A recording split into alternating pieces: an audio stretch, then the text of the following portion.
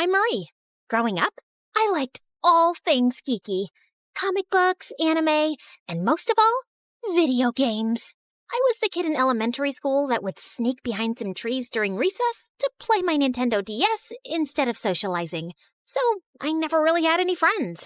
And home wasn't so peachy either. Dad left soon after my sister Ava was born. And Mom, well, let's just say she tries. She worked as an attorney at some huge firm, so she always had money, just not enough time to look after 2 kids. What's wrong? Mom's cooking again. She watched some stupid show on TV, the one where they wear big hats and cook fancy meals, and now she thinks she can do the same. She's gonna burn the house down, Marie. I'm scared. I rushed to the kitchen, only to see the stove on fire and Mom desperately trying to put it out. I immediately grabbed a damp towel and threw it on top of the flames. And that wasn't all.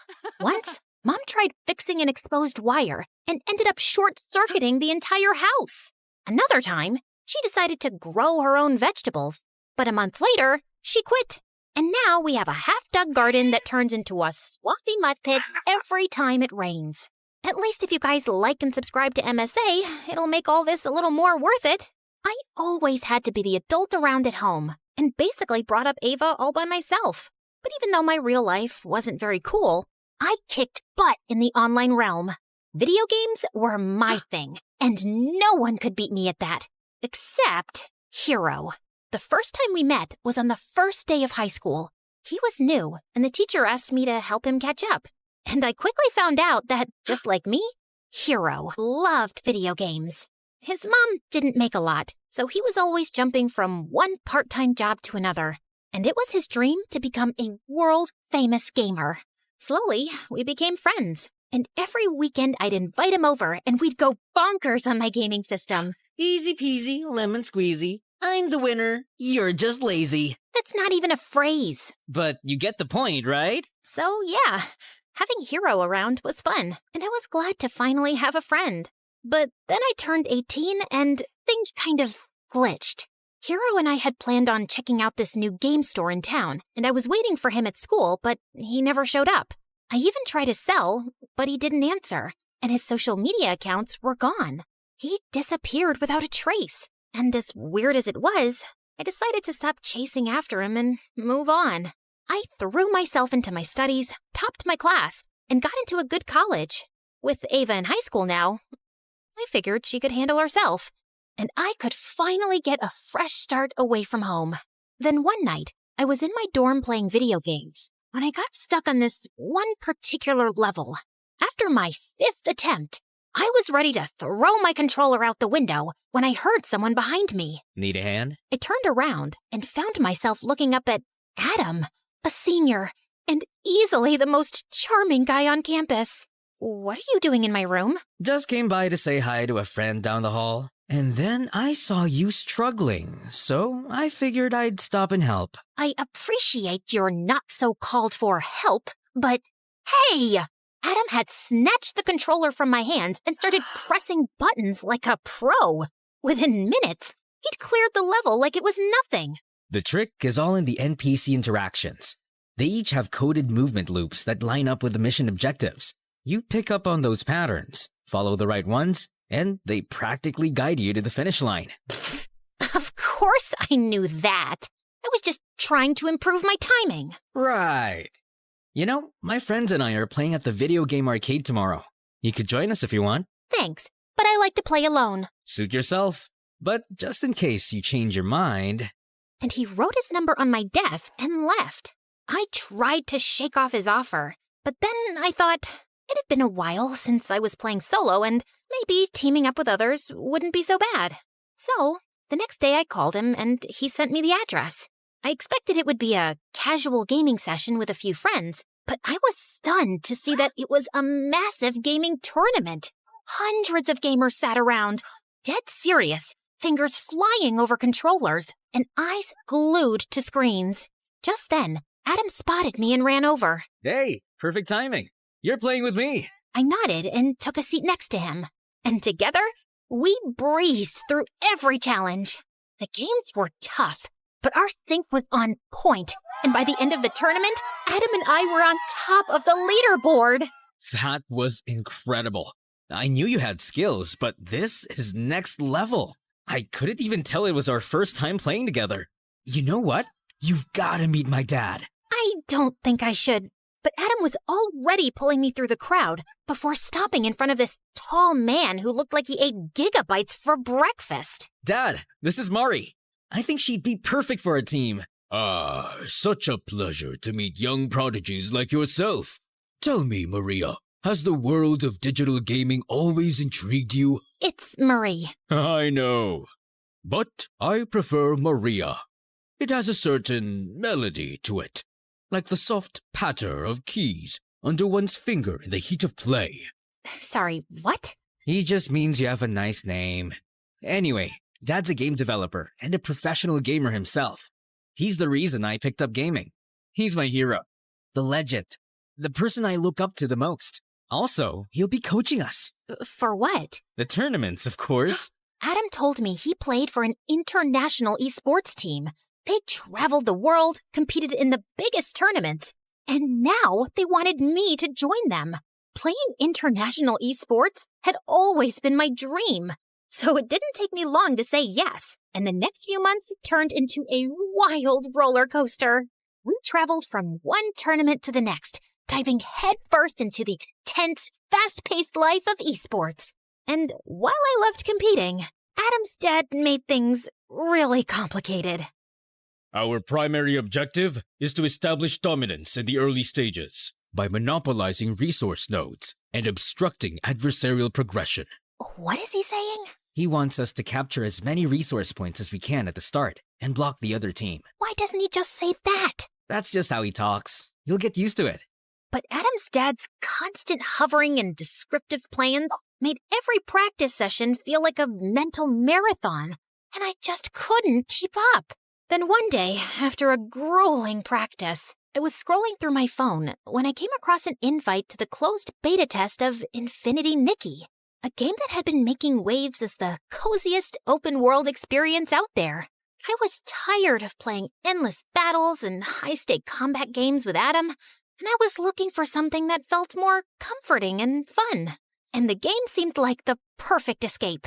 So I enrolled for access to the closed beta, got in, and boy, was that the best decision ever.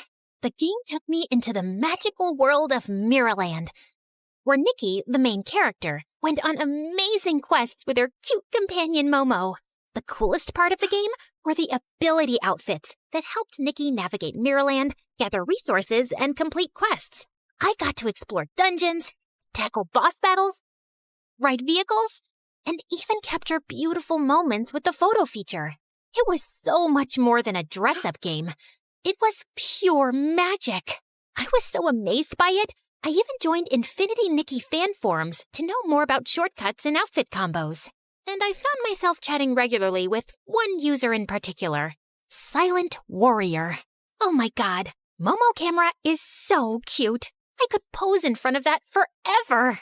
Oh, but here's something that makes it even better. Usually, you can only take pictures of the scenery in Nikki, but there are certain spots on the map where this Feywish sprite, Dakabo, will suddenly pop up and look straight at the camera while you're capturing the shot. I swear, it's the funniest and most unexpected thing ever. No way. How did you even figure that out? Spent hours wandering the map, taking random shots. The first time Dakabo appeared, I almost dropped my controller. You've got to try it. It's seriously worth it. Well, since you've been so helpful, I've got news for you too. December 6th is actually Nikki's birthday, and to celebrate that special day, all Infinity Nikki players will be getting this stunning new dress called Starlit Celebration, absolutely free of charge. I mean, talk about a sweet deal. But you have to log into the game before December 19th to redeem it, so tell all your friends to download it now. I've already told mine. It felt like I'd found someone who spoke my gaming language, and I really wanted to meet him. So, naturally, a week later, I was one of the top players invited to play Infinity Nikki live at an exclusive arena. I walked in feeling excited, and I was at the snack bar getting a soda when another hand reached for the same can. I looked up and froze as I saw Hero smiling at me. Didn't realize this one was yours. Well, it certainly doesn't have your name on it. Just then, the announcer called all gamers to the stage for a quick face-off, and I hurried to the stage. I was settling down in my seat when Hero pulled up the chair next to mine. He opened his mouth to say something, but I shushed him and focused on my game. I entered the breezy meadow, collected a bunch of daisies, and was just enjoying my walk through the vibrant flowers when Momo told me that there was a Whimstar nearby. So I hurried through the meadow, collected the Whimstar, and upgraded to a new outfit. Wow, you're still as good as I remember. Oh, so you do remember me. I thought the way you vanished, you probably forgot all about me. Okay, yes, I deserve that. But I had a reason for leaving so suddenly, Mari. That's when Hero told me that his mom had lost her job, and since they lived in her employer's house, they had to pack up and move to a new town, almost overnight. You could have dropped a text, at least. I just couldn't find the time to. I had to pick up jobs to help Mom out, until I figured out a way to make money through gaming. You have no idea how many times I thought about calling you, but I just didn't know what to say. So when I saw your name on the Infinity Nikki forum, I decided to send you a message as Silent_Warrior. Wait, you're Silent Warrior? So you took me for a fool not once, but twice? That feels good. I'm sorry, I just didn't know if you'd talk to me. I even learned the whole game just to get to this live event and meet you, Mari. So, what do you say? Can we restart? I kinda miss you. Okay, yeah, I missed him too. Hero was the one person who always understood me, and he did genuinely sound sorry for the way he'd acted. So, I agreed, and we reconnected. We spent hours chatting about games, and I told him everything about my new team and life at college. Our conversations felt effortless, and I was happy to have him back in my life. But while things with Hero got better, with Adam, it only got more tense. Maria, grab the plasma cannon next to you. You're wasting essential resources. I'm pinned down by these two enemies. I need to deal with them first to advance. Incorrect. Your role is to support Adam. He's leading the mission. Provide suppressing fire, and use that weapon to neutralize the opposition. But if I expose myself, I'll get eliminated. Then strategize smarter. Honestly, you're making me question your tactical skills. Did we make a mistake by bringing you onto the team, Maria? Oh, I don't know, sire. Maybe you did. So why don't you go ahead and find someone who's better than me and can understand what you're actually talking about? And yeah, for the record, my name is Marie. And I just threw the controller down and walked out. And seconds later, Adam followed. How dare you talk to my dad like that? He's constantly breathing down my neck, Adam. It's annoying. He just wants you to do better. And honestly, Mari, you could use a little extra practice. Dad doesn't think you're ready for the tournament, and he might be right. Your dad thinks no one is ever ready. And every time I talk to him, I feel like I'm in the middle of a test I didn't prepare for. I don't think I can play like this. And before Adam could get out another word, I flung my bag over my shoulder and left. I was so distracted that evening, I could barely focus on my game with Hero. I had to jump through some glowing hoops in a sequence before the time ended, and I just couldn't keep up. Hero immediately understood something was off and asked me what happened. And I told him everything. Why are you even with them if they don't value your skills? It's not all bad. The rest of the guys on the team are great, and Adam's a bit edgy, but he's a good player. It's his dad who gives me the ick. My mom's a saint compared to him. At least she never trash-talked me the way he does. Mari, you're a great player, and from what you're telling me, this Adam sounds like a jerk. I think you should just quit and play with me instead. We're good. I just laughed at Hero's suggestion. He was clearly joking. There's no way he'd actually expect me to quit my team at the last minute. Although, I'll admit, the idea was kind of tempting, considering how Adam being on the team was seriously getting on my nerves lately. Later, I ended up talking to my sister Ava about it, and the next day, she and Mom showed up at my dorm with dinner to cheer me up. I was struggling through the lasagna Mom made, when suddenly there was a knock at the door. Hero? What are you doing here? Okay, don't freak out. but I kind of put our names down together for the tournament tomorrow. What? Why? Because your team sucks, Mari. Adam and his dad are dragging you down, and it's obvious you're not happy. But playing Infinity Nikki with you these past few days made me realize how amazing we are together. If we team up, we actually have a chance of winning. And I found out from my sources, and the prize money on this tournament is insane. Hero, Planning to ditch me at the last minute? I saw Adam standing behind Hero with a hard expression on his face. You're taking this the wrong way. Oh, am I? Wasn't he just telling you to leave us and join him?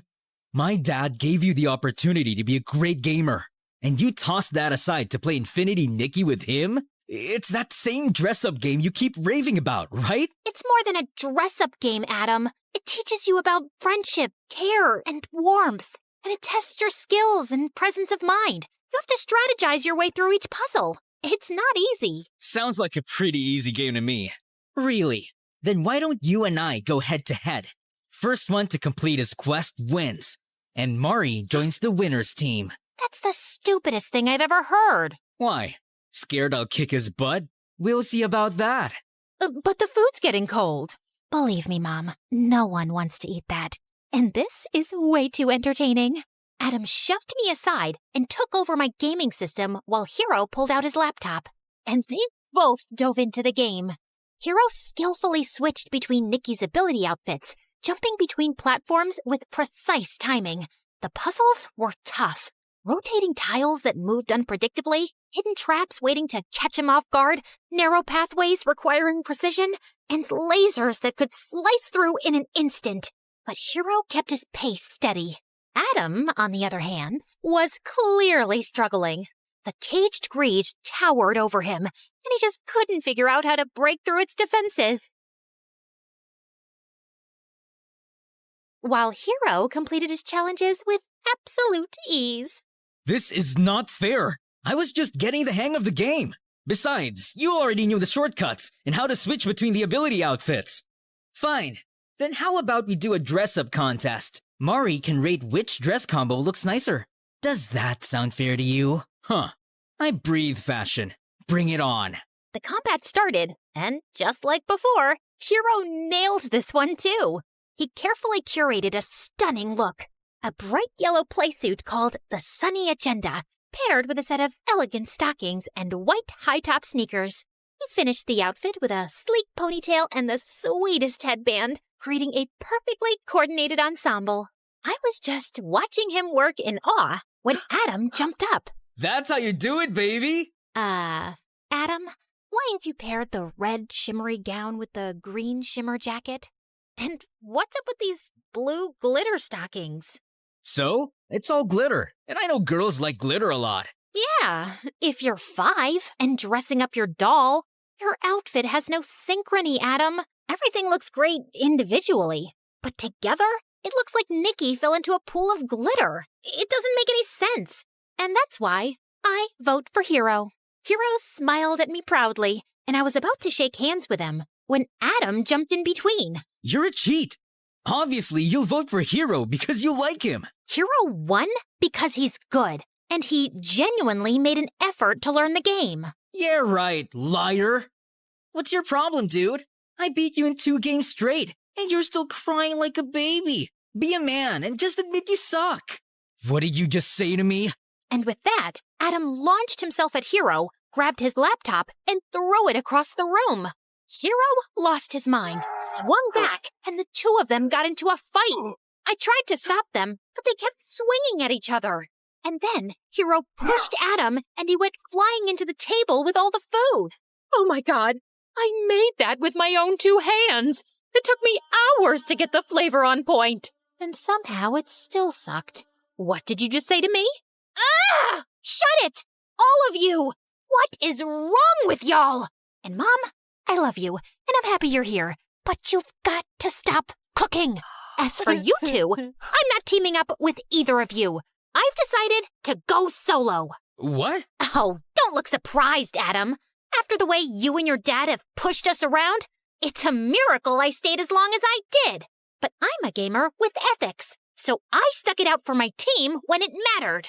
And Hero, these past few days have been fun, But you can't just show up and expect me to jump on your team. You didn't even know about this tournament until I mentioned it. And now you want to participate for the prize money? I get that it's a big opportunity, but I can't make decisions like that on a whim. Maybe someday we'll team up again.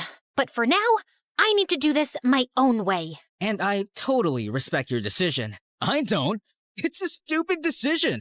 And I'm not letting you get away that easily. Adam grabbed my hand, but I twisted his arm around in one swift motion, and he winced in pain.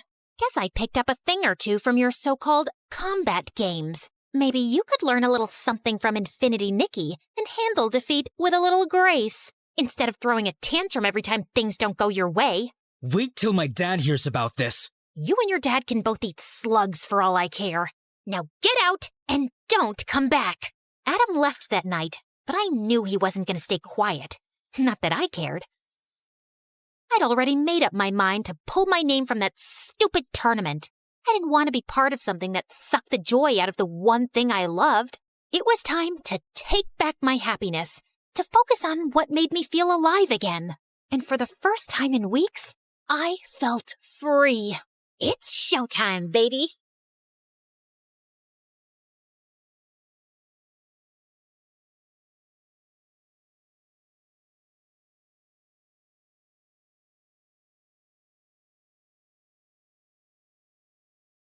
A large chair swiveled around to reveal a tiny, skinny guy. What? You think all mafia bosses are tall, fat, bald, and wear gold rings? Sorry to disappoint you with my looks, but trust me, I am every bit as ruthless. Something about his steely gray eyes sent a shiver down my spine. I believed him. His name was Pierre Soufflé, which was obviously a lie, and the job he had for us was to steal a priceless painting from a museum and replace it with a fake. That's the painting? It's, tiny. What's your problem with tiny things and people? It's also kinda stupid. What is that? A raccoon eating a cheeseburger? It's worth $10 million, so the joke's on you, dummy. Now, the owner of the painting has allowed the museum to borrow it for only 3 days, so we don't have a lot of time. Wouldn't it be easier to steal it from the owner's house? Everyone, look at Lady Einstein coming up with brilliant ideas. Why didn't we think of that ourselves? Happy to help. Of course we thought of that ourselves. Trust me, the museum is easier. Why choose us? It's a very stupid security measure, but the museum's floors are activated by pressure sensors at night. Anything above 55 kilograms and they go off. I haven't been able to find a boy who weighs less than that. Ellie, get the weighing scale. Meredith weighed 52 kgs, while I weighed 55.1. How is this possible? You eat so much more than I do. What can I say? I got all the good genes. Okay, you're out, fatty. Meredith, you're my leading lady. The plan was to enter the museum through its large air ducts, carrying the fake painting with us. We first had to make a stop in the security room and disable all the cameras and alarms. Then we'd crawl back through the ducts till we reached the exhibit area, and I'd lower Meredith down along with the painting so she could switch them out. As Meredith made it to the bottom, I dropped the painting to her, and she missed it. And we heard a loud crack. Oh my God, did you break the frame? Me? It's your fault. Who told you to throw it like that? I was expecting you to catch it. But what was I thinking? You made us lose the Frisbee tournament in 8th grade because you're so bad at catching things. Unless it's someone's boyfriend. Seriously? You were so distracted by that hot boy on the bleachers, your throwing skills were completely off. FYI, that boy was totally into me. Why are we even talking about Frisbees and boys right now? You started it. No, I didn't. Okay, shut up. Let me think how to fix this. Are you trying to glue it together with your saliva? You got a better idea? Any idea would be a better idea than that. Look, it's a museum. They must fix broken, ancient things here all the time, right? I'm looking at the floor map, and there are some offices in the left wing. I'll go get some glue. It took me an hour to find glue and return to our spot. And I found Meredith eating a bowl of ramen. Where did you get that? I brought a packet of instant ramen with me, and you were taking forever, so I went to make it in the staff kitchen. There was someone's chicken sandwich in the fridge, so I used the meat from that. And there was also some tofu, and I added a dash of oyster sauce. I'm so happy you chose this moment in your life to become a gourmet chef. Just send the painting back up so I can fix it. Tried to fill in the crack as best I could, then sent it back down to Meredith, who took the real one off and put the fake one on the wall. But just as she started walking back, the whole floor lit up suddenly and a blaring sound went off. Oh my God, what's happening? I don't know. Is the painting heavier than the fake one? Just hurry up. We gotta get out now. They pulled up Meredith and the real painting and closed the opening in the ceiling seconds before security burst in. We crawled down the ducts and out of the building as fast as we could. We ran a few blocks down where Pierre's van was waiting for us and we sped away. Oh, I would have preferred if you hadn't alerted all of New York about the break-in. Now I'll have to move this painting around with cops crawling all over the city. Never mind. Here's your check, and Claire, try to lose some weight. Au revoir. And without warning, we were dumped on a dark street. We scrambled to our feet, headed for the subway, and made it home. It was all over the news the next morning that someone had broken into the museum and switched off all the security systems. But apparently, nothing had been stolen, except a chicken sandwich and a block of tofu from the staff kitchen. You ate the entire block? Hey, I'm not the one who needs to watch her weight. I do not need to... whatever. Listen, I've been meaning to talk to you about something. It'll have to wait. I got a hair appointment. We'll talk over dinner? Yeah, sure. I was gonna tell Meredith that I wanted a break from this life, and I wasn't sure how she'd react. As I sat in a cafe later, I suddenly found a cute guy next to my table. Mind if I sit here? There are no other empty seats. I won't disturb you. I promise. We actually ended up talking for over an hour, and I found him sweet and charming. I'd love to meet you again if you're free. I don't live in New York, but I come every weekend. You come here for work? No, actually, I came to visit my mom who's admitted in the hospital here for a medical trial.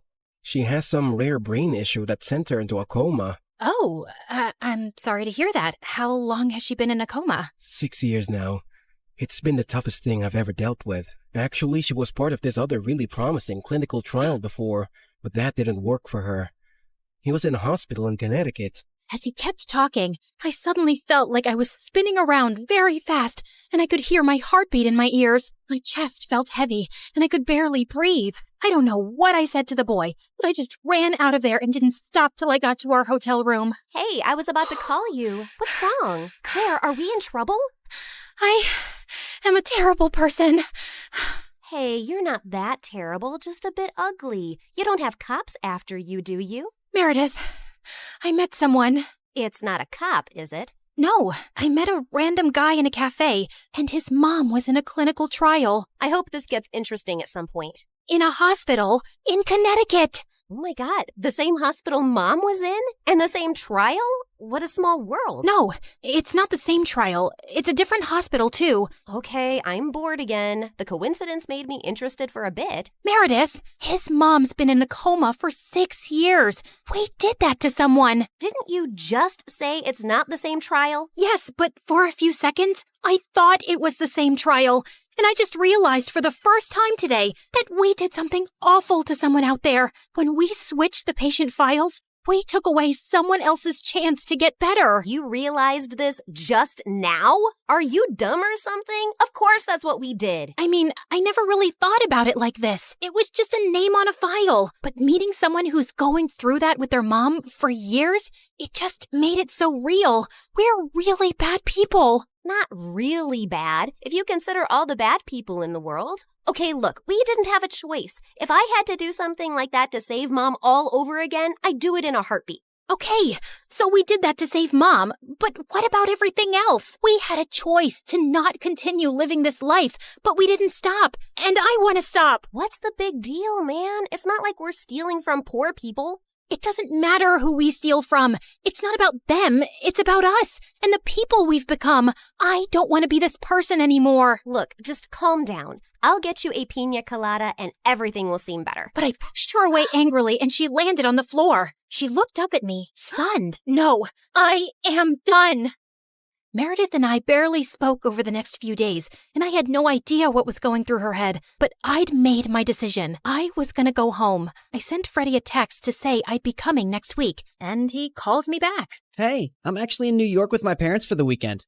Can we catch up? The moment I saw Freddie, I just burst into tears, and he hugged me tight. As we talked over dinner, he assured me that he'd talk to Meredith and try to make her come home too. We had just stepped out of the restaurant and walked 2 blocks down, when suddenly a black van screeched to a halt beside us, and some men pulled us in, handcuffing and blindfolding us. When our blindfolds came off, I realized we were in Pierre's quarters, and I found Meredith there too. What's going on here? Welcome. We just gathered here to discuss a teensy-weensy, itsy-bitsy issue. Now, Meredith, go ahead and tell them the moronic thing of titanic proportions that you just did. Apparently, Meredith had found her way to Pierre's headquarters and stolen the real painting from him. She had then tried to sell it to a buyer she'd arranged, and while the exchange was about to happen on the docks, the cops had showed up. Meredith had barely managed to escape, but the buyer and the painting were in police custody. The police didn't let it get out in the news, but they knew the real painting had been stolen and replaced with a fake. They were probably watching every dock, airport, and train station to see if someone would try and move it out. And your sister practically handed it to them. What were you thinking? It's your whole quitting the biz talk that made me do it. I did it for us, so we could sell the painting and retire to Bora Bora for good. And what the heck is Freddie doing here? Hi, guys. I'm Freddie. Old friend. Nice to meet you. Not terrified at all. You made me lose a fortune, and you double-crossed me. And Pierre does not take betrayal well. Harry! Sam! Yes, sir! You know what to do. Boss? I'm not really sure how I feel about punching a girl. Yeah, boss, I am not really comfortable with this. Maybe we can just punch the boy. I'm not really a boy. I used to be a girl. Ask Claire and Meredith, we practically grew up like sisters. Please don't hurt him. He has nothing to do with this. Silence! You buffoons! I didn't say hurt anyone yet. I just wanted you to threaten them, but of course, you're useless. I'll do myself. Torture Harry and Sam after this meeting. Now, get lost. Then Pierre shifted his cold gaze to me. That painting is everything to me, and I want it back. And now the only way we can get it is from the owner himself. You, Claire, will be executing this mission. The heir of that painting is a young, charming millionaire. And you will get to know him, become his girlfriend, kiss, cuddle, yada yada. You need to earn his trust completely, so he lets you into his life and his home.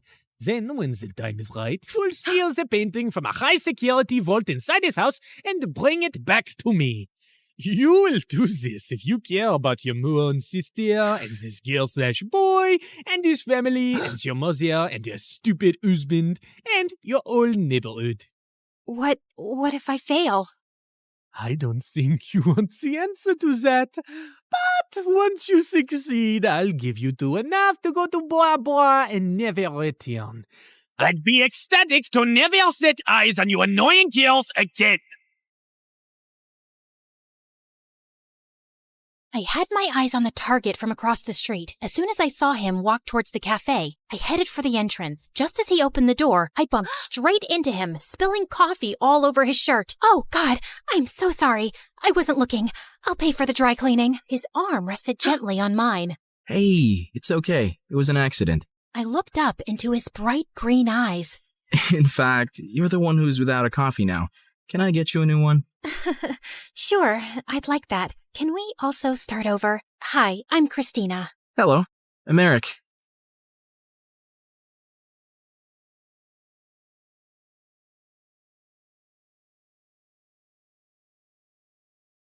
It had been a day. My evil nemesis had taken my spot as valedictorian, a solid gold helicopter landed in my backyard, and I was being stalked by a prince.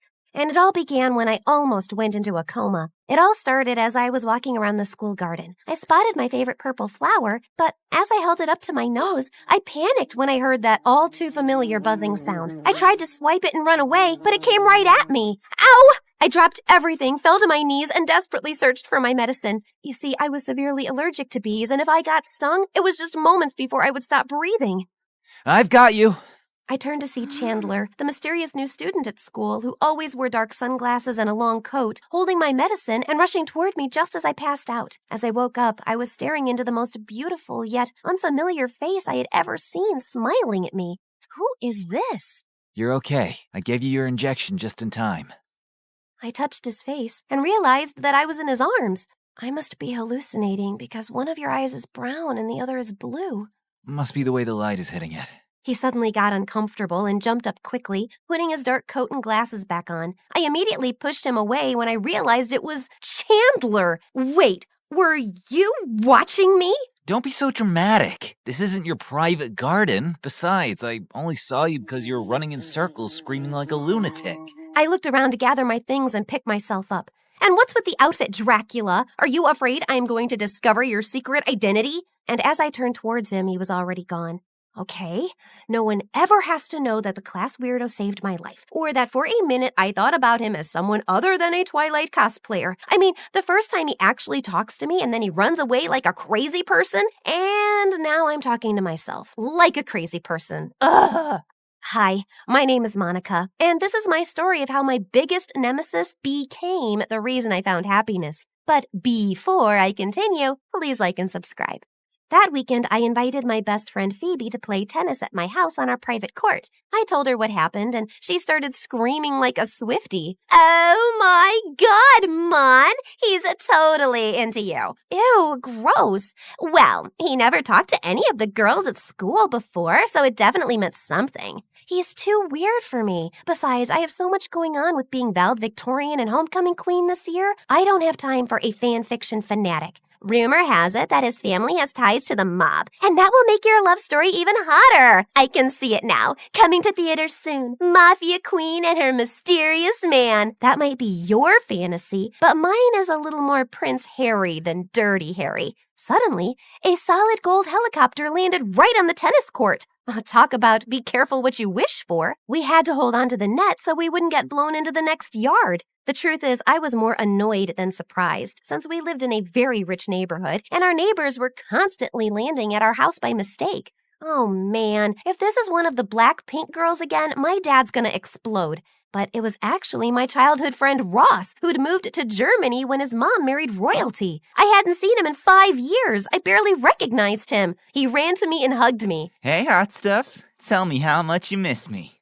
Ross? Holy extreme makeover! You look amazing! Where's the rest of you? You like it? I lost 80 pounds, got rid of my acne, and now I wear contacts. Are you, posing for me? Just then, he spotted Phoebe standing behind me. Who's the dweeb? Dweeb? This is Phoebe. She's my best friend. Of course. You needed a pet to keep you company while I was away. Okay, well, I'm back now, so run along, dweeby.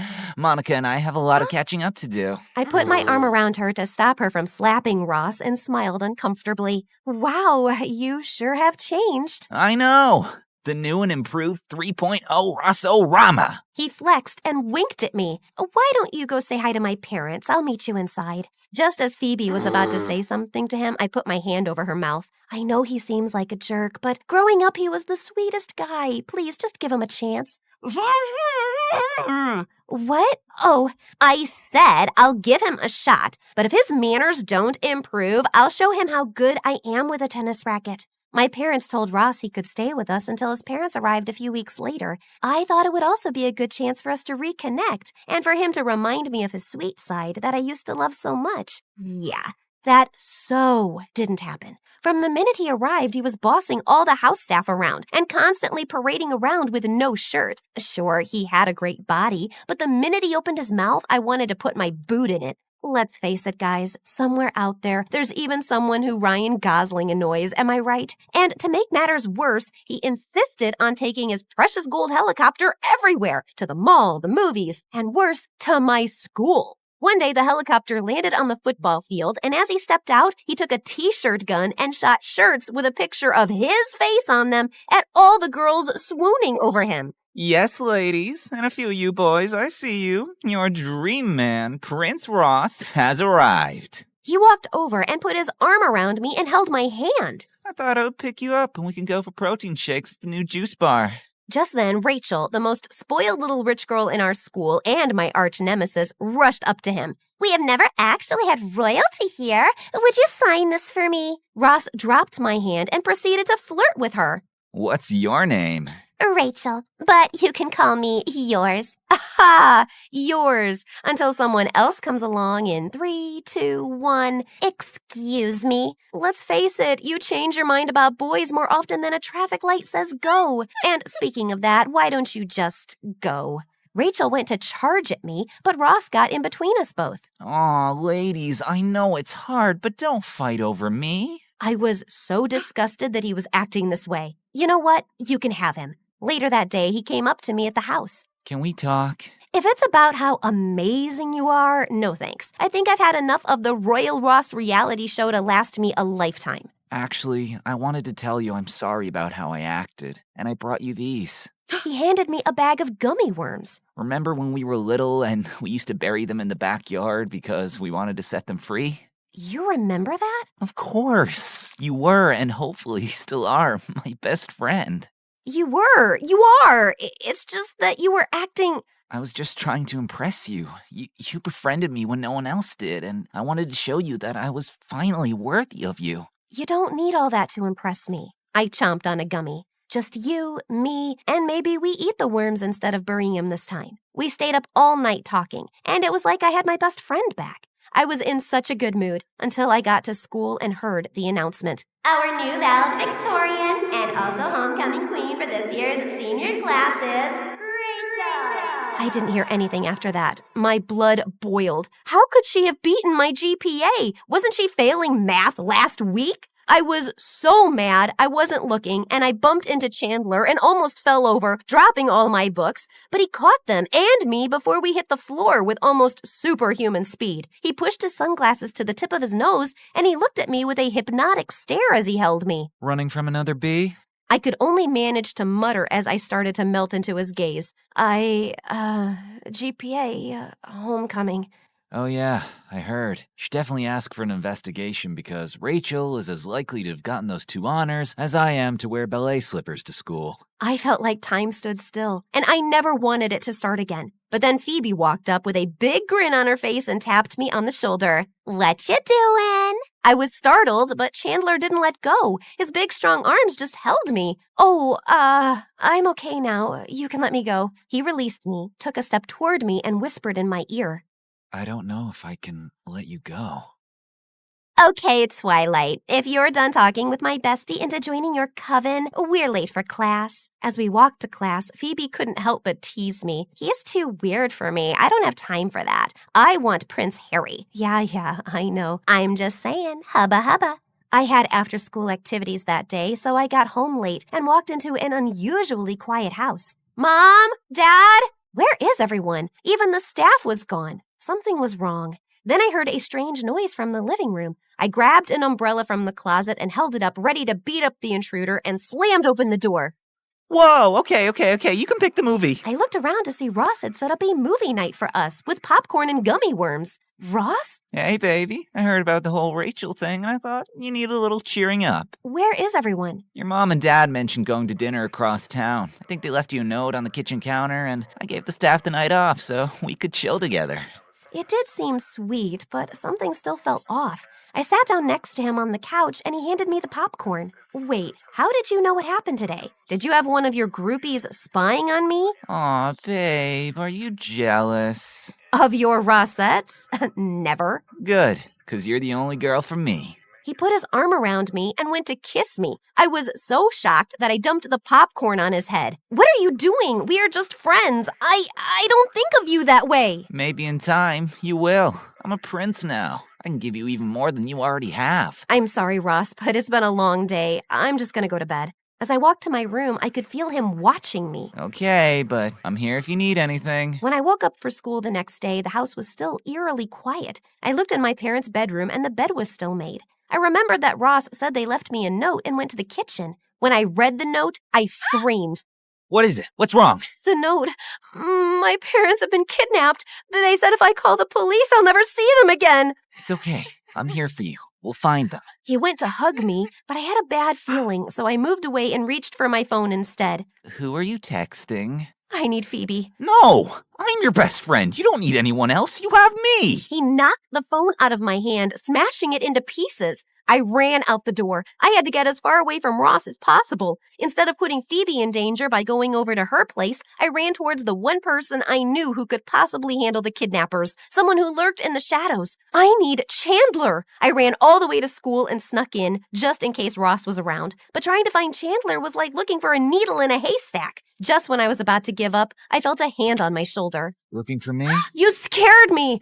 Oh, we need to work on you approaching people head on. But yes, I need you. I'm flattered. No, you don't understand. My parents have been kidnapped, and I need you to use your mafia connections to help me get them back. He stopped for a minute, then burst out laughing. You are horrible! You are laughing that my parents got kidnapped? I knew this was a mistake. Forget you. Forget all the boys. I'll do this myself. No, wait. I'm sorry. I was just laughing because you think I'm involved in organized crime. I mean, I've heard all the rumors about me. I have fangs. I'm a spy. My favorite is that I'm a 30-year-old undercover cop, but the mafia, that's a new one. He touched my face and wiped my tears. Wait, you're not? No, sorry to disappoint you. No, that's actually a good thing, although this might have been the one time I needed it to be true. I'm so sorry to hear about your parents, and of course, I'll help you find them. Maybe it was his confidence or the fact that I didn't know who else to turn to, but I believed him. So, the first thing is... Just then, Ross came barreling down the hallway in attack mode, heading straight for Chandler. Take your hands off of her. I'll save you, Monica. Chandler whipped off his trench coat and mocked Ross by waving it at him like a bullfighter. Taro! Just as Ross was about to pounce, Chandler pulled back the coat to reveal a locker, and Ross drove head first into it. That should slow him down for a little bit. But Ross got up and was as angry as ever. She's mine. And as soon as I stop seeing double, I'm coming for her. Or maybe not. Time to go. He grabbed my hand and we rushed out of the school doors to his motorcycle. I'm not getting on that thing with you. But then I turned to see Ross running towards us. Change of heart? He tossed me his extra helmet and we took off. We drove for a while to make sure we weren't followed, then pulled over. I think we should go back to your house, see if we can find any clues. Good idea, but we have to be careful because I don't want to run into... The Rossinator. But before we go, I need to know, why did you agree to help me? We don't even really know each other. You mean saving your life doesn't fall under the category of we're friends now? Okay, good point. But I feel like you are avoiding telling me about you. Well, I would love to take you for coffee and tell you my life story, but you might want to rescue your parents first. Also a good point. Okay, there's a door at the back of the house that leads to the wine cellar. It's been sealed off, but if we can get in, I can get into the house from there without anyone seeing. Once we got to the house, I tried to pry it open. Ugh, it's been closed so long it must be rusted shut. Here, let me try. He handed me his coat. If it's easier, you can take off your shirt too. He paused for a moment and gave me a flirty smile. I mean, so it doesn't get dirty. Oh, I think you would like me if I was dirty. Then he tore off his shirt, and it was like I had won the hot guy lottery. Yet when he tried to open the door, he only got it to move a little. Maybe if we both try. You grab the handle first, and I'll wrap my arms around you and we'll pull together. The one time I don't have my phone to post this on Instagram. As he put his huge muscular arms around mine, I could feel his heart beating. And once again, I wish I could have made this time stand still in that moment forever. Then suddenly the door gave way and we both went tumbling backward. I landed on top of him with our faces so close that our lips were practically touching. Your eyes are so beautiful. Were you born that way? No. He looked embarrassed. What is it? You can trust me. I actually grew up in the poor section of town, and one day I saw a little boy wandering the streets about to get hit by a car, and on instinct I dove in front to save him. The next thing I know, I'm waking up after surgery with this eye, and it turns out the boy was the governor's son. He paid for the best medical care and even sent me to finish my education at your school. Holy Bruce Wayne! Is this guy too good to be true or what? This would be that moment in the movie when we would have our first kiss. Just then, I paused because I heard quiet yelling, except I didn't imagine hearing my parents yelling my name in the background. Then I realized it actually was my parents! I jumped up and rushed into the wine cellar, and there were my parents tied up and blindfolded. I ran to set them free and hugged them. Who did this to you? We don't know. Last thing we remember, we were on our way to dinner, then we heard a helicopter and everything went dark. Then we woke up here. Helicopter? Obviously, Ross. But we can't prove it because we didn't see him. We only heard a female voice. I think I might have an idea, but we would need your mom and dad to stay out of sight, so Ross continues to believe that he controls the situation. My parents agreed, and we brought spare food, blankets, and a corkscrew from the pool house down to the cellar to make them more comfortable. Call the police in exactly 3 hours and tell them to come to the school to arrest your kidnapper. And Mom, Dad, don't drink all the wine in the cellar. We rode back to school and snuck in through the gym. Okay, Super Cop, what's your plan? Well, you know how you think I'm all mysterious? I'm about to reveal to you who I really am. He walked me into the audio-visual classroom, and all the movie nerds turned to look with their mouths open. You brought a girl into the secret chamber? How many times do I have to tell you, Joey? It's not exactly a secret. It's a classroom at a school. Potato, potato. Hold up, you're a movie nerd? Yep, I'm proud of it. And me and my group of nerds are gonna catch Ross confessing on tape. You see, we helped install the security cameras in the school so we can access them. Security cameras? Can you access footage from a few days ago? Sure. What are you looking for? I'm not sure, but I'll know it when I see it. Go back to a few hours before they announced the valedictorian. Hey, weren't you supposed to be? Don't remind me. There! Right there! Is that Ross sneaking into the office and changing the winner to Rachel? I knew that jerk wasn't working alone. I bet he did that for her, so she would help him kidnap my parents. That must have been the female voice they heard. Now to put our plan into action. I borrowed one of the nerds' phones and called Ross to meet me at school. Once he saw me, he ran and hugged me. It was all I could do not to vomit, so I played it cool. Oh, Ross, thank God you're here. I was so worried for you. The police arrested Rachel for tampering with the school votes, and she said she was going to blame you for kidnapping my parents. What? That's crazy. I had nothing to do with any of that. She must be saying that because she has a super crush on me. But you know, my heart and my helicopter belong to you. Just then, Rachel came out of the AV classroom where she had been watching on camera as Ross blamed her. You liar! You are the one who wanted to kidnap her parents so you could save them and make her fall in love with you. Oh, Ross, you did that for me? Oh, that's so romantic. Well, in that case, yes, it was all my idea. I would do anything for you. That's a wrap. The police arrived, and even as they carted him and Rachel off in the police car, he was still patting himself on the back. Can't believe you're choosing him over me. I'm a catch. Phoebe came running up to me and gave me a great big bear hug. Mon, I've been so worried. You weren't answering your phone, but I finally talked to your parents and they explained everything to me. I knew that jerk was no good. Maybe next time you listen to your best friend. 100% from here on out. Best friends forever. Later that night, Chandler and I finally had that cup of coffee and learned a lot about each other. Monica, I've liked you since the first time I laid eyes on you fleeing from a bee. I knew then you were my movie queen, and I just hoped that you'd be okay with dating a poor movie nerd on a scholarship. So, is this the part in the movie when the hero finally kisses the heroine? Nope. This is the part when she kisses him.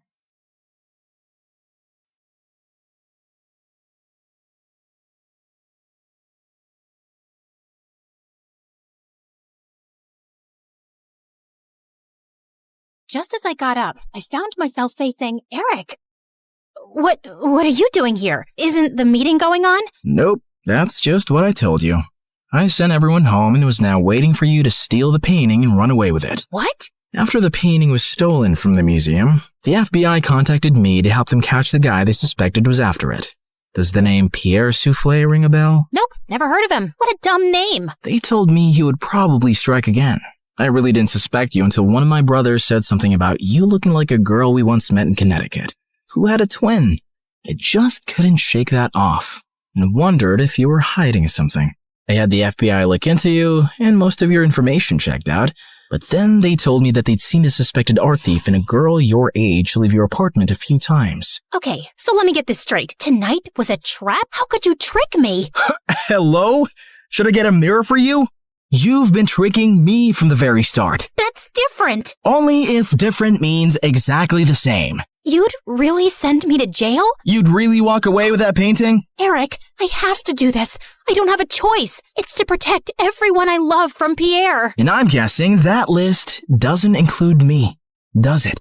As we stared breathlessly at each other, suddenly Pierre's van stopped beside us. Good lord, get a room! And before I knew it, his men had grabbed both me and Eric and put some rags on our faces, and I instantly drifted into unconsciousness. When we came about, Eric and I found ourselves tied to chairs on some boat. Ah, the sleeping beauties are awake just in time for me to say goodbye. You're not getting away with this. Oh, yes, I am. It's not like you were smart enough to call the police to your house when you caught Claire. Yeah, that's her real name. You didn't call the police? What was your plan then? My guess is he was just going to take the painting from you and give you a chance to run away. I think he even gave his own security men the night off. Why would you do that, Eric? Because he wasn't going to send the girl he loves to prison. Duh. Eric sat there poker-faced as I glanced at him. Pierre, you got what you wanted. Now keep your end of the deal. Pay up and let us go. Your sister double-crossed me first, which landed you in this mess, remember?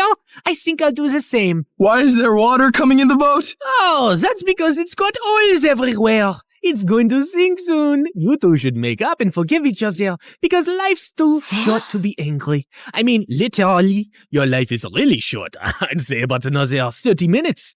Adieu. So long. Farewell.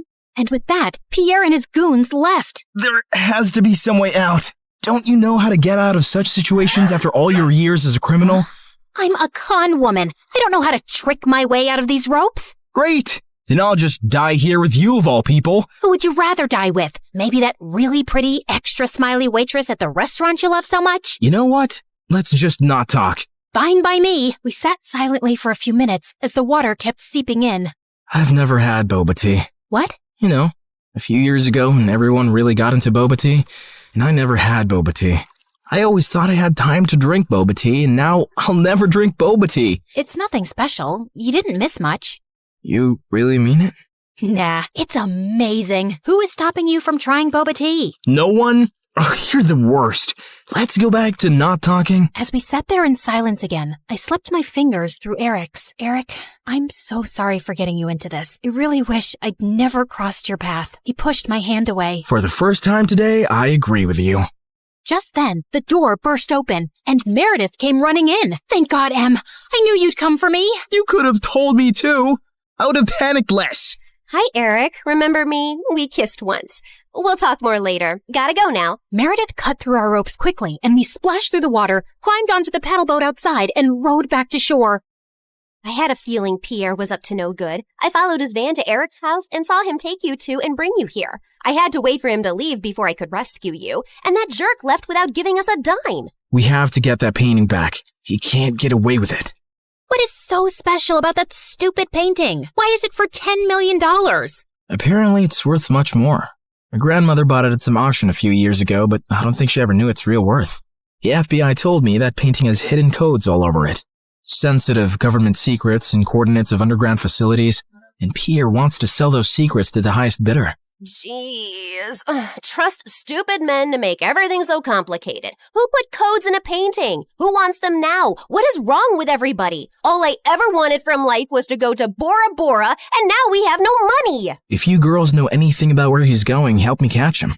I'll tell the FBI you were helping me all along, and you'll go scot-free. Free but poor? Should I offer you a reward for helping me get back a painting you stole from me? That would be polite, yeah. Meredith, do you have any idea where Pierre's going? Yeah. I've bugged everything that man owns. His phone, his coat, his shoes, that painting. I know where he's going. Oh, by the way, Mom wants us to come home. She says she has something important to tell us. And yeah, her memory is back, and she's very angry we made her marry Arthur. What? More about that later.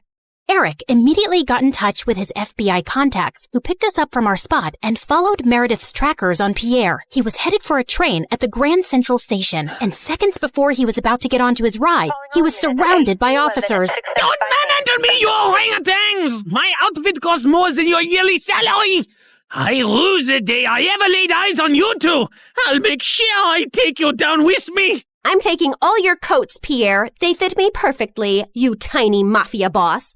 Get used to an orange jumpsuit, 'cause you'll be wearing that for a long time. As the FBI officers took him away, I turned to Eric with a worried face. He'll give them information against us. You've helped recover a really important painting and capture a criminal the FBI has been trying to nail for ages.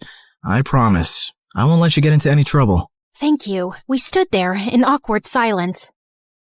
Okay, this is super uncomfortable. Do you guys need privacy to talk or something? I'll grab us some hot dogs. Do you want relish or mustard or... No, actually, I think we're done here. I have to go. Good luck and goodbye, Claire. Goodbye, Eric. Meredith and I took the next flight to Connecticut to see Mom back at her old house, and I was really happy to see her with her memory back. And then, Mom shocked us with her whole story. Many years ago, I was a government scientist in Russia, working on top secret technology. And our team later wanted to sell it to an enemy country. I refused to do that, and destroyed the technology. And after that I had to go on the run, because I knew those traitors would come after me. I had a boyfriend, and he recently found out I was pregnant. So I never told him about you girls and just escaped. I settled in America and took on the identity of a helpless mom living in the suburbs. Before I left Russia, I set up this laptop as a way to communicate with my father, who sent me a little money every few months to get by. I was even afraid of working in any place for too long, as being part of any system by which I could be tracked down. Whoa, Mom, that's insane and so cool. I'm sorry we never had much, but I was glad you grew up independent and resourceful. When I finally recovered my memory a week ago, I was able to access the laptop and get in touch with my father. He hadn't heard from me in so long, he thought I wasn't even alive anymore. He told me that the traitors working on the project are all behind bars now. It's safe for me to go home. So we're going to Russia? Man, it's so cold there. I always wanted to go to... Bora Bora, I know. That's all you said growing up. We'll visit Russia to see my family, and then we'll go anywhere you girls want. Mom, we're kinda poor, especially since you've left Arthur too. Oh, but my family isn't poor at all. I come from old money. We've been rich forever. There is a God out there. Thank you. Claire, we're finally going to Bora Bora.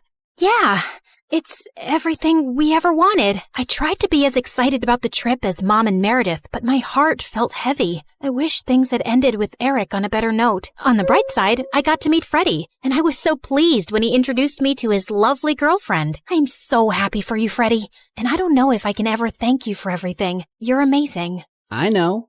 Just don't forget about me and come to visit, okay? On the day of our flight to Russia, we just reached the airport when Mom and Meredith turned to me with strange smiles on their faces. What's going on? Here's your ticket. That's a ticket for New York. Why, are we going there? No, Mom and I are going to Russia, then Bora Bora. You're going to New York. What? Why would I do that? Come on, Claire. You've been so mopey lately. I can't stand your face anymore. Just go talk to Eric, okay? You're in love with him. And even though he's way out of your league, he loves you too. And that's something you shouldn't give up on so easily. Pretty sure he hates me now. Claire, go meet him once. You'll regret not trying. And in case it doesn't work out, you know where to find us, love. Go get him, loser. Mom and Meredith hugged me, and I felt tears flowing down my face fast as I turned away. Suddenly, I got the wind knocked out of me as Meredith gave me a bear hug. I can't say this with you looking at me directly, so don't turn around, okay? I love you more than anyone in the world, sis. You're my BFF and my soulmate and my better half, so you better not stay away too long because of some stupid boy. No one's ever coming between us, Em. I love you too, and I'll see you soon. As I walked out onto the New York airport, I was feeling so nervous about visiting Eric that I accidentally bumped into a man's luggage cart and went down with the suitcases. Are you blind? You blind idiot? It was an accident, sir. You don't have to be so rude. You don't have to be so blind, you blind idiot. You're so obnoxious. I grabbed the bagel the man was holding, threw it on the floor, and started jumping on it. As I continued jumping and he kept yelling, I suddenly found Eric by my side. I'm sorry, sir. She hasn't taken her meds today. So sorry. Geez, what's with your temper? He started it, and what are you doing here? You texted me that you were coming and wanted me to pick you up. You said it was an emergency? Oh, I'm guessing that was Meredith. Yep, but I did come to New York just to see you, Eric. So I might as well say my piece now, which I've been rehearsing on the plane, and I've forgotten every single word. Dang it. Okay, I'll just spit it out. Look, I'm really sorry about the tricking and the lying and stealing and hitting your brother and endangering your life. The one thing that wasn't part of this assignment was falling for you, but I just couldn't help it right from the start. In fact, you made me fall for you years ago, and I often wondered what had happened to you. I really wish we'd met again under different circumstances, and I know I don't deserve another chance, but here I am, asking for one anyway. Well, they say third time's the charm. They do say that, whoever they are. Just as Eric pulled me closer, we suddenly found ourselves surrounded by federal agents. Did you set me up? I swear I didn't. Ma'am, there's no need to panic. We got notified about your arrival in New York when you checked in for your flight. We've also apprehended your sister before she could leave for Russia. We've been looking for you girls for a long time, actually, but you always managed to get away. Now we have a deal for you. Come work for us and help us nail some con artists, and you'll have a clean slate. Are you offering me a job? Yes, and a really well-paying one. The only catch is that you two will have to serve 6 months jail time first. We have to do that as a formality. No, officer, there has to be another way. Eric, wait, it's okay. I think I need to do this actually. Maybe we got away for too long without any consequences. If this gives me a chance to start over fresh, I'm willing to do it. What about Meredith? Oh, she's gonna be pissed, but she'll do it for me. So, will you come see me in prison? It's a date. How many weeks has it been here already? It's just been 2 days. Oh, God. I was so close to Bora Bora. And you're so ugly and orange. How am I supposed to look at you for 6 months? I think you're actually happy we're getting to spend more time together. You know, since I'm your BFF and soulmate and better half. That was so cheesy. Ow!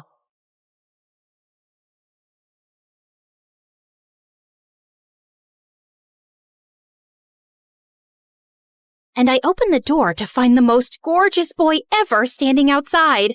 Hello, I'm Eric. We got some of your mail. I came to return it. I just stared at him, dumbstruck, feeling acutely aware of how terrible I looked. Just then, Meredith pushed me out of the way. Hey, thanks. You're such a lifesaver. Haven't seen you around before. I just moved into the house across the street. The big white one with the quadruplets? Yeah, they're my brothers. What? No, they can't be related to you. They're very unattractive. Meredith, can't you ever sugarcoat anything? I am sugarcoating. Did I call them ugly ogres? I am so sorry. It's okay. People have this reaction often. I'll see you girls around. He flashed his beautiful smile at us and then left.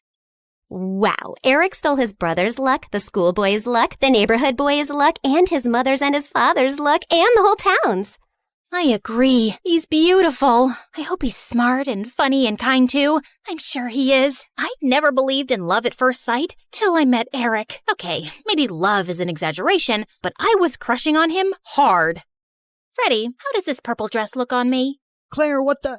You can't just come in without knocking? What if I wasn't wearing a towel? Well, you are. So unclench your butt. Now, what do you think about the dress? Hey, Freddie, I want your opinion on this red dress. Oh, hi, Claire. I didn't know you were here. Have some respect for my privacy. What are you talking about? Actually, I don't care. Now tell me, I look hot, right? Of course I look hot. I could wear a potato sack and I'd look hot. I can do hot in my sleep. What's the dress for? The party at Eric's place? What, did you think you're the only one who got invited? The red's a bit much for a casual housewarming party, no? Yeah, you're right. It's more of a second date dress. Thanks, I'll look for something else. And your dress looks lovely. I am not your sister, and you can't treat me like this. I am a man. Okay, thanks for the news flash. Come on, Claire, let's go before Freddie has a heart attack. The party was coming up soon, but I knew there would be many guests, and I wouldn't really get a chance to talk to Eric then. So I decided to drop by to borrow some sugar one evening. But my heart sank when I spotted Meredith and Eric in the kitchen, and they were kissing. I couldn't believe that witch. It was so obvious I was crushing on Eric, wasn't it? Can you give me some mashed potatoes, Claire? I lifted a spoonful and threw it straight at her face. Claire! What the heck? Oh, I'm sorry. You didn't want them on your face? You should have been clearer then. You got a problem with me? What a genius. Since you're so smart, I'm sure you already knew I liked Eric, but you went after him anyway. Yeah, I saw you two kissing. Oh my God, what? You like Eric? I had no idea. You should have been clearer too. Cut it out, okay? You knew. Did not. Okay, so now that you know, will you stop seeing him? No, duh. Are you really into him? Not really. I barely know him, but he's cute and rich and he likes me. You did see that he was kissing me back, right? I flung another dollop of mashed potato straight in her eye and stormed off. Fine, that jerk could have Eric. I wasn't even gonna go to the party now. But on the night of the party, when I heard music floating from across the street, I couldn't help myself. Eric had just known Meredith for 2 days. This battle wasn't over yet. I knew I looked smoking hot as I marched up to Eric and Meredith in her stupid red dress. She looked furious to see me before she turned sickly sweet. Oh, hi. I thought you were unwell and not coming, honey. How are you doing now, honey? I'm good, honey. How are you, honey? I'm great, honey. Do you like my honey, honey? What honey? Honey? The honey, honey. I see no honey. Honey? What's happening here? Don't worry about it. Let's go get some honey, honey. We don't have any honey, Meredith. Honey! You ruined it. You should have ended the sentence with honey. Don't mind her, Eric. You already know she's rude. And she has a vile temper. She once tried stealing money from an old lady and kicked her hard when she resisted. Oh, so that's how it's gonna be, huh? Eric, did you know that Claire is so dumb? I told her when we were kids that if she ate bluebells, her eyes would turn blue like mine. She ate a bunch and then pooped her pants in school. Didn't Meredith tell you she used to fart in the neighbor's jacuzzi just because they said they liked me more than her? It went on for a month. Oh, how about the time you dropped Mom's toothbrush in the toilet and just put it right back? Imagine someone being so awful to their own mother. Meredith has a boyfriend who works in a mental institution, and he steals the patient's clothes from there for her. Imagine doing that to sick people. Claire keeps acting like she doesn't know her best friend is in love with her, and she keeps using him for his money. What? Are you talking about Fred? I've never used him, and he's not in love with me. Oh, please. A blind person can see Freddie's been in love with you since day one. Shut up. You shut up. How about you shut the heck up? Not till you shut up first. I pushed Meredith out of my way, but I ended up pushing a little too hard, and she crashed straight into the punch bowl. She got up and charged me, and we landed straight on the food table. As Eric was trying to pull us apart, Freddie suddenly ran in. Claire, Meredith, stop! Your mom, she isn't okay. You gotta come now. We ran outside to see Mom unconscious and being wheeled into an ambulance. Since Freddie's dad was a neurosurgeon, he took Mom's case and ran tests for weeks to discover that she had some inflammation in her brain for unknown reasons, which had sent her into a coma. Freddie's dad decided to enter her name in a clinical trial for rare brain diseases since she met all the criteria. But what's it going to cost us? We take one pro bono case for the trial, but there will still be other hospital expenses. And you girls will have to figure out something soon. Do you have any relatives?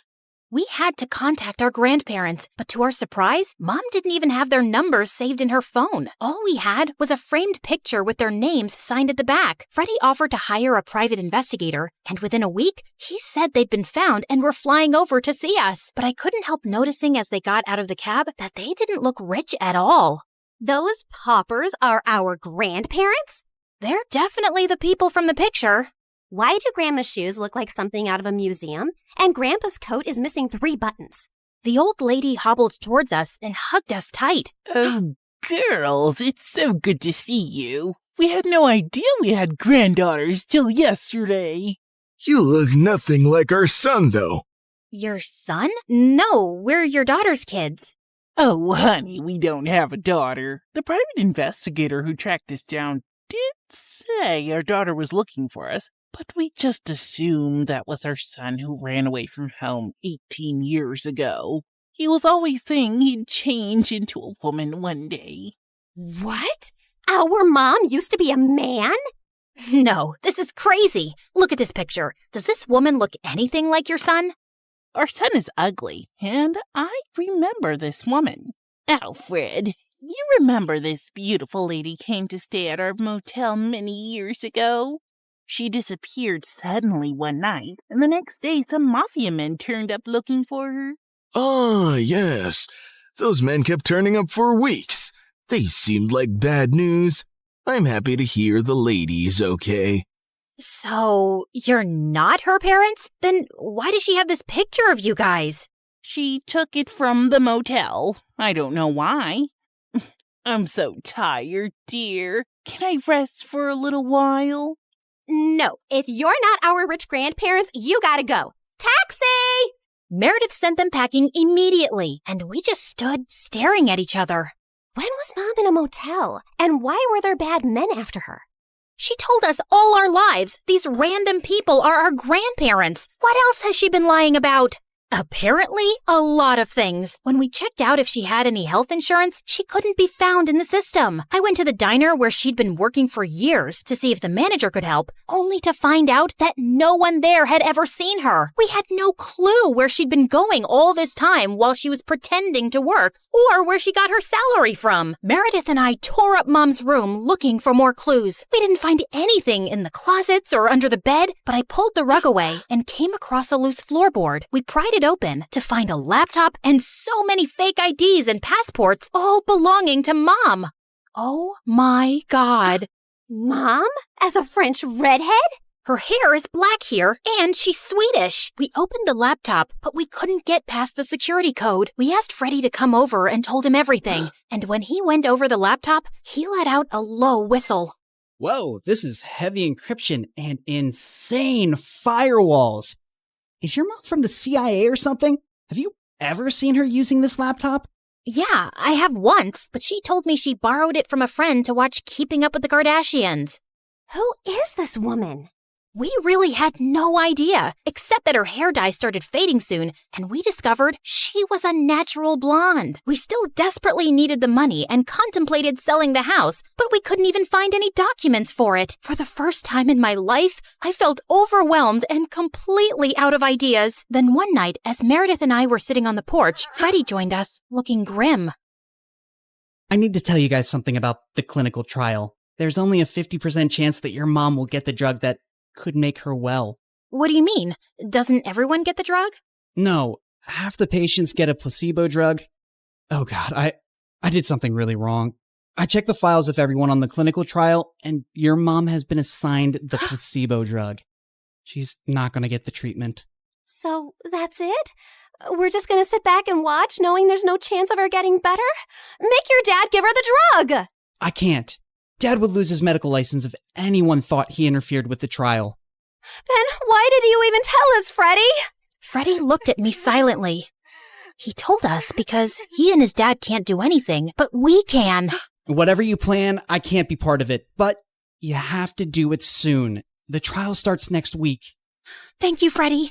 You don't know what this means to us. Of course. I'd do anything for you, Claire. For the first time, I saw what had maybe been so obvious all along. Freddie was in love with me, and I was about to use it to my advantage.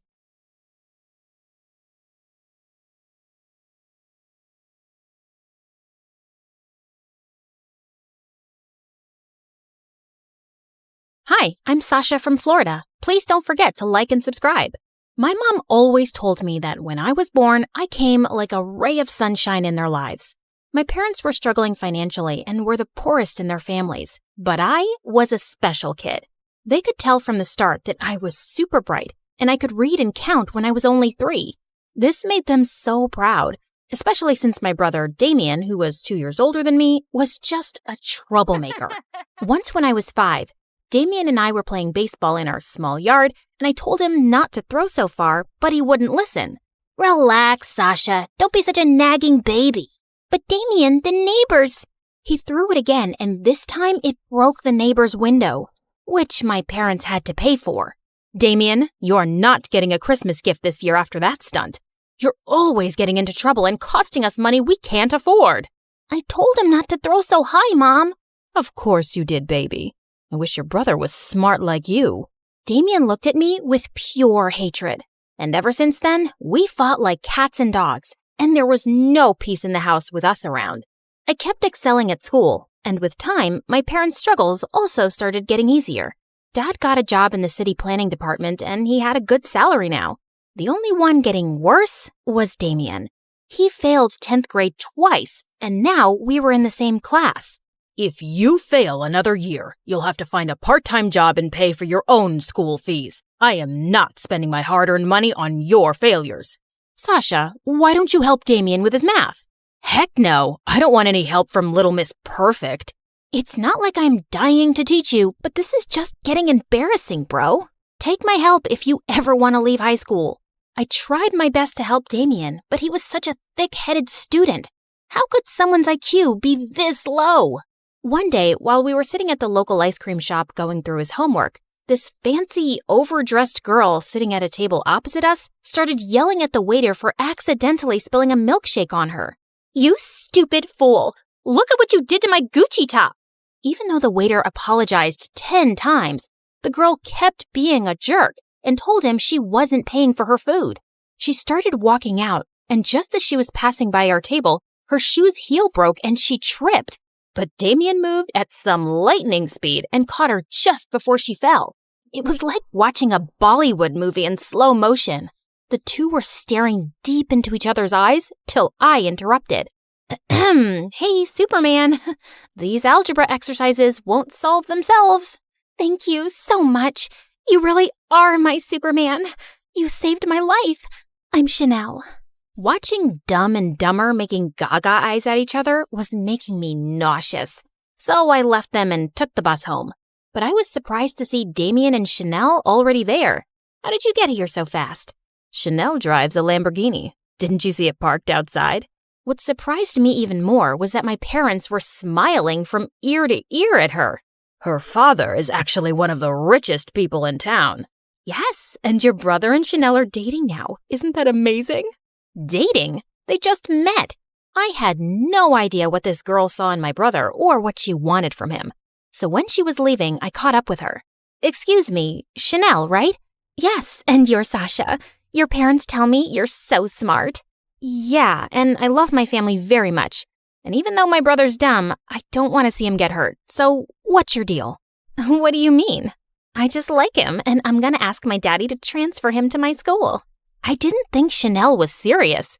But a month later, Damien was going to her school, and she was coming over to our house for Sunday lunches. My parents started giving Damien all their attention, and I stopped existing.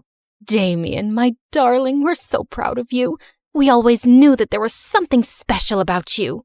Hey guys, I got selected to participate in the international math competition. "Oh, that's nice, dear. Oh, and Chanel, thank you for speaking to your father. Because of you, I now have a good job at the bank." "But Mom, you don't even have any banking qualifications." "Who needs qualifications when you know people in high places?" My house was turning into a fake zone, and everything was about Chanel and Damien now. I wasn't used to this at all. When I was in 11th grade, Chanel invited us to her mansion for her birthday party. We were welcomed warmly by her mother, but her father was forever on a phone call. While my family were busy mingling with the rich, I found a quiet place on a balcony. Just then, this tall Superman-type guy appeared beside me, and I immediately felt nervous. The view is beautiful from here. I'm Clinton, by the way. I haven't seen you at any of Chanel's parties before. I'm her boyfriend's sister, not really a close friend. How are you related? Oh, I'm her ex-boyfriend. Why would you come to her party? Her father and I are very close, and he still wants me and his daughter back together. What? But she's with my brother. Chanel's father has helped me and my family a lot, so I'd do anything to help him out. Like, break up my brother and Chanel? Is that what her dad wants? And you'd do it? That's just crazy. They've been together for a year now, and they're in love. That's what you think. Sasha, what are you doing here with this jerk? He's obsessed with Chanel and keeps asking me to break up with her because he wants her back. You are such a fool. I'm just trying to help you, dude. Damien lunged forward to punch Clinton, who pushed him away roughly to defend himself. Just then, Damien tripped on a rug and landed hard on the floor. Damien! He was unconscious, and we quickly called an ambulance. While my parents and I sat in the hospital waiting room, I went to get some water when I found Chanel in Clinton's arms. "You lying, cheating snake! My brother's seriously hurt, and you're here playing makeup with your stupid ex. You can't talk to me like that, Sasha. Oh, drop the act, you witch. Sasha, why are you making such a commotion? Because your son is in the hospital, and it's all because of this stupid girl you adore. Just then, I spotted Grandma's pearl necklace around Chanel's neck. Hey, what are you doing with that necklace? It was a gift from your mother. Mom, why would you give her that? You always said it was mine. Sasha, please calm down. Chanel has done so much for our family since she came into our lives. You need to be more thankful. Chanel is fooling all of you. She is not who she seems. Enough of your jealousy. Not everything is about you, Sasha. After my dad said that, I suddenly lost it and pulled the pearls off Chanel's neck, sending them flying everywhere. I ran away before my blind, foolish family could say more. When I went to see Damien later, he did not look great. You bruised like a peach, bro. But I'm glad you're awake. Where's Chanel? Listen, there's something I need to tell. I'm right here, Damien. Oh, you had me really scared, babe. Damien, don't trust anything she says. Just hear me out first. Sasha, just mind your business, okay? Chanel is the love of my life. Now please, get out. I saw that I was just wasting my time with my family, so I stopped talking to everyone and minded my own business. But a week later, everything came crashing down. Damien came home looking devastated because Chanel had broken up with him without any explanation. And when Mom returned, she said she'd also lost her banking job. I should have listened to you, Sasha. Chanel just threw me away like a toy she got bored of. And now, I'm back to being nothing. But you were never nothing, Damien. Yes, I was. I was always a disappointment next to you. But once I started dating Chanel, they finally noticed me. I was worth something. It was true. I'd enjoyed all their attention without ever thinking about how he felt. And for the first time, I hugged him. Just then, Dad appeared, looking frantic. Chanel is a bigger traitor than we could have imagined. She stole some important work documents from my study, which proved that our entire neighborhood was built on some illegal land decades ago. Her father has those documents now, and he's planning to demolish the whole neighborhood to set up his factory here. Son, I think this is why she was dating you all along. And now we'll lose our house, and I'll definitely lose my job. I couldn't believe how far Chanel had gone to deceive us all, and I had to do something. I was sitting at the local cafe wondering what could be done when I spotted Clinton in the corner looking upset. Why do you look like you've been crying? Aren't you back with Chanel? No, I'm not. That day at the hospital, I was only hugging her because she was really upset about your brother, whose heart she broke, by the way. Upset my butt. She totally used him. You don't know everything. It's all because of her dad. Anyway, I told him I didn't want to get back with Chanel because I don't love her, and he fired me from his company. Well, I'm sorry to hear that, but right now I have to figure out how to save our entire neighborhood from getting bulldozed by Chanel's dad. I know how you can stop him. Look, I still don't really trust you, but I'm listening. Clinton told me that Chanel's father had some important documents in his safe at home, which proved he'd committed fraud to steal people's lands. I still have the access card to his home office, and the whole family goes to the golf course every Saturday morning. That's when we can get in. If we expose him, he'll be ruined. I was very nervous about this whole plan, but a lot of people were about to lose their homes, so I had to try. When the day arrived, we managed to get into his office and get the documents from the safe when suddenly Chanel walked in. What are you doing here? Chanel, I should call the police. I was scared out of my wits, but suddenly she took my hand. But I won't. My dad's been using me for his dirty business all this time, and I'm sick of it. I don't want anyone to lose their homes. So go and save your neighborhood. I suddenly hugged her. Thank you, and I'm sorry. No, you had every right to be angry, but you have to know, even if it started off as an act, I really did fall in love with your brother. Come on, Sasha, we have to go. They'll be back any moment now. The documents we had were enough proof to get tons of lawsuits slapped on Chanel's dad and shut his illegal businesses for good. And our neighborhood was safe. You did it, Sasha. We're so proud of you, love. Well, I wasn't alone. Clinton helped me. And Chanel. Just then the two walked in and Damien looked furious. What? Why would you have anything to do with these people, especially her, after what she did? She only hurt you because of her father, Damien. You have to give her a chance. Yeah, and all that time I warned you about breaking up with Chanel, I was just trying to protect you from her dad's plans. Because you're a good guy, Damien. Also, you should listen to your sister because she's strong and smart. I was taken aback by Clinton's words, and the way he looked at me gave me butterflies. We don't know about Damien, but we will never forgive her. Mom, Dad, you aren't completely innocent here either. You only started giving Damien attention when he brought a rich girlfriend home. And you accepted all kinds of favors from Chanel, even though you didn't deserve them. Let's just all forgive each other and start over, okay? We left Damien and Chanel to talk things over, and I was certain things would be right between them because they truly loved each other. We make a good team, don't we? I guess you could say that. We should, team up more often. Okay, I'll contact you next time there's another neighborhood that needs to be saved. Or how about you try to understand what I'm saying and realize I'm asking you out? Yeah, I understood that the first time. And sure, why not?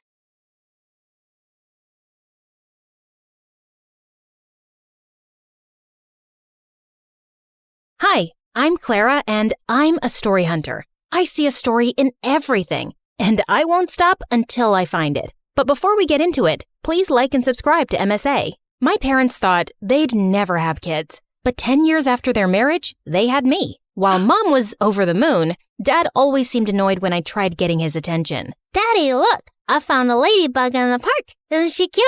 I rescued her from a parade of ants. Could you please take this girl away? I'm on a phone call. Of course, honey. Come on, Clara. Let's read some Nancy Drew. Yay! My favorite! Dad was weird, but at least I had Mom. She was a journalist before she married Dad and had the craziest stories to tell me. And growing up, I wanted to be just like her. When I turned 10, Mom got me my first recording set, and I went crazy interviewing people on the streets. Since how long have you been homeless? That's a cute dog. Did you steal it or buy it? People would pass me weird stares, but I just didn't care. I was following my passion. One evening, I was in a far end of my neighborhood when I missed a turn. The street was empty and it was getting really dark, so I started to walk quickly when a shady black car pulled up next to me. Hey, kid, are you lost? It's freezing out there. Hop in. I'll drop you off. Don't be scared. I won't harm you. See, before he could finish, I punched him hard and ran.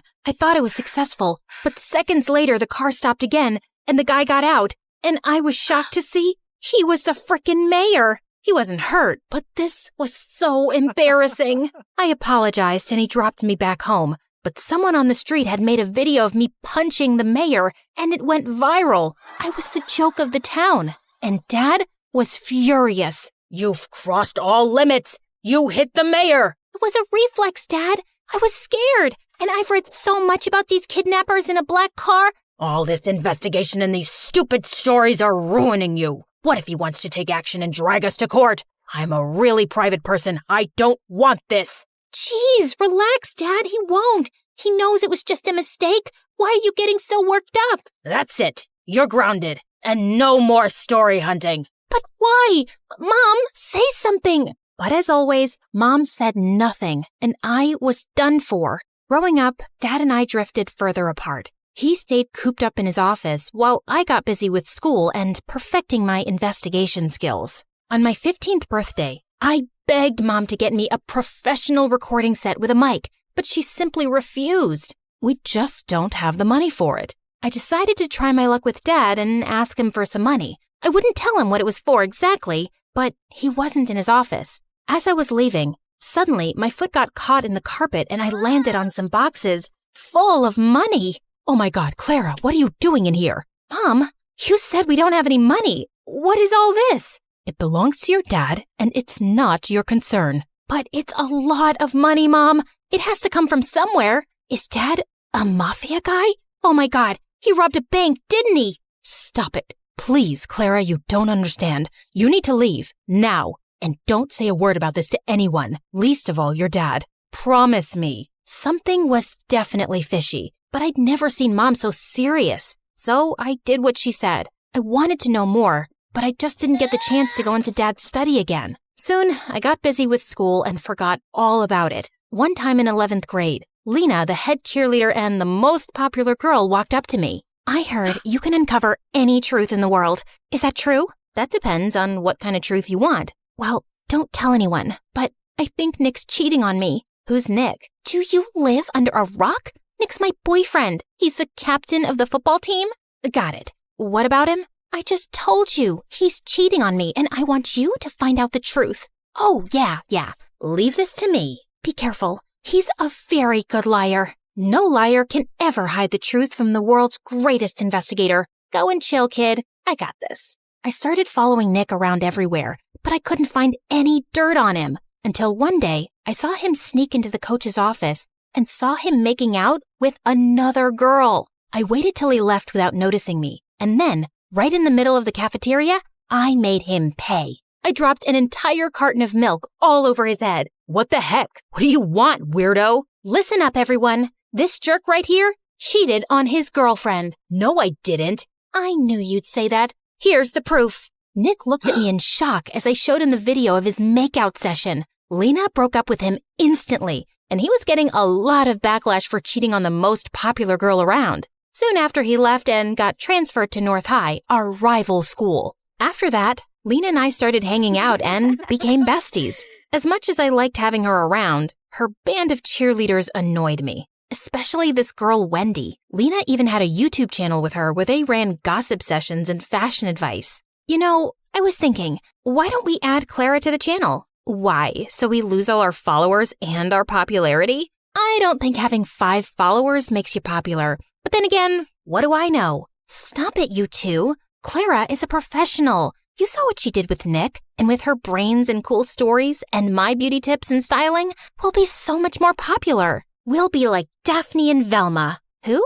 Scooby-Doo? Forget it. We should totally do it. I joined the YouTube channel soon after, and we started with collecting scoops on everyone in school. Within a few months, we hit 1 million subscribers. I was happy, but Lena was on cloud 9. Her popularity was through the roof, and she loved the attention. We got invited to every party in town, and she would drag me with her even when I didn't feel like going. One day I was at her house getting ready for a party when Wendy made a snarky comment. Do you always have to dress up like a homeless person? And why's your hair such a mess? There's nothing wrong with my hair or clothes. I don't want to look all dolled up. Detectives are meant to look rugged, right, Lena?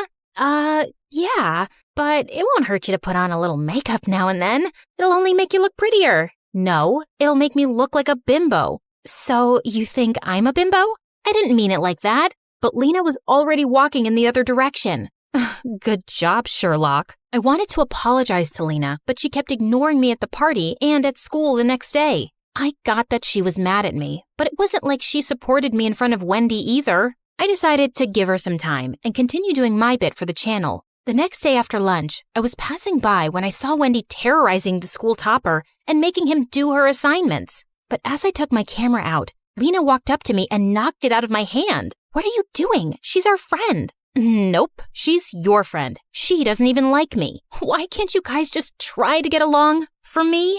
I know you think we're bimbos, but that's the least you can do as my best friend. Oh, you're so dramatic. Okay, fine. I'll let this go. Just this once. And I don't think you're a bimbo. I'm sorry. Stop talking and meet me for boba tea later. Deal? Deal. And just like that, we were back to being besties. And I tried to tolerate Wendy better, even though she still got on my nerves. Soon after, the entire school was buzzing over the senior day prank wars with North High, and Lena was determined to crush the rival school, mainly because Nick was their new student body president. We need to ace this. They should never see us coming. How about we break into the school? You can't be serious, Wendy. You guys will get caught. Not with these masks, we won't. And why are you so negative? I'm being practical. It's the dumbest plan on earth. Back me up, Lena. Actually, I like it. No one will ever know. Now, are you in or out? Out. You know my dad.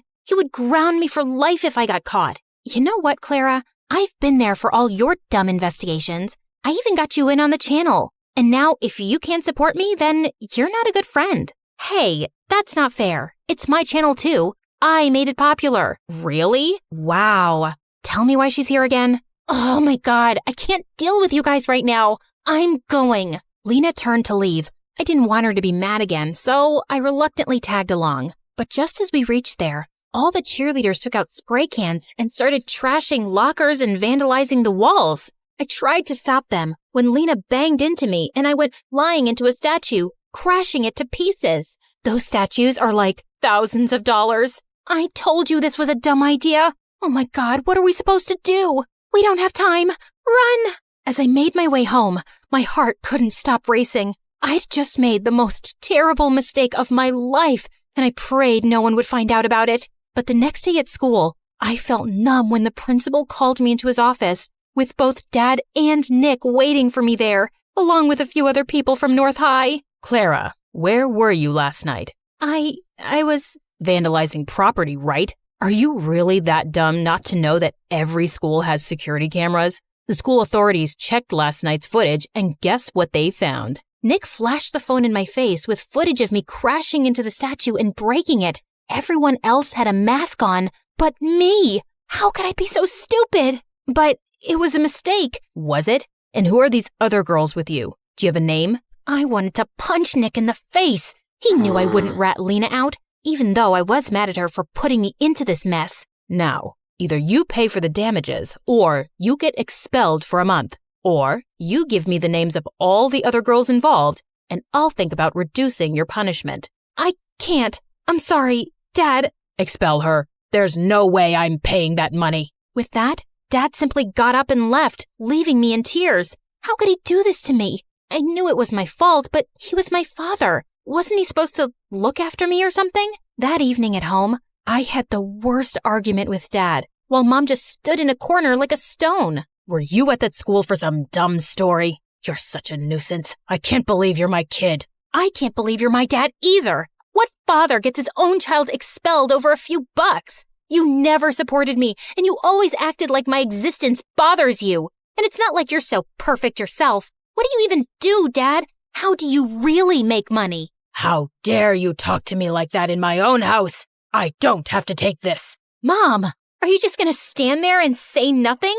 This suspension will go down on my record. How can you be such a coward? What is she gonna say? Listen to me, kid. You better stop throwing tantrums and do as I say, or you'll be out of here. I wanted to scream in Dad's face, and I felt angrier at Mom for being quiet. That night, I felt the most alone I'd ever been. The worst part about this was I couldn't talk to Lena either, even though she'd tried calling me 1,000 times. That night, I slept with the worst headache of my life. And the next morning, I woke up to loud noises and Lena shaking me like a mad person. Wake up, dummy. Wake up. Fine, I'm up. What is that noise? Get dressed and come out. Your mom needs you. It's your dad. He's been arrested. Arrested? For what? Just come down. I rushed downstairs, and I was shocked to see our entire yard was surrounded by police cars and reporters shoving cameras in my face, asking a million questions all at once. How does it feel to be the daughter of a lying thief?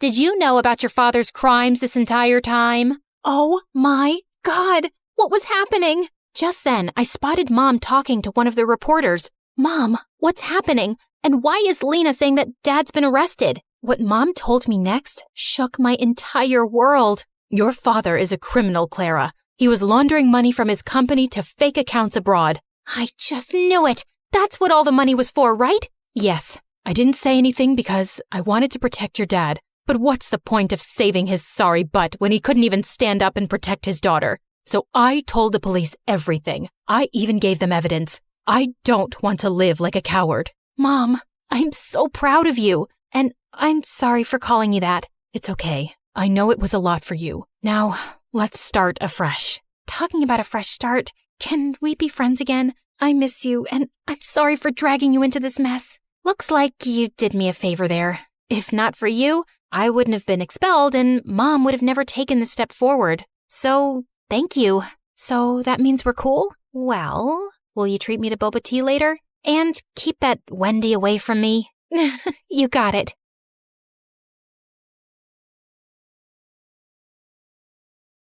Hi, I'm Lucy. Get some popcorn and settle down because my story is bonkers. Don't forget to like and subscribe to MSA. My childhood was crazy. Mom was super strict and was always breathing down my neck to make sure I followed all her dumb house rules. Lucy, this placemat is 0.5 inches to the left. I'm so disappointed in you. Seriously? I got no dessert because of freaking placemats. And Dad was a complete weirdo. He stayed in his study all day long and only left at night with a suspicious-looking briefcase. But whenever I asked him what was in it, he would always tell me to mind my own business. So rude. One day, I was playing football by myself in the park when two mean-looking men grabbed my ball and squished all the air out of it. Hey, are you stupid? You're supposed to kick the ball, not squish it. She's a little firecracker. Where's your dad, little girl? He owes us an apology. Why? Who are you? And what did my dad do to you? You ask too many questions. Let's just say your father isn't a very nice man. Selfie! And they took pictures with me and left. What was going on? I ran home and confronted Dad. He looked panicked but told me it was no big deal. But I wasn't going to let it go. That night, I sneaked out of my room like a ninja and tried to get into Dad's study. But suddenly, a loud alarm went off and red lights flashed all over the house. I nearly jumped out of my skin in fright. Dad was so furious, he made me write 200 times, "I will mind my own business." But the next day, he was gone. I looked for him everywhere and called him, but his phone was off. And I felt guilty. Had he left because of me? But Mom refused to talk about him. Aren't you even a little bit worried about Dad? He's missing. He's a grown man. I'm sure he can take care of himself. People said he's a bad man. What did he do? What have I told you about listening to idle gossip? And straighten your back. Ugh, she was the worst. Rather than go to the police and file a report, she moved us to a new city. I was so mad at her that I stopped showering for a week. Then I accidentally smelled my own armpits and nearly fainted, so I finally took a bath. But I stopped doing chores according to her ridiculous rules. Lucy, I told you to dry the laundry, not dye it. Oops. But I was only getting started. I always put the forks and knives in different drawers around the house after washing them and screwed up the TV remote so it wouldn't work properly.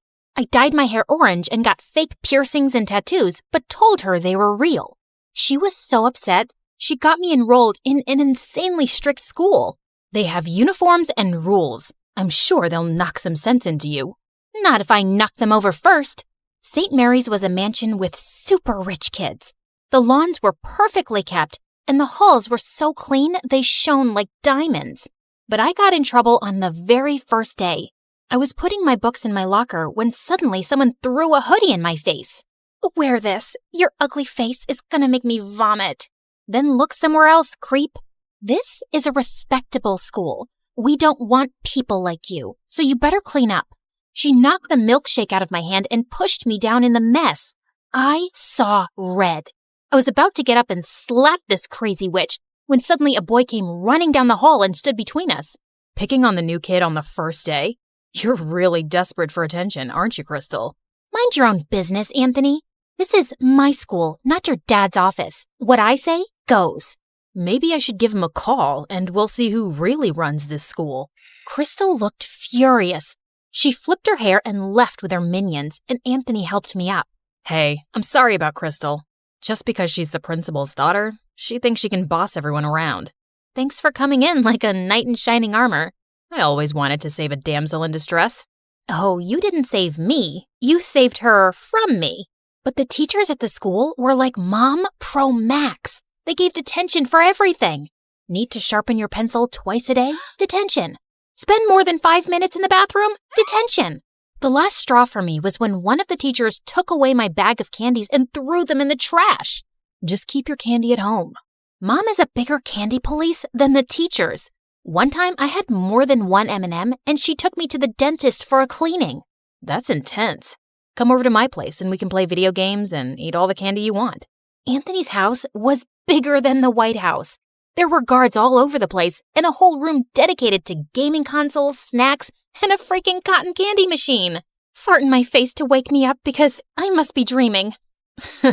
You are so weird. We played till our eyes hurt, and it was the best time I'd ever had in my life. Over a dinner of greasy burgers, I told him all about my parents, how we'd moved so suddenly, and how I'd never had a normal childhood, and how Dad left. I think Dad was a criminal or something. That's the only logical explanation. Is that why he disappeared? Maybe. This is the best burger I've ever had. Mom would freak out if she saw me eating this. That just shows your mom really cares about you. My dad builds bridges and has a whole list of rules that he needs to follow strictly, or people's lives could be in danger. Your mom is just trying to build a strong bridge. I'd never really thought about it like that. Maybe Mom wasn't so bad. But Anthony was so wrong, because when I got home, Mom was waiting for me in the living room, boiling with anger. How dare you go to a friend's house without permission? Do I even know these people? You'd know about my friends if you cared about anything other than your stupid rules. You're grounded. I hated my life at home, and Crystal was making me miserable at school. She was the student body president and was always after me for breaking some rule, which she made up herself. Ugh, I know you can't fix your ugly face, but at least have the decency not to smile. Your crooked teeth really make everyone cringe. Detention. For smiling? That isn't against the rules. No, but it should be for you. Well, if I'm gonna do the time, I might as well do the crime. I was getting detention so often that kids in school had started calling it getting a Lucy. It was ridiculous. So I decided to get even in the most Lucy way possible. I came in super early one day, did a little dance for the security camera, and drew poop emojis all over Crystal's locker. But why stop there? The whole school was a blank canvas. So I drew the little brown swirls on every whiteboard and bathroom stall. The school went nuts. One of the teachers fainted. The principal called me into her office, and soon after, Mom showed up with Dad's briefcase. She told me angrily to go outside for a few minutes. You're definitely going to get expelled, Lucy. That's what happens when you don't follow the rules. But just then, the principal came out looking pale and sweaty. Well, Lucy, I've decided not to expel you. I can see you don't do well with rules, so maybe we can relax a few and make learning easy for you. What? I was shocked, but Crystal had a full-blown meltdown. This loser drew poop all over my locker. She can't get away with this. I want her out, Mommy. Kick her out. The principal had to drag Crystal into her office because she was kicking and screaming like a 5-year-old. And Mom grabbed my hand and took me home for the day. What just happened? What did you say to the principal? Did you threaten her? What's in that briefcase? That's none of your business. Just keep your head down at school. I saved your butt this time, but it won't always work. No, maybe you're a criminal just like Dad. I don't trust you at all. I won't do anything you ask until I know the truth. I ran out the door and went to stay with Anthony. It was the only place I felt safe. Mom kept calling, but I ignored her calls. The next day, people in school were looking at me like I was some kind of hero. One of Crystal's minions actually dusted my locker and opened it for me, while another girl brought me coffee and offered to carry my books. What's going on here? Why are you guys doing this? Because someone finally put Crystal in her place. She's no longer the student body president thanks to you. We were all so tired of her being mean to us. Aw, shucks. But I didn't really do anything. Thanks for the coffee, but you don't have to do this anymore, okay? Life was pretty sweet after that. The teachers left me alone, and Crystal's day of ruling the school halls was over. She was always glaring at me like she was planning something evil in that petty brain of hers. And a few weeks later, I found out what. Someone had spray-painted poop emojis on every teacher's car and left a giant cat turd on the principal's windshield. Don't look at me. I didn't do it. Then who did? You're such a witch, Lucy. Everyone tried their best to make you straighten your ways, but you're a lost cause. Once a criminal, always a criminal. You take that back. You're a criminal. I slapped Crystal so hard that her contacts fell out. I was expelled on the spot, and the teachers reported me to the police for destroying their cars. My case was being investigated, and I was probably going to end up in juvie. But I wasn't a criminal like Dad, and I had to prove my innocence.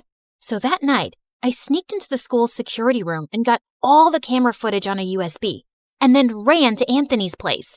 Lucy, what happened? Why did you do that to all the teachers' cars?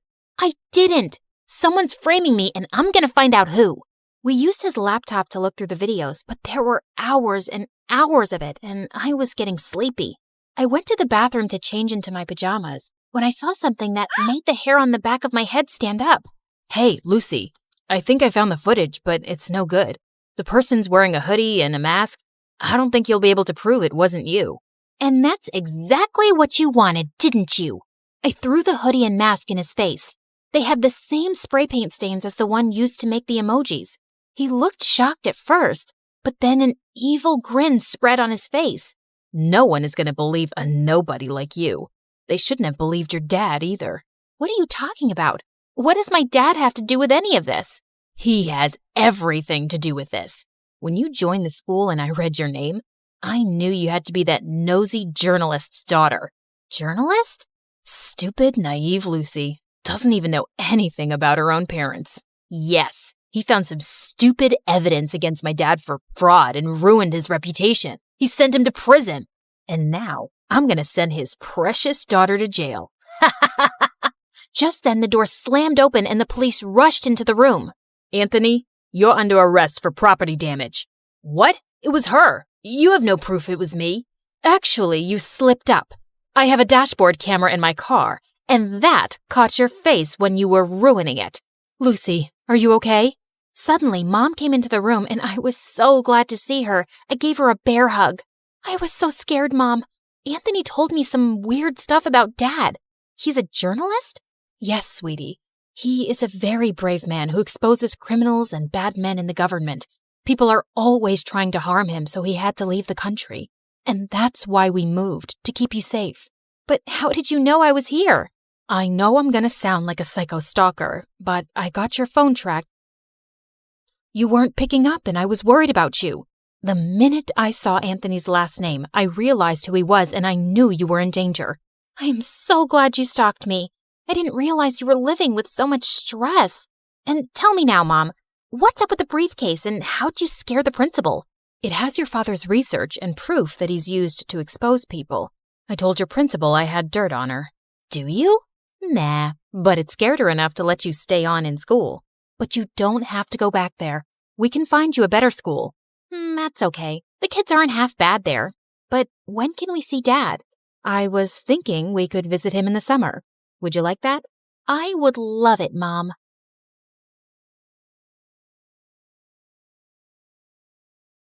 My name is Lola, and I'm from Atlanta. Please like and subscribe. When I was a kid, my parents and I had adventures all the time. We played hide and seek, we fought monsters in our backyard, and I even saved Mom from a mean old pirate who tried to steal the last piece of pie. My life was fantastic, but when I turned 3, Mom gave birth to an evil witch named Genevieve. From the moment Jen was born, she used her beady blue eyes to cast a spell on my parents and turn them into her evil minions. Genevieve, we love you more than anything in the world. Here you go, honey. Hey, I was playing with that. Jen started walking at 9 months old. At 2, she could write her own name. And at 3, she could do the alphabet without making any mistakes. When Jen was 7, she won her first national spelling bee. She got a huge cash prize, and the reporter came over to interview her for the cover story of a magazine. I'd like to thank my parents. I couldn't have done this without them. We're so lucky to have a genius daughter. She's our pride and joy. My parents kept gushing about Jen for hours as I sat in the corner. When the reporter finally said it was time for pictures, I joined my family for a photo. But Jen insisted that I stay out of it. My parents tried reasoning with her, but she was beyond reason. It's my moment, and she'll ruin my image with her stupidity vibe. Like, my brain sees pictures with this special lens, and I'll be able to feel her dumbness every time I look at the pictures. I can't explain how my brain works. Just make her go. So Mom gave me some money for ice cream and told me to wait outside while the photo shoot happened. A couple of months later, I came home from school and found Jen sitting on my bed, and all my stuff was gone. Mom and Dad said I could switch. This room's bigger and has more space for my trophies. But this is my room. Mom, Dad, make Jen give me my room back. Lola, stop being ridiculous. You don't need a room this size. You don't have any trophies. Jeannie, do you need anything? Should I put up some more shelves? A new bookcase? I was so mad, I threw myself on the ground and started screaming. This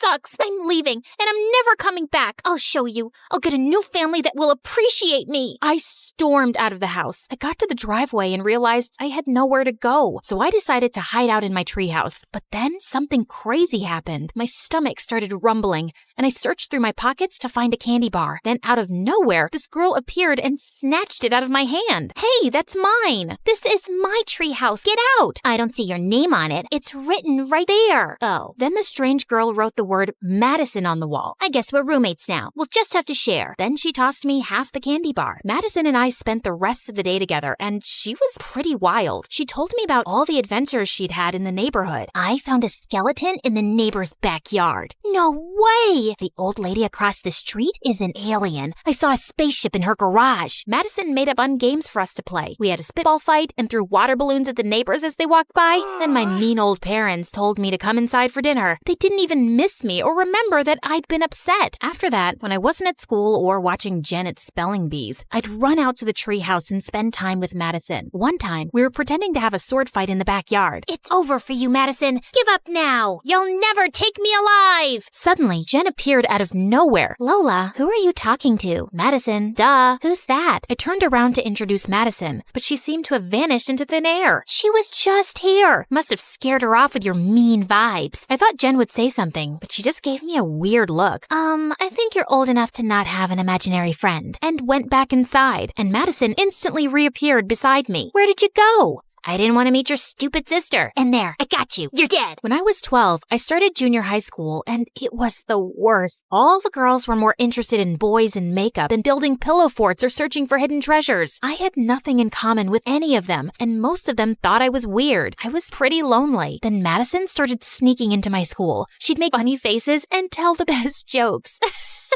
Madison, you're hilarious. Stop, please.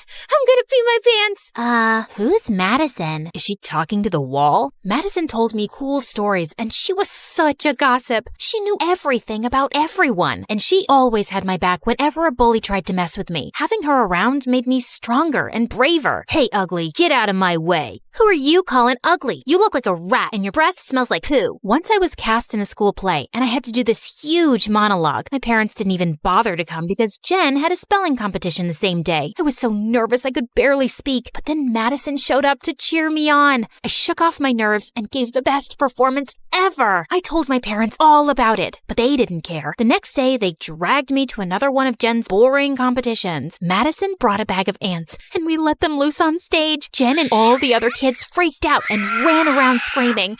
It was hilarious. Then one day, things took a turn. For my 15th birthday, me and my family went on vacation, but when we got back home, I realized that Madison was gone. I searched for her everywhere. The treehouse, at school, and all over the house. She didn't show up. Madison, where are you? What the heck are you screaming about? I can't even hear myself think. I can't find Madison. What are you, 4? Why do you keep acting like Madison is real? She's real to me.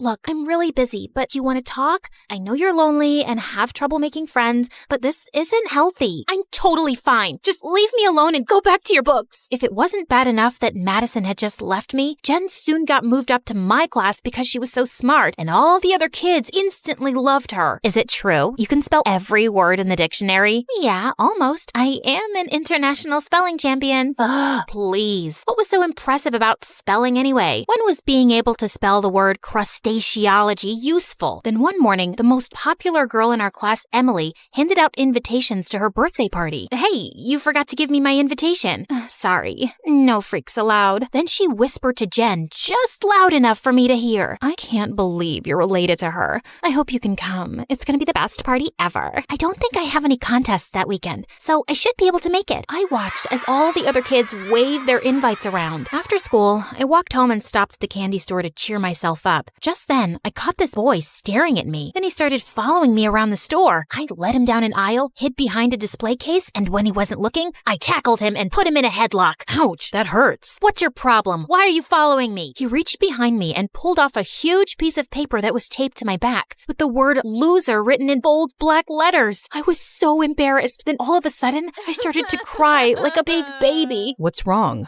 My life stinks. My best friend abandoned me. My family doesn't like me. And all the kids at school think I'm a freak and a loser. You're not a loser. You don't even know me. I just have a feeling you're pretty cool and someone I'd like to know better. His name was Hunter, and he was really cute, and we had a ton of things in common. We loved the same books and movies, and he made me laugh a lot. We quickly became friends, and having him around made me feel a lot less lonely. The more time I spent with Hunter, the more I started to like him. He never once compared me to Jen, and he always listened to me, even when I went on a full-on rant about how my parents gave Jen a brand new laptop on my birthday, and I just got some cheap shoes. Then one day, my parents called me into the kitchen for a family meeting. Guess what, Lola? I got into St. Florence's Academy. Isn't that incredible? Jen, we're so proud of you. We can't wait to start our new life in Chicago. Chicago? What? No way! I'm not moving there. I'm not leaving Hunter. Lola, don't be selfish. You'll find plenty of new friends in Chicago. I don't need to make new friends. I already have a friend here. I'm not moving. I stormed off to my room. 10 minutes later, Jen showed up at my door. Can we talk? Why? Have you found more ways to ruin my life? That's not fair. You want to talk about fair? Ever since you were born, you've taken everything away from me. My parents, my toys, my room,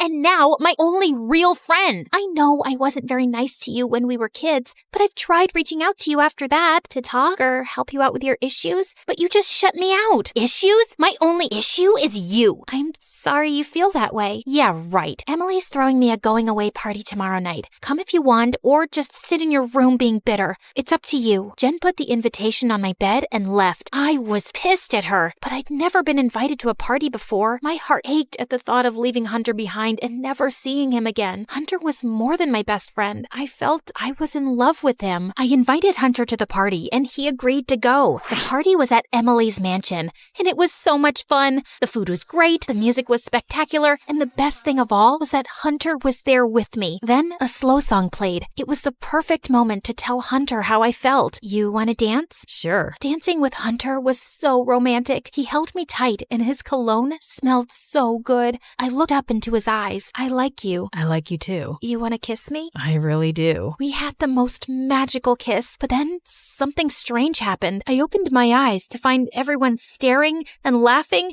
and pointing at me, and Hunter was gone. Hunter? Lola, what's wrong? Where's Hunter? He was right there. I started to panic. Where could he have gone? Hey, look at the freak making out with her invisible boyfriend. Emily pointed at a huge screen on the wall. A video of me dancing alone and kissing the air played on a loop. I wished I could curl up into a tiny little ball and roll away. I ran out of there in tears and went straight to my treehouse. Minutes later, I heard a knock, and Jen walked in. Lola, please talk to me. Tell me what's going on with you. I thought Hunter was a real boy I was in love with. How stupid is that? I'm a freak and a loser like everyone says. No, you're not. You just found a way to cope with your loneliness. That's nothing to be ashamed of. Now you know the truth and you can move forward. Move forward to what? No one cares about me. I do. From now on, I'll be here for whenever you need me, I swear. And we're gonna teach Emily a lesson. Jen and I went to my dad's butcher shop and grabbed a bunch of raw meat. Then we went back to Emily's house. Hey, Jen. Hey, crazy. You still looking for the invisible boy? No, we just wanted to give you a gift. A gift? For me? What is it? Then Jen and I dumped the raw meat on Emily's head. She screamed like a banshee as Jen and I went away laughing. The next day, as the last of the moving trucks were being loaded, I made one last visit to the treehouse, and suddenly both Madison and Hunter appeared.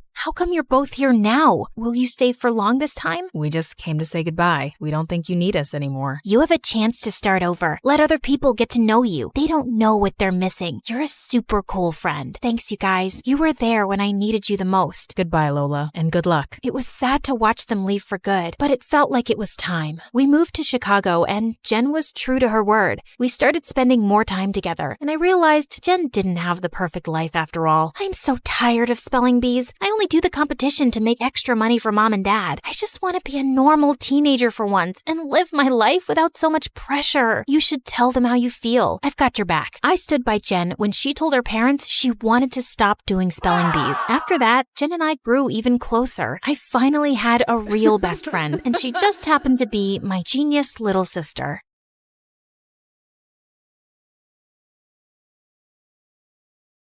Hey friends, I'm Sabrina from Miami. Please like and subscribe. I was born to two high school sweethearts who loved me to bits. My parents were like each other's best friend, and people called them couple goals. But in reality, they were complete opposites. While Mom was a hardworking, no-nonsense lawyer at a big firm, my dad, well, he was a stay-at-home dad. Polar opposites. Yeah, I know. But still, they were so much in love. As a kid, I wanted to be just like them. I was the best student in class, and I guess that came from my mom, considering what a book nerd she was, and a total goofball. That part I am 100% sure came from my dad. As a kid, I always dreamt of becoming a scientist after a field trip with my school to a science lab. I was mesmerized by the many colorful test tubes. I would read science magazines like they were fairy tales and was able to remember everything. Why is it so hard for you to wake up in the morning? Come on, we're going to be late. That's because of Newton's first law. A body at rest wants to stay at rest. 5 more minutes. Pretty please. Not happening. And don't throw your science facts at me. Ah, you little rabbit. Okay, fine. I could take a 5-minute nap too. Growing up, I was always close to Dad because he was the parent mostly around. One time, Dad took me to the water park and I was having so much fun. When I went for the water slide, I spotted a girl crying and instantly recognized her. It was Gemma from my school. Even though we were in different sections, I had often seen her. Hey, what happened? Are you hurt? No, my mom. She wants me to go down the slide. But look at it. It's so scary. It's dark. I'm scared. This one? It's for babies. Come on, I'll be right behind you. The trick is to close your eyes and enjoy. Ready? Okay, ready. Saying that, I pushed her and then followed her. When we came out on the other side, the look on the girl's face had changed. OMG! It was perfect. Let's do it again. Yay! We had a blast, but our fun was cut short when we heard some people scream and run out of the pool. I turned around and what I saw made me want to hide my face from the world forever. Dad was in the middle of the pool while the water around him was turning blue and all the kids were running out of it. No. That's your dad, right? I'm not with him. Yeah, I'd say the same thing if my dad did that. You see, my dad was adorable, but he could be pretty annoying at times. I guess that was the reason why Mom was always saying that she had to raise 2 kids instead of 1. Well, Gemma and I became pretty good friends, and the fact that she kept the whole pool thing a secret made me like her even more. While I was happy to finally have an awesome friend, things at home were going south. I started to notice that Mom and Dad were always at odds. One moment they would be smiling at each other, and the next they'd be arguing like kids. They'd bicker over the smallest things, like who would take the trash out, who squeezed the toothpaste from the middle, who left the dishes dirty, and whatnot. One time, they started a huge fight over air conditioning. Yeah, it's frickin' freezing. Where's the remote control? Do you have any idea how much last month's bill was? So, now you're gonna throw the I'm the one who brings the money in thing at me. Mom? Dad? I have homework. Can you help me? How about later, honey? Daddy has to go out with his friends. Friends? Yeah. Run away like a little boy.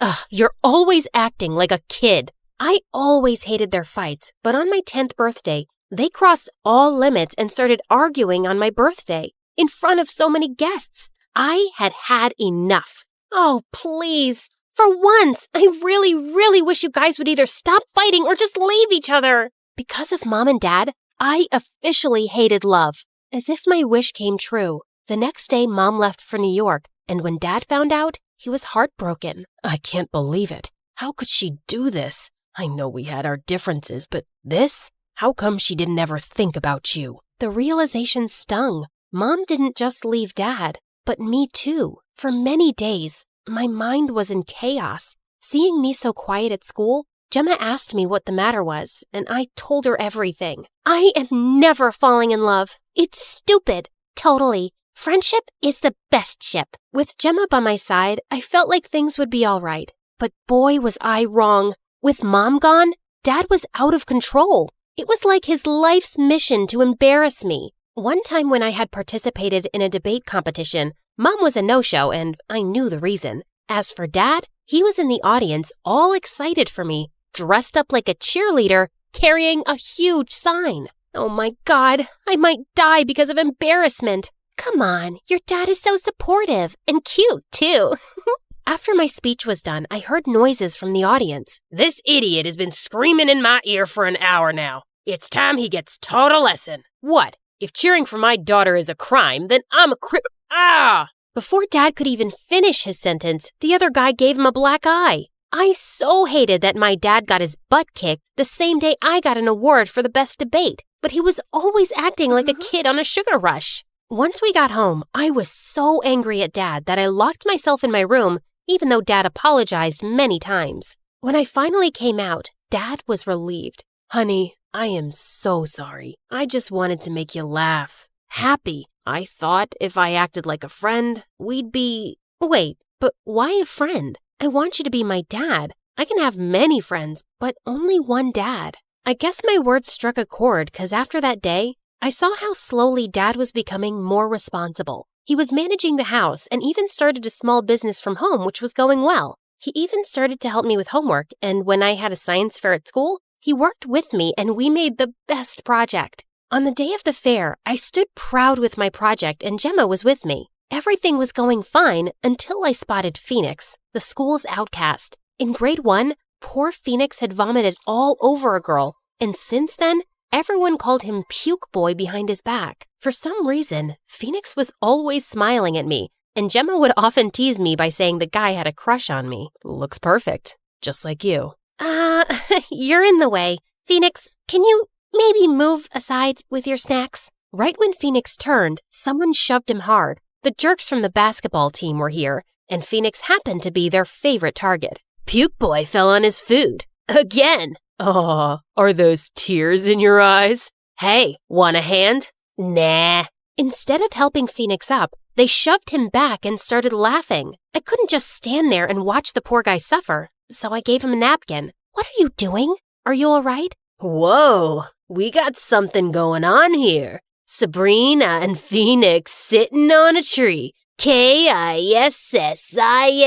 Before he could finish, I gave the jerk a much-deserved slap, and that really angered him. But before he could come at me, the principal came and took the whole group away. Good riddance. Oh my God, I want to be you when I grow up. Thank you so much, Sabrina. You're welcome. That was something, Sabrina. Gemma and I spent the day with Phoenix, and it turned out he was a gem. Not only was he good at school, he had a heart of gold. After that day, we started to hang out with Phoenix a lot. As time passed, our friendship grew stronger, and in the final year of high school, all three of us decided to go to the same university. I was doing so well, but then I had a 2-week break before my final exams, and I had to go and visit Mom. I was dreading it because I knew she'd be pissed as I didn't attend her wedding a couple of years ago, but when I reached her place, I was pretty shocked. Wow! Mom had surely married a rich guy, and now she even had 2 kids. Meet your brothers. Aren't they adorable?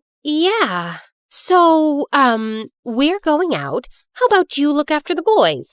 Before I could say anything, Mom and her husband rushed out, and I was left to babysit. The entire week went by in a haze, and I realized one thing. Mom had moved on. I knew I should be happy for her, but I felt betrayed. At least I had Dad. But once I was back, I got a surprise at home. Dad was dating again. First, Mom has a new family. Now you're both moving on? Where do I fit in? You are our child. Nothing in the world can ever come between the love we have for you. Yeah, some love. Ugh, but why was I blaming Mom and Dad? I was the one who had wished for them to be apart. The guilt was keeping me awake at night, and to take my mind off it, I poured my heart and soul into my studies and got a scholarship to my favorite university in New York. The best thing was that Gemma and Phoenix were going to be with me, but in different facilities. It was totally worth it considering how we got to meet every single day. Things were going great, and in the 3rd year, I was one of 2 students selected to be part of a research team.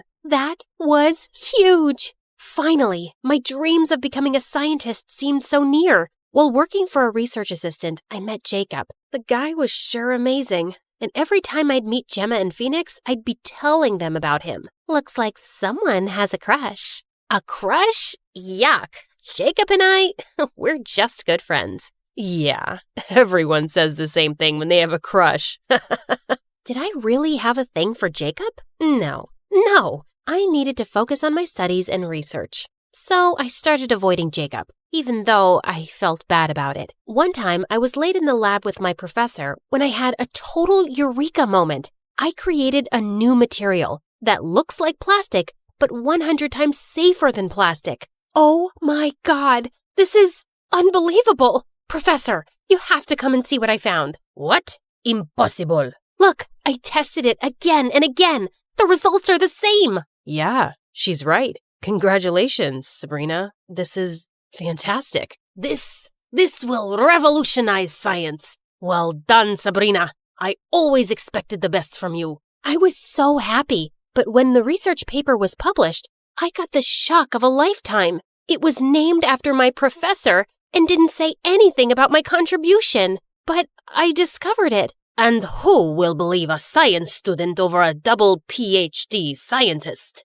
I'll tell everyone. You won't get away with this. Oh, really? Well, then be prepared to lose your scholarship and fail epically. What a monster! I had been such a fool trusting him with my research. I needed to tell Gemma and Phoenix about this and ask them what to do next. I ran to Gemma's dorm room, and right when I opened the door, I felt the air knock out of my lungs. Gemma and Phoenix were kissing. What the heck? Sabrina, wow, Finally. I was telling Gemma for so long that we should tell Sabrina about our relationship, but look how well everything fell into place. Fell into place? Are you crazy? This can't be happening. No way! You betrayed me! It was like the walls were closing in on me. I felt like my mind was spinning. It actually was, and when Gemma came to hold me, I slapped her. Accidentally.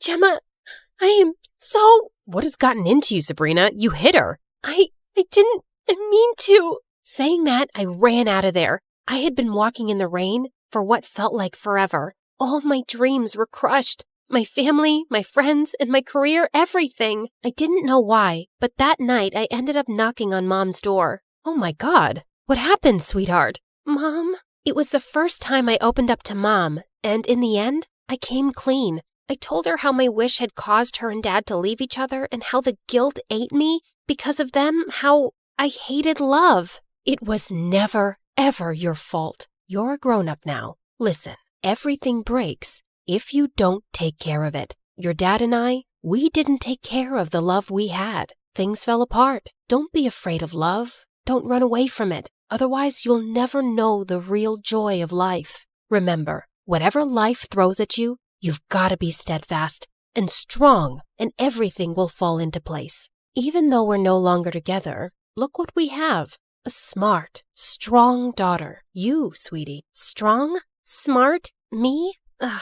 And then I told Mom what my professor did and what a fool I was for trusting him. Well, Mom, boy, was she pissed. She then brought in the big guns. She sued my professor. Perks of having a lawyer mom. On the day of the hearing, it was the first time I saw Mom in action, and boy, was she fierce. Jacob was also there to support me, and in the end, the judge ruled in my favor. I was so happy, but the victory didn't feel complete without my friends, and I knew what I had to do. Today is my wedding day. Gemma, my bridesmaid, and Phoenix, the best man, look absolutely amazing. I am so happy that they're part of my big day. It was all because I had finally accepted my fears and came clean to them all those years ago. I had told them how I was afraid that our trio would break up because of them dating, but it was Gemma who assured me that taking a chance at love was totally worth it. And I finally gained the courage to tell Jacob how much I liked him, and he felt the same way. As I'm about to say I do,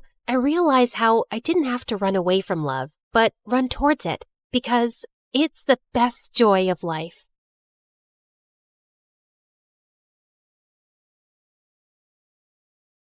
Hi, I'm Carly.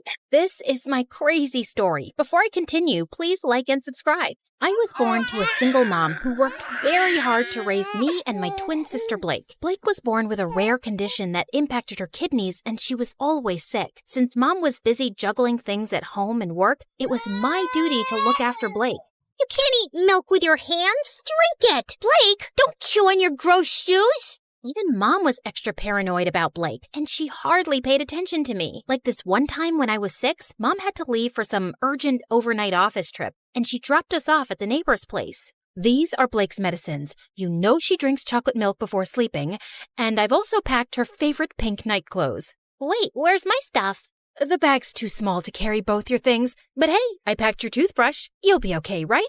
I wanted to say no, but Mom already looked tense, so I nodded and she left. Everything was going great, but right before bedtime, I went to get milk for Blake, and I heard a huge thud. I rushed to see Blake crying on the floor with a bleeding nose. Apparently, Blake was jumping on the bed with the neighbor's son, and he thought it would be fun to push her off of it. Thankfully, the injury wasn't big, but when Mom found out, she went ballistic on me. Carly, I trusted you to look after her. And I did. I was just getting her milk, like you asked me to. And she's okay, Mom. Everyone falls sometimes. Your sister isn't like everyone else. After that day, Mom banned both me and Blake from participating in any extracurriculars at school or playing in the park afterwards like other kids. I was always stuck at home with Blake, so I never really got a chance to make new friends. And those at school joined clubs and got busier. I missed having a normal life, but Blake needed me more. Mom got more paranoid with time and took special care preparing food for Blake. I knew how tired she was, so I'd get by with frozen meals. And over time, I started taking comfort in junk food, eating candy bars from the hospital vending machines while I sat in waiting rooms for hours. By 13, I was much bigger than most girls my age. One time, our aunt was visiting us, and she hadn't seen me and Blake in a while. Look, I bought you girls matching outfits. Go on, try it. I'll just wear it later. What are you saying? Come here. Aunt pulled me to her and tried her best to fit me into the dress, but it barely got past my neck. I was so embarrassed, I went to my room and didn't come out till Aunt left. Don't be so sad now. So what if you're a little bigger? Easy for you to say. You don't have to wear clothes 3 times your age. You're thinking too much. Here, I got you these. Blake's health improved as we got older, and by 16, she was much better and put on medication to manage her condition. Soon after, Mom got married, and a year later, she delivered my twin brothers, Jake and Jonah. I was happy for Mom, but I could tell Blake wasn't adjusting so well. Oh, I want to pluck out my ears. They cry so much. I know for a fact Jonah hates me. He farted and gave me the stink eye. That one's a devil. I knew Blake didn't mean that. She just missed Mom since she was busier than ever. And I tried my best to make Blake comfortable, but she was constantly throwing tantrums and hardly ever helped me take care of the boys. Oh, Jonah pooped his pants again. Quick, hand me a nappy. Right. What's that? Forget it. Can you just warm up the milk? Actually, I don't feel so well. I'm getting a headache in my stomach. A stomach in my headache. You get the point, right? And when I asked Mom to hire a babysitter, she just gave me a lecture on money and expenses. My grades were getting affected too, and I was an overall mess. I knew it had something to do with my eating habits, so I started taking care of my health. I went for runs, ate better, and over time, I could see the results. One day I was jogging when I saw someone taking my picture, hiding in a bush. I caught him by the collar and dragged him out. What do you think you're doing? I just thought you were pretty. I'm good at taking pictures. Here, have a look. Wow, that's me? Yeah, whatever. But you should be asking me first rather than acting like a creep. I get it. I'm sorry. Can I make it up to you with some coffee? Fine, but I want a copy. Deal. Eli and I went to a coffee place close by and hit it off instantly, and soon we became good friends. He was into filmmaking and would always have his camera around his neck. Watching him, I got interested and tried my hand at handling a camera too, and it was love at first sight. Okay, so that's how you focus. Now look at that sunset. Beautiful, isn't it? Yeah, you know so much about the camera. It's really fascinating. I've always wanted to make movies, you know? And I love the ocean too. I'll tell you a secret. I'm part mermaid. Oh yeah? Prove it. Eli got up from the rock he was sitting on and started doing an awkward dance, flapping his arms like fins. Okay, I believe you. Well, good, because I was afraid I'd have to splash you with my tail. Really? That was on your mind? Well, that and something else. With that, Eli jumped down and pulled me in for the most magical kiss. Eli and I started dating soon after, and I decided to make him finally meet Blake. So the next time he invited me out, Blake tagged along. But the moment she saw him, she burst out laughing. Oh my God! Where did you get that shirt from? Your grandpa's closet? Actually, yeah. He has a really good shirt collection. Do you like it? I can get you one. Ew, no thank you. I'd rather wear a tent than slip into something so cringe. Come on, Blake, that's not very nice. What? I'm kidding. I'm sure Ebola can handle a few harmless jokes. Eli. Blake made it painfully obvious that she didn't want Eli around, and even though Eli kept his cool, I knew she made him uncomfortable. Then one time, Eli invited me and Blake to the launch of his dad's new restaurant. I appreciated the effort he was making with her, and I hoped she would too. But I was so wrong, because minutes into the event, Blake threw a massive tantrum over pickles. What do you mean you're out of pickles? Pluck them from a tree or something. Could you please keep it down, Blake? Everyone is staring. So, you care about all these fancy people, but not your sister? No one understands me. I just had a very big lobster, and I feel like throwing up. You know pickles calm me down. This is such bad customer service. Hey, you have pickles, and you, and you. And then she started taking pickles off of everyone's plate till Eli intervened and dragged us outside. What's the matter with you, Blake? What? It's not my fault your party sucks. At least I brought some entertainment to it. Blake, let me handle this. Eli, I'm really sorry for the mess, but what? Your sister's not normal. And you are? You're so boring. If someone stole your identity, they'd give it up because it sucks. You really need to watch your tongue. And you need to watch your hands around my sister. Guys, please. Before I could say another word, Blake started hyperventilating and fainted. We immediately took her to the hospital, where the doctors told me that she passed out from anxiety and high blood pressure. Thankfully, she was out of danger. I'm really sorry about Blake, but that girl's out of control. You've got to draw a line somewhere. You saw what happened, Eli. You can't just scream at her like that. She's my sister. I can't be around her, Carly. This is going to be a problem. I wanted to stop Eli, but there was nothing more I could say. Blake was my sister, and she came first. I didn't meet Eli for a few days, and a week later, he told me that one of his movies that I'd helped him with had gotten selected for a local film festival. He wanted me to come, but Blake was still recovering, and I couldn't leave her alone. But when he came back, he told me something shocking. Everyone loved the movie, Carly. One of the biggest film schools in New York wants to take us both in on full scholarship. How amazing is that? I don't know what to say, but I don't think Mom would let me go to New York, Eli. You're a great filmmaker, Carly, and you should give it a fair shot. And think about it. You could finally live your life on your terms. God knows you need it. I was numb for a second, and then I felt like someone gave me new wings. It did sound like an amazing opportunity. All I had to do was convince Mom, but when I told her, she looked at me like I'd asked her for her kidneys. Have you gone crazy? You can't move to New York. Your life is here with me and Blake. I applied to this marine biology course on behalf of both of you, and you guys got in on scholarship. This was always the plan, and it's the right one. But that's not what I want to do. I want to make movies. I'm really good at this. Everyone says that. Everyone or Eli? Who's Eli? Just this dumb boy she's dating. I'm sure he's the one who's filled your head with this sawdust. How can you even think about leaving me? I just want to do what I want for once. Can't you give me a few years from my own life? Oh, stop being so dramatic. And not another word about this movie business, Carly. You'll stay here with us. Is that clear? Mom left, and I turned to Blake angrily. You couldn't take my side for once? What did I do? Oh, you mean telling Mom about Eli? I don't think she even noticed. I left the room angrily and didn't speak to Mom or Blake for the next few days. I thought I could confide in Eli, but suddenly he was acting really cold. Every time I tried to talk to him, he would turn the other way, till one day I finally cornered him after class. Am I imagining things, or are you ignoring me? Neither. I'm just busy. So, I told my mom I want to make movies, and she went bonkers, but look, Carly, you and your family have issues, and I don't want to get in the middle of it. Do whatever they say. But you told me to live my life. You said... Yeah, I did. And now I'm saying I don't care. You'd choose your clown sister over everything. I've seen that. So good luck, but I don't think I can be with you anymore. Eli, wait. Tell your sister she won. I felt frozen in my place as Eli walked away, and a week later, he left for New York. I couldn't believe he'd just dumped me like that. I felt so bummed out that I didn't come out of my room for days, and Blake was the biggest pain in the butt. Come on, we need to go shopping. It's painful to watch you in those pajamas. I'm not in the mood, but I am. Also, we'll have a nice lunch, watch a movie, just like old times. I said I'm not in the mood. Back off. Jeez, why are you so snappy? Because of that stupid boy?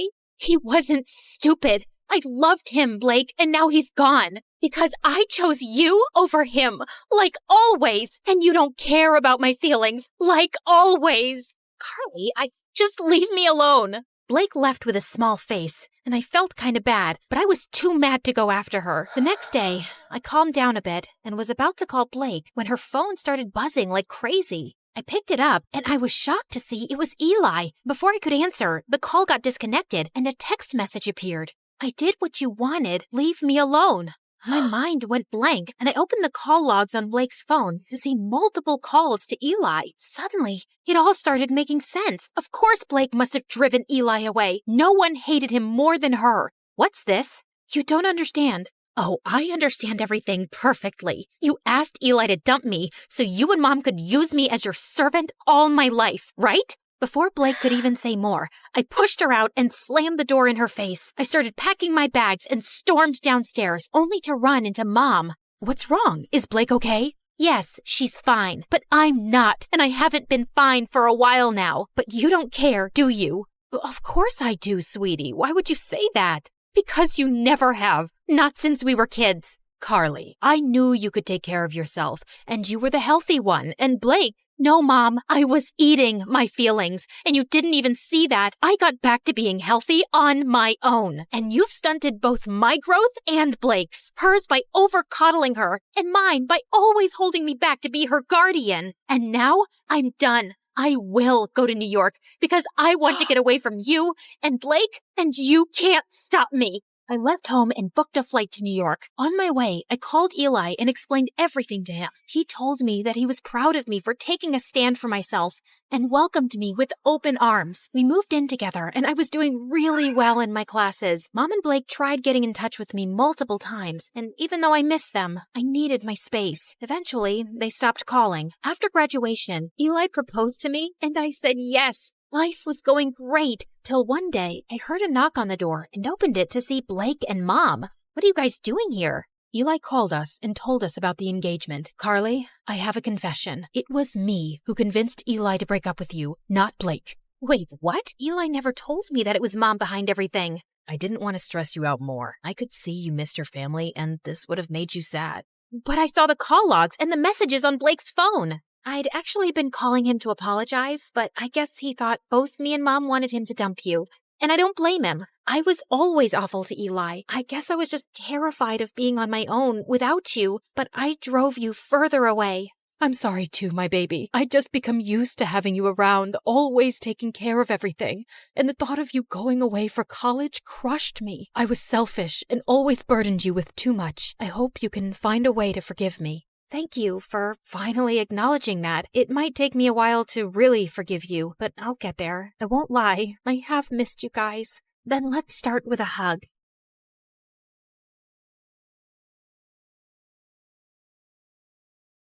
Hi everyone, I'm Gina from China. Or so I thought. Please like and subscribe. I was only a newborn when my adoptive dad found me outside a Shaolin temple in China one night. He was a martial arts teacher and the owner of the Shaolin Temple. He tried to find out who my parents were, but when nothing turned up, he decided to take me in and raise me like his own daughter. I knew nothing of my real family, but the only clue I had was a very unique-looking necklace they'd left with me. Growing up, I was weaker than the other kids, but Dad was always there to look after me and trained me hard so I'd become stronger. But the kids at the temple were the worst, and they always made fun of me. Their nasty comments would make me really upset. What happened, Gina? What's wrong? Everyone says you're not my father and I should go back to where I came from, Dad. Oh, honey, you should not let their words get to your heart. You are my daughter, and you're super strong. But I'm so small. No, you're not. Look at that ant. It may seem small, but see how she's lifting a sugar cube? The same way, your strength should come from your mind and not your body alone. Dad's words always encouraged me, and I started focusing on myself. By the time I turned 8, I had a sudden growth spurt, and suddenly I was taller than most kids my age. With time, even my martial arts skills improved a lot, and I started winning many competitions. But the kids at the temple would feel jealous and try to mess with me all the time. This went on until I was 17, and then one day, something weird happened. I was in the market when I crashed into someone, and all my groceries fell to the floor. Hey, watch where you're going and say sorry. But he just ran off into the alley, and I went after him and pinned him down. Oh God, stop. Are you gonna kill me? What were you trying to do, huh? He told me his name was Drake, and he was a super famous singer from the US, and now he was running away from some crazy fans who were chasing him. I left my hotel in disguise to take a walk around the city, but my fans somehow recognized me. I'm totally lost. Please, help me get back. I decided to help him, but he didn't even know the name of his hotel. What? But you have your phone, right? Call someone. I left it at the hotel. Gosh, he was such a handful. Take me with you. What? I can't do that. No outsiders were allowed inside the temple, but this guy kept begging me, and I decided to sneak him in. You have to stay all quiet in here, okay? Ugh. I sneaked in my share of the food, and he ate like he was starving for days and didn't leave any for me. That's it. You're gonna have to leave tomorrow morning, or you're saying all this because you have no idea how popular I am. Otherwise, you'd have never wanted to let me go, baby girl. Huh? Who did he think he was? Suddenly, he grabbed my phone and started showing me all these pictures of himself online, and that's when I noticed something very strange. A woman in one of those photos was wearing the exact same necklace as mine, and she looked so much like me. Who is she? You want to know her and not me?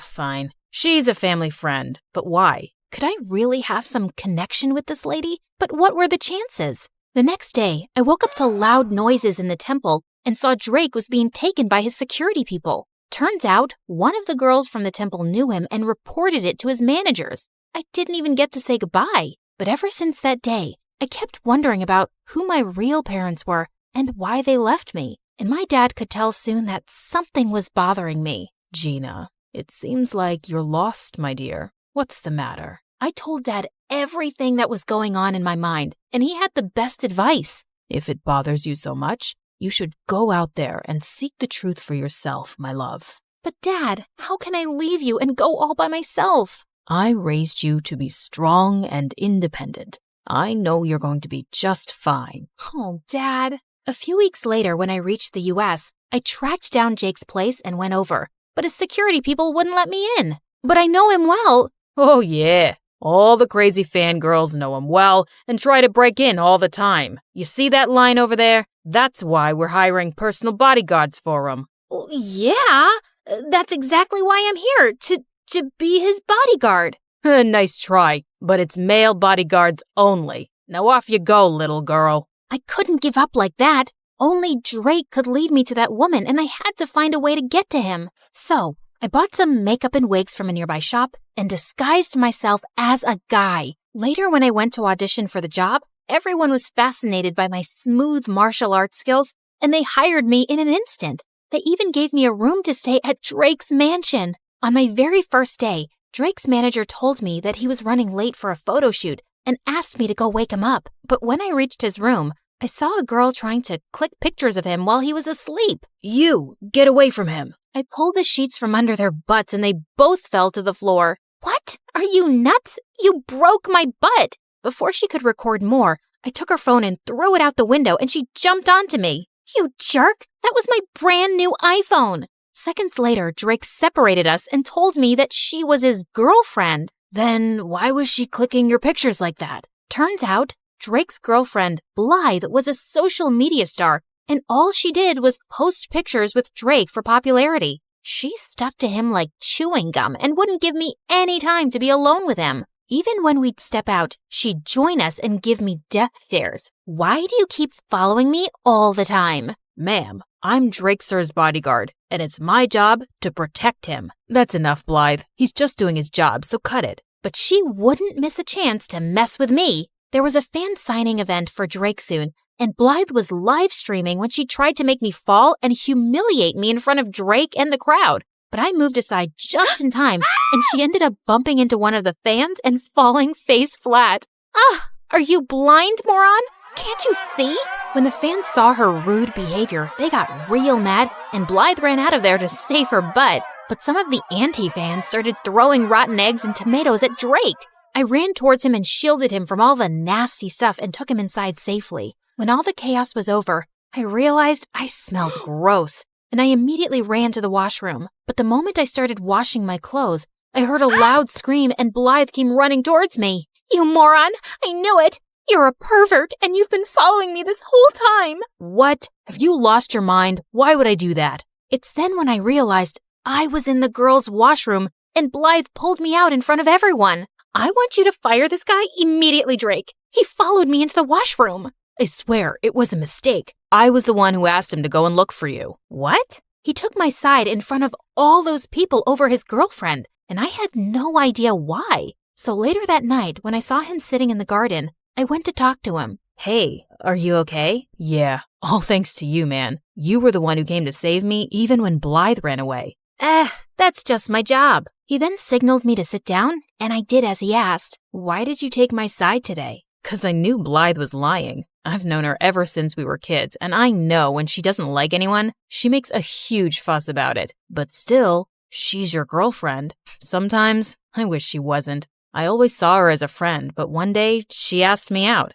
I said no, but my mom and Blythe's mom are best friends, and Mom said I couldn't break Blythe's heart. But you should have told your mom you didn't love Blythe. I did, but she didn't listen. Like she never listens to me about wanting to quit music for a while. But I thought you loved creating music. I do love music, but I just want to do it at my own pace. But my mom keeps pushing me into advertisements and other projects all the time. Then you should tell her to stop. If you don't like something, you don't have to do it, Drake.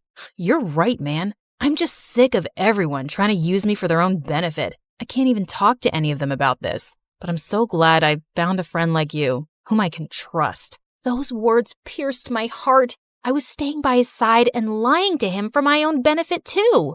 Just then, I spotted a mouse running on the ground towards me, and I just squealed loudly and jumped onto Drake's lap. Oh my God, what's wrong? I don't know why I thought something was about to attack you, and I was just protecting you with my body, like a human shield.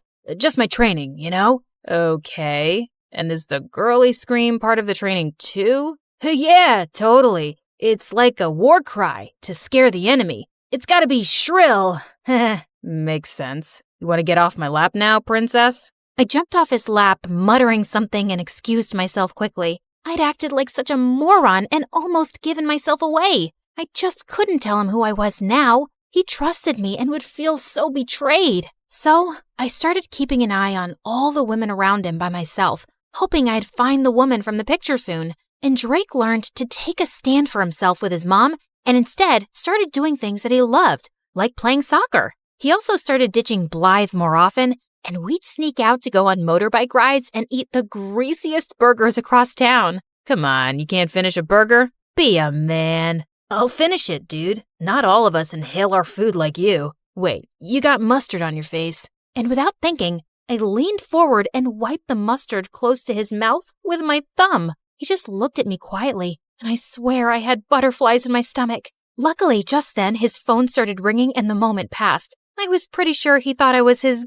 gay bodyguard now. A few days later, Blythe followed us to the match and offered to take everyone out for drinks. I quickly sneaked into the shower room first so no one would know my real identity. But just as I was done taking off my makeup and wig, I turned around and saw Drake standing there, and I let out a loud scream. Suddenly, I could hear some footsteps approaching, and Drake pulled me into one of the shower stalls. What the? Stay quiet, or someone's gonna see you. He was so close to me, and my heart was racing. But seeing how Drake didn't look shocked one bit, I could tell he already knew who I was. How long have you known? Almost since the start. What do you think I am, an idiot? Why didn't you say something then? I wanted to see what you were really up to, or how long you'd keep up the act. It's been fun, liar. Drake, I'm sorry. I never wanted to lie to you. I was just trying to find the woman with the same necklace as mine. Huh? What necklace? I told him everything, and when I noticed that the person outside had left, I stepped out to show him the necklace.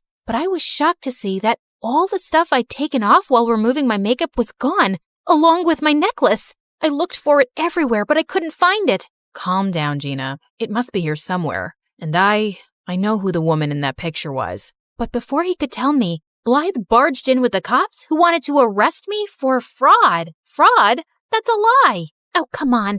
You pretended to be a guy and stole expensive things, including my mom's necklace. I've called her. She'll be here any minute, officers, and you can ask her. But arrest that fraud first. Your mom's necklace? What are you talking about? I didn't steal it. It's mine. Gina's right. She didn't steal anything and she didn't lie to anyone. I knew who she was all along. And Blythe, I'm breaking up with you. Blythe looked ready to explode. But just then, Blythe's mom entered and took the necklace from her hand. Where did you get this from? It's mine. She turned to me, and that's when I saw she was the same lady from the picture, and she was wearing the same necklace. I told her everything about myself, and at first she looked stunned, but then she broke into tears. Oh, honey, my daughter, I can't believe it's you.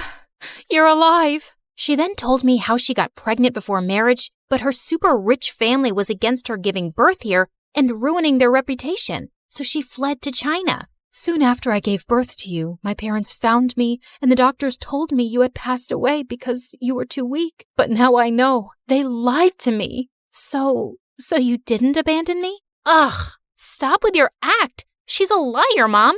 And this necklace must be a fake. Blythe, I know it's a lot to take in, but it's not a lie. She's indeed your sister. I can tell just by looking at her. Ugh! Blythe stormed out of there in anger, and the lady turned towards me. I'm so sorry that you had to live like this for all these years, but I'm so glad that you found your way to me. Please, give me a chance to make up for all these years. I can't do that. What? All my life? I wanted to know the truth about who I was, and now that I've discovered it, my heart is at peace. But this isn't where I belong. I have a life and a loving dad back in China, but I promise I'll visit often and get to know you more. Oh, dear.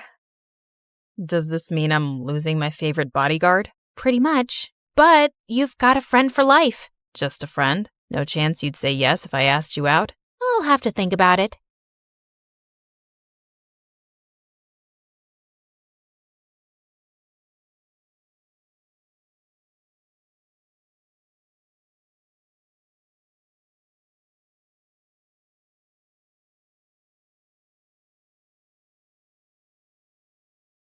Lots of little kids say they want to be an astronaut when they grow up, but I was one of the only ones who actually did it. Hi everyone, I'm Marisol from Dallas. Please like and subscribe. Okay, so I wasn't technically an astronaut yet, but I was getting close. I've gone to space camp every summer since I was little. While the other kids were doing basic algebra, I was solving complex calculus equations just like the engineers at NASA. My heroes were Valentina Tereshkova and Sally Ride, two of the first women to go to space. I wanted to follow in her footsteps and inspire other girls one day. My parents thought I was strange for only eating freeze-dried space food, but I didn't care. Maybe I wasn't an astronaut yet, but no one could say I wasn't living the lifestyle. I had to hide the food, though, because my little brother was always chasing our cat around the house and squirting her with space ketchup. Rodrigo, that only works when there's no gravity. My dad didn't approve of my dream to go to space. He wanted me to aim for somewhere more practical, like a courthouse or a hospital. But being a lawyer or a doctor just wasn't my dream. One day at school, I saw some students gathering around the bulletin board. I pushed through to see what they were looking at. It was a flyer for Space Cadet Tryouts? My heart leapt into my throat. This was exactly the opportunity I'd been searching for. The tryouts were this weekend at the Space Center in Houston. Now I just had to convince my dad to let me go. Absolutely not. It's out of the question. But Dad, an opportunity like this might only come along once in a lifetime. You need to focus on your studies. I have straight A's. You have chores to do. So if I get all my chores done before the weekend, you'll let me go? I could tell my dad was trying to think of another reason to say no, but I didn't give him a chance. Thanks, Dad. I mowed the lawn, trimmed the hedges, and vacuumed and scrubbed the floors faster than I ever had before. The house was spotless. But every time I told Dad I was finished, he just gave me a longer list of chores. Oh, so annoying. If he thought I was going to let a little housework stand in my way, he was sorely mistaken. Finally, I'd finished everything. My dad looked up from his newspaper and handed me another piece of paper. Dad, come on. I've done everything you've asked. This is getting ridiculous. Look at what you're holding. It was a bus ticket to Houston. This doesn't mean I approve, but a deal's a deal. Oh, thank you. That Saturday, as the bus approached the Space Center, I watched the launch pad come into view on the horizon. It was incredible. A piece of history right in front of my eyes. And there was Mission Control. Once we got inside, I got into my uniform and glanced around at the other cadets. There were about 100 of us. Most of them were boys. They looked tough, disciplined, almost like soldiers. But I was tough too. in my own way. I made my way towards one of the girls. Hey, is it okay if I sit here? Go for it. I'm Marisol, Jessa. This place is so cool. I can't believe I'm really here. No offense, but I'm not here to make friends. Sorry, I won't bug you anymore. Just then, an intimidating-looking officer approached, and a hushed silence fell on the cadets. My name is Commander McLean. I'll be your training officer. Out of everyone in this room, only 10 will make the cut for Phase 2 of training. If you fail, you'll be leaving at noon. That made me a little nervous.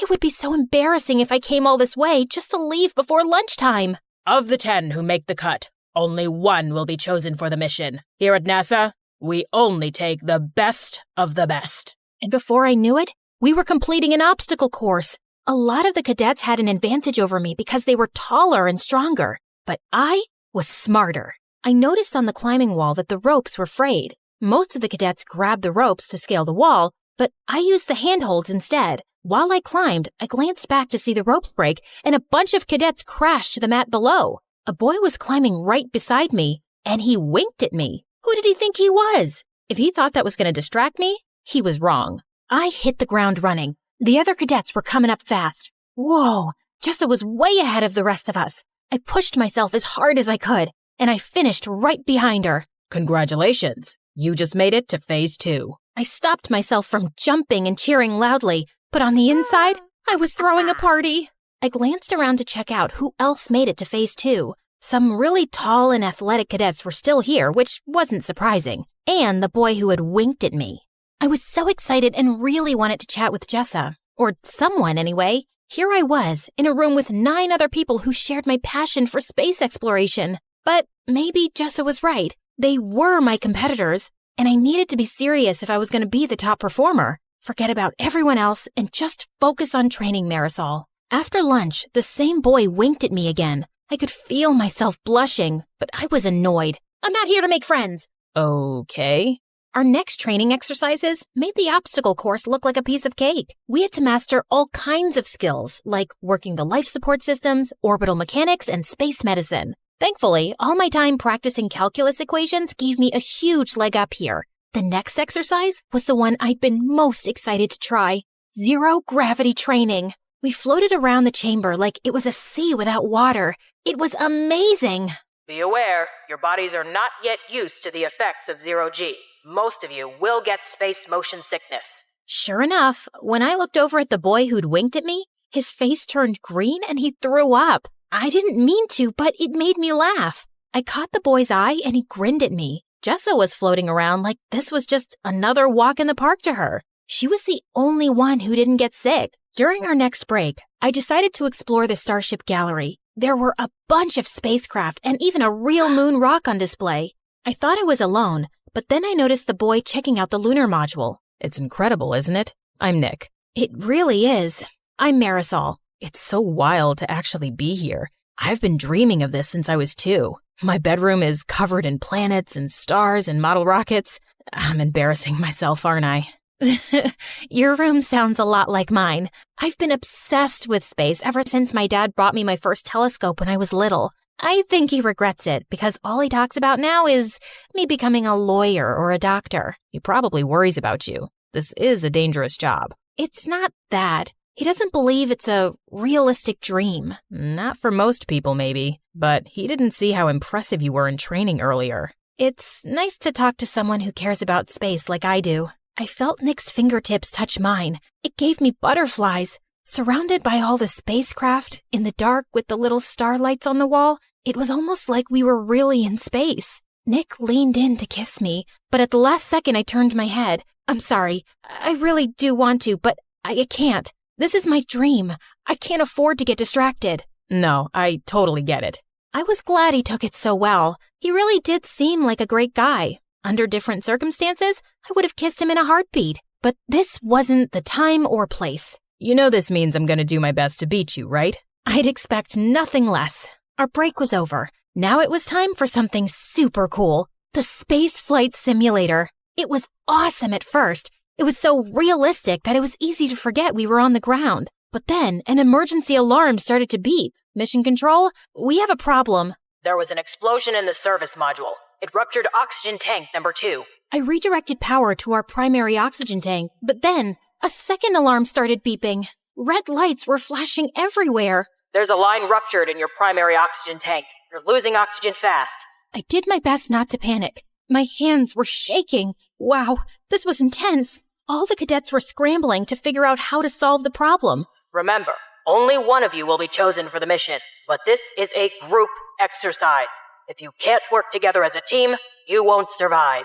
Jessa and I locked eyes. Marisol, can you calculate how much oxygen we have left? On it. Nick, I need you to shut down all non-critical systems to conserve energy. Copy that. At our current rate, we'll run out of oxygen in 10 hours. That's not enough time to complete our mission.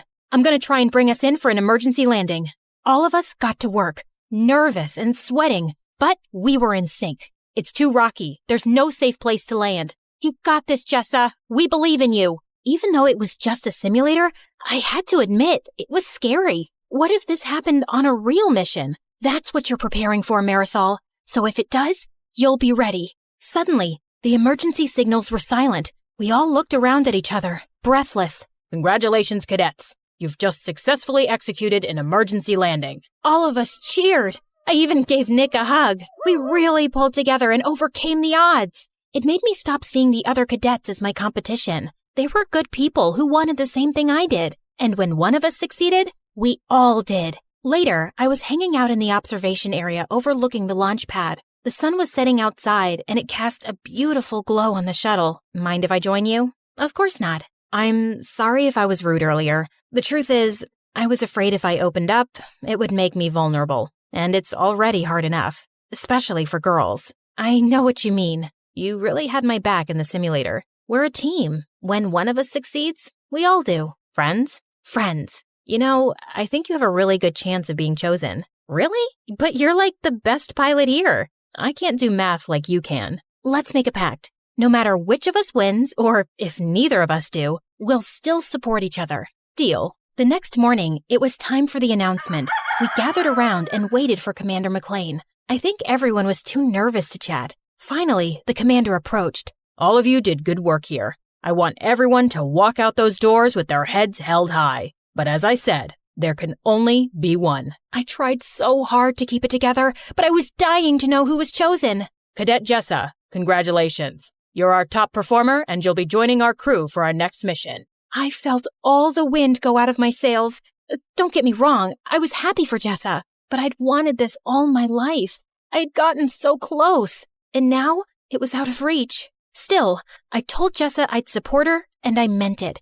I gave her a big hug, and we promised to keep in touch. Nick and I exchanged numbers too. When I got home, I looked around my room. Maybe it was time to grow up. I took down my space stuff and put it in a box. Then I decided to take one last look through my telescope. Orion and the Big Dipper were shimmering in the sky. It was so hard to say goodbye. What are you doing?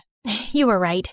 I should find something more realistic. Please, don't say I told you so. Oh, Marisol, I wasn't right. You were. What? Maybe being an astronaut isn't the most realistic goal, but that doesn't mean it's not achievable. This world needs dreamers. If anyone can make it happen, it's you. From that moment on, I never doubted my path again. I was going to give it my all, no matter what the odds were. And maybe, just maybe, one day I would inspire a little kid, just like my heroes inspired me.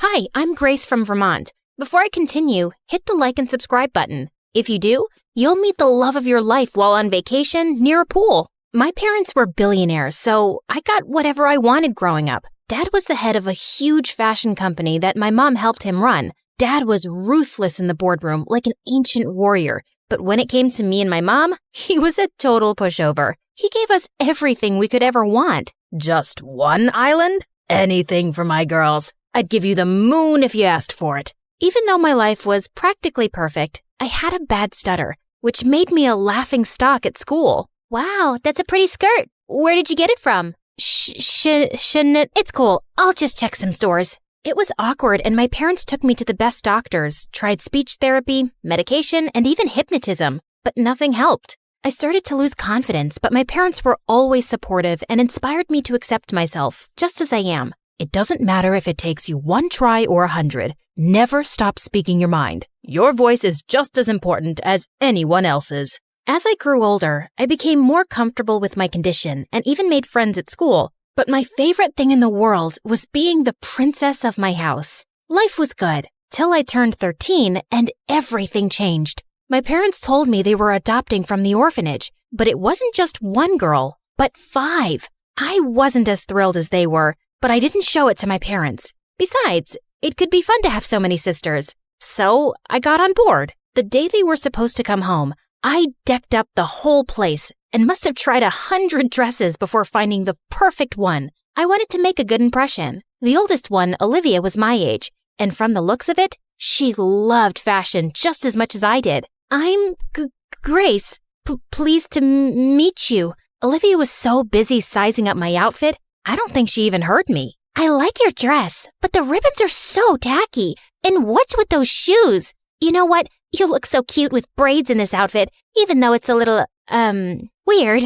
I think she looks nice. Ignore Olivia. She's just jealous. It was clear from the beginning that Olivia had an issue with me for some odd reason, but at least the other 4 were gentle. Margot and Beatrice didn't care about fashion, but they were easy to talk to. We became friends in no time, gossiping about boys and school and fighting over the best spot by the pool. Harper and Quinn were younger and stuck to themselves. Harper was obsessed with insects and was always collecting ladybugs and other creepy crawlies. Quinn was like her sister's shadow, silently following her everywhere. A week after my sister's arrival, my parents took us on a shopping spree so they wouldn't have to wear the same clothes from the orphanage. And Olivia bought everything I did. At first, she just wore the same belt or hat, but soon she was copying my whole outfit. Why are you copying me? I think you're copying me, but it's cool. I know I have a great eye for fashion, so it's a compliment. Oh my God, the new Gucci bag. I didn't care if Olivia wanted to dress like me. It just bugged me that she was lying about it. So one day, I pretended I was going to wear the ugliest outfit, but then I changed at the last second. Olivia showed up to breakfast looking like a clown. Wow, Olivia, you look so good. Yeah, right? I saw Gummy Hadid wearing this. You mean Gigi? And I don't think that she would ever wear something this funny. The only thing funny here is the way you talk. Olivia, apologize this minute. Why? It's just harmless jokes between sisters, Dad. Whatever. Sorry, Grace. Please don't cry now. After that day, Olivia stopped copying my outfits, but we just couldn't see eye to eye. I tried to be friendly, but she was just a mean witch. So after a while, I stopped being nice and just ignored her. While Olivia was a pain in my butt at home, in school, I had Pearl. She was the head cheerleader and a total bully. One day, my sisters and I were eating in the food court at the mall when Pearl swooped in like a vulture. How are you doing, Grace? Just leave me alone. What? I didn't quite catch that. Were you trying to say something? Zip it, moron. Don't you have something else to do? Like bore people with your dumb cheerleading moves? Oh, but I'm getting bored. And you're so entertaining. Did I do that right? That was perfect. Before I could say anything, Harper pulled out a jar of ladybugs from her backpack and dumped them on Pearl's hair. What have you done, you moron? Pearl screamed and ran off. Instead of staying with us, Olivia took off to help her. Thanks for sticking up for me, you guys. Of course. We sisters need to have each other's backs. I just wish Olivia wasn't such a blind duck. Oh, she'll come around. Only she didn't. She started getting weird around me. And then one day, something unbelievable happened. Pearl turned into Olivia's evil minion. She followed her around like a shadow. If Olivia made a dumb joke, Pearl laughed. If Olivia wanted a cookie, Pearl brought her one. Pearl would have helped Olivia make a monster in a lab if she asked. This was so weird and fishy. I tried to find out what Pearl's deal was, but then I got busy with school assignments and forgot all about it. They were a match made in hell anyway. A week later, Mom and Dad called us into the study for a big announcement. It's my dream that my girls join the family business one day. And with Fashion Week coming up, I want all my girls to help with their brilliant ideas. The best ones will end up on the ramp, so give it your best shot. Oh, My God, Dad, this is such an amazing opportunity. I won't let you down. Yes, Dad, you'll love our designs. Olivia smiled at me, but the moment Mom and Dad left, she went back to her devilish smirk. Ugh, dramatic much? This opportunity is mine, and I will own it. You can relax and watch me work if you'd like. Think of it as a learning experience. Say what you want, but I know Dad will pick my designs, so watch out. I stayed up late every night working on my dress. My other sisters made their own dresses for fun, but everyone knew Olivia and I were the only ones taking it seriously. We both really wanted to impress Dad. The night before Dad judged the dresses, Olivia snuck into the studio and destroyed my dress. Luckily for me, Harper and Quinn saw her sneaking out and told me what happened. I knew she was jealous of me, but this was an all-new low. How was I supposed to make a new dress overnight? That's when an idea struck me. If I couldn't beat Olivia fair and square, I'd just have to play tricks with her. So, I swapped her dress for my ruined one. The next day, when Dad walked into the studio to judge our dresses, we both took the sheets off of our mannequins, and Olivia's mouth dropped open in shock to see what I'd done. But obviously, she couldn't tell Dad that the dress was really hers without admitting that she'd destroyed mine. Grace, I pick you. This isn't your usual style, but it's certainly beautiful. Olivia, it's a shame you gave up on your dress. It looks like it could have been something special. I know, Dad. Wonder what happened. Oh, don't be a sore loser, Ollie. I'm sure you'll do just as good as the next time, if there is a next time. I wasn't one to gloat usually, but the look on Olivia's face was so satisfying. A few days later, we were all on a flight to Paris for Fashion Week, and Olivia couldn't stop glaring at me. That's my dress that's about to go down the runway. You shouldn't steal credit, and you shouldn't sabotage people. Olivia, why can't we leave this stupid fight and just be friends? Friends? With you? No, thank you. And I know you hate me, so please stop pretending. I don't. Stop talking. You're giving me a headache. Olivia then got up, and for the rest of Fashion Week, she totally ignored me. Pin that hem. Olivia, hand me that hat. Olivia! What? Can't you see I'm on the phone? Can you help? Who are you even talking to? Ugh, just leave me alone.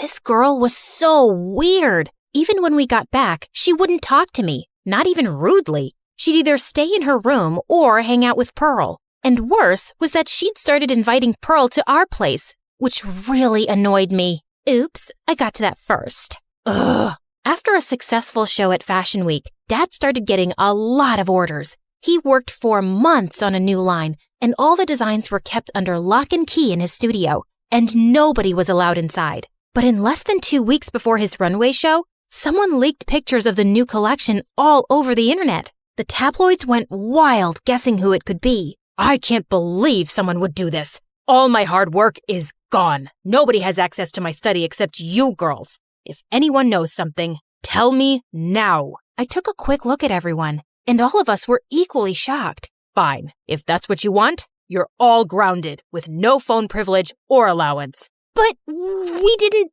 do anything. That's not fair. But Dad simply frowned and left. We all know you did it, Olivia. Just admit it. It wasn't me. I would never do that to Dad. Relax, guys. This is not the time to turn on each other. Dad didn't talk to us for days, and it really hurt me to watch all my sisters so sad and depressed. But Olivia looked extra worried. She would stay in her room, refusing to talk to anyone. One day, I was taking an evening stroll in the garden when I noticed Olivia slipping out of the house, and she looked really anxious. I wanted to stop her, but then I decided to follow her, and she stopped in front of Pearl's house. Ugh, what do you want now? I know you're the one who stole my keycard and then stole Dad's designs and leaked them, Pearl. I should have never taken you into the study that day. Yeah, that was kinda dumb, especially since you know my mom's company is your #1 competitor. You made it so easy to steal your designs, and now we'll be on top, while you guys will eat dirt. In your dreams, you sick psycho. No, not when the whole world would know what big fat cheaters you all are. Olivia looked at me in shock as I pulled out the phone and started playing back the recording with Pearl's confession. Give me that. Not so easy. Besides, I've already uploaded it, so there's nothing you can do. Pearl was at a loss for words, and suddenly her phone started ringing. Must be your mom. If I were you, I'd think of going underground for a few days. Pearl ran away crying, and Olivia turned to me. I'm so sorry, Grace.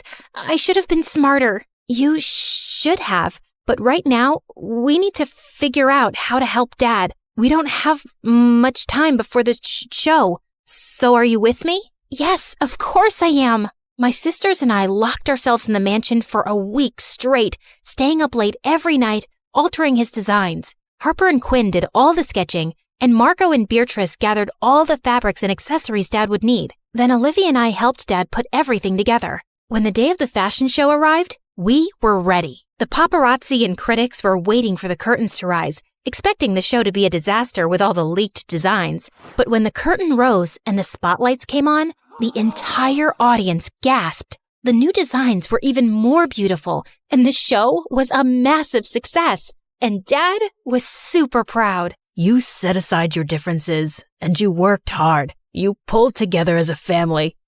I'm so proud of all of you. It was Grace. She's the one who brought us together on this. Team effort. That's what sisters are for.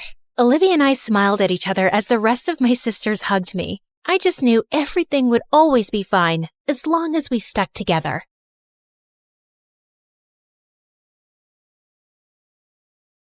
Hi, I'm Savannah from Chicago. Please like and subscribe. I never knew my mom because she fell ill soon after I was born, but my dad named me after her. He was a real estate tycoon, and my older twin brothers and I grew up in the lap of luxury. Dad loved us all, but I was his clear favorite. I don't remember him missing a single parent-teacher meeting, recital, birthday, or game practice, no matter how busy he was. And I only had to ask for something once, and he made it happen. Like when I was 7, my favorite cereal company announced that they'd be hiding the Avengers superhero figures in selected boxes, and I wanted to collect the entire team. Not that I couldn't buy action figures from a toy store, I just really wanted the cereal ones. So the next day, Dad had cereal boxes from every store in the city delivered to our mansion, and the entire household spent 3 days opening them till I had the whole range of figures. I even made it to the local news for that, and I always got my way with my brothers Adam and Jeff, too. Hey, get up. I was sitting in that chair first. When were you sitting here? Yesterday, or maybe on Sunday. It's not important. Just get up, buzz off, and sit somewhere else, loser. I'm warning you, Adam. I'm gonna cry. He ignored me, and then I let out a scream like someone had cut my arm off. Dad came running in a panic, and Adam was grounded before he got 2 words out of his mouth. My brothers kept trying to get back at me, but they just couldn't win. Once when I was 10, I was playing in our backyard when a scrawny little puppy wandered in, and I was immediately in love with it. It turned out that he belonged to one of our maids, and she seemed reluctant to let him go. Dad said he'd get me a better dog, but I threw one of my famous tantrums, and the maid eventually gave in. But later that night, when I took him out for a walk, I found a girl my age crying in the garden. The puppy ran out of my grasp straight to her, and she squealed with delight. Hey, let him go. He's mine. Actually, he's mine. My mom gave him to you because she works for you, and you're a spoiled brat. Look, I don't want to cause any trouble for Mom, okay? I just came to say goodbye to him. Can I? As the girl hugged her pet, I suddenly had a lump in my throat. I felt like such a jerk, just taking away something from someone without even thinking, just because I could. You can have him back. Your mom won't be in any trouble, I promise. But maybe I can play with him sometimes? The maid's daughter and I became friends, and maybe it was her effect on me, but I slowly started seeing that my brothers and I were just too spoiled. I once joked with Dad about wanting a private jet, and he asked me what color I'd like. Dad, I was kidding. I'm 13. Where would I go on a private jet? You really need to learn how to say no sometimes. But he just couldn't, and my brothers took full advantage of it. They failed their classes, but they knew Dad would pay the school off to make them pass. They were the heads of all the sports clubs without deserving it, and obviously the most popular guys around because they blew money on wild parties for their friends. Soon after the twins' 18th birthday, Dad decided they needed to learn more about his business, and he wanted me to join in too. But during these meetings, the things I learned just shocked me. Now, look at this mansion I sold last month. There was mold in the basement, and the foundation had water damage, but we did a really good job covering it up, and I sold it for 4 times its real value. Wow, Dad, you're a genius.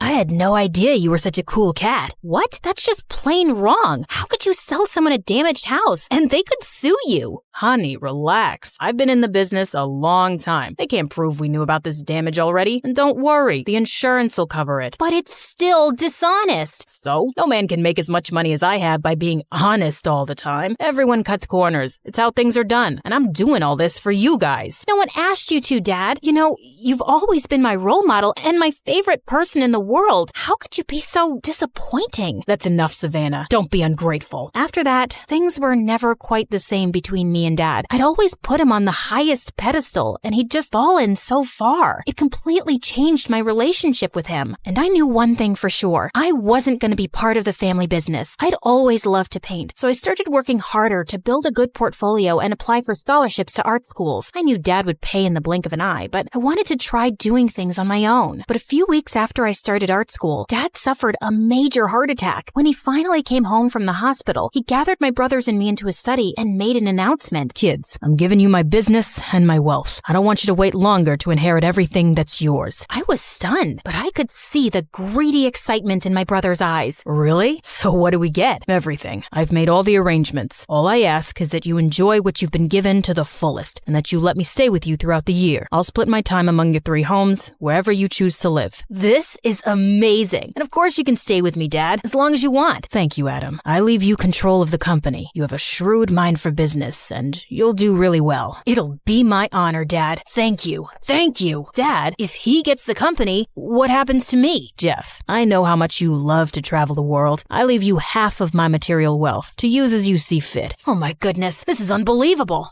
Thank you so much. I worked all my life to provide you with this. Please, enjoy it. We sure will. My brothers left the room arm in arm, celebrating their new fortune. Why are you doing this, Dad? It's time, Savannah. Which brings me to what I want you to have. I don't want anything more from you. Excuse me? I'm thankful for the life you gave me, but I can't stop wishing you done things differently. I don't want your fortune, and I can't be a part of your business. I don't think I could sleep at night knowing I'm scamming people. I just want to do things on my own. Dad looked beyond furious. He just exploded. After all I've done for you, this is how you thank me? Dad, calm down. You'll give yourself another heart attack. As if you care. You look down on me now, huh?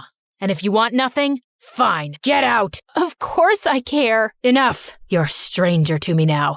I have no daughter. Just get out. I walked out that day and began a life on my own, and it was not easy, especially since I'd grown up like a princess. The scholarship paid for my tuition, but I had to work 2 jobs after school to pay for everything else. I survived, though, and only got stronger. I never heard from my family, but occasionally I'd see my brothers in magazines or on TV, showing up at charity events and flashing their wealth, but I never saw my dad. Slowly, I even started selling my artwork on the side. I hit the jackpot when I was discovered by a renowned painter, and she got me my first gallery show. That's where I met a lovely guy named Chase, and it wasn't long before we fell in love. He proposed after I graduated, and I happily said yes. At our engagement party, he asked me to call my family. This is the biggest moment of our lives. They should know. They could have called me anytime. Please, Savannah, don't let pride keep you apart. Someone has to be the first to call. Let it be you. Okay, I'll try. That's the best I can do. I called Adam the next day, reaching him at the office. His secretary left me on hold for 20 minutes before he finally picked up. Yeah, what is it? Hello to you too.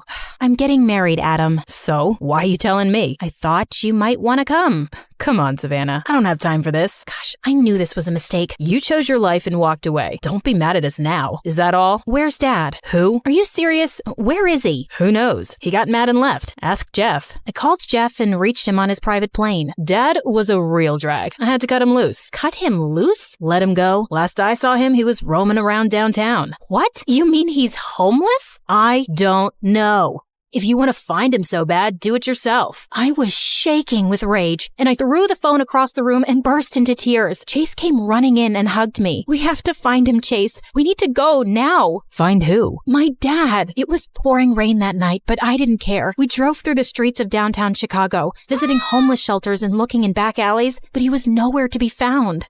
How could they just let him leave? Is money that important? More important than family? And I should have stayed in touch. You did what you had to do, love. He told you to leave, but don't lose hope yet. We'll look again tomorrow and report him missing to the police. Let's go home now. But when we reached our house, I saw a man slumped near the front door. I jumped out of the car, my heart pounding. Dad? He looked up, so much paler and thinner than I remembered. Savannah, I am so sorry. Chase and I took Dad inside, sat him by the fire, and served him hot soup. When he'd regained some strength, he finally started to talk. Your brothers only wanted my money, Savannah. I tried to advise Adam on a business deal and he screamed at me, saying it was his company and he didn't want an old man around. Then I went to stay with Jeff and he said I ruined the vibe. I had nowhere to go. You could have called me. How could I, after the way I treated you? And it's my fault those two have turned out this way. I made them greedy and selfish like me. I was just too ashamed to face you. Until that moment, I had carried so much anger and hurt, but seeing him there, looking so frail, it just melted away. I love you, Dad. You're safe now. You're home. We spent the evening talking. He spent a lot of time with Chase and looking at my art. You made a beautiful life for yourself. Yes, I did. Chase and I converted our spare office into Dad's bedroom, and we got to know each other all over again. All these years later, we were family once more, but in the back of my mind, I still had so much resentment toward Adam and Jeff. I couldn't concentrate on my art, and Chase noticed that I wasn't being myself. You're gonna see your brothers, aren't you? What are you gonna say? I don't really know. I'm just so angry with them, but I think I have to do this. Then you should, Savannah. And no matter what happens, you'll have a family here waiting for you. The next day, I went to Adam's massive office building. I was prepared to scream at him,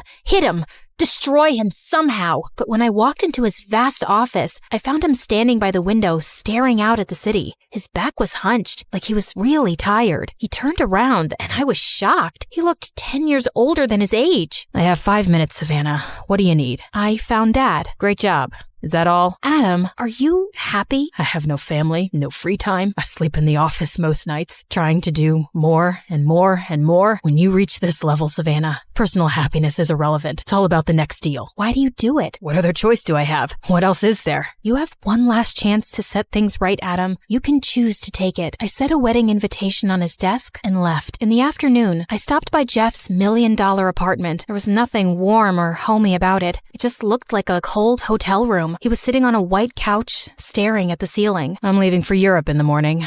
What are you doing this time? How many parties can you go to? How many vacations are enough? Nobody's really my friend. They just like me for the trips, for the yacht parties, for the money. I just want something meaningful. You have one last chance to have that, Jeff. Think about it. And I left a wedding invitation on the edge of the couch. A month later, Chase and I were married in a beautiful garden venue on a gorgeous spring day. But that's not the most important part. The most important part was that my brothers apologized to me and begged for Dad's forgiveness. And now, my father was walking me down the aisle on my wedding day, and my brothers were smiling at me from the front row.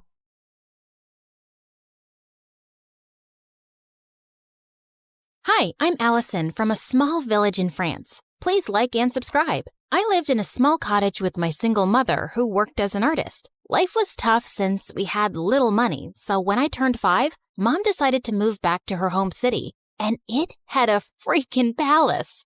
Whoa, is that a real palace, Mommy?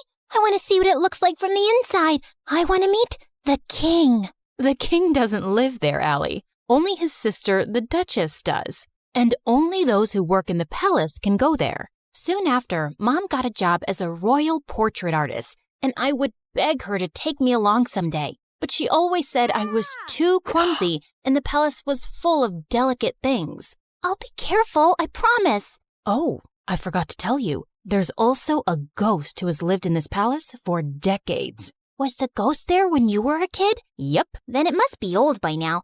I can easily outrun it. Of course, I didn't believe her. If anything, it made me more curious about the palace. When I was 9, Mom was called by the Duchess to make her portrait, and this time, I followed her. Somehow, I managed to sneak inside without getting noticed. And boy, was it pretty! As I wandered around, I slipped into a nearby room full of toys and blingy things. I'd never seen anything like that before, and it was so fascinating that I grabbed a few of them. But when I reached home, I felt guilty and scared. If anyone at the palace found out, Mom could lose her job, and this was stealing. I'll bring you guys back someday when I work at the palace. Till then, you can hide here. My passion for working in the palace grew stronger as time passed. I begged Mom to teach me how to paint so I could become a royal painter just like her. And by the time I was 17, I was better than her. One day while I was painting, Mom came home with some big news. The king is coming to town after 17 years,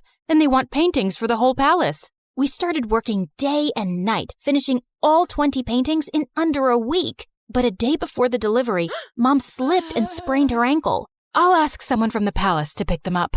No, I can take them. I promise. I won't break a thing. Whoa! Are you sure? We can't lose the job. Yes, Mom. You can count on me. I managed to convince Mom and then left for the palace. I also took the stuff I'd taken all those years back. I could finally put that back. When I entered the palace, it was exactly as I'd remembered. Wow, how dull. This place could really use some color. I was so lost looking around that I tripped over a giant statue's foot, and the paintings flew in the air. Just then, I heard someone scream, and when I looked back and saw a girl, I almost passed out. It was like I was looking in a mirror. I touched her to make sure she was real, and she slapped my hand away. Don't you touch me, you peasant. Don't you know who I am? My doppelganger?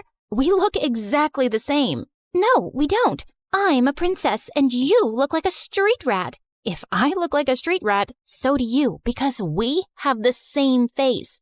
Wait a minute. Is that gold? Oh my God, you're a thief. The girl started screaming again, and I was surrounded by palace security within seconds. Just as they held me, I bit one of the guards and ran till I reached home. When I told Mom what had happened, she looked at me in shock, and minutes later, the king arrived with the Duchess. Oh, my sweet daughter, it is you. You're what? Mom, what's happening? My mind went blank when the king told me how years ago the nanny had taken me out for a walk, but we both never returned. Your mother and I searched everywhere for you, but we failed. She was heartbroken and no longer wanted to be here, so we left the palace. But today, when the security guards told me of an intruder who looks just like the princess, I just had to come and see for myself. Mom, is that true?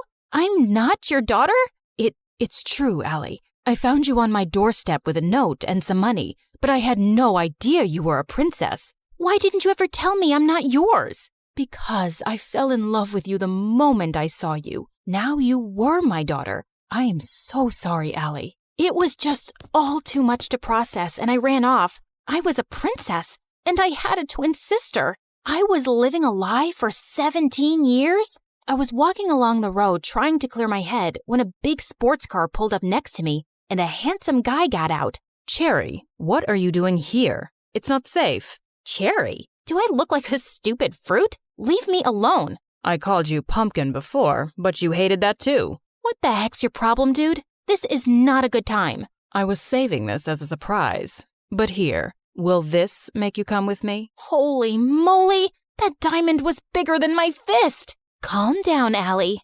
Okay, you've got the wrong girl. Whoa! Sorry. I'll have to carry you back home if you don't listen. I punched him in the nose as the guy screamed like a little boy and then ran for my life. This was officially the worst day ever. The next day, the royal staff packed all my stuff and I was moved to the castle. My royal chambers were bigger than my whole house, and everything was beautiful, except it didn't feel like home. Mom wasn't there, and even though I was mad at her, I missed her. I was unpacking when my sister walked in. I know you think you're suddenly a princess now too, but don't let this get to your head. Remember, I rule. Charlotte, dear, don't be so rude to your sister. You should be happy she's back. Okay, Amber. Allison, darling, we're starting with your royal lessons from tomorrow. Be ready at 4 a.m. sharp. Good luck with that. It's not easy being a princess. She wasn't kidding. It was a mad schedule. Mornings were for horse riding, then music in the afternoon, and martial arts in the evening. My body was super sore, and I was exhausted. But within a few weeks, I'd grown tougher and learned a lot. One evening during martial arts practice, someone walked up to me. It was the diamond guy. I thought they were just rumors, but you are prettier than Charlotte. We look exactly the same, like identical. Can't you see that, or did the punch make you blind? Feisty. I'm Prince Arnold, by the way, Charlotte's fiancé. Isn't she too young to get married? Are you jealous? What? Move along, dude, unless you want another punch. But the guy just winked and left. What a flirt! Later that evening at dinner, Dad announced that he'd be holding an official coming out party for his daughters, and the entire village would be invited. What's a coming out party? Lame question. It's your official introduction. So why are you having one? Don't people know you already? That's when Dad told me that Charlotte had always been sick all her life. She had a rare genetic heart condition that didn't allow her to roam around too much. It was only recently that she'd gotten better. But I'm still better than you. What's your problem? My problem is that you're here to take my crown away from me, and I won't let that happen. Enough. That's for me to decide. Now eat your dinner. I'd root for you. I kicked that butt face under the table, and he turned red. Much deserved. The coming out party had sent the whole town into a frenzy, and Mom was called to make our official portraits. Seeing her made me feel so much better. So, how do I look? Like a princess. Have you forgiven me? Maybe. I mean, you're still my mom. Of course I am. The party was a huge success, and I could see the king's pride in introducing his daughters. You should see Allison fight. She's a natural. Her paintings are so good. I think I should send her to Paris to become a professional. Dad, I wanted to become a chef, and you didn't allow that. That's because you weren't well, Charlotte. Now, don't interrupt me while I'm talking, darling. I was a little embarrassed with all the praise, and it clearly bothered Charlotte, so I excused myself and went out for some fresh air, only to find that jerk, Arnold, making out with a maid. What the heck, dude? Oh, hey, Allie. Don't worry, this isn't serious. And you're next. I felt furious and turned around to leave, but he blocked me. Oh, don't be so mad. Come here. Arnold pulled me in and was about to kiss me when I pushed him hard, but Charlotte walked in just then. What's happening? Wait, I knew it wasn't you. My darling Charlotte, this imposter tried to take advantage of me. She tried to kiss me while pretending to be you. What? That's not true. This guy's been flirting with me ever since I came here. Charlotte, he's a jerk. I just caught him making out with a maid. Enough. First, you try to steal my life, then my dad, and now you have your eyes on my fiancé? I won't let you get away with it. With that, Charlotte went inside and got on stage as everyone stared at her in confusion. Attention! My twin sister is a manipulative witch. She's a thief and a liar, and so is her mom, that lady. Tell me, Allison, did she teach you how to be a lowlife? Because you surely weren't born one. Say what you want about me, but keep my mom out of it. I feel sorry for you, Charlotte. How could you be so bitter? It's so... Before I could finish, Charlotte jumped on me and we got into a crazy fight. As the king pulled us apart, Charlotte started shaking and fell to the ground. We rushed her to the hospital, and the doctors informed us that she had fainted because of stress and needed rest. I wanted to visit her, but the Duchess stopped me. I think it's best that you stay away. You've done enough damage. Brother, she's not good for Charlotte's health. We might not get along, but she's my sister. She's right, Allison. I think it's best if you give each other some space. Maybe you can stay with your mom for some time. It will only be temporary, love, and I'll have you back as soon as possible. I think we dumped too much on Charlotte, and she needs to get better. Of course, I understood, but I was actually happy to get away from everything for a while, especially since Charlotte and I were on the front page of every newspaper the next day. People called us the Crazy Royals. We were a joke. I was packing my stuff when the Duchess walked in. You're finally going back to where you belong. I knew you'd never fit in here, and it was a mistake to bring filth into the palace. I know I didn't grow up here, but I'm still a princess by birth. So please, mind your manners and never talk to me this way again. Don't forget your place. That's exactly what I'm doing. I pushed her aside and left for my old home. Mom was ecstatic to see me, and to be honest, I felt happier than I'd been in weeks. A few days later, once Charlotte was better, the king announced her engagement to Arnold to give people something else to talk about. Dad invited me, but I decided not to go to the ceremony. I just wanted to stay away and avoid any more drama. On the engagement day, Mom had gone out for something when Charlotte came over. What are you doing here? Don't you have an engagement to get to? I can't marry him, Allison. He's a snake. I should have trusted you. Good time to say I told you so. But what do you want from me? After our fight, we can't have another media blowout. Dad will never allow me to call off the engagement at the last minute. Please, come with me. Maybe we could convince him together. Please help me. Charlotte was crying like a baby now, and I didn't want her to have another fainting episode, so I agreed. But just as we entered the palace, Charlotte stopped. I need to fix my makeup. The entire town is in there. Wow, priorities. Thanks for doing this. I'll be right back. I started to walk around when I spotted Charlotte. She's here. I've done everything you asked me to do, including the fake fainting. Now do your part and make her leave forever before Dad decides to bring her back here again. Leave it to me now, Princess. I have the perfect plan to make sure you get the crown. Oh my God, these people were crazy. I had no idea what her plan was, but it sounded dangerous. So I ran straight to Dad, and seconds later Charlotte followed. Allison, I thought you weren't coming, but I'm so glad you did. Of course she had to come. She had to ruin my engagement. She just can't see me happy. Oh my God, Arnold, hold me, please. Oh, shut up already. Don't you guys get tired of manipulating? King, Dad, whatever, you should see this. I played the video for the entire hall to see, and Charlotte turned pale. Charlotte? Dad, I'm sorry, but you seem to like her more because she's tougher than me. And when Auntie told me that she was after Arnold and my crown, I couldn't take it anymore. But this was all Aunt's idea. Sister, what were you planning to do and why? Suddenly, the Duchess turned into a mad person and started screaming. I'm tired of being your servant. I'm the older sister and the crown was mine, but these girls took that away from me, and I would have gotten away with everything if this one hadn't shown up. What do you mean? You knew she was alive? Whoopsie, you did a boo-boo. The Duchess confessed how she'd paid the nanny to take me away and drop me in the jungle, but the nanny had dropped me at Mom's doorstep instead. Charlotte was so sick as a kid, I didn't think she'd survive for so long. With both of you gone, I'd be a queen, but Karma's a witch. The king gave orders to take the Duchess away to the dungeons for treason, and Charlotte turned to me. I was horrible to you, and I probably don't deserve your forgiveness. But could you try? It might take some time, but I'll get there. What about me? You can chew your shoes and get lost. Yeah, I always knew you were a jerk.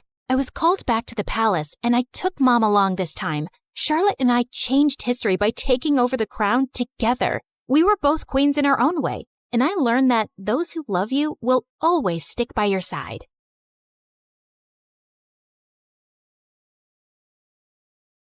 Hi, I'm Sophia from Armenia. Please like and subscribe. When I was little, my mom and I moved a lot. We changed towns every few months, and I couldn't help noticing that I was different from the people around me. Even Mom. Everyone had dark eyes and hair, so my blonde curls and green eyes attracted attention. Wow, she's so precious. And well, she looks nothing like you. Is she really yours? Mom always smiled and said I looked like my dad, but I knew she didn't like the comments. And soon, we moved again. Don't look at anyone directly, and never take your hoodie off outside. People get jealous of your beauty, love. I was 6 when Mom started working as a cook in a mansion, and she told me strictly to never leave the kitchen. One afternoon, Mom had gone out for groceries when a tall woman walked in, and she stopped short when she saw me. Aren't you a beautiful little girl? Why don't you come with me, honey? As I was in her living room eating cakes and chatting nonstop,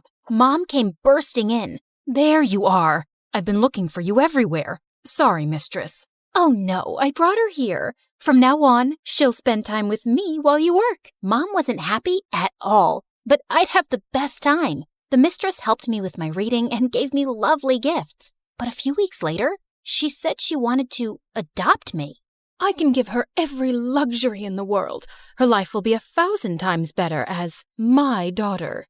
How can you even ask this, ma'am, to part with my own child? I would never. You fool. If you truly cared about her, you'd let her have the life she deserves. Also, I looked up your records, and there's no birth certificate for any child of yours. Leave her with me, and we can keep all our little secrets. She reached out for my hand, but I grabbed hers and bit it hard. She screamed as Mom and I ran. Pack your things, quickly, hurry. And so we left. But this time, we kept traveling till we reached some docks late at night. We're leaving for the U.S., darling. We'll never know any peace here. Someone Mom knew helped us sneak onto a cargo ship, and we left to start a new life in New York. We spent the first few months in a homeless shelter, but Mom found a job at a restaurant soon, and we could afford a small place. Mom even let me join the public school after changing my name. When I asked why, she said it was for my own good, and I didn't ask anymore. Even though I didn't really stand out here, people still admired my looks.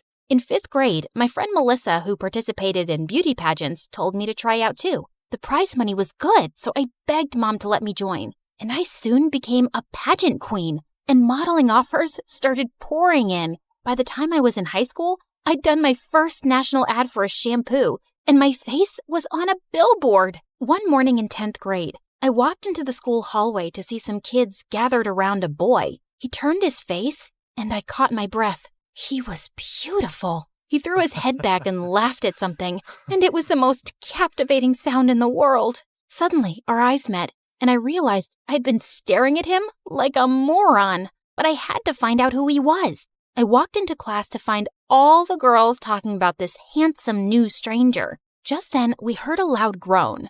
Ugh, jeez. I'll tell you who he is if you give me $20 each. And for $50, I'll introduce you gals to him. He's my brother. The new boy introduced himself as Derek and said his brother Adrian was our senior. Just then the teacher walked in and everyone flew to their seats. I caught Derek looking at me and he smiled. He was cute, but his brother was a Greek god. One day, I had to reach a modeling audition after school, and as I quickly crossed the road, my heel got stuck in a pothole. As I struggled to set it loose, I looked up to see a motorcyclist charging straight at me. But suddenly, someone pushed me out of the way. I opened my eyes to see Adrian looking down at me. Hey, are you okay? I think so. Nope, I feel dizzy. Adrian swept me up effortlessly and carried me to his car. He took me to the hospital, and it turned out I had a minor concussion. Your mom's on the way. I called her. Thank you. I am so lucky you were right there. Well, it wasn't a coincidence. I was actually following you to ask you out. Really? Why do you sound surprised? I can't be your first admirer. You just might be the most beautiful girl I've ever met, Sophia. He touched my cheek and my heart fluttered. Just then Mom walked in and she couldn't stop thanking Adrian. I was discharged soon and he even dropped us off at home. Adrian and I started dating, and the next few weeks were like a dream. He was intelligent and thoughtful and always knew how to make me laugh. We were the golden couple of the school. A few days later, I got paired with Derek for a science project, and we met up at the library to discuss it. It's funny, we've hardly spoken before, especially since you're in my class and I'm dating your brother. Well, Adrian has that effect on girls. They fall head over heels for him and see nothing else. That's not true. And I'd like to get to know you. Let's all have dinner sometime. I'm not sure that's a good idea. Listen, Sophia, there's something... What's going on here? Hey, we're working on our project, and I was just... He's your project partner? No, that won't work. I'll talk to your teacher and have your partner changed. What? This is none of your business, dude. It's very much my business, dude. I don't want my girlfriend to fail, which she will with you. Derek looked furious and stormed off. Adrian, you can't tell me who to be partners with. And what's wrong with your brother? Listen, babe, you don't know him. He's not serious about anything, and he just thinks he'll inherit millions one day without lifting a finger. I'm already working with Dad and his company, and freeloaders like Derek just bother me. Trust me, he's gonna make you do all the work and just take credit for it in the end. Just ask your teacher to change your partner, please. Derek didn't seem like that, but Adrian knew his brother better, and he looked upset. So I requested the teacher for a partner change the next day. Life was good, except that lately I'd been getting rejected after auditions, and Melissa had gotten a few ad campaigns I'd really wanted. But she was my friend, and I was happy for her. We were at a party together one evening, and I noticed Adrian was really quiet on the way home. Hey, you worried about something? Yeah, just you, babe. You trust people way too easily. What do you mean? You don't think it's strange that Melissa has suddenly been getting every single commercial? She's rich. What if her mom paid bribes to get her those parts? What? No, Melissa would never do that. She's the one who got me into modeling. And she probably regrets it now, since you've been doing so much better than her. Jealousy can really change people, Sophia. Trust me, I know. His words made me uneasy, but I decided to ignore him. But a few days later, Melissa and I were at an audition for a lipstick commercial, and she kept forgetting her lines. I had a flawless audition, so I was shocked when Melissa was selected again. Hey, I was so sure you'd get that. Yeah, me too. Wait, Why do you sound mad at me? I'm just as surprised. Oh, drop the act. It makes no sense you'd get selected unless you paid your way in. What? Are you crazy? I can't believe you'd stoop so low. Adrian was right. He said this about me? Sophia, you've known me since we were kids. Why are you letting this guy? He's my boyfriend, and he's clearly less naive than I am. Melissa and my other friends stopped talking to me after that, and it just made me angrier that they all took her side. Thank God I had Adrian. Soon it was our 2-month anniversary, and Adrian wanted to celebrate in style by taking me out on a date to a classy French restaurant. I want you to sit on this side, facing just me. I don't want anyone else to admire your beauty tonight. That's a bit weird and so cheesy. It's just how I feel. And here's your present. Adrian, you've already done so much. I gasped as I stared at a gorgeous amber necklace. See? How could I not get that? It's like it's made for you, Amber. My heart was pounding as he put it around my neck. Why did you just call me Amber? Did I? Obviously a mistake, Sophia. Now, shall we order? I felt so distracted that I could barely read the menu. I needed some air. I excused myself to go to the bathroom, but just as I got up, I bumped into the waiter bringing our drinks. Oh, I am so sorry, madame. No, it was my mistake. Here, let me help you. Please, don't worry about it. I'll get you some drinks. As he ran off, Adrian turned to me coldly. Why were you flirting with the waiter? What? I was just trying to be nice. But suddenly, Adrian swiped all the plates off our table. Don't play me for a fool. You kept touching his arm. You're insane. I'm leaving. I ran out of the restaurant and looked around for a cab, but Adrian caught up with me. If you walk away now, I'll make your life miserable, Amber. Why do you keep calling me that? Just stop it. Because that was your name before you came here, wasn't it? I know all about your past, and you can't escape it. Yeah, I'll have you and your mother deported to Armenia, and... Suddenly, Adrian tripped over something and fell down, hitting his head. I frantically called an ambulance and used Adrian's phone to call Derek to the hospital. What happened? He tripped over something. The doctors say he'll be fine, but I can't stay here another minute. Sophia, what really happened? I broke down and told him how crazy Adrian had acted in the restaurant. I wanted to warn you. You're not the first girl he's done this with. He's the perfect boyfriend at first, but then he gets so jealous and scares every girl away. It's not just that, Derek. He knows things about me, and he's threatening to ruin Mom's life and mine. If you tell me what it is, maybe I can help you. I need to talk to Mom first. Of course. And you need to be sure you can trust me. I looked into his warm brown eyes, and I felt I could. So the next day, I asked Derek to come to my place, and Mom told him everything. I'm not Sophia's mother. I'm her aunt. Sophia's parents passed away when she was a baby, and I was her guardian in their will. But her other aunt and uncle kept insisting that I give Sophia to them. They only wanted her because of all the money in her name. They were powerful people, and I knew they'd keep trying to take Sophia away from me. So I ran away with her. We traveled far, but I'd always felt they'd find us. Then we came here and changed our names, and it seemed like we'd finally left everything behind. Until now. We can't go back there, Derek. I'll do everything I can. I promise. I couldn't bear to go to school for the next few days. I felt sick with anxiety. Then finally, one evening Derek showed up, and he was smiling. My lawyer worked on your case, and given how long you guys have lived and worked in the U.S., your status will be made legal immediately. You can't be deported. No one's going anywhere. Mom and I cried and laughed as we hugged, and I threw my arms around Derek, too. Thankfully, Adrian still hadn't returned to school, and I started hanging out with Derek. I also apologized to Melissa. Sophia, I was so affected by what you said that I confronted my mom. She didn't pay for me to get those roles, but someone did, and I have no idea who. I do. It was Adrian. He did it because he wanted to turn me against everyone close to me, but I never should have doubted you. A few days later, I'd just put some stuff in my locker when I turned around to see Adrian. Hi, Amber. Did you miss me?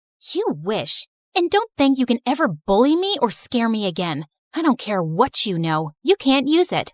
Wow. What a transformation from the chicken girl I last saw. But yeah, I just came to tell you that I've lost all interest in you. Seems like you've really lowered your standards when you settled for my brother. And I don't date trash. He walked away, and I realized I'd been holding my breath. But minutes later, I heard loud voices down the hallway, and I ran to see Adrian smashing Derek against the lockers and beating him up. It took 4 teachers to pull Adrian away as he screamed like a maniac. You want everything I have, don't you? You always have, you little worm. Do you think I'd let you be happy? I'll ruin your life, Derek. You'll regret the day you ever crossed me.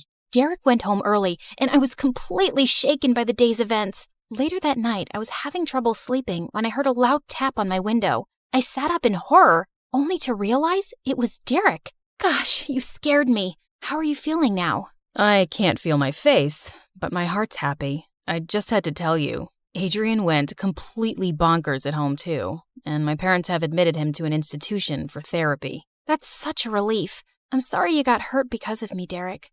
Don't be. I'd take 100 punches for you. Well, not 100, but you know what I mean. And Adrian's right about one thing. I've wanted to be with you since I first saw you. He leaned in and kissed me, and it was lovely. We graduated from high school and both went to the same college in another city. Right after graduation, Derek and I got married in a small ceremony with our parents. Adrian was apparently out of the institution now and managing his dad's company in Europe, but of course, he wasn't invited. And a year later, we were blessed with a beautiful baby girl, Sarah.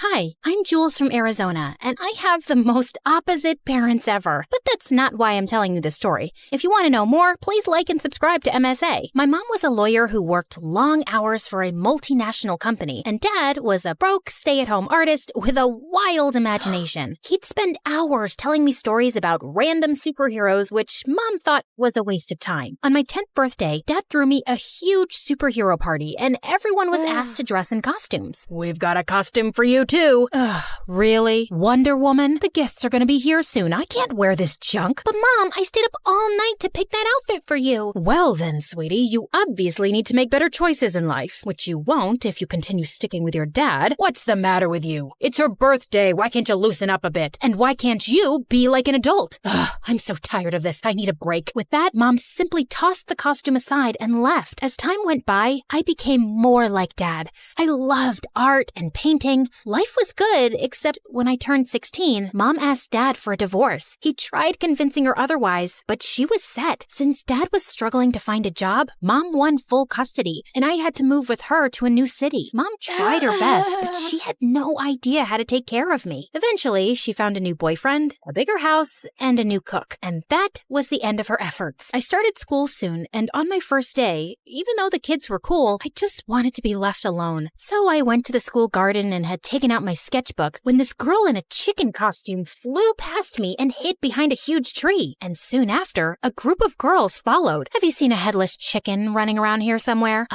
Chicken? Here? Nah, maybe try the poultry farm? The girls just pouted and walked away, and I went behind the tree to see the girl in the chicken costume crouching. Hey, they're gone. Are you okay? Who are those people? Oh, just some bullies. I'm in the school play. Well, not technically, because I could never act in front of people. But anyway, I was just trying out the costumes and they spotted me, and now they're after me to lay an egg. How can I lay an egg? I'm not a real chicken.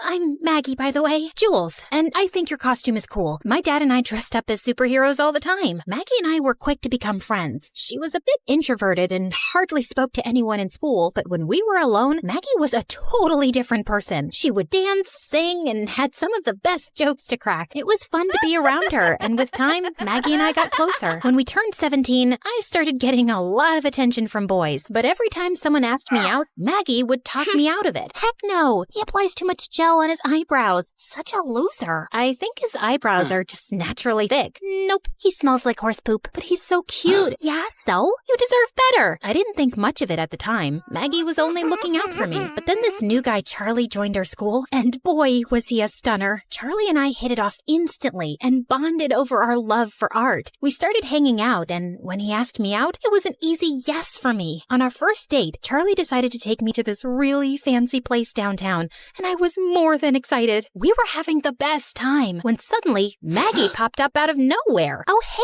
guys, what a surprise! What are you doing here? I was just here to get their snail croissant. Oh, they're the best in town. Anyway, now that I'm here, maybe I should just join you guys for dinner. That's of course if Charlie doesn't mind. You know, right?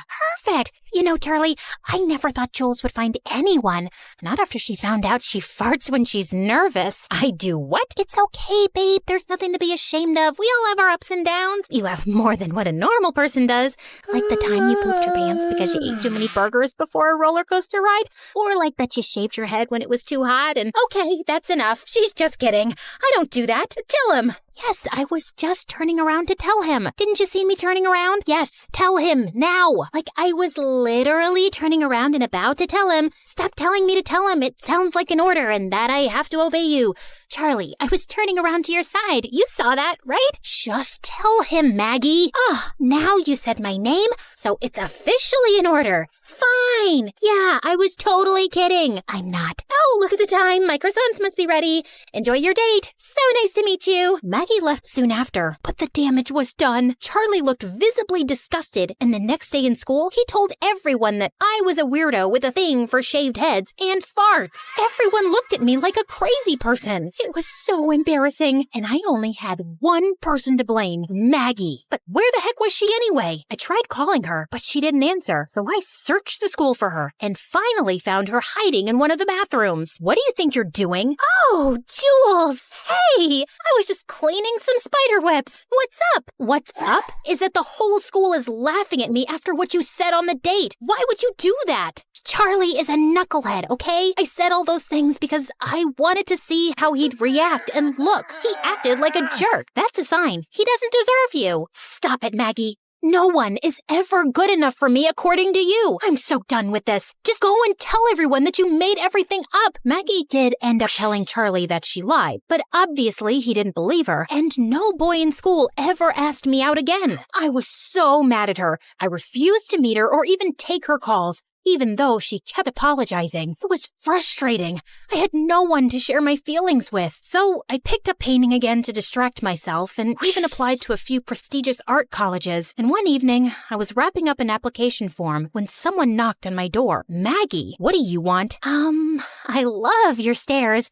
They're powerful and impressive and a step above the rest. Are you seriously gonna sulk all your life? I said I'm sorry. No, you didn't. Okay, then I'm saying it now. I'm sorry, Jules. I went a bit overboard, but honestly, I was just looking out for you. Can we start fresh? Pretty please? We're best friends. I'll think about it, but you better behave yourself. I promise. And Maggie stayed true to her word. A week later, I got accepted to one of the best colleges in the city, and Maggie volunteered to help me set up my room. We were almost done when this gorgeous girl walked in. Where do you think you're going? To my room? Wait, are you my new roommate? Nope, that'd be me. Oh, thank God. I thought I'd have to spend the next 2 years with this weirdo. I'm Alice, by the way. Jules. And I'm Maggie. Good to know. Alice was the professor's daughter and was hands down the prettiest girl I'd ever seen. Apart from being a great artist, she was also the lead singer in one of the college bands, and one night she asked me if I wanted to join her at one of her performances. We got to talking, and Alice was really charming, fun, and intelligent. I loved being around Alice, except Maggie kept demanding me to hang out with her. We should catch the new Avengers movie. I kinda saw it last night with Alice. What about an MSA video marathon then? We haven't done one of those in a while. I don't think so. Alice and I have this project to work on, and Alice! I am tired of listening to her name. You just met the girl, and I like her. She's my friend. Sounds like more than friends to me. I didn't know what Maggie meant by that, but a few days later, I was at one of Alice's shows when Maggie walked in. You didn't tell me you were coming. Well, since you won't hang out with me, thought I'd come to you. Why? Are you not happy? Before I could say another word, the performance started, and as always, Alice blew my mind. Watching her on stage was always amazing, but something in my heart jumped when she blew a kiss at me while singing. Ew, that was so cringe. Stop blushing like a moron, Jules. And what's the whole hype about this Alice? She literally sings like a pregnant horse. I could do so much better than that. And with that, Maggie went on stage and pulled the plugs, and the crowd went silent. What do you think you're doing? Saving people from your horrible voice? Give that back. Alice tried to snatch the plug from Maggie's hand, but Maggie pushed her. Then Alice got up and she pulled Maggie's hair, and the two of them got into a huge fight. Before I could butt in, Alice shoved Maggie, and she tripped over something and ended up falling off the stage, unconscious. Alice and I took her to the hospital where the doctors told us she had a broken arm. Maggie got discharged the next day, but the doctor said that she needed to rest. Her parents requested if I could help her with her recovery since she was always happy around me, so I tried to drop in whenever I could, but every time I said I couldn't come over, she'd freak out or have a full-on panic attack, making me feel like I had to drop everything and go see her. Even Alice started noticing how stressed I was. Then one day, she told me about this great art exhibition in town, and I really wanted to see it. I told Maggie that I wasn't well, and surprisingly, she understood. Alice and I were having a great time, and the exhibition was out of this world. I've missed that smile, you know. Me too. Thanks for bringing me here. I don't remember the last time I felt so happy. Stick with me, and you'll always be happy. Alice brushed a strand of hair away from my face, and I felt my insides explode. She came closer, like she was about to kiss me, when suddenly someone screamed my name. I turned around to see Maggie staring at us furiously. So that's why you couldn't come over, huh? Because you wanted some time away from your girlfriend? I thought you were sick, so I brought you chicken soup. But then I saw this dumb art fair invite, and I knew you tricked me. You didn't leave me a choice. I'm sick of babysitting you. I have my own life too, and it doesn't revolve around you. So it revolves around Alice? I've seen how you two look at each other, and it's not just friendship. That's none of your business. Stay out of this, you witch. Enough. You can't talk to Alice like that. So you'll take her side over mine? With that, Maggie started crying like a banshee. She picked up expensive art pieces and started smashing them to the ground, one by one. I tried to stop her, but she ran around like a mad person before security finally caught up to her. The police were called, and Maggie and I were immediately taken in for questioning. Our parents were called, and it was a huge mess. Mom dropped me back off at my college, where Alice was already waiting for me. Are you okay? Look, Jules, you need to cut that girl loose. She's clearly obsessed with you. I don't know what's gotten into her. I mean, she's always been weird, but she's not a bad person. Then why did she spread that rumor about you in school? I had a friend who went to the same school as you and did some digging. They told me how she said something about you farting. And wait a minute, you asked around about me? Why? Because I wanted to know more about this stupid friend of yours. Then you should have asked me. Don't go sneaking around like that. I'm sorry. I just wanted to make sure you were okay.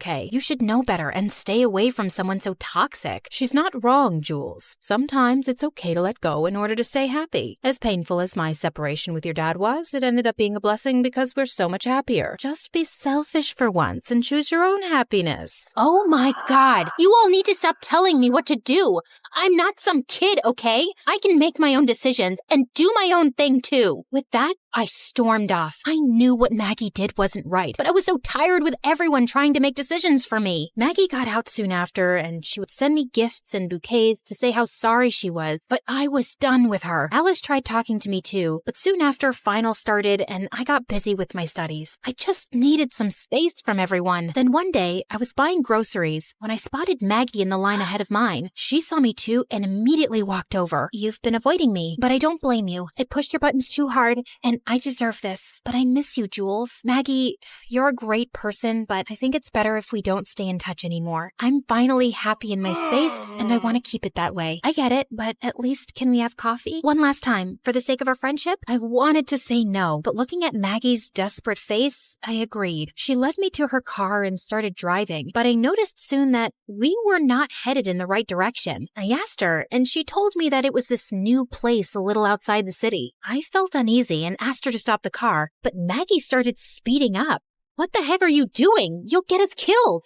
You said you were my bestie forever, and then you dumped me for that stupid Alice. I loved you, Jules, you know that? What? Yes, I loved you, but you told me you were into guys. That's why we couldn't be together. I kept begging Maggie to slow down, but she just wouldn't listen. Panicked, I tried to take the wheel from her hand, but the car slid off the road and hit a tree. Within seconds, a crowd gathered around us and helped me and Maggie out. Thankfully, we weren't injured. Jules, I'm so sorry. Are you hurt? Get away from me, you freak! Don't you dare touch me! 15 minutes later, both our parents arrived. Maggie's parents apologized and begged me not to press charges, even though I really wanted to. Mom took me home, and this time, I decided to cut Maggie off for good. I got a restraining order from the court, and after that day, I never saw Maggie again. I went to therapy and started feeling a lot better. A few days later, Alice asked me to meet. We sat on the hood of her car watching the sunset. So, I've been thinking about you, and I feel like we have a spark. No, it was just a firefly. Really? Such a pity. Yeah, I know. These sparks are getting out of hands lately. Maybe we can set them on fire? We grinned at each other, knowing exactly what was going to happen next.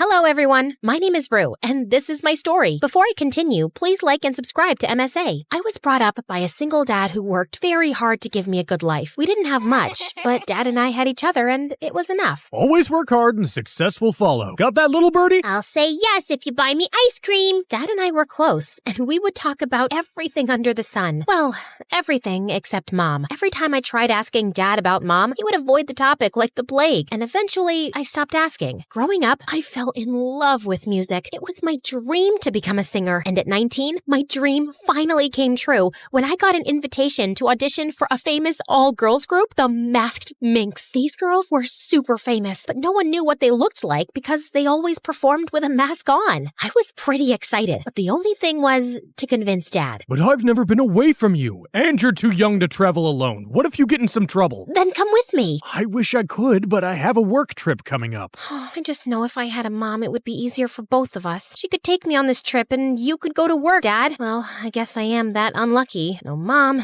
no trips. Sucks, but I know you're doing your best, Dad. Hey, we're very lucky to have each other. I guess I can make some time and take you, but you have to promise that you'll quit bringing up these stories of your mom. I promise. And just like that, Dad and I were on a plane to London. The band had arranged for us to fly first class, and when we finally arrived, I was excited to be welcomed at the airport by a personal chauffeur. Soon after, we reached the hotel where we were staying, and it was also the venue for the auditions. I hugged my dad and entered the audition room, but it was empty. Just then, someone tapped on my shoulder. I turned around and almost passed out. It was a girl, and she had the exact same face as mine, only more polished and prettier. Okay, I know that we have at least 7 people who look exactly like you, but dude, this is beyond freaky. Who are you? Firstly, please don't touch me. I hate being touched. Too many germs. And secondly, I am Ava, and I'm your twin sister. My what? Ava went on to tell me about how we were twins and that our parents separated shortly after we were born. She was raised by our mom, while Dad stayed back in America with me. She was a singer too, but recently she discovered that she had laryngitis and her singing career was basically over. I was the one who sent you the mail and called you here.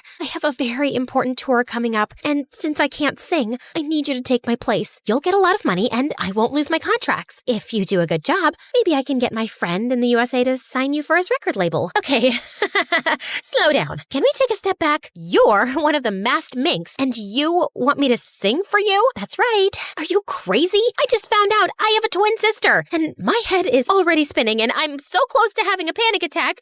Ooh, 1 second. Even if, in some parallel reality, this whole thing was true, I would still have to tell my dad about you. Your dad, our dad, can't know that we've met. I do not want him to get suspicious. Mom has always told me how Dad has hated her all her life, and now I don't want him to take you away. Please, Rue, help me. How do I even know you're my sister? Ava showed me a copy of my birth certificate and a few pictures of us together as babies, but I couldn't trust her. So before I agreed, I placed a condition. I'll agree if you make me meet Mom. Deal. Dad was waiting for me in the hotel lobby, and I felt so angry by looking at his face. How could he hide such a big truth from me? I wanted to confront Dad, but I also wanted to meet Mom, so I decided to stay quiet and go with the flow. I went back to my room and dozed off, and hours later, I was woken up by a frantic call from Ava. I need to see you. Now, come to the lobby and I'm sending a car. I got dressed urgently and did as Ava asked. We met at a restaurant where Ava walked in with the most gorgeous guy on her arm. She introduced him as Jason, her boyfriend, and I just couldn't stop staring at how perfect he was. I need you to convince Dad to pay $100,000 to my manager. Yeah, he's very cute. Wait, sorry, what? I need money, and I promise you will get back much more money when I get you signed on at my friend's record label. Why do you need so much money suddenly? To make arrangements for my tour. Why else? Mom spent all the money I made on my treatment, and I have no savings left. Please, if you do this, I will take you to see Mom. I promise. I was a little taken aback, but I wanted to see my mom so desperately. So I agreed to help Ava out. But Dad would never let go of such a huge amount, so my only other option was Grandpa. He owned several big shopping malls all over the country, and he always told me that I could ask for anything. I called my grandpa and explained the situation to him. He was so happy that I finally met my twin. He apologized for not telling me all this time and promised to help with the money. The next day, Ava let me practice with her background singers and dancers, and I got such a rush out of it. She even let me sign some autographs for her fans on her behalf, and I loved being in the spotlight. After the practice, Ava and I were on our way back when I asked her if I could meet Mom. Not yet. Mom just had a minor heart attack last month, and seeing you might put her into shock, so we need to wait. Meanwhile, could you be a doll and get me some more money? Why? I've already spent enough, Ava. I need to see Mom now, or I will call off the deal. I asked the driver to stop the car and walked out feeling confused and angry. I wanted to cry because I had just lost my grandpa his $100,000 and I still hadn't seen my mom. I was outside the hotel when suddenly someone yanked at my arm. Jason, what do you think you're doing? Listen to me carefully, Rue. You have to get out of here. Ava and her mom are bad news. I heard Ava's mom talking about how they're going to drain your dad's finances. I think you're a really nice person, so please just tell your dad the truth and go back home. And why should I trust you over my own family? Because I know them. I've been with Ava long enough to know when she's lying, and her mother is no saint. She's my mom too, and I think I'm old enough to know what's right and wrong, so thank you, but I'll take it from here. Saying that, I turned around and left, but Jason's words kept ringing in my head. I couldn't sleep a wink that night, and the next morning, I decided to finally tell Dad everything, but he was nowhere to be found. So I went downstairs and saw him talking to a strange woman in the hotel lobby. I walked up to him, and when he saw me, he turned white. What are you doing here? I could ask you the same thing.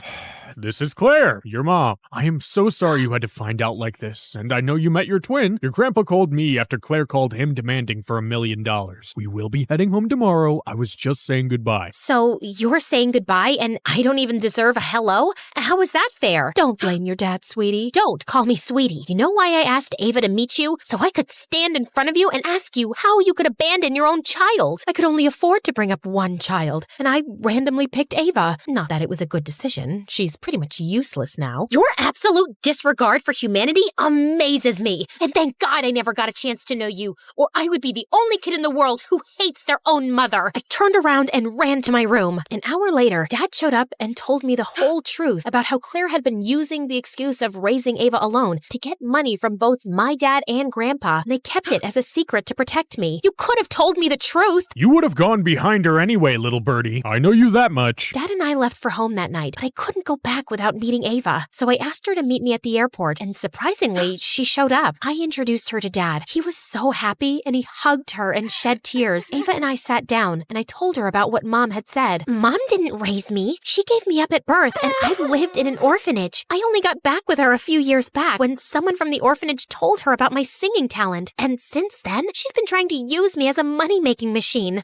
I hate her. Then come with us. Dad and I would love to have you. I would love to, but I can't. I still have so many debts to pay because of Claire. I tried to convince Ava, but she refused. And soon after, Dad and I boarded the flight and left. Weeks passed, but I felt an empty pit in my stomach every time I thought about Ava. She was all alone, fighting my dragon of a mother, and I had to do something to help her, so I turned to Jason for help. I told you, stay away from her. She and her mom are crooks. My mom's using Ava. Please, Jason. She's my sister and your girlfriend. We have to help her out. Okay, this might be a long shot, but what if we do a concert as Ava? It'll be like a face reveal tour. I know a few people who could help us find a band, and we will use social media to spread the word and see where it goes. And what if I'm not that good? I've heard you sing, Rue. You'll be just fine. We spoke to Ava, and she was on board. Jason came down the next week, and we spent days planning every second of the concert. Even my grandpa stepped in to give us a little money. Our posts on social media were very well received, and soon enough, almost all the tickets were sold out. Then one night, I was grabbing coffee when I saw Jason at the same cafe, engrossed in a book. That seems like a heavy read. It's about kids who grew up in an orphanage. I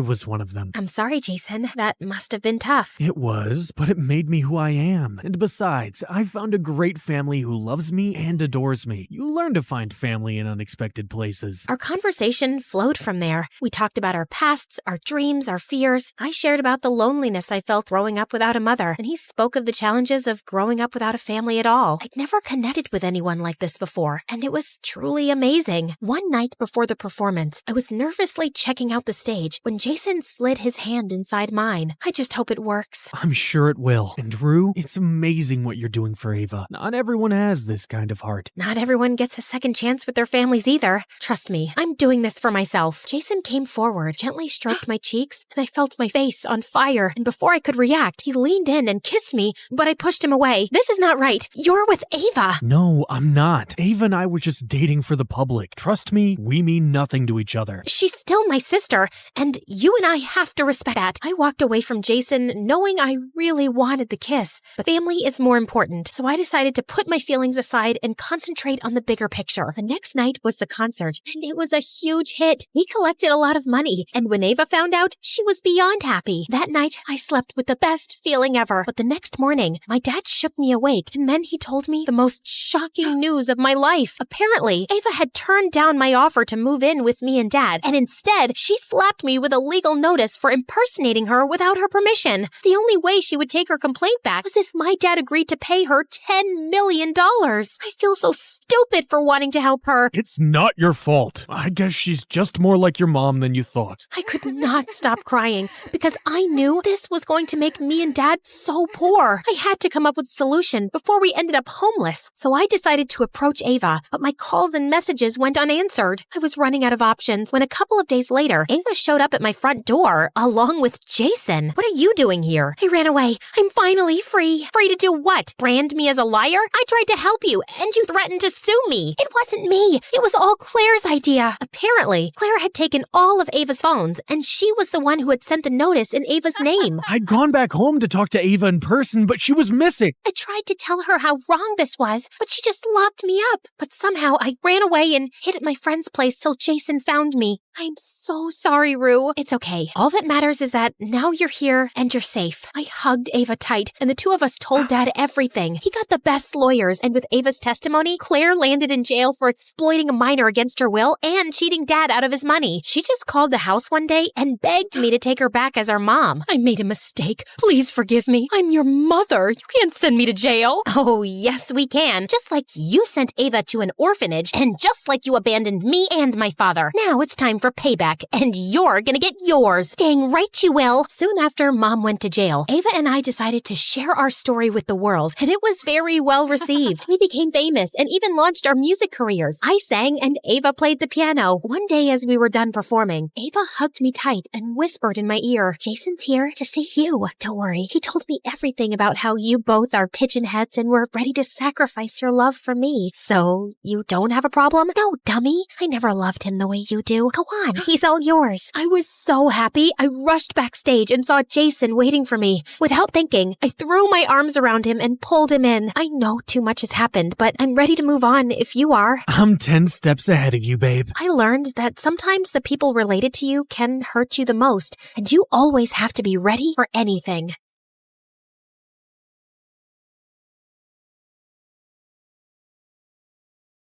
Hey friends, I'm Jessica from Pennsylvania. Please like and subscribe. I was born 2 minutes after my triplet sisters, Zoe and Dana. And even though we look alike, Zoe and Dana always made me feel different. They stuck together, wore the same outfits, and even had their own language, just so they could talk about me behind my back. Hosaga Gelago. Kosaga Gelaga Mene. What is the deal with you two? You sound so dumb when you talk like a duck. No, we don't. You're just jealous because you're not part of our cool club.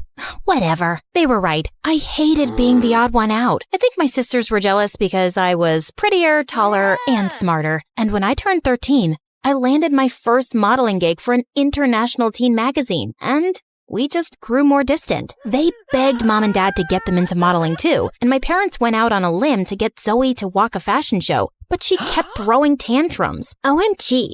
This color makes my eyes look small. Is this Diet Coke? No? Get lost then and get me one. This makeup artist looks like a homeless person. Get me a prettier one. It was so bad, they kicked her out and she never got a call back. I don't get it. We're dressed up better, obviously prettier, and yet somehow you get all these great gigs. Ugh, don't whine if you can't get what's mine. And I'll let you in on my secret, but you have to promise me never to tell Mom. I walk on my arms 3 times a day, every day, for at least 50 minutes. That's ridiculous. We've never seen you do that. I won't do it in front of you, dummy. It's called a secret for a reason. Walking on hands helps me with my posture, and I walk better on the ramp. It was a lie, of course, but my sisters were so dumb. They tried doing everything, but couldn't even land a handstand. And one time, Zoe ended up falling and crashing right into Mom's $1,000 vase, smashing it into pieces. Mom was furious, and they both ended up getting their butts grounded, while I had the TV all to myself for a good 2 weeks.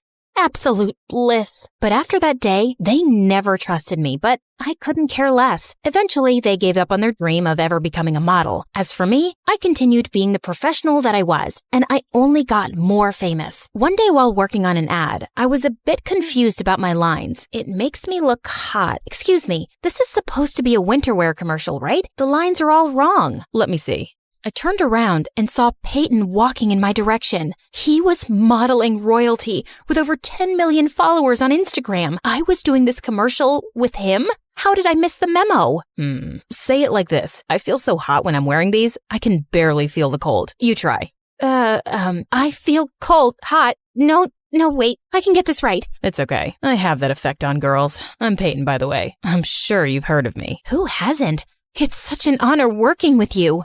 Peyton and I absolutely nailed that winter wear ad, and our chemistry was so good, we ended up doing a lot of ads together. We started hanging out more and more, and soon became good friends. The more I got to know him, the closer to him I felt. You know, apart from good looks and almost perfect body, I also happen to be an amazing singer. Oh, how cool. I've always wanted to be a model, but... Do you want me to sing for you? Oh, yes. I'd love to. Before I could even finish my sentence, Peyton started singing, and it was so bad. I could feel my eardrums cry. But despite that horrible singing, when Peyton asked me out that evening, I happily said yes. And when my sisters found out, they burned with rage. Seriously? You think I won't know you're talking about me and Peyton? Guess your secret language doesn't make you cool enough to be with someone like him, so I'm just gonna ignore you. Ignore us all you want, but you can't ignore the fact that Peyton is too good for you, and you'll never be able to keep him happy. Say what you want, I'm late for my meeting with my super hot boyfriend.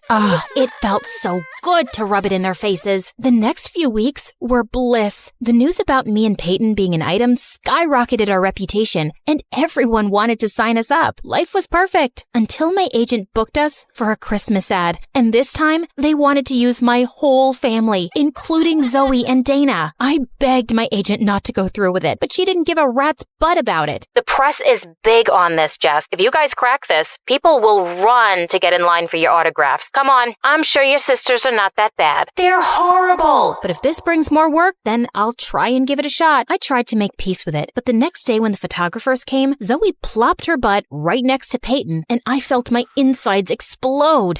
Every time Dana gave Zoe a look, Zoe whispered something in Peyton's ear, and they burst out laughing. What? What's so funny? Tell me too.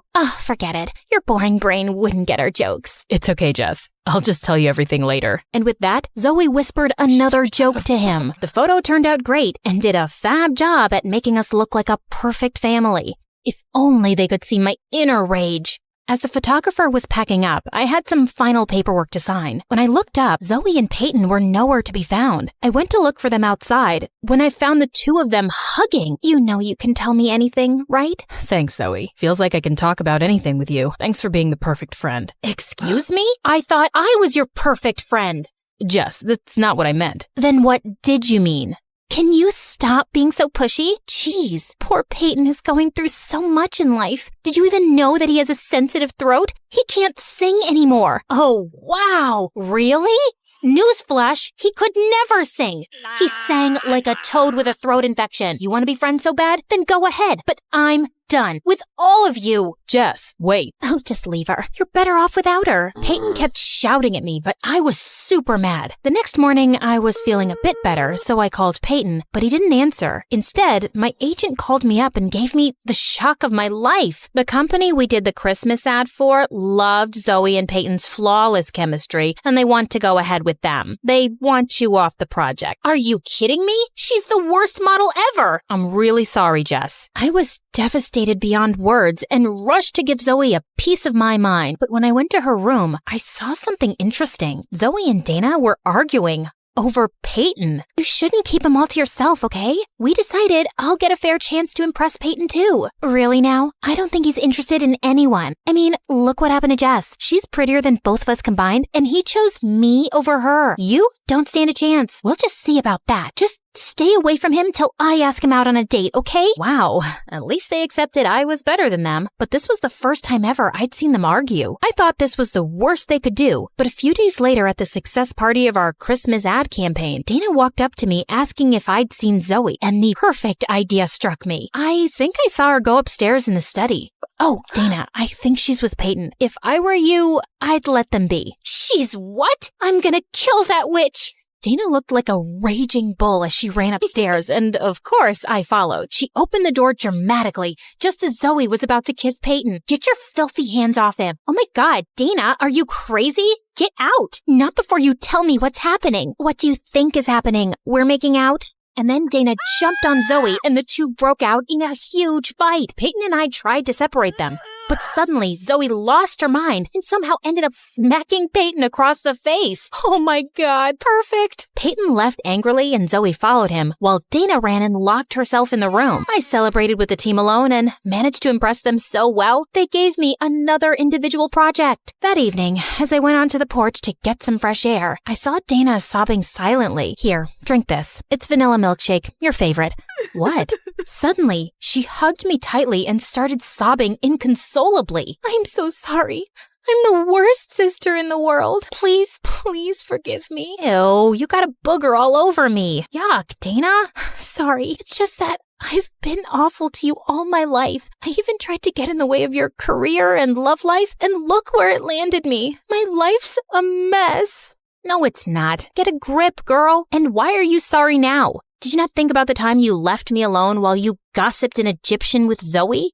What? Your dumb secret language? Oh, that was actually nothing. We just said some nonsense to piss you off. It was Zoe's idea. So you're telling me there's no language at all?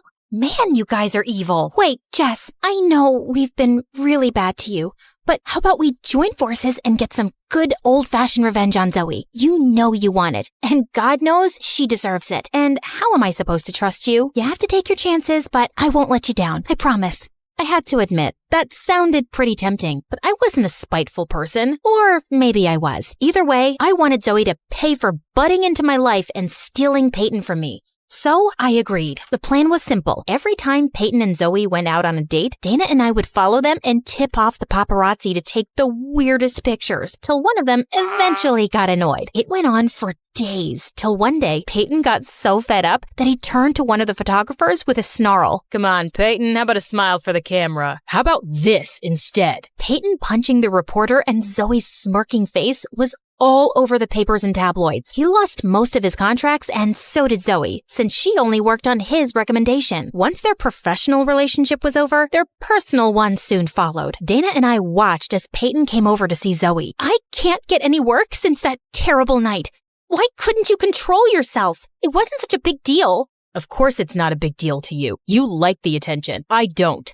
What do you mean? I mean that a small-time dumb model like you would want cameras to follow you everywhere. Wait a minute. Maybe it's you who keeps tipping them off. This makes no sense. Oh, it makes perfect sense. Getting photographed with someone as famous as me would be a dream come true for someone like you. Shut up, Peyton. You can't talk to Zoe like that. Why are you jumping to her defense? Did you forget how she took over your life and your boyfriend? Seems like she did me a favor there, because I can do a lot better than a bug-eating idiot like you, and so can Zoe. Now do us both a favor and get out before I knock your teeth in. Peyton pouted and left, and Zoe turned to me. Why did you do that? I clearly don't deserve your sympathy. You're my sister, Zoe. The only person who can talk down to you is me. But I hope you learned a lesson. I did, and I'm sorry for everything. All the times I've been mean to you. Yeah, we're sorry too. We're the ones who tipped off the paparazzi. It's okay. I kinda deserved it, so we're good? Might take me a little while, but I'll get there. Even if it takes us years, we're gonna prove to you that we've always got your back. Triplets. To the end. A few days later, my agent told me that due to bad publicity, Peyton got dropped from his modeling agency. Zoe and Dana worked non-stop to get back into business, and I helped my sisters in every way I could, till they were eventually good enough to land their own gigs. Working together brought us closer. But I think the best part was when we got to go on vacation and just relax and do little things together like chatting and even learning new languages. Agana bina gutge, amunkachugadoo. Hey, it's Juniper, the rhyming whiz. Ever since I was a kid, I've loved poems. It all started with my amazing grandma and her incredible library. People would line up just to catch a glimpse. But when I turned 13, something really bad happened. My grandma left us, and because of a big business loss, my parents had to close down the library she loved so much. It was heartbreaking to see her special books being sold off. I felt so sad and lost without her and the library. Life went on, but one day, I spotted a real gem. My grandma's collector's edition book of Emily Dickinson's poems. I knew I had to get it to honor her memory. OMG, OMG. Mom, Dad, I need to have this. Please, please. It's pretty expensive. I know you want this because it once belonged to your grandma, but honey, we can't afford this. And you're just 16. Do something fun, like some TikTok dances. Isn't poetry like watching grass grow? I knew Mom and Dad would never understand my love for poetry, so I decided to take matters into my own hands. I took every job I could, from mowing lawns like a boss to delivering newspapers. I was working hard. One day, while I was sweating like crazy, Mrs. Peterson, our neighbor, approached me with an offer I just couldn't refuse, to babysit her toddler son, Tim. But I was a bit unsure. While Tim was as cute as a button, his older brother Jim was a handful. We were in the same class, and that dude had a special talent for getting into sticky situations with his failed magic tricks. But beggars can't be choosers, so I accepted the job. So there I was, babysitting like a pro, changing Tim's diapers and trying to keep Jim out of trouble. And one day, Jim called for help, all tangled up in chains while attempting a magic trick. I helped him out of the tangled mess, all the while laughing my heart out. You really need to be careful with your magic, Mr. Magician. Oh, I'm so sorry. But you know, it's all part of the magic charm. How about being my assistant? Every magician needs one. One day in the library, I was reading a poem, and Jim looked over. What's so fascinating about those words? Poetry is like a secret language of feelings and thoughts. It's like life in a nutshell, bro. You should try it. And he did. For the first time, I had a friend who showed interest in poetry, and I appreciated it. One day, Jim and I were hanging out at the bowling alley, and he went to get me some water. Right then, something totally unexpected happened. Aaron, of all people, came over to me. I'm not gonna lie, my heart was literally racing with excitement. But what he said next shocked me. What are you doing here with Jim the Dim? Shouldn't you be with someone like me? Did he really have to? No way I was gonna just stand there and listen to him diss my bestie. Hey, don't call my friend that.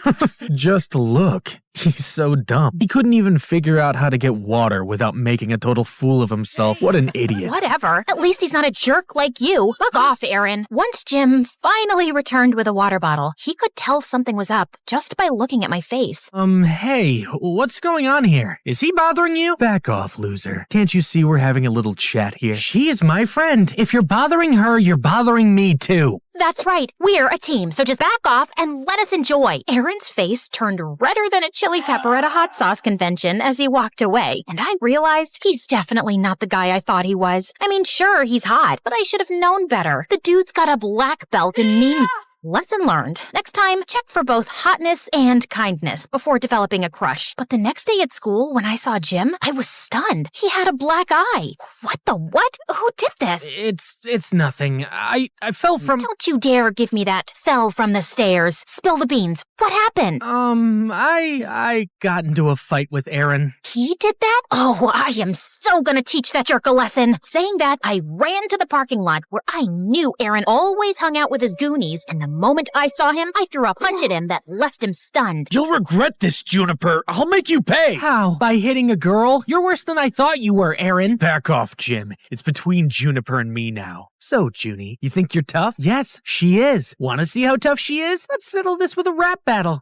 Yeah, I know you've been preparing for it. So, Aaron, are you up for the challenge? 'Cause Juniper destroyed you here, and she's gonna destroy you there, too. Bet I will. I'm not afraid of you, Aaron. We'll see about that. But just so you know, if I win, you'll have to go on a date with me. No way. Oh, you will. And if I lose, I promise I'll apologize to Jim in front of the entire school. Fair deal, right? Bring it on. As Aaron walked away with his friends, reality hit me hard. I had just agreed to a rap battle with Aaron, and if I lost, I'd have to go on a date with him. While I would have been thrilled about the idea before, now that I knew Aaron was a jerk, I had zero interest interest. Jim, I don't know if I can do this. Juniper, you don't have to do this if you don't want to. But think about it. The cash prize is a whopping $5,000. We can split it. You can finally get those poetry books you've been dreaming of, and, well, I can perhaps get that PlayStation 5. My mom's been denying me forever. His words sparked a glimmer of hope within me. Maybe, just maybe, I could pull this off. All right,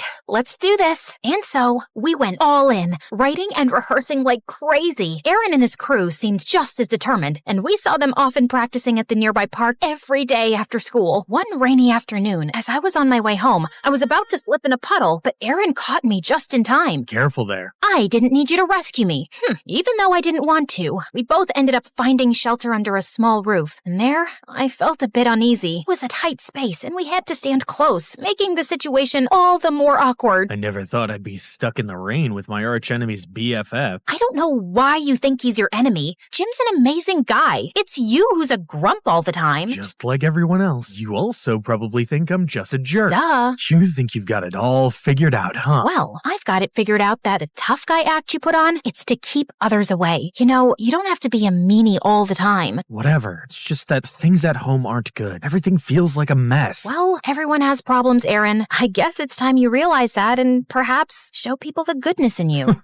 You're weird. You know that? Takes one to know one, I guess. As Aaron and I kept talking, I realized he wasn't so bad after all. Once the rain finally eased up, we both went our separate ways, but I couldn't help but feel a newfound understanding for Aaron. As the days passed, I saw a new side of Aaron, and it amazed me. One time, I spotted him helping a stray dog find its way home, and another time, he even shared his lunch money with a classmate in need. One day, I noticed Aaron leaving school in a hurry, forgetting his phone. I chased after him on my bicycle and found him at a hospital, sitting in a room and crying. Hey, Aaron. What are you doing here? You left your phone at school. Is everything okay? You seem upset. It's none of your business. This is my mom. She's been in a coma for a long time. I come here every day to see her. Oh my God, I had no idea. I hope things get better for you. Yeah, thanks. From that day on, I saw Aaron in a totally new light. And when I told Jim about how Aaron's mom was sick, without revealing the part that I spoke to him, he just rolled his eyes. That guy's a phony. Don't believe everything you hear, Juniper. Jim hated Aaron, but I guess I had started to have feelings for him. One day, at lunchtime when Jim wasn't around, Aaron approached me. Hey, Juniper. Want to catch a movie together? Barbie's playing. I heard it's hilarious.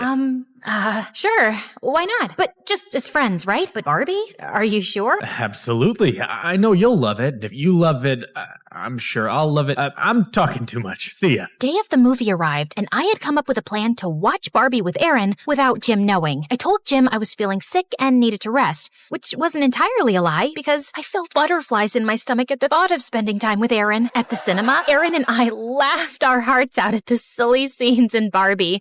It was so fun. But as we left the cinema, I was in for a surprise. Jim was standing there looking heartbroken and hurt. Juniper, you lied to me. I thought we were supposed to be best friends, and here you are with Aaron of all people? It's not what you think, Jim. Aaron is a really nice guy. Juniper, please. This guy, he's a snake. Hey, dude, I'm standing right here. You better shut that mouth. You shut up and stay away from Juniper. Before I knew it, Jim threw a punch at Aaron and knocked him on the ground. I was shocked. Are you crazy, Jim? What's gotten into you? You hurt him badly. But Juniper, you're my friend. You're supposed to be on my side. Jim, I'll be friends with whoever I want. I can't stay around you. It's like I don't even know who you are. I then helped Aaron up and walked him home. He could have pressed charges against Jim, but he didn't, which was very kind of him. In the days that followed, Jim tried to contact me many times, but I wasn't ready to talk to him yet. It felt like everything was spinning out of control, and I needed some time to sort out my feelings. So, on the day of the rap battle, instead of participating, I messaged Jim that I wouldn't be joining. All he replied with was a simple okay. Feeling torn and anxious, I decided to at least visit the rap battle to see Aaron perform and support him, but what I saw there left me shook. Jim was trying his best, but Aaron, he was killing it, and not in a good way. Hey, Jimbo, you lost your friend. Now you're on your own. My tricks played well. She fell for my lies. What a surprise. To the cinema. Took her. She didn't know. Faked about my mom. Perfect sorrowful show. She thought I'd changed, but it was just a facade. Remember that call? I tipped you off. So odd. To gain her sympathy, I took a punch so tough. Now she's on my hook. My power to show it's enough. My emotions went wild as I heard Aaron's hurtful words. Seeing Jim's pained expression, it hit me hard. He was right about Aaron's tricks. It all clicked. He had done the whole nice guy act to distract me from the rap battle. He messed with the wrong girl. Without even thinking, I jumped on the stage next to Jim. Jim, my buddy, you know I got your back. Through thick and thin, we never lack. Fake friends leave, but we stand tall. Bonds unbreakable, never gonna fall. They're just haters, but we're the real deal, and that's all. As for you,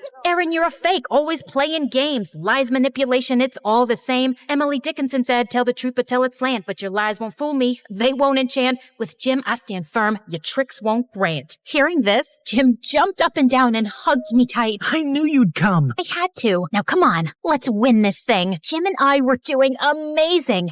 We were spitting verses in the mic like we were on fire. In the end, it was us against Aaron and his gang, and I decided to bring my A game and finish him once and for all. But before I could speak, Jim took the mic and left me totally blown. You call my friend naive, but let me retort. She's like a rainbow, shining bright, never short. Like twinkle, twinkle, little star, she'll reach for the sky. While you're stuck in the dark, telling lie after lie. Life's a journey, not a devious scheme. In the little engine that could, she follows her dream. She'll rise and shine while you're left in the dark. With no true friends, no real spark. The rap battle ended. Jim dropped the mic, leaving Aaron speechless. OMG, how did you do that? Learned from you, Juniper. In the end, we totally nailed it and won the cash prize. As Aaron tried to get off the stage, I quickly called out his name. Hey, Aaron, remember the deal? Apologize to Jim in front of everyone. Come on. Yeah, come back on stage. Aaron's face turned red as a tomato, and like a kid who was punished, he took the mic and apologized to Jim. Now that was a mic drop. Once we left the venue, Jim took me straight to the bookshop where my grandma's book was. Get that poetry book you've always wanted. But it's not just my money. We both won. You get part two. No, I wanted to win just for you, Juniper. OMG, you're the best friend ever, Jim. Remember, true friends got your back, no matter what. Fake people and lies can't break real friendship. Trust your buddies.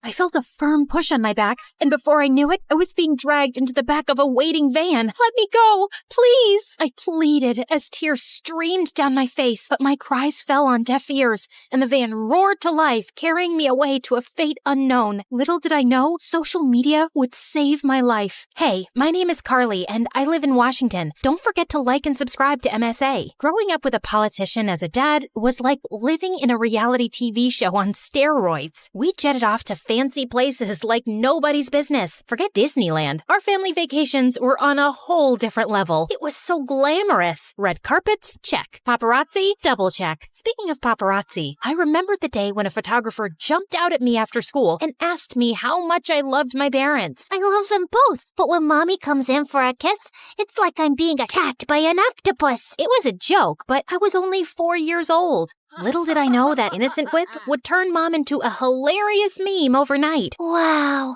Mom, you look cute. But when Mom saw them, she felt terrible, and I suddenly realized that this must not be good. I'm so sorry, Mom. I didn't mean for this to happen. I know you didn't, sweetie, but sometimes people can be cruel, especially on social media. It's better to just avoid it overall. Growing up, I realized the challenges that came with my family's position. People were green with envy and jealous as heck. Like, when I noticed an old woman afraid of crossing the street, I rushed to help her, but I ended up getting a lot more than I bargained for. As soon as I handed her purse back to her, someone recorded it and posted it, but they twisted it and made it look like I was stealing her purse. What a bummer. And just then, my dad's political enemies used the video, and all hell broke loose. Suddenly, Dad started losing his supporters faster than a contestant on The Voice. I was chill until I saw Dad walking like a ticking clock. Tick-tock, tick-tock. I felt terrible. school, so I stayed away from social media. But as I entered high school, Twitter, Instagram, and WhatsApp became big parts of everyone's lives. Even my best friend Sarah was always on her phone, chatting with guys on social media. Who are you talking to? Oh, wow.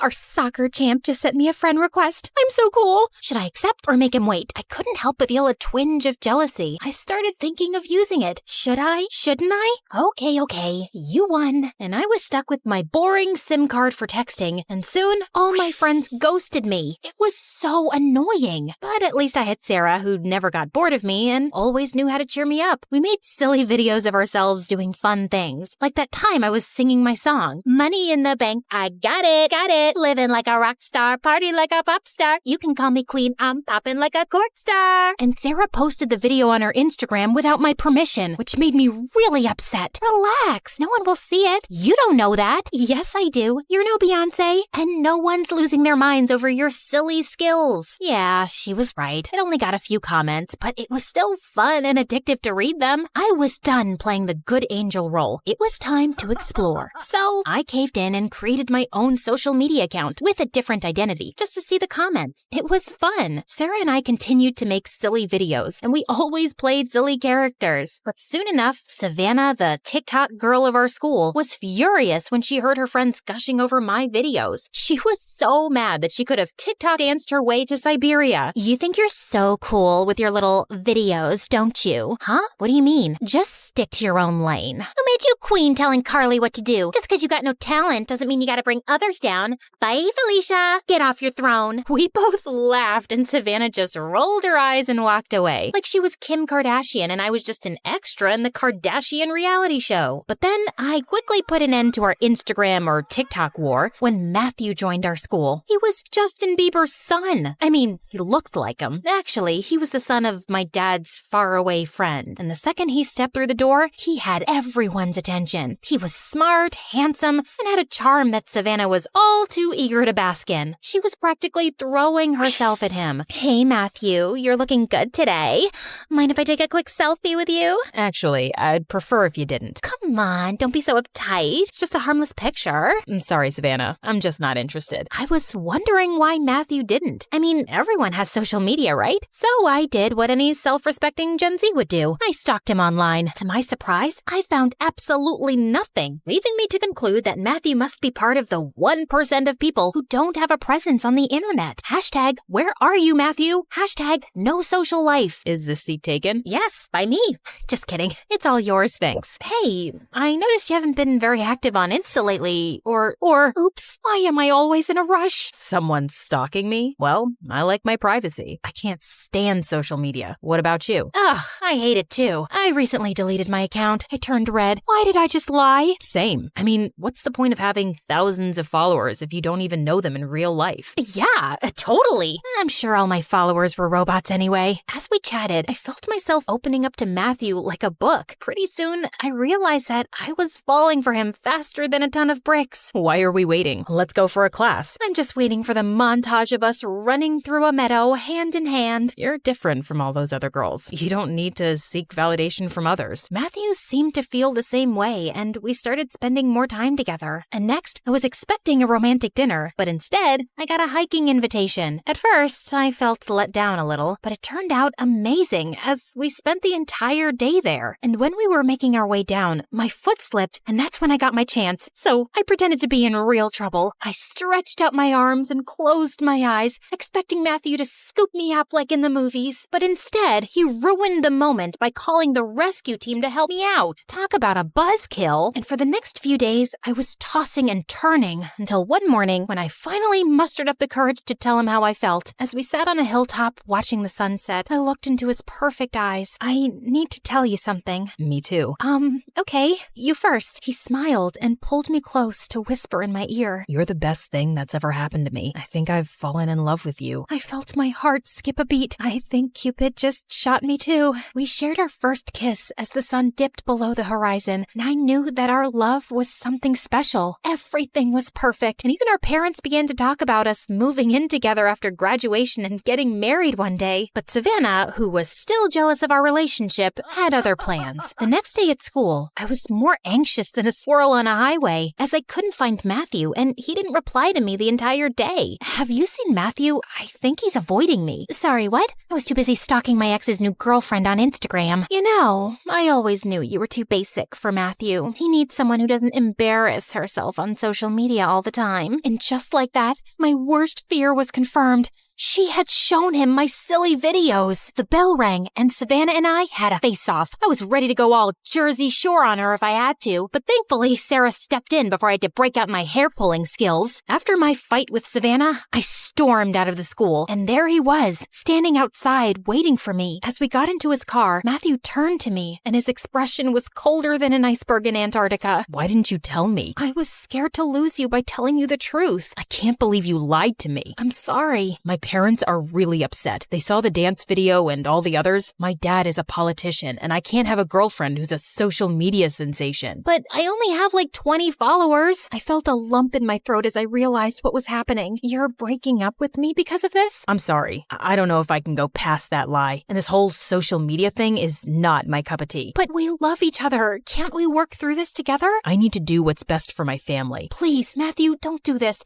I'll delete my account. I'm sorry, Carly. I need some time to think about things, but we can still be friends. I got out of the car and watched him drive away. Friends? As I walked home, I noticed a van following me. At first, I didn't think much of it, but then 2 men got out and dragged me into the van. I was terrified and confused, wondering what was happening. As we drove to a secret location, I kept thinking it was a prank. Savannah must have paid these guys to play a joke on me. Is this some kind of punked episode? Do I get to meet Ashton Kutcher now? Seriously, if this is Savannah's idea of a joke, tell her it's not funny. As the van stopped in the middle of nowhere, I realized this was no prank. It was real, and I was in trouble. Look, I don't know what you guys want, but all I have is some gum and a half-eaten granola bar in my backpack. There was silence from the guys in the front of the van, and I started to feel a little uneasy. Suddenly, the kidnappers hopped out, and I heard a dial tone. Hey, we got her. No, we didn't hurt her. Sure, we're ready, as agreed, asking for a ransom. A ransom? Who do they think I am? A Kardashian? After what felt like an eternity, I heard the sounds of footsteps approach the back of the van. I knew this was my chance to escape. I braced myself for what was to come. But then, I heard a familiar voice. Carly, are you in there? I couldn't believe it. It was Sarah. She found me. Or was she one of them? The back door opened, and I saw Sarah and Matthew standing in front of me with a group of police officers behind them. Are you okay? I'm so sorry for what I said earlier. I can't ever lose you. I nodded, too overwhelmed to speak. Matthew lovingly scooped me up like a pizza from the van. Come on, guys, it's a serious situation. Stop giggling. What is happening here? How did you find me? Social media. Savannah was acting really weird in school, like wearing sunglasses inside and being afraid of her own shadow. I got suspicious that she was hiding something. I checked her social media and saw that she had posted a vlog of herself walking. And that's when we saw you in the background of our video getting shoved into a van. We got the license plate and gave the information to the police. You saved my life. Carly! My parents arrived by helicopter like their own personal Mission Impossible, and it was hard to tell who was more relieved, me or them. Oh, my dear, we were worried sick about you. I can't even imagine what you've been through. Your safety is our top priority, Carly. We were ready to do anything to bring you back. I thought I was never gonna see you guys again, but thanks to Sarah and Matthew, I'm here, and social media. It's funny how something that almost ruined my life ended up saving it. Social media caused so much drama in my life and almost cost me everything, including Matthew. But without it, who knows how long it would have taken to find me. Just then, the police took the kidnappers into custody. You'll pay for this! Something just doesn't feel right. The police stripped the bad guys of their belongings and shook hands with my dad. I quickly dialed the last number and saw my dad pull out his phone and drop the call. It was him. I was horrified. My own father orchestrated my kidnapping? That night, Dad admitted to it and asked for my forgiveness. I know it seems extreme, but it was the only way to win back my voters. If I lost the election, my opponent would have won and ruined everything that I've worked for. I don't care about losing, but people would have suffered. There would have been no social security, no free education, and no health insurance. I couldn't let that happen. But you put your political things ahead of your own daughter's safety? And if it was for good, why didn't you involve me in your plan? I could have helped you, or at least have been prepared for what was going to happen. I wish I could have involved you, but the plan involved highly confidential information. Even family members can accidentally leak information, and I couldn't take that risk. I truly believed that what I was doing was for the greater good. I instructed the fake kidnappers not to hurt you, and they didn't. And now that you're home safe, I hope you can understand why I did this. As news of my kidnapping spread, the public's empathy for my father grew. I knew his intentions were good, but his actions were wrong. Still, I forgave him. He was reelected and made sure that everyone got what they deserve. Better wages. I learned the value of honesty and communication. I realized that sometimes people make mistakes, but forgiveness and understanding can bring healing and peace. As for Matthew and I, we were able to continue our relationship, and our love only grew stronger. He even willingly participated in a video for Sarah's TikTok.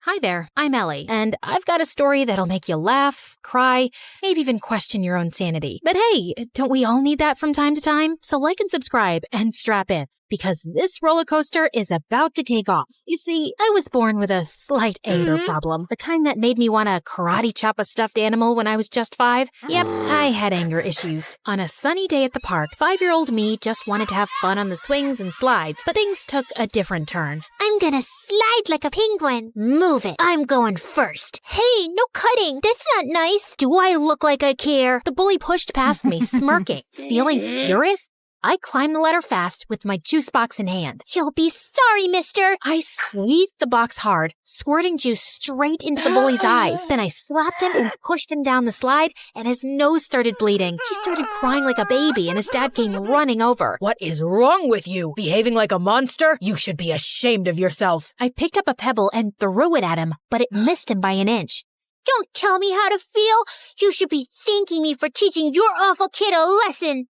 I threw another pebble at him and then ran away. Mom and Dad yelled at me all the way back home. I cried and said sorry. Then I jumped onto my parents and smothered them with kisses till they forgave me. Yeah, I think I'm a kind person in general. I mean, as long as I'm not angry. Fast forward to 1st grade, and there I was, little Ellie, eager to make friends at school. One day during recess, I spotted a group of girls playing hopscotch, and I approached them. Hey you, I think we should be friends. No thanks, I already have friends. Well, that didn't go as planned, but I wasn't giving up so easily. Oh yeah? Well, you haven't met a friend like me. I started shouting and spinning with my arms spread out like a wild little windmill. I even threw my sandwich on the ground. I'm fun, I'm cool, and I'll bring snacks to share. So why wouldn't you want to be my friend? Say yes, or you'll regret it. Say it. The girl hesitated, then let out a sigh.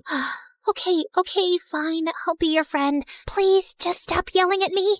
And just like that, I made a new friend. Her name was Lucy, and she was the best. 2 years later in 3rd grade, my family told me one day that we had to move for Dad's job. Scared of losing Lucy, I got really angry. I won't leave Lucy. She's my best friend, and I'm not going anywhere. I protested by staying in our backyard treehouse, and I refused to come down till my parents changed their mind. We know you're upset, but we have to think about what's good for the family. But when I didn't budge, my parents caved after a few days. I was so happy, I finally climbed down from the treehouse. And I learned that standing up for what matters can make a difference, and that my anger was the best thing I had. It gave me whatever I wanted. What I didn't realize back then, though, was that Lucy eventually figured she could take advantage of my anger issues to get her way, too. If she wanted something from someone, she'd come up with a sneaky plan to get me all riled up against that person. Yeah, it always made me the bad guy fighting and bullying people, while Lucy looked like she was the nice, calm friend of a monster. But no one got seriously harmed. As we entered middle school, though, Lucy started doing it more frequently and for bigger things, and I began getting into serious trouble. Like one day, Lucy came to me saying that Mrs. Thompson had called her into her office and said she was giving her a C- on her project. You know what else she said? She told me that I should get myself a better friend because you're distracting me with all your fights and affecting my grades while you get good grades yourself. She even said that you hang out with me just so you can feel better than me. Can you imagine? What? That's not true. Of course I know that. Listen, in today's lesson, I'm gonna confront her about this psychological manipulation. And if she sneezes a lot, it means she's nervous that I've told you everything she said. You know all the teachers fear you, but Mrs. Thompson is always sneezing sneezing because of her allergies. Yes, but sneezing a lot means she's nervous and she's hiding something. She told us that once, but I guess you forgot. Lucky you have me to remind you. When it was Mrs. Thompson's class, Lucy gifted her a red nose, and seconds later, when she confronted her about the manipulation, Mrs. Thompson started sneezing like crazy, and I felt furious. How could you? I thought you were a nice teacher, but you're just like the rest. And with that, I pushed her hard. She fell down and screamed in pain. While everyone's attention was focused on me, Lucy sneaked into Mrs. Thompson's laptop and changed her own grade on the project. Mrs. Thompson broke her arm, and I got suspended for 3 weeks. My parents were furious with me and insisted that I tell them exactly what happened. When I did, Mom said that Lucy was the manipulative witch here. I yelled at her and didn't talk to her for days. How could she say that about my BFF? Days later, I visited Lucy, and her mom opened the door and looked at me like I was some cockroach. Ugh, you again. What do you want? I heard what happened with Mrs. Thompson. Why can't you be a normal human being? Poor Lucy, she almost failed her project because of you. What? Yeah, you're crazy and you're affecting my child. She'll end up failing all her classes because of you. Why does everyone keep saying that? Because it's true. Hey, listen, you silly woman. I was about to scream at her when Lucy showed up and pulled me inside her bedroom. Please, Ellie, you can't talk to Mom like that no matter what she says. But I'm a good friend and I forgive you. Now calm down, girl, and take the Snickers bar. I know it's your favorite candy. Lucy had clearly been spreading lies about me, but I was too blind to see it back then. And when I returned to school, things were a bit different. A new girl, Isabella, had joined our class. She was rich, pretty, and quickly became popular. Lucy seemed annoyed by her existence, but she seems like a cool girl to me. Till one day, Lucy and I saw Isabella walking out of the bathroom, and I noticed a marker in her hand. Lucy went in to use the bathroom as I waited in the hallway, but moments later, she came out, dragging me back into the bathroom with her. OMG, you gotta see this. You won't believe what Isabella wrote about you on the door. It's totally her handwriting. I'm so done with this annoying psycho Ellie. She's always bullying everyone. I want a peaceful, calm school that I can brag about to my rich friends. I offer $1,000 to anyone who can get rid of her. DM me on this Instagram account if you're interested. What a stupid, ugly witch. Furious, I stormed over to Isabella. How dare you write that about me on the bathroom door? I saw you with that marker, so don't you dare lie to me. Ellie, seriously? I had a marker, but I was working on an art project. I didn't write anything about you. Oh, yeah? Well, Lucy seems to think it's in your handwriting, and Lucy said that? Okay, you should stop listening to that friend of yours. She's just using you like a puppet. Can't you see it? For some reason, Isabella's words struck a chord with me, like she just said something out loud that I kinda already knew. But I quickly brushed my thoughts away. You don't know anything.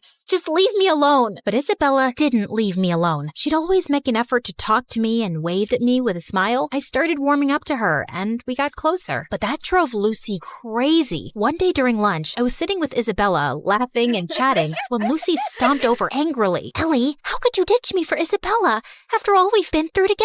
Just calm down, will you? I'm not ditching you, just spending time with Isabella. We can all be friends, you know. Are you for real? How dare you replace me? And with that, she pounced on me. I didn't want to fight her, so I just pushed her away, but she grabbed my hair again. Luckily, someone called a teacher, and Lucy got detention for 2 weeks. And I swear, those were the best 2 weeks of my life. Things were calm and peaceful, and I didn't have a single fight with anyone. Isabella even convinced me to start getting therapy for my anger issues, and I felt really good about it. Then one day, Isabella told me something. Hey, Ellie, yesterday when I got back from school, I was shocked to find Lucy in my house. I asked her what she was doing there, but before she could reply, her mom showed up. She's our maid. I swear I had no idea. She said she'd brought Lucy over to help her clean the kitchen before Christmas. Oh, yeah, I know that her mom works as a maid for you, but we never talk about it, because I don't want to embarrass her or anything. But I don't have a good feeling about her suddenly being in your house. She might be up to something fishy. So we decided to keep an eye on Lucy that afternoon, and we watched from a safe distance as Lucy's mom gave her instructions to clean. But just a few moments later, after her mom left, we heard a loud crash, followed by Lucy's scream. We rushed to find Lucy lying on the floor with a broken shelf and scattered kitchenware around her. We tried to help her up, but she screamed in pain and couldn't move. Just then, Lucy's mom and Isabella's parents came running too. Oh my God, what happened? Oh, Mom, I was just reaching for something on the shelf, but it was unstable. It just all came crashing down on me. Lucy's mom turned to Isabella's parents furiously. This is all your fault. You knew this shelf was broken and you never bothered to fix it. I told you so many times. Now my daughter is injured because of your negligence. I'm gonna sue you for this. You'll pay for the harm you've caused my daughter. Isabella's parents tried apologizing repeatedly, but Lucy's mom didn't listen to a word and called an ambulance to take Lucy away. I couldn't help feeling sorry for Lucy, although I was almost sure she'd hurt herself on purpose to cause trouble for Isabella and her parents. She probably hadn't expected it to be this bad. And sure enough, the injury was very bad, and Lucy couldn't walk for a few months. A few days later, the teacher planned a visit to Lucy's house for the class to cheer her up. But the moment we entered Lucy's room, she went ballistic, calling me a horrible friend who'd betrayed her, and calling Isabella bad names too. I was feeling angrier by the second, but I tried staying calm. Just then, Lucy's mom walked in, and she started calling me a bad friend too. Are you here to hurt my Lucy even more, Ellie? You've made it obvious whose friend you really are. But be aware, Isabella, I'm certain she only chose you because you're rich. Ellie has always been a bad, rotten egg. Suddenly, I just snapped. I jumped at Lucy's mom and she fell back and hit her head on the floor. Everyone looked shocked, and I knew I'd messed up big time. I ran out crying. When Mom found out about it, she was so mad. Ellie, I can't believe you attacked Lucy's mom. She called me, threatening to contact Child Services and telling them that you need to be put in some rehab center because you're a danger for other people. I honestly felt terrified hearing that, and my first instinct was to lash out and scream in my defense. But instead, I took a deep breath and thought of my friendship with Isabella, and it helped calm me down. Mom, I know it was wrong, and I'm really sorry. I'm working on controlling my anger. I'll be better, I promise. Mom looked really surprised and then nodded, but she still took my phone away and grounded me for a month, and I didn't protest. I knew I deserved that. Back at school, Isabella told me Lucy's mom was going ahead with the lawsuit, and I really wished there was something I could do to help. Lucy or her mom wouldn't listen to a word I'd say. But then one day, I was in the school's bathroom when someone knocked on the stall door. It was Lucy's mom. Ellie, I need to talk to you. I've been reading Lucy's diary, and I've discovered the truth about her actions. She's been using your anger issues to her advantage. I sometimes had a feeling that something was off with Lucy's behavior, but I never knew for sure. Are you still gonna sue Isabella's parents or report me to Child Services? No, I just wanted to apologize to you, and I won't be causing you or Isabella's parents any more trouble. I'll also get Lucy the help she needs. We might even move to another town and live with my sister if it means Lucy can get better therapy. I'm so sorry for everything, Ellie, and I want to thank you for being a good friend to Lucy, despite everything. With that, she gave me a quick hug and left. I felt tears pricking my eyes. I was kind of sad I wouldn't get to see Lucy again, but I also felt lighter and free. Moments later, Isabella walked in. Ellie, everything's gonna be okay. Isabella hugged me tight, and for the first time in a long while, I felt like everything would be okay.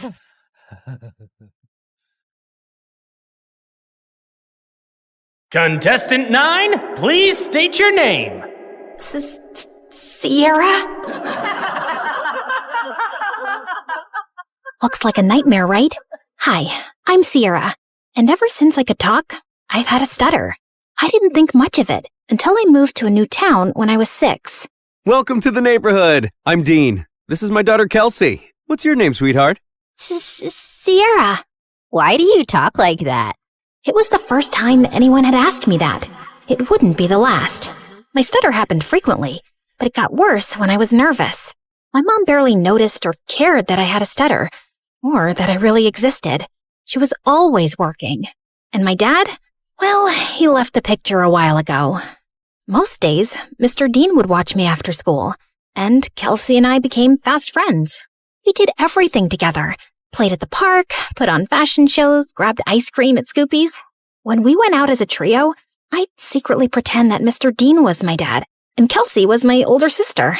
In those moments, it felt like the family I'd always wanted. But things started to change when Kelsey's mom announced she wanted a divorce and moved out of state. After that, Kelsey started to change. She wasn't just upset. She was furious. She yelled at everyone, and once even smashed the living room furniture in a fit of rage. She lashed out in class and got held back a grade. And if her dad hadn't been the superintendent, she probably would have been expelled. By middle school, We ended up in the same class, and Mr. Dean dropped us off on the first day. Wow, your daughters are so beautiful. Aren't they? I'm a lucky dad. Kelsey looked like she was about to explode. I'm Kelsey. I'm his only daughter. My mistake. And what's your name? Sierra. Sierra? Why do you talk like that? Yeah, can you not speak properly? Or are you stupid? The class erupted into laughter, and I could feel my face burn. Since then, Kelsey wasn't my friend anymore. A real friend wouldn't do that. Through the years, Kelsey's hatred only grew. Anytime I had an accomplishment, she had to ruin it. Opening night of the school play, she stuffed worms in my costume. She threw her birthday party on the same day as mine every year and literally paid people to skip mine. At the science fair, she unplugged my volcano as the judges walked by, so it just looked like a sad pile of paper mache. And during my middle school graduation speech, she just had to make a scene. And so, I want to say how proud I am of our class. We did... What the glitch here is trying to say is we did it. Congratulations, grads. Party at my house tonight. Everyone's technically invited, but only cool people should show up. If it weren't for being her neighbor and still being close with Mr. Dean, I would have liked to never see Kelsey again. I'm sorry about my daughter. Ever since her mom left, she's been a different person. I just wish she wasn't so mean. You shouldn't be ashamed of something you can't control. At the end of the day, your stutter is something that makes you unique. I held on to that going into high school. My stutter didn't bother me much anymore. In fact, it was getting better with age. He was right. It did make me different. And I liked that. One Friday in English, we were doing a vocabulary spelling exercise, and I was totally killing it. ESOTERIC. Esoteric. QUERULOUS. Querulous. VACILLATE. Vacillate. Everyone was surprised at how well I was doing. And honestly, so was I. Who knew I was that good at spelling? Sierra, there's a regional spelling bee in a few weeks. You should join. Who knows, you may make it all the way to nationals. That night, as I sat in my room looking over the spelling bee brochure, loud music suddenly rattled my walls. Kelsey was throwing a party in her backyard. A few classmates waved me over. Fine, just for a little. The party was fun, but I couldn't stop thinking about the spelling bee, and I decided I would sign up. I was about to leave when... What's this? She snatched the brochure out of my hand. A spelling bee? Oh, please. Like you could ever win one of these. In case you didn't know, you trip over your words. Give that back. Not so fast. I'll help you practice for your big day. She pulled out her phone and turned the flashlight on as if it were a spotlight. Some other people gathered around and did the same. I felt blinded by all the lights in my face. Why don't you show us what you got? Nothing screams fun like watching you butcher the alphabet live on stage. Your word is quiberate. That's not even a word. Okay then, your word is pathetic. I'm sure you're quite familiar with that. IRRELEVANT. Irrelevant. I'll use it in a sentence. Kelsey is irrelevant. Now give me back my brochure. But she ripped it into pieces and threw it up like confetti. I took a small step in her direction. Kelsey took a step back and fell into the pool. Ugh! You pushed me! Yeah, right. I didn't push you. Your attitude just slipped. She climbed out and stormed over to me, and I bolted. As I ran, I saw her shoving people in her way into the pool. I made it home and locked the door, just as she started kicking and clawing at it. My heart was racing.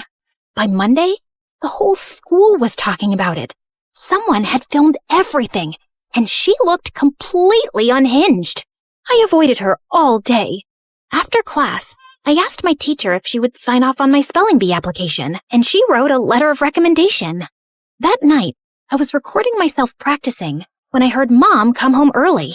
I rushed downstairs to tell her about the bee, but she really wasn't listening, as usual. Sierra, that's great and all, but I'm working and I don't need any distractions tonight. And the Mother of the Year award goes to... Feeling annoyed, I went back upstairs and found Kelsey sneaking through my bedroom window. What are you doing here? Get out! Relax, Miss Broken Record. I'm just here to apologize. Apologize? Yeah. I saw the video from the party over the weekend. I looked crazy. It wasn't okay how I was treating you, so I'm sorry, okay? Thanks? I'm not really sure what to make of this. Yeah, well, we used to be friends or whatever. I think it's time to put the bad blood between us to bed, right? Trust doesn't just snap back into place, not after everything that's happened between us. I understand. I intend to prove it to you. Do you mind getting me some water? Climbing up the vines was harder than I thought. Uh-huh. Sure. This certainly wasn't on my bingo card for how the night would go. I brought her water, which she downed in one gulp. Thanks. I'll see you tomorrow. Maybe we can sit together at lunch? Maybe. Also, never sneak into my room again. Then she climbed out the window. What a strange interaction. But maybe we really were turning over a new leaf. The next day, I walked into class feeling good about the new era I was in, where I tried new things and made up with old friends. But that confidence vanished when I found my teacher waiting for me, looking pissed. Sierra, you will not be attending class today. I've contacted the spelling bee and pulled my recommendation for your application. What? What did I do? You should be ashamed of yourself. The principal is waiting for you in his office. What was going on? It has come to our attention that the English exam answers were sent to your entire English class yesterday. I'm sorry. I have no idea what you're talking about. That's strange. Given the exam answers were sent from your email address, you'll be suspended for 3 days. Your mom is on her way here to come get you. What? This wasn't possible. I didn't do it. When Mom showed up, the veins in her forehead were practically bursting. I begged her to believe me the whole way home, but she didn't say a thing. When we pulled up to the front of the house, she told me to get out of the car. I can't believe I missed an hour of work for this. You're grounded. Then she just drove off, and I burst into tears. I was wrongly accused, suspended, banned from the spelling bee, and all my mom cared about was missing work. Over the next few days, I stayed home and studied, and I kept practicing spelling words anyway. Failure. Failure. Dismay. Dismay. Okay, maybe I was leaning into the drama a little. When I finally got back to school, everyone basically hated me. A bunch of students had used the answers sent from my email, so the teacher failed the entire class, and now everyone was blaming me. Next few weeks were so lonely. I walked straight out of school one day and went to get an ice cream cone from Scoopy's, and Mr. Dean happened to be passing by. I told him everything that happened. Let's go talk to the principal right now. It was nice to have one person who actually listened and seemed to care. Back in the office, Mr. Dean demanded answers. It was sent from her email account. My hands were tied. Steve, you're talking like you weren't the biggest troublemaker back in school. Honestly, I'm shocked you became a principal. Mr. Dean insisted on seeing the email with the timestamp. It was around the time I was practicing spelling. Wait, I had recorded myself doing that. I pulled out my phone to prove it. We watched me spelling, then leaving when Mom got home. Then Kelsey climbed through my window and went for the laptop, but I walked in. Once she sent me away for water, she sat down and typed out the email. She did this. They called her into the office. Dad, what are you doing here? You framed Sierra for stealing exam answers when she's completely innocent. I did not. He showed her the video. Of course you go to defend her. She's never been completely innocent, Dad. What had I ever done to her? The principal and I had front row seats to their screaming match. Kelsey got suspended for a week, and the principal and teacher apologized to me and reinstated me in the spelling bee. That night, I heard a commotion outside. I looked out my window and saw Kelsey stuffing suitcases into her car. I'm over you, Dad, just like Mom was. She slammed the door, rammed the car into the garage, and peeled out of the driveway. I ran to Mr. Dean, who was covered in food. What happened? We were in a huge fight about what she did to you, and she threw everything in the fridge at me. I kicked her out, and she's gone to live with her mom. As much as I wanted to jump with joy at the thought of never seeing Kelsey again, I didn't want things to be like this. Mr. Dean looked crushed as he walked back inside, and I followed him to help clean up the mess. At school, word got out about what Kelsey did, and people started being nice again. Things weren't just back to normal, they were better. I gave an incredible anti-bullying speech at a school assembly that got a standing ovation. I started a support club where victims of bullying could share their stories. And at every free moment, I was practicing for the spelling bee, often with Mr. Dean's help. He still seemed down about being alone, but when I was around, he cheered up. He drilled practice words with me every day until regionals. And on that day, he was there in the audience. My mom wasn't. I got second place and was qualified for nationals in a month. Afterward, the top contestants did a group photo shoot. I was smiling for the camera when someone put an arm around my shoulder. I looked up. It was the guy who won first. You were a great competitor out there today. Congratulations. His accent, his eyes. Suddenly, I forgot how to breathe. Thanks. Where do you come from? Where do you come from? Sierra, are you kidding me? Is that how you speak, or did I just fluster you? Oh, no. I just have a stutter. It's adorable. I'm Leon, and I'd love to get your number. We should talk more, since we'll be seeing one another for nationals next month. Yes, please. We exchanged numbers, and I practically floated back to Mr. Dean. It felt like the best day of my life. When we got home, Mom was on the porch, arms crossed. She rolled her eyes when she saw us together. And where have you two been? The spelling bee, Mom. Remember? I won second place. She did amazing. You should have seen her. I'm sure, but I was too busy with the logistics of moving. Moving? Work wants me to relocate to California within the next couple of weeks. Mom, no! I have nationals next month. Well, that's too bad. Work comes first. You know that. Work always comes first for you, Mom. It's never me. Oh, stop being so dramatic. What if she stays with me until the end of the school year? What? I have Kelsey's empty bedroom. She can compete in nationals, finish out the year, and then move out to California. Please, Mom. Fine. Within a week, Mom was gone, and I had moved into Kelsey's old room. Mr. Dean cared in a way my mom never had, and this new life felt good. And to top it off, Leon reached out. He was a foreign exchange student from Spain living in New York, and we hit it off instantly, texting all night, every night. We had so much in common, and he was so easy to talk to. I had a major crush. One night, I even felt bold enough to tell him.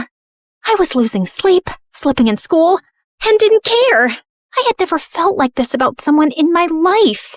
Leon and I even planned our first date the night before nationals. That weekend, I was behind on prep, but I was more excited to see Leon than I was to compete. We planned to meet at a park, and I spent hours getting ready. I waited for him at the park. He was 5 minutes late, then 15, then 30. After 2 hours, unanswered calls, and 20 unread texts, I gave up and walked home. I got in bed and cried. Had something happened? Had I been stood up? I barely slept that night. The next morning, I was exhausted. Mr. Dean and I headed to the bee. I checked in and looked for Leon. Nothing. When it was time to go on stage, I scanned the crowd. No Leon. But then backstage, I heard whispered voices. I turned and saw Leon talking to someone behind him. No, I can't keep doing this. Leon, come on. It's not that hard. He pulled away, and I gasped. Their heads snapped towards me. Kelsey laughed, while Leon froze like a deer in headlights. Was this all just a setup to mess with me? Sierra, wait!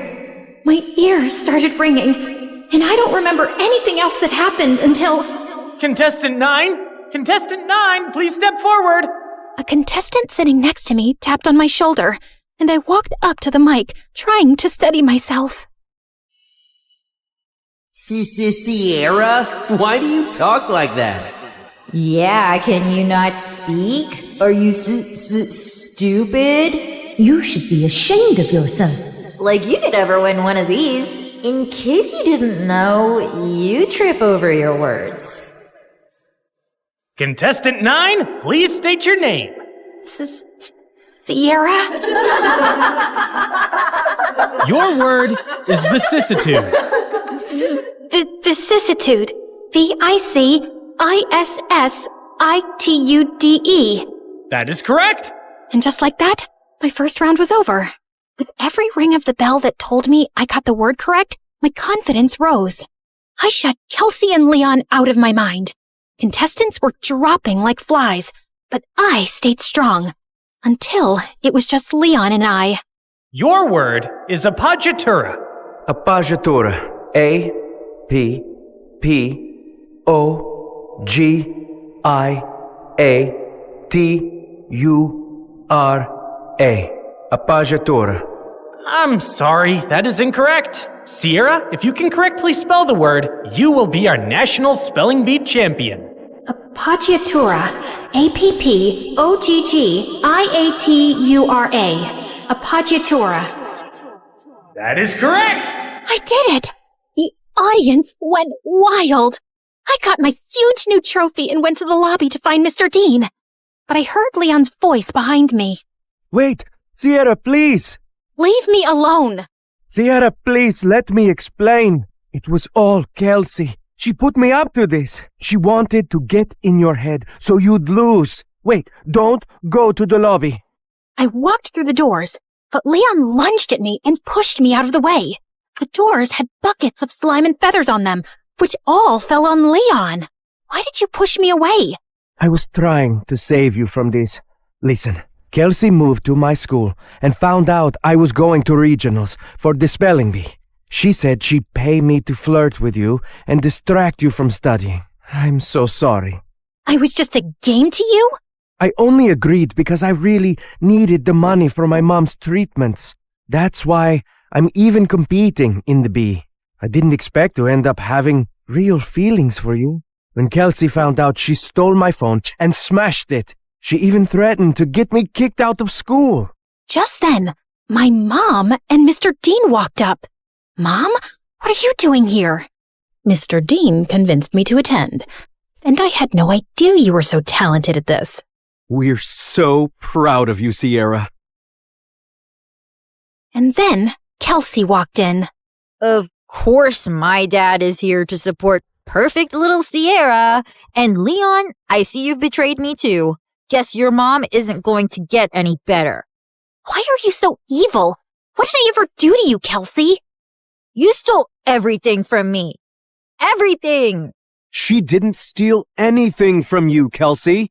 Oh, really? Because I remember the night you and Mom screamed at each other when she found out about your little affair, when we both found out Sierra is your daughter.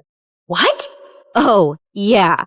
My neighbor was actually my half-sister. The girl who ruined my family and took my dad away from me. Is this true?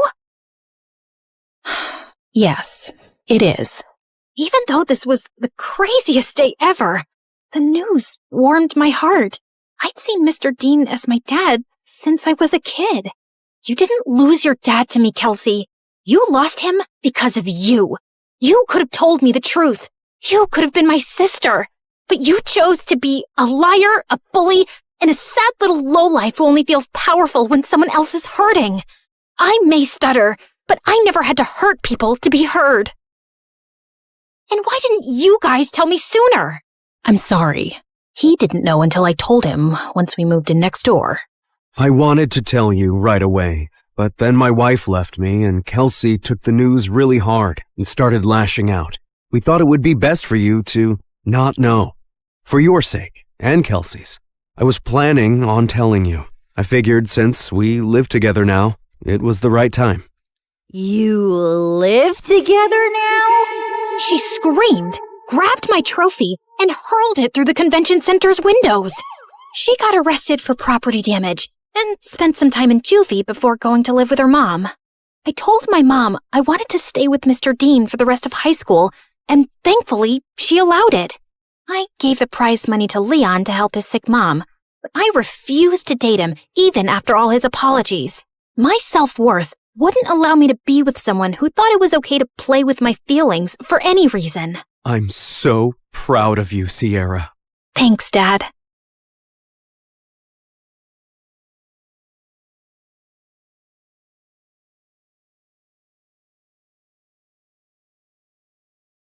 When I was little, my big brother was my protector. And now, I'm the one protecting him. I just hope I don't get arrested. Oh yeah, and like and subscribe or you'll miss out on the mystery. I'm Zelda from Washington, D.C. My brother Ryan has always been there for me. When I was clumsy and dropped my ice cream, he got me a new one. When I fell, he picked me up. And when I watched a scary movie, he covered my eyes. And when he had to go somewhere and leave me alone, I want Ryan! On my birthdays, he always gave me the best presents. One time, he even paid the zoo to let me meet the giraffes and elephants. Mom told me he worked all summer to afford it. Since he was so cool, brave, and awesome, you'd think he'd want to be an astronaut when he grew up, or a lion tamer, or a dinosaur catcher. It's a thing. Look it up. But no. Because our mom had to support us both by herself, ever since he was little, his dream was to buy her a house one day and be rich enough that she wouldn't have to work anymore. That and take me on a grand adventure, which was my dream. Yeah, my brother's better than yours. Deal with it. Ryan got a super cool Mustang. He would always pick me up after school, and of course, all the girls swooned and every single one of the boys was jealous of him. I was the most popular girl in school without even trying. What kind of music does he like? Does he have a girlfriend? How can he afford such a cool car? Is he rich? Take it easy, girls. I'll tell you everything you want to know. My brother works for NASA. He's an engineer. He's saving up to buy my mom a house. No girlfriend. If he had one, I would be the first to know. And as for music, he and I listen to the same kind. Synth. The girls are always asking questions about you. They're all in love. What do you tell them? Just the usual. It's not like you're a mystery or anything. They don't need to know my business. Next time anyone asks, tell them you don't know. What? Why? Look, NASA is secretive. I can't tell everyone about what I do there. The government doesn't want anyone to know. I wish I could tell you more, but I can't. Actually, we really can't talk about it at all. I've already told you too much. Just be cool about it, okay? What? No. I want to know everything. Tell me immediately. Maybe someday I'll be able to explain, but for now, keep everything I said between us. Ryan, that's not fair. Life's not fair. Here we are. Go on. I have to go back to work. I'll see you on your birthday. My birthday's next week. I have school tomorrow. You have to pick me up. Oh, right. Ryan, I'm worried. You're acting weird. Don't worry, little Z. I can handle myself. He dropped me off and drove away like he always did. Except this time, something felt different. Government jobs are very hush-hush. I'm sure he's perfectly safe. Please, respect his wishes and just leave him alone, okay, honey? He forgot my birthday. He never forgets my birthday. He's been a little distracted lately, just a little stressed. But he's okay, I promise. But I knew Ryan more than anyone, and he seemed worried. The next day, I waited outside our house for him to pick me up like he always did, but this time, he didn't show up. OMG, what happened? You're soaked. Didn't your brother pick you up? No, and he didn't call either. Something's wrong. I texted him all day, but there was no response. After school, with all the girls waiting to see him like they always did, I stood at the curb, looking right, left, waiting, calling, and yeah, you guessed it, he didn't show up. My brother, who had been there for me since the day I was born, was now missing. Mom, I can't find Ryan anywhere. He won't answer his phone, and he didn't pick me up today. Oh, honey, I'm sorry, I forgot to tell you. He texted last night and said his phone's dying. He'll be getting a new one soon, but he won't be able to reach us for a few days. Why didn't he tell me? He was acting strange yesterday in the car. Something is going on with him. What if they heard us? Who? The government. What if they listened to our conversation? And now, honey, you're just so used to him being around, and now you're extra worried. This is probably the longest he's been away from you since he graduated college, isn't it? Well, yeah, but it's strange that he didn't text me when he texted you. And why didn't he pick me up? Maybe he had car trouble and couldn't call you. Don't worry. Your brother can take care of himself. He always has. Why wasn't Mom more worried? Everything felt wrong. Was I just being paranoid? She left in a hurry to go to work, and I was alone with my thoughts. Everything Mom said was true. But then again, he really was acting weird yesterday. And just because Mom got a text from his phone doesn't mean it was really him. I had to be sure. I rushed to the bus stop and went to the only place I knew I could get some answers, NASA. I would say he was an engineer, just like he told us, so they wouldn't suspect I knew anything more, which I guess I didn't really. I couldn't believe the giant space shuttle and huge NASA logo out front. This place was intense. At the front desk, I asked if I could speak to my brother. What's his name, darling? I told her and waited while she was on the phone. While she talked to the person on the other line, she looked at me as if there was something she didn't want me to know. Sorry, sweetie. No one here has that name. That's when I saw two men in black suits and sunglasses at the end of the hall looking at me. Or were they looking at me?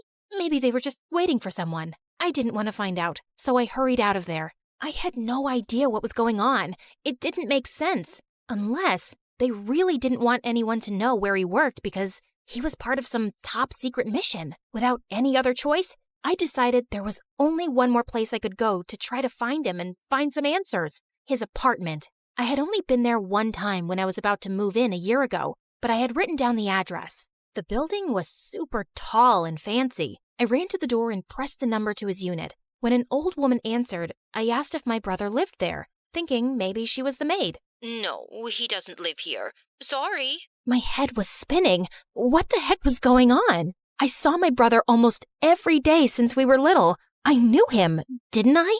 A black SUV parked right behind me on the curb. I couldn't see through the tinted windows. I ran. Just then, I got a text from Ryan. All it said was an address that I didn't recognize. I tried to call, but there was no answer. What if it wasn't really him? I could be walking right into a trap. I got on the bus and headed that way. I couldn't go to the police yet. I had nothing to report. But what if I was going into a trap? But he was my brother, my protector. I had to try. Whatever it was I was heading into, I had to be brave. The sun went down. The street of the address was dark and dirty. My mom would never let me come here alone. Then I found it, a broken down old motel. I climbed the steps and knocked on the door, my hands shaking. It opened, and I saw a beautiful young woman standing in front of me. Zelda, who are you? I'm May, your brother's girlfriend. Come in. I walked into the small room and saw Ryan sitting there, his head down like he was crying. I ran and hugged him.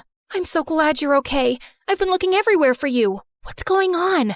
I went to your work, to your house. I lied, Z. I don't work for NASA, and I don't live in that nice apartment building. I've been living here. When I showed it to you, I was a real estate agent, but I was terrible and I got fired. Now, I work at a rental car place. The Mustang is theirs. My boss caught me using it last night and fired me. But why did you lie? I thought we were best friends. We are. I was ashamed. You always thought I was so cool. You looked up to me. I said I would buy Mom a house, and I can't even afford to pay my own rent. She has to help me. I wanted to still be that big brother for you, the one you looked up to. You are my big brother. Of course I still look up to you. You're my whole world. I don't care what you do for work. See, Ryan? Zelda, I told him you'd say that. He didn't want us to meet because he didn't want me to lie to you. But I'm glad you're here now. And I'm so sorry, but Zelda, we need your help. No, we can't ask her to do that. She could get caught. She could go to jail. That's when they told me what Ryan had done.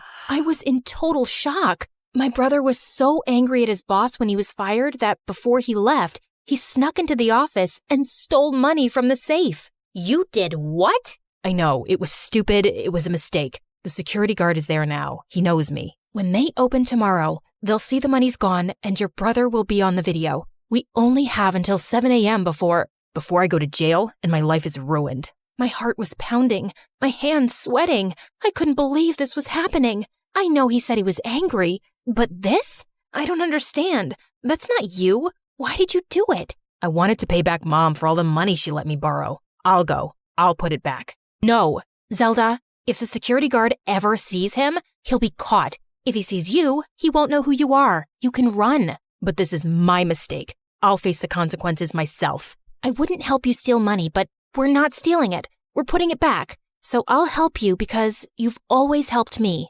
Yes, I knew it was dangerous. I knew I could get into serious trouble, but all he wanted to do now was make things right. He drew a map of the office and explained to me exactly how to get in and out.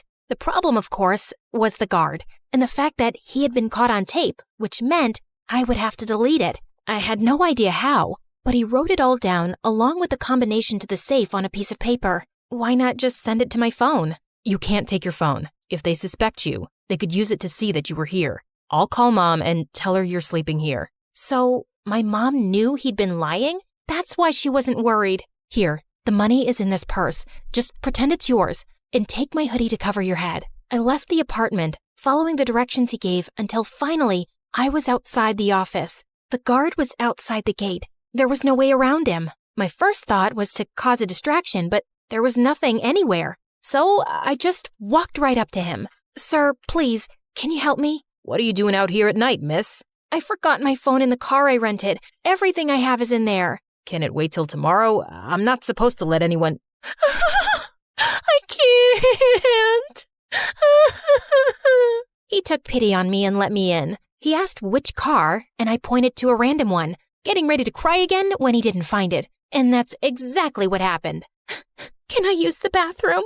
In the stall, I checked the paper Ryan gave me. I had to climb into the vent to get to the office. I knew the guard would get suspicious, but there was nothing else I could do. I just had to hope he was too uncomfortable to go into the women's room. Before I put the money back, I wanted to make sure the video of my brother was deleted, so I went to the computer. There was a password, but Ryan had written it down on the... Where was it? I checked all my pockets and even the purse. It was gone. The door flew open, and the security guard aimed his flashlight at me. Come with me, young miss. I failed. There was nothing I could do now. He led me out, and at the gate, I saw the black SUV, and from inside, a man in a dark suit and sunglasses was waiting for me. What was happening? When I got close, the man smiled and took his sunglasses off. It was Ryan?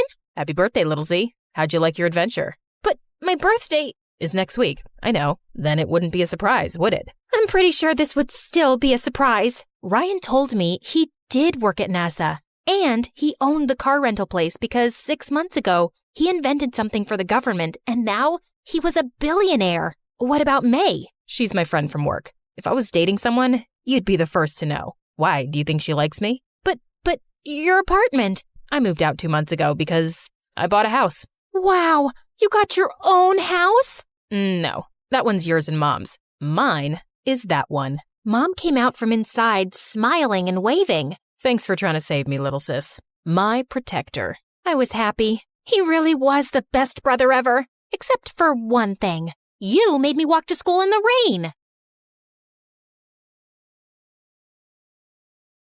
Hi, I'm Catherine from Arizona. Please like and subscribe. When I was born, my parents were very young. Dad was an inventor and Mom was an aspiring model. Mom spent most of her time at auditions and fancy parties, while Dad and I stayed home in his lab. The two of us would go from business to business trying to sell Dad's inventions, but no one ever bought anything. I love that Dad let me help with his experiments, even though I was clumsy. Like once when I was 7, I tripped over my shoelace and ended up spilling some beakers, and the whole lab stank of rotten eggs. Nobody could pass by our house for a week without gagging. Another time, I left a burner on the lab and went to the park, and by the time I returned, I found a fire brigade outside the house. Mom was furious when she came home, but Dad always had my back. He was the sweetest, but Mom fought with him over everything, especially the fact that he didn't make enough money. And then one day, Mom just left with her new friend. Dad said she was going on a business trip and would be back soon. Well,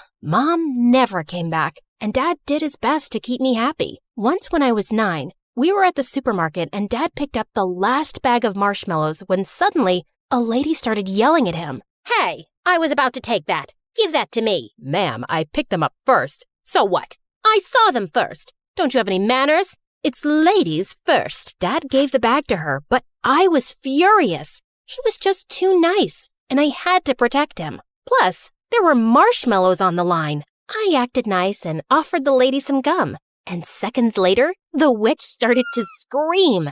It was a spicy gum that made your mouth feel like it's on fire for 10 hours. One of my favorite inventions. Dad and I kept working together, and by the time I was 12, we had developed something spectacular. He sold our invention to a huge corporation, and overnight, we became millionaires. We moved into a huge house, and Dad started his own company. But I couldn't help noticing that sometimes he was really sad. What's wrong, Dad? Nothing, honey. I'm totally fine. Then one day, a magazine named him the city's most eligible bachelor, and suddenly, he was going on dates every weekend. I was jealous. For so long, it had been just the two of us. But Dad seemed happier. Dad had always homeschooled me, but now he was too busy. So I started school for the first time in 9th grade. We had a test in science class soon, and I turned in my exam in 5 minutes and got all the answers right. My teacher, Mr. Johnson, swore I cheated. I didn't cheat. I studied the chapter last night.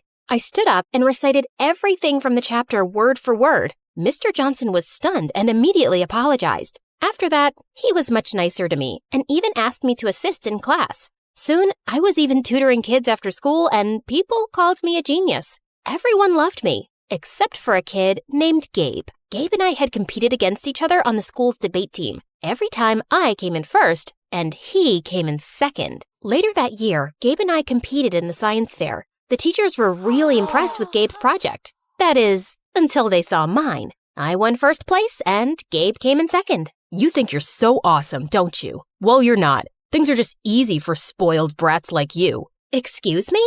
You heard me. You're a billionaire's daughter. You have everything handed to you. People only love you because of your money. Your dad probably buys you the first prize every time. I didn't want to admit it, but his words did hurt. I knew Dad gave a lot of donations to my school. Did everyone just like me because of my father? A few nights later, Dad brought home a pretty blonde woman. Catherine, this is Layla. She's my new friend. The next thing I knew, Layla had moved into our house. Dad was head over heels for her. He showered her with gifts and followed her around like a lovesick puppy. Ew, can you two get a room? Layla was the worst. First, she threw out all my favorite foods. She painted my room bright pink, and on one occasion, she dragged me out of the lab to take me to her stylist. You're such a pretty girl. Don't hide your face with all that hair and baggy clothes. Wow, honey, you look like a clown. Layla is the worst. Don't be rude. She's just trying to help. She's ruining everything. After a while, I hardly recognized our house anymore,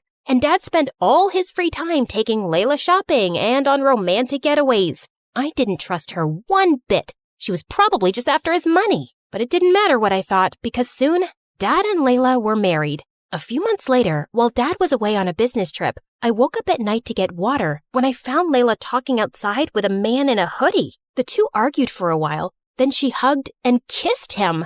I saw her coming back in and ran upstairs. What? The next morning, Dad was back and I found him with Layla in the kitchen. Good morning. I made your favorite pancakes. What's the matter, honey? Is something wrong? Yes, it is. I saw Layla with a strange man last night. She kissed him. What? Kat, are you sure you're okay? I was out like a light last night. It was probably just a dream, silly. I felt like an idiot. Layla just lied to Dad's face, and he was too love-struck to believe me. A few weeks later, Dad went on another business trip, and at 2 a.m. in the morning, I heard a strange man whispering with Layla in her bedroom. I was pissed. I grabbed my cell phone. This time, I'd get evidence. I crept towards their room. The door was closed, but I could hear the man's voice through the walls. I pressed record and sent the audio to Dad. The next morning when Dad returned, he and Layla confronted me. Are you spying on Layla? Dad, she's cheating on you. I sent you the evidence. I left the television on, Kat. That's what you heard. I love your dad. I'd never cheat on him. That wasn't the television. It was another man. I swear. She's a liar. I am so disappointed in you, Catherine. She's done nothing but be nice to you, and you've treated her horribly. You need to accept that Layla and I are together, and your lies won't change that. Dad grounded me for a week. After that, I didn't say a word about Layla's late-night excursions. If Dad wanted to be with a cheater, so be it. I focused on school and preparing for the next big debate competition, but I noticed that Gabe wasn't there. He wasn't my favorite person, but I started to worry when a few weeks passed and none of the teachers or students knew why he was absent. Then I remembered that Gabe worked at a local deli after school. One afternoon, I decided to stop by the deli. I saw Gabe at the counter looking like he hadn't slept in days. Gabe, are you okay? What are you doing here? I was just worried about you. I brought you the homework you missed from class. Why are you being nice to me? No one's ever nice to me. You might be my nemesis, but I still care. Suddenly, Gabe burst into tears. He told me about how his mom was sick and he was working day and night to pay for a special surgery she needed. I'm scared I won't be able to raise enough money in time. I can give you the money. I don't want your charity. It's not charity. Consider it an investment. Competing with you keeps me on my toes. Gabe accepted the money, and a week later, he ran up to me and gave me the biggest hug. Whoa, I can hardly breathe, buddy. Mom's surgery was a success, and it's all thanks to you. Also, I'm sorry, Catherine. It's not true that you win everything because you're rich. You're just better than me, and I know that. Soon, Gabe and I started spending all our time together. We studied together every day, texted late into the night, and sent each other our favorite MSA videos. I was happy being at his place anyway because I wanted to avoid Dad and Layla as much as I could. One day as we were walking home, he was unusually quiet. What's wrong? You look like you swallowed a lemon. I don't know how to say this, but I was thinking, just contemplating if maybe you would consider or like to, Just spit it out, man. Do you want to go with me to the winter dance? Oh, I don't know. That might not be such a good idea. It's okay, I get it. You'd rather go with some rich, cool guy, not a poor nerd like me. No, I don't care how much money you have, and we're both nerds, duh. It's just that I'm a horrible dancer. I'd probably embarrass you. You'd never embarrass me, Catherine. You're perfect. Then Gabe kissed me, and it was so romantic. That weekend, Gabe came to pick me up in his mom's car for the dance. Gabe walked up to Dad to meet him, but Dad ignored him and pulled me to the side. Are you sure you want to go out with this boy? He drives that piece of junk, and it looks like he pulled out his suit from the trash. Dad, what is wrong with you? I like him. He's a sweet guy. And since when do you care about how much money someone has? You were never this way before. Not until you met Layla. Don't drag Layla into this. You're my daughter, and you deserve better than a poor loser. You're being impossible. Let's go, Gabe. Gabe and I had a blast at the winter dance, and we officially started dating. I started inviting Gabe over to my house, and thankfully, Dad didn't create a fuss again. He even tried to be pleasant to Gabe, and I was sure he felt sorry for his behavior. One day, Gabe and I were studying a math test in the kitchen when Gabe excused himself to go to the restroom. He came back a few minutes later, and then Dad stormed into the room. You thief! What? What's going on? Honey, calm down. I saw him roaming through the house near my study, and now my wallet's gone. I know he took it. No, I didn't. I swear. Dad grabbed Gabe's backpack and tossed its contents onto the floor. Then he made Gabe turn out his pockets, which were empty. I know you stole my wallet. Where is it? Stop it. Leave him alone. Gabe ran out of the house terrified. I didn't speak to Dad or Layla for the rest of the night. The next morning, I tried apologizing to Gabe. We need to break up. Your father hates me. No, Gabe. We can make this work. No, we can't. You're a millionaire and I'm poor.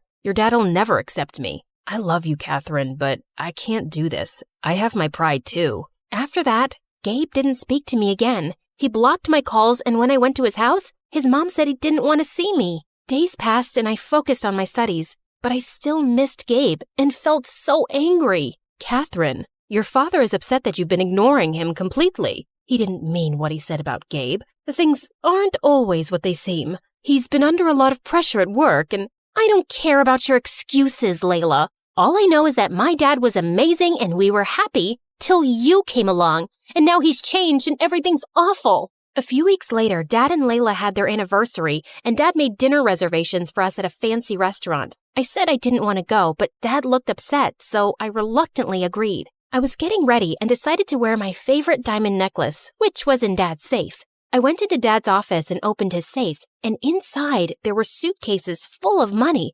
stacks of gold bars, and duffel bags full of diamond jewelry. But then my eyes wandered to the table, to Dad's lost wallet, and next to it were some newspaper clippings that made my blood run cold. They were all from unsolved bank robberies with pictures of the masked robber. I examined the photos, and one of them had a close-up of the robber's neck and the birthmark on it. It was just like my dad's. Dad?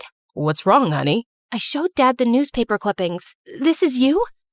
How could you do this? What? No, I don't understand. This can't be. I didn't. Then Dad fainted and hit his head. Layla called the ambulance and Dad was rushed to the hospital. I sat in the waiting room while Layla spoke to the doctors. Then she asked me to come into Dad's room. Layla and I have been keeping a secret from you. I have dissociative identity disorder, also known as a split personality. I struggled with it when I was younger, and I had it under control for years. I was his psychiatrist and fell in love with him. He was good for a while, but then his condition got worse. That was your dad in the hoodie outside the house that night, and he was the one you heard in the bedroom. He was supposed to be out of town getting treatment, but both times, he came home acting strange and saying things that didn't make sense. He didn't ever let me tell you because he didn't want you to worry. I have no memories of the robberies, Kat, I swear. I didn't know things had gotten that bad. I'm so sorry, honey. I hugged my dad and Layla. I felt so bad for Dad and for how I'd treated Layla. Dad was released from the hospital. The judge decided not to press charges for his crimes, but ordered him into therapy, and we returned all the stolen goods.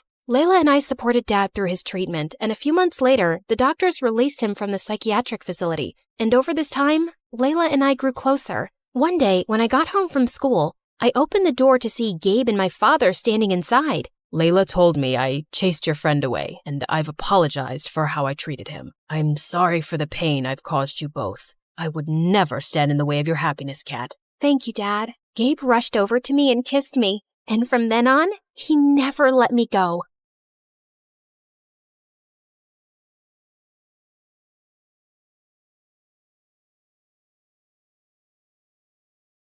I was just a month into my freshman year at college, and I never in a million years would have guessed that the night I was pinned against the bleachers of the school football field by bullies was the night that would change my life forever. Well, Sydney, you have two choices. You can kiss my shoe or lose your hair. I have a rule that I never kiss cheap shoes. Now get away from me. Oh, look, she's gonna cry. I have a lot of practice holding in my tears, and these bimbo bullies weren't gonna break me. Hair grows back. I guess you've made your choice then. After they threw me to the ground, I prepared myself for what was coming, but a voice boomed from behind them. What the hell do you think you're doing? Leave her alone. The girls turned around and sprinted away. The person walking toward me was silhouetted by the field's lights, so I couldn't see him. When he got close and helped me up, I saw who it was, and my jaw nearly fell off my face. Are you okay? Did they hurt you? It was Ian Gallagher, the son of the president. He also just started at my school and was the image of perfection. Flowing blonde hair, a chiseled jaw, and deep green eyes. Other than my pride? No, but there wasn't much of that to begin with, so I'm good. Thank you. Maybe you and Sydney should go get some food, Ian. Who was this guy, and how did he know my name? Yes, absolutely. Are you hungry? Joe Jr.'s Diner is just up the street. I'm Todd, Ian's assistant. Our driver will be happy to take you and then bring you back to your dorm room afterward. Right, Ian?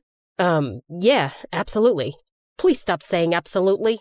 Absolutely. I mean, right. I wasn't sure what was happening here, but whatever it was really frickin' weird. Okay then, shall we go so you two can eat and get acquainted? Can you two hold on for just a minute? I need to pause this here. As you already guessed, my name is Sydney, and it would be awesome if you clicked like and subscribe. And while you do that, I'm going to fill you in on some quick backstory.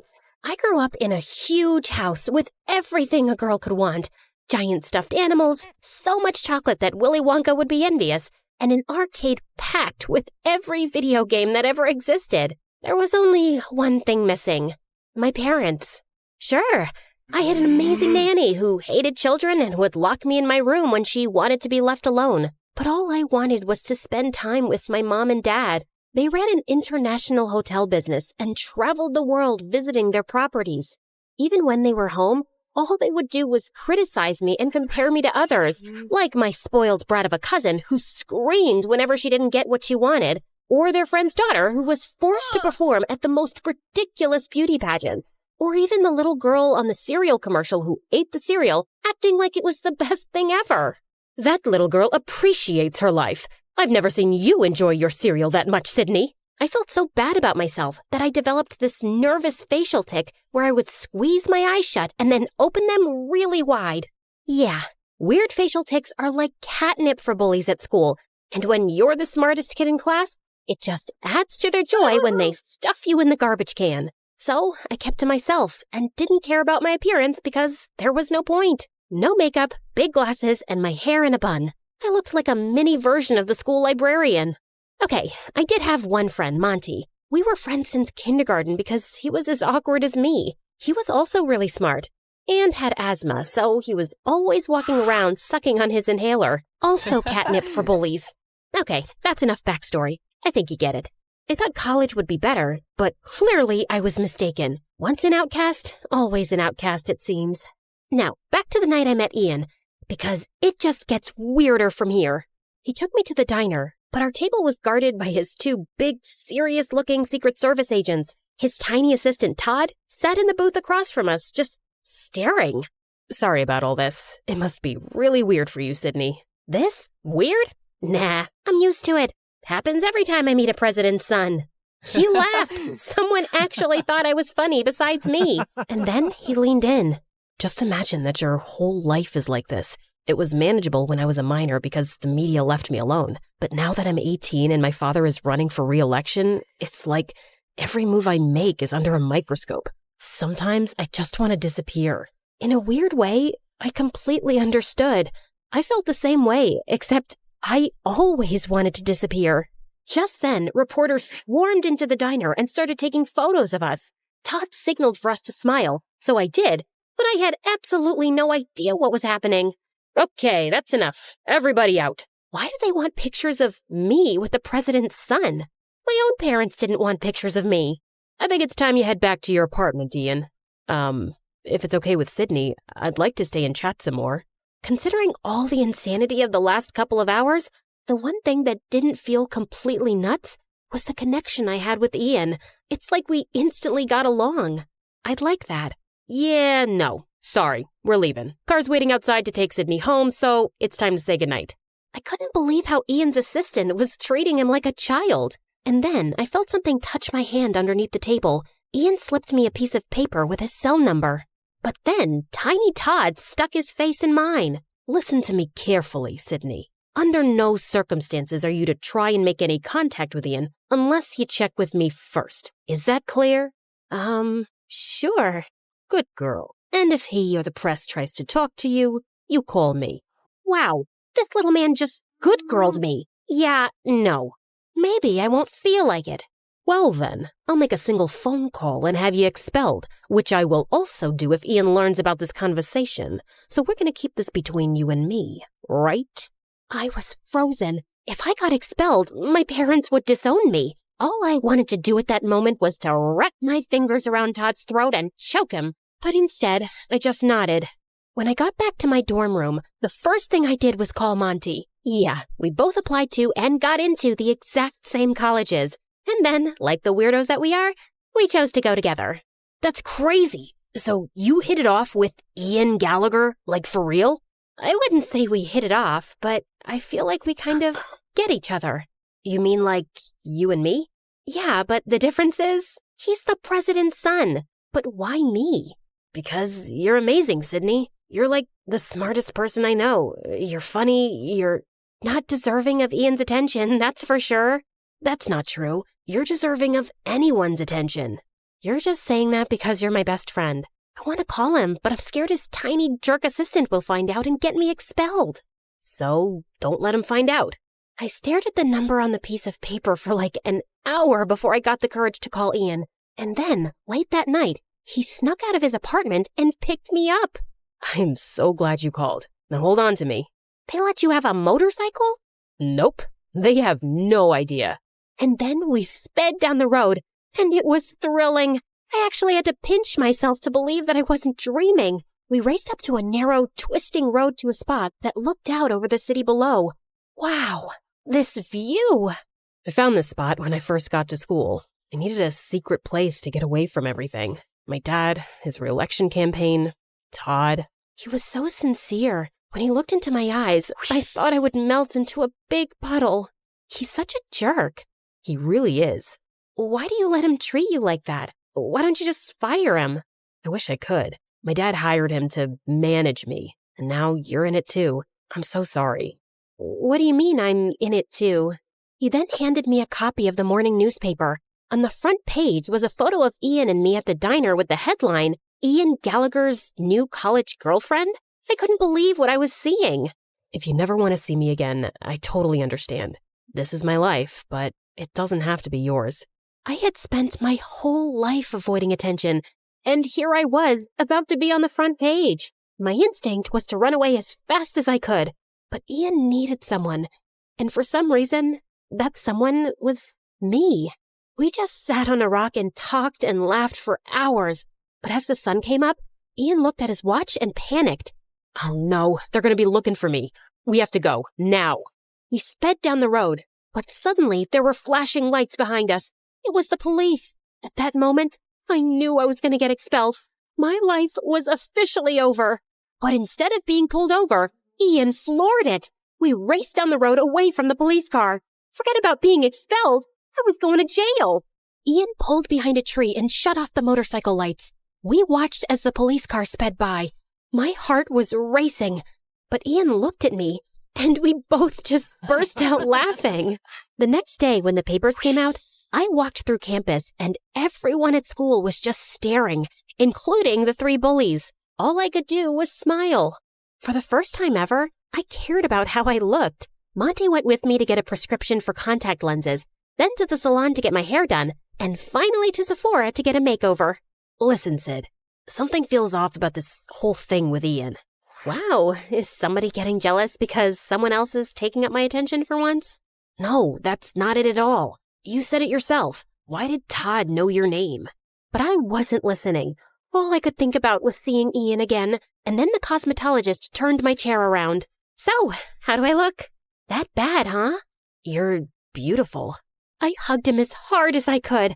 I don't know what I would have done without him all these years. For the next few months, Ian and I snuck out nearly every night and went on crazy adventures. We went to a closed amusement park and turned on one of the rides, did a Ouija board in an abandoned house, and went for a midnight swim in the park fountain. During the day, I struggled to stay awake in class, and my grades went down, but I didn't care. I was falling in love. I was so caught up in Ian that I barely ever saw Monty anymore. I didn't even care that Todd kept posing us for the press. Until one day, when things took a dark turn, Todd had Ian and I meet. Well, look at you 2 lovebirds. It just warms my heart. I didn't know you had one of those, Todd. Every day there's a new surprise. Ian tried to contain his laughter, but Todd was not amused. When the press gets here, Ian, I want you to kiss Sydney. Ian and I hadn't kissed yet, which I thought was strange, but I felt like he was just taking it slow. Then, out of the corner of my eye, I saw Monty sitting alone on a bench eating his lunch. Is that necessary, Todd? Of course it's necessary, Ian. And I want you to kiss her like you mean it. Understand? What the heck was that supposed to mean? Why wouldn't he mean it? And like clockwork, Ian's bodyguards ushered a dozen reporters over to us. But Ian looked so uncomfortable. He gave me the most awkward, quick kiss. Now, I'm no kissing expert, but I would have to say it was pretty terrible. I looked over and Monty was gone. Ian and I got to the back seat of his limo. Todd got into the front and just exploded. What the hell was that? I'm sorry, Todd. I'll do better. For your father's sake, you better. For your father's sake? What does that mean, Ian? What does it matter to you, Sydney? You're not bullied anymore. People admire you, which I'm guessing is a first. So be a good girl and keep your mouth shut. Hey, don't talk to her like that. Or what, Ian? You gonna fire me? I was waiting for Ian to defend me, but he just went quiet. When I opened the door to my dorm room, Monty was waiting. I had given him his own key at the start of the year. I was so happy to see him. Monty! But that happiness didn't last long. You're being played, Sid. Played? Oh, stop it, Monty. You and Ian? It's a setup because his father is running for re-election, and Todd was hired to craft his image for the public. You're just jealous because I fell in love and I'm spending my time with someone else. And then Monty held up a printed photo of Ian embracing another boy. I did some digging and this was Ian's high school boyfriend. Boyfriend? You're saying that Ian is... Yes, I'm so sorry, Sid. And they're using you to give off the image that he's straight, so it doesn't affect his father's re-election campaign. Wow, Monty, you are pathetic. I was a loser until I met Ian, and you're just upset that you're still one. I can't believe I was ever friends with you. Now get out. Monty looked like I just slapped him as I slammed the door in his face. That night, when Ian picked me up, I told him I wanted to go to our spot on the cliff overlooking the city. I'm so sorry about today, Sydney. The pressure to perform in front of the camera just... Before he could finish, I held up the photo. Have you been lying to me, Ian? Where did you get that? Who cares where I got it? This is the reason why you've never kissed me, isn't it? Todd says if the world finds out about this, my father will lose. I was furious at myself. Monty tried to warn me, but I didn't listen. And now I've probably lost him forever. But it all suddenly made sense. Right. Choose a girl with low self-esteem who wouldn't question what was happening, who would be so thrilled with the attention that she would just go with it. And these adventures at night, were they part of it? Not at first, but the police officer that first night ID'd me, and Todd thought it was a great idea to keep them going. He threatened to tell my dad if I told you. I'm so sorry, Sydney. I never wanted to hurt you. Your dad doesn't know about you? No, that was the only photo ever taken of my boyfriend and me in high school. And Todd found it too. Goodbye, Ian. Sydney, you need to see this through until the election. My dad is coming to campus tomorrow, and if you're not there, Todd will have you expelled. Doesn't matter. I'm dropping out anyway. I'm done. Ian dropped me off in front of my dorm, and I turned to him one last time. If you want to live your life trying to be someone you're not just to prove yourself, it will crush you. Trust me. The next morning, my face was puffy from crying. I loaded up my car with all my stuff and was preparing to head home, back to a life where I wasn't worth anything, back to face the judgment of my parents who already thought so little of me. I got into the car and tried to close the door, but it didn't budge. Monty was standing there holding it. What are you doing here? Stopping you from making a huge mistake? Didn't you already try that? Yeah, well, that's what best friends do, right? And then I just lost it. I am so sorry. I was such a huge jerk. Why do you even want to talk to me after those horrible things I said? I don't deserve you. Because I love you, Sid. I always have. Why do you think I chose this school? It was to be with you. And then he kissed me with a passion that I had never experienced before. My body felt like it was plugged into an electrical outlet. The president's about to speak. Shall we go watch? Why would I want to watch? And so we went to the football stadium, where Ian was standing on the stage next to his father. Todd was standing behind them.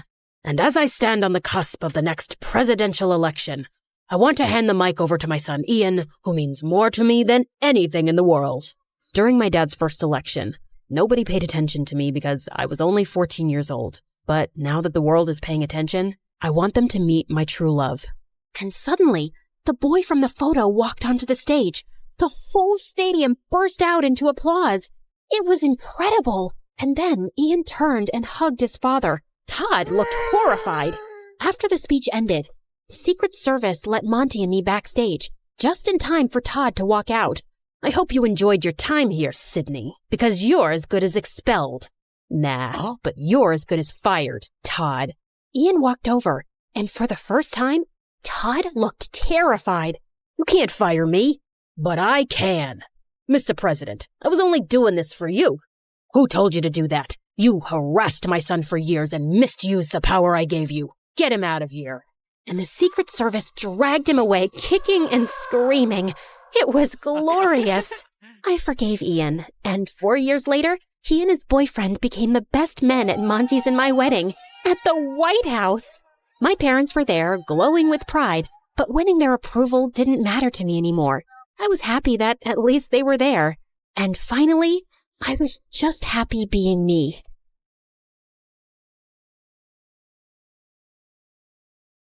The heir of that painting is a young, charming millionaire, and you will get to know him.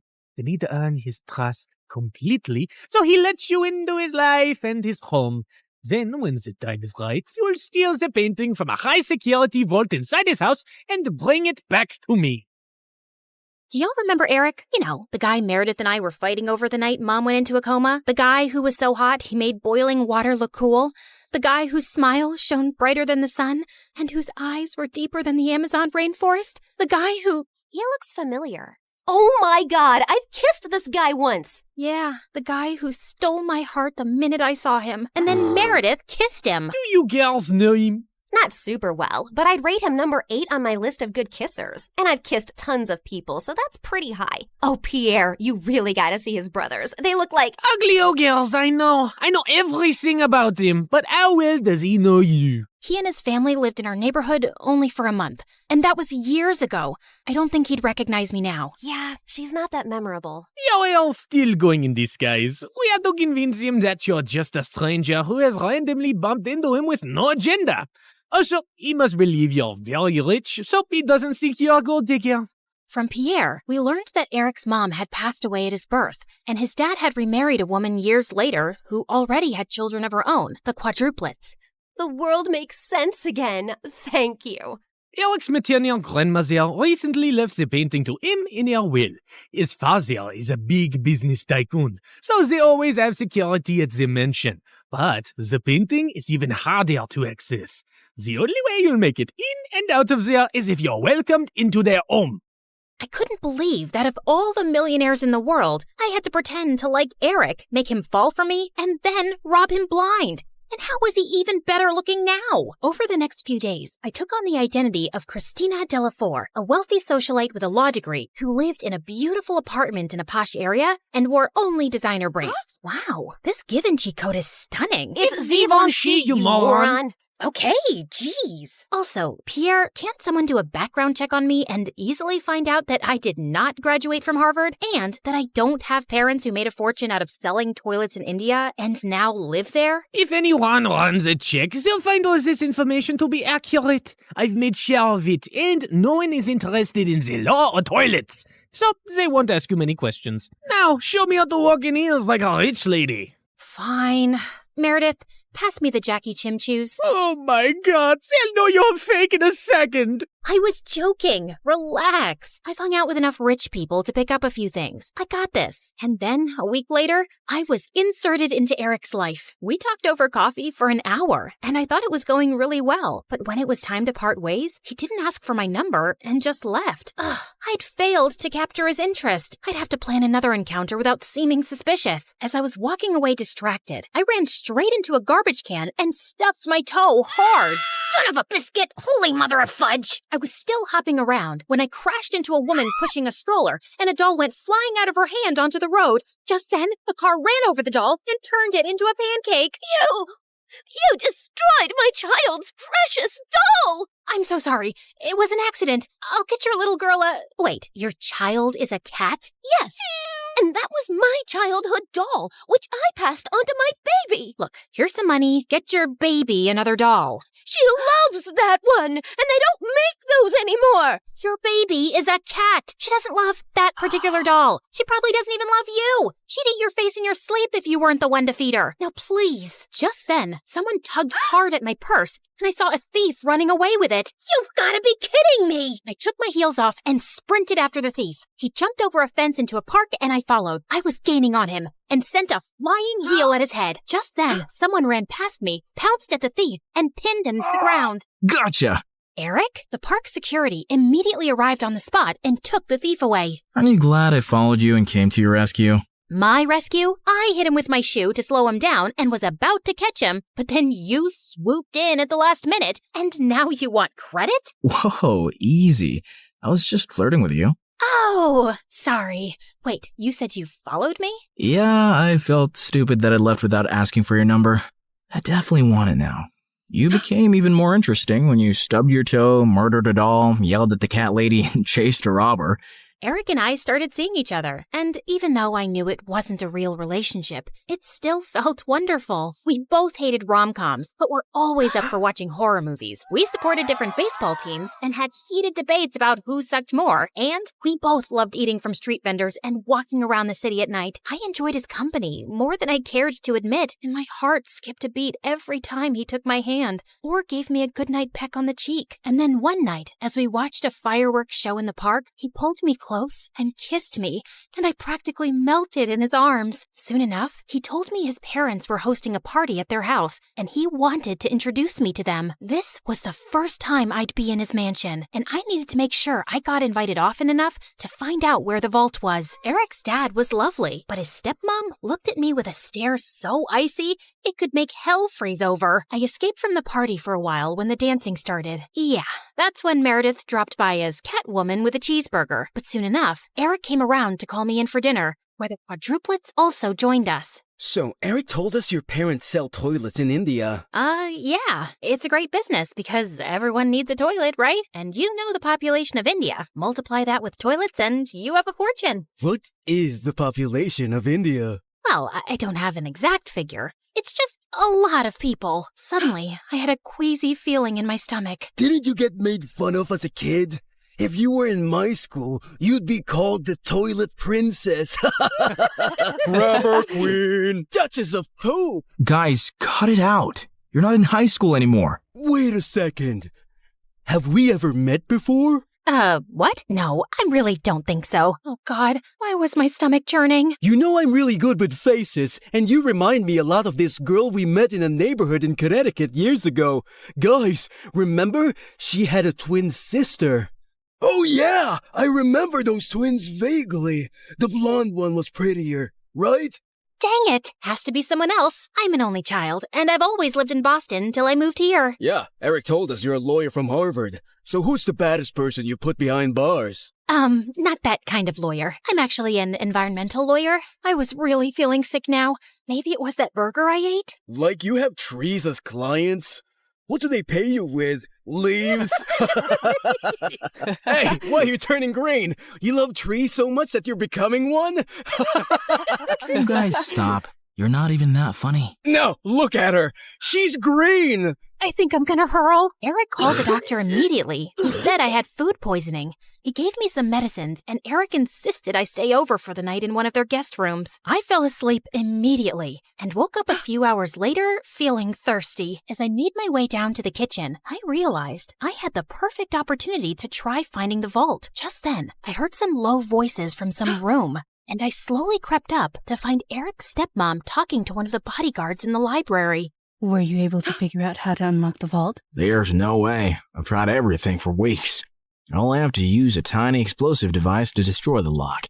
The vault is all the way up in the attic. No one will hear a thing. But we have to steal a painting the day after tomorrow while your husband and Eric are away on business. Are you ready for this? And then he pulled Eric's stepmom into his arms. I can't wait to run away with you, James. I'm so tired of seeing you secretly, and I am completely ready. As the two locked lips, I turned around and tiptoed away as fast as I could. Okay, so the vault was in the attic, the lock could only be destroyed with an explosive device, and I couldn't let Eric's cheating stepmom and traitorous bodyguard run away with it. The next morning, when Eric came to check on me, I decided to tell him the truth for once. Eric, I have something really difficult to tell you. I got up last night to get some water, and I heard your stepmom and this bodyguard James talking. They were talking late at night? Yeah. Do you have some vault in this house with some painting inside? How do you know that? That's what they were talking about, breaking in and stealing the painting. They're planning to do it the day after tomorrow, and your stepmom said something about running away with James. I saw them kiss. I'm so sorry. I wish I hadn't. No, I'm glad you did. This is gonna be a huge blow for Dad. But it would have been much worse if we'd found out everything afterwards. Thank you for telling me. And please, keep all this to yourself. I know I can trust you. Eric kissed me gently before walking away, and 2 days later, when the bodyguard and Eric's stepmom were about to escape with the painting, police officers immediately arrested them. This is fantastic. They might link the museum robbery to the bodyguard and stepmom too, and assume the painting is now safe. So it'll be easier for you to steal. Good job, mon chéri. I knew you was a smart twin. After Pierre left, I sank into my armchair, but then I noticed Meredith staring at me. What? You should be happy, but you don't look happy. What's up? Nothing. I just can't wait for this job to be over. You can steal the painting soon, right? You know exactly what to do, and Eric trusts you. By the way, have you two kissed? I've been dating him for 2 months. Of course we've kissed. We text every day and you never mentioned it. I didn't know I had to. So, how is it? It's fine. It's whatever. It's like kissing anyone. My memory's a bit fuzzy, but you know I've kissed him. You never let me forget. And I definitely wouldn't call it a whatever kind of kiss. Yeah, okay. It's nice. It's good. Nice? Good? Oh, wow. Don't make me jealous with all the passion. Okay, you want to know what kissing Eric is like? It's like flying through space, like a meteor that explodes into 1,000 stars, and then jumping into really cold water that makes you feel alive all over, and then feeling warm and tingly down to your toes, like having hot chocolate next to a fireplace on a snowy winter night. So, I'm guessing it's better than kissing the pillow you used to practice on? I did not. Shut up! You're in love with him, aren't you? I was about to snap at her again, but then I just sighed. Yes, I am. The night of the heist arrived, and I felt sick to my stomach, but I just wanted to get it over with. Eric's dad was away, and Eric was holding an important shareholders' dinner, with which most of the household staff was busy. I'd volunteered to host the dinner with him, and got ready to leave before their meeting started. Thanks for your help tonight. You're the best. Oh, it was nothing. Don't thank me. So, I'll see you tomorrow at our coffee shop? It's a date. As Eric walked away, my heart felt like it was breaking into a million pieces. This was the last time I'd ever see him again. I gulped down my tears, and instead of leaving, I sneaked up unnoticed to the attic. Inside, I found a heavy metal door to a vault. I took out the tiny explosive device Pierre had given me, placed it on the lock, and activated it. In a few seconds, there was a tiny pop and a sizzling sound. Then, I heard the lock click open. I walked into a tiny, dark vault and found the painting under a glass case. Praying to every god that no alarms would go off, I lifted the case carefully, put the painting in my bag, and started sprinting down the stairs. But just as I'd reached the second floor landing, one of the Ninja Turtles blocked my way. What are you doing? Hey, bro! You know when I stayed over a few weeks ago? I dropped a necklace, and I was looking for that guest room, and I got lost. But it's fine. I'll just get new earrings. See you later. He suddenly grabbed my bag and pulled out the painting. Do you think I'm a moron? A moron? You? No way! Sorry, which one are you? Michelangelo. Okay, no one has time for that. Now listen, Mike, you're definitely the smartest of your brothers, and just a tiny bit better looking than all of them too. We're identical. That's what they want you to believe, but I know you're better. I think you and I can strike a deal, okay? I'll sell this painting, and you and I can go halvesies on it. Just give me an account number and I'll wire the money to you. No, you're not leaving with it. Okay, look, dude, I'm doing this for your mom. I have to sell this painting so I can pay for her bail and get her a really good lawyer. Don't you want that? No, my mom's in jail because she did something wrong, and she abandoned us all. She shouldn't have stolen Eric's painting. What do you care about Eric? Don't you hate Eric? He's so good looking and smart and perfect and gets all the ladies. It makes you guys look even worse than you really are. You should want to hurt him. So let me take the painting. That'll really hurt him. Eric's the best brother in the world, and I love him. Okay. I have an offer you can't refuse. How about I become your girlfriend? I bet you've never had one. I'm gay. Jesus! All right, I surrender. Just one last thing. Without warning, I punched his face so hard that he went reeling back with shock and dropped the painting. Then I kicked him into a room and locked the door shut. I'm sorry, Mikey. You're a really good guy. I sprinted down another flight of stairs and jumped out of the first-story window. I ran across the garden to the fountain, climbed the tree next to it, jumped onto the wall, and then landed softly outside on all fours. Just as I got up, I found myself facing Eric.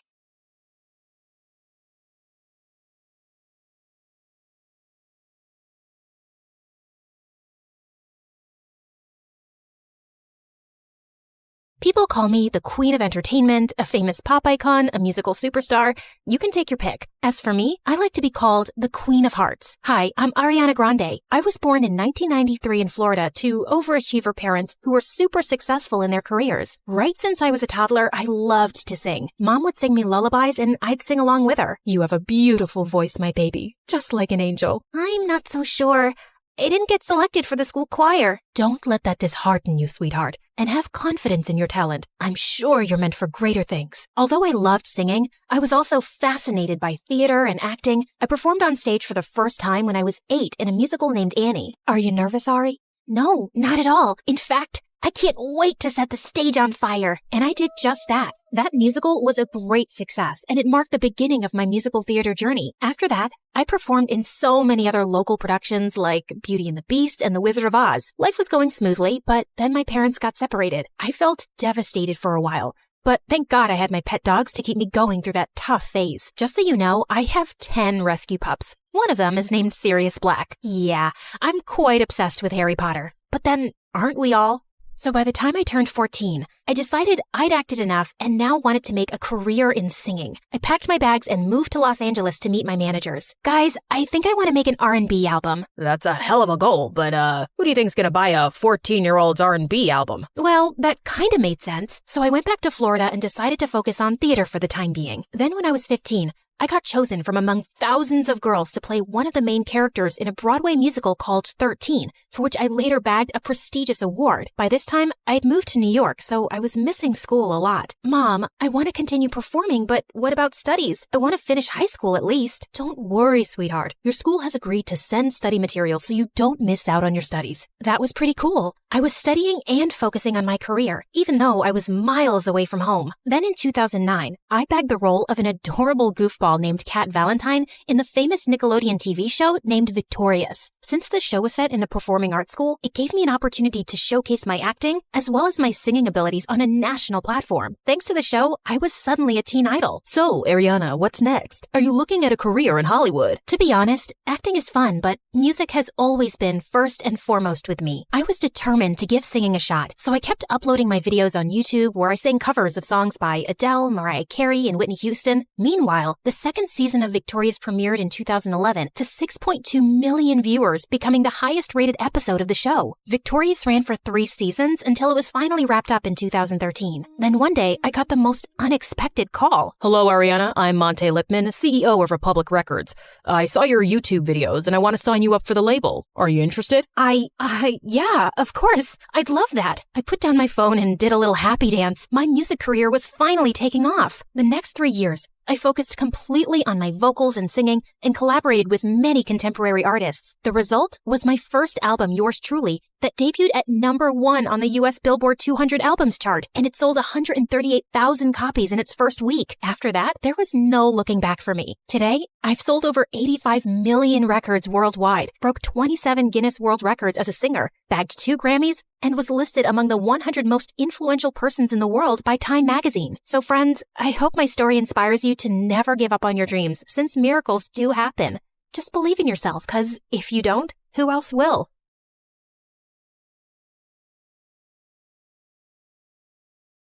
Your mom, she isn't okay. There will still be other hospital expenses, and you girls will have to figure out something soon.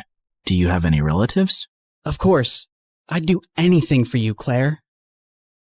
Can you tell me where the trial patient files are? When we visited Mom next at the hospital, I was able to slip away and retrieve Mom's file and another patient's who was receiving the drug. That night, Meredith and I used every Photoshop skill we had to make duplicate copies, complete with the hospital's seal and everyone's signatures to ensure that Mom was the patient chosen for the treatment. And the next day, I slipped the files back in. I knew what I'd done was wrong, and I'd broken at least 5 different laws. But as I walked away, I didn't feel like a criminal at all.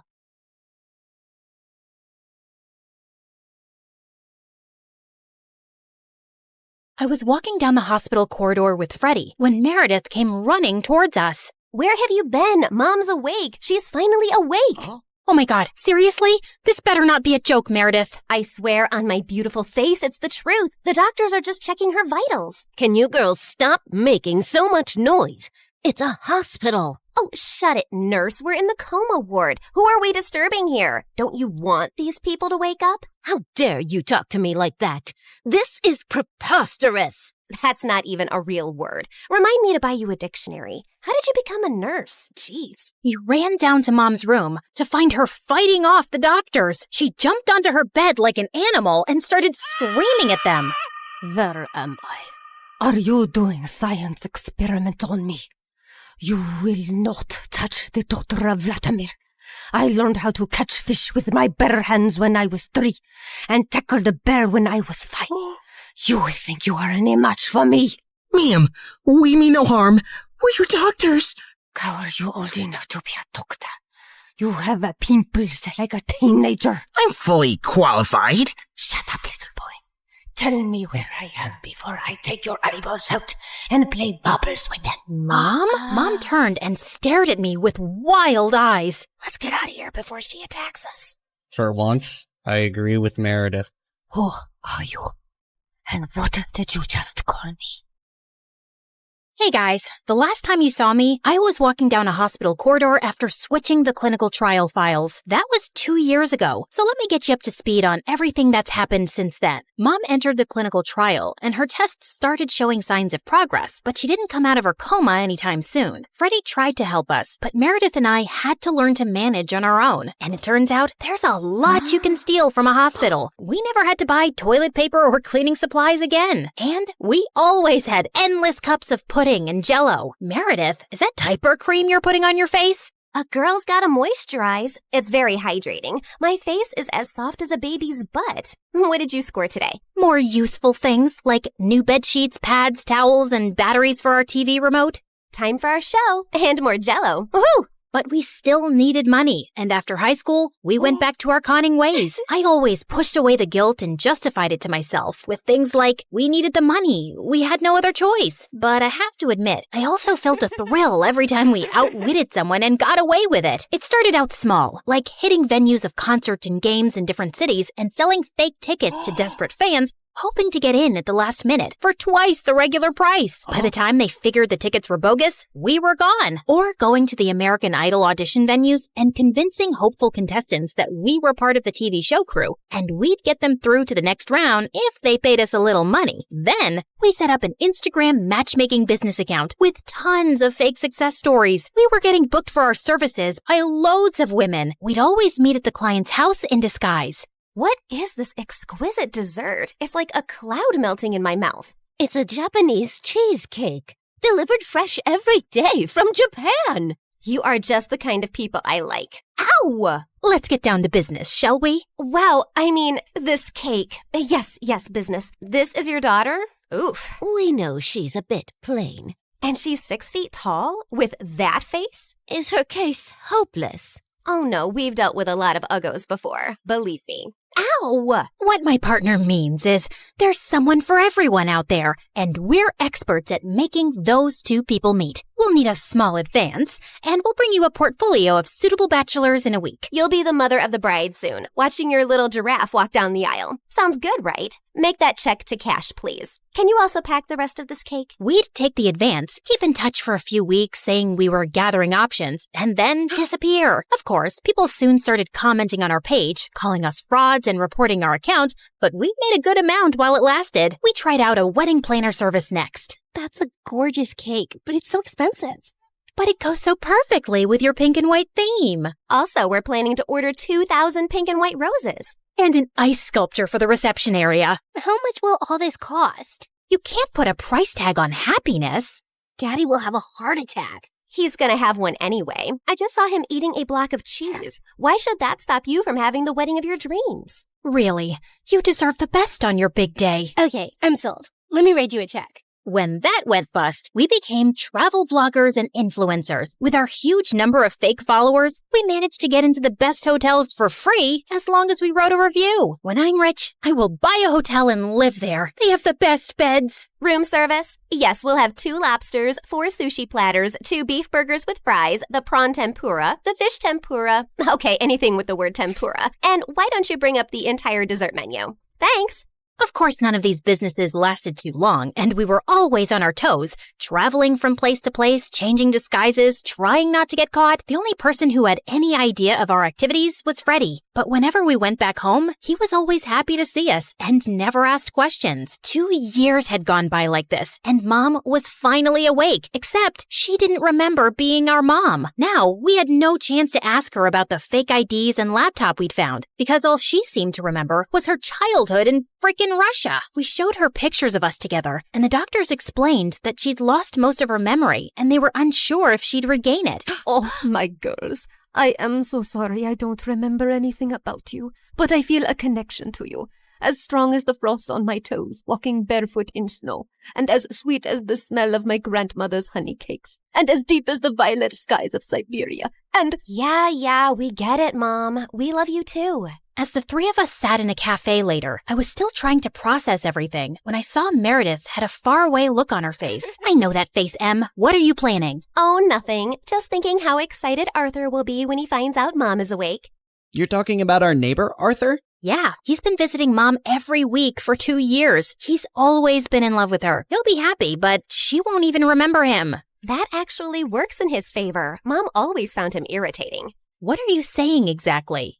What if we convinced Mom that she was deeply in love with Arthur before she went into a coma? I'm sure he won't have any problem playing along. Maybe we even say that they were engaged before she got sick. If we set them up, Mom will be taken care of for life. Arthur is rich with a capital $sign. Wow, Meredith, you're a frickin' genius. Jeez, why are you girls always scheming? Because our parents are not neurosurgeons. You can't use that excuse forever. Watch me. Like we expected, Arthur immediately agreed, and we got to work. We photoshopped tons of pictures of Mom and him, and soon he even turned up with a giant emerald ring. You chose this Russian emerald ring from an antique shop where I proposed to you. Oh, it is so beautiful.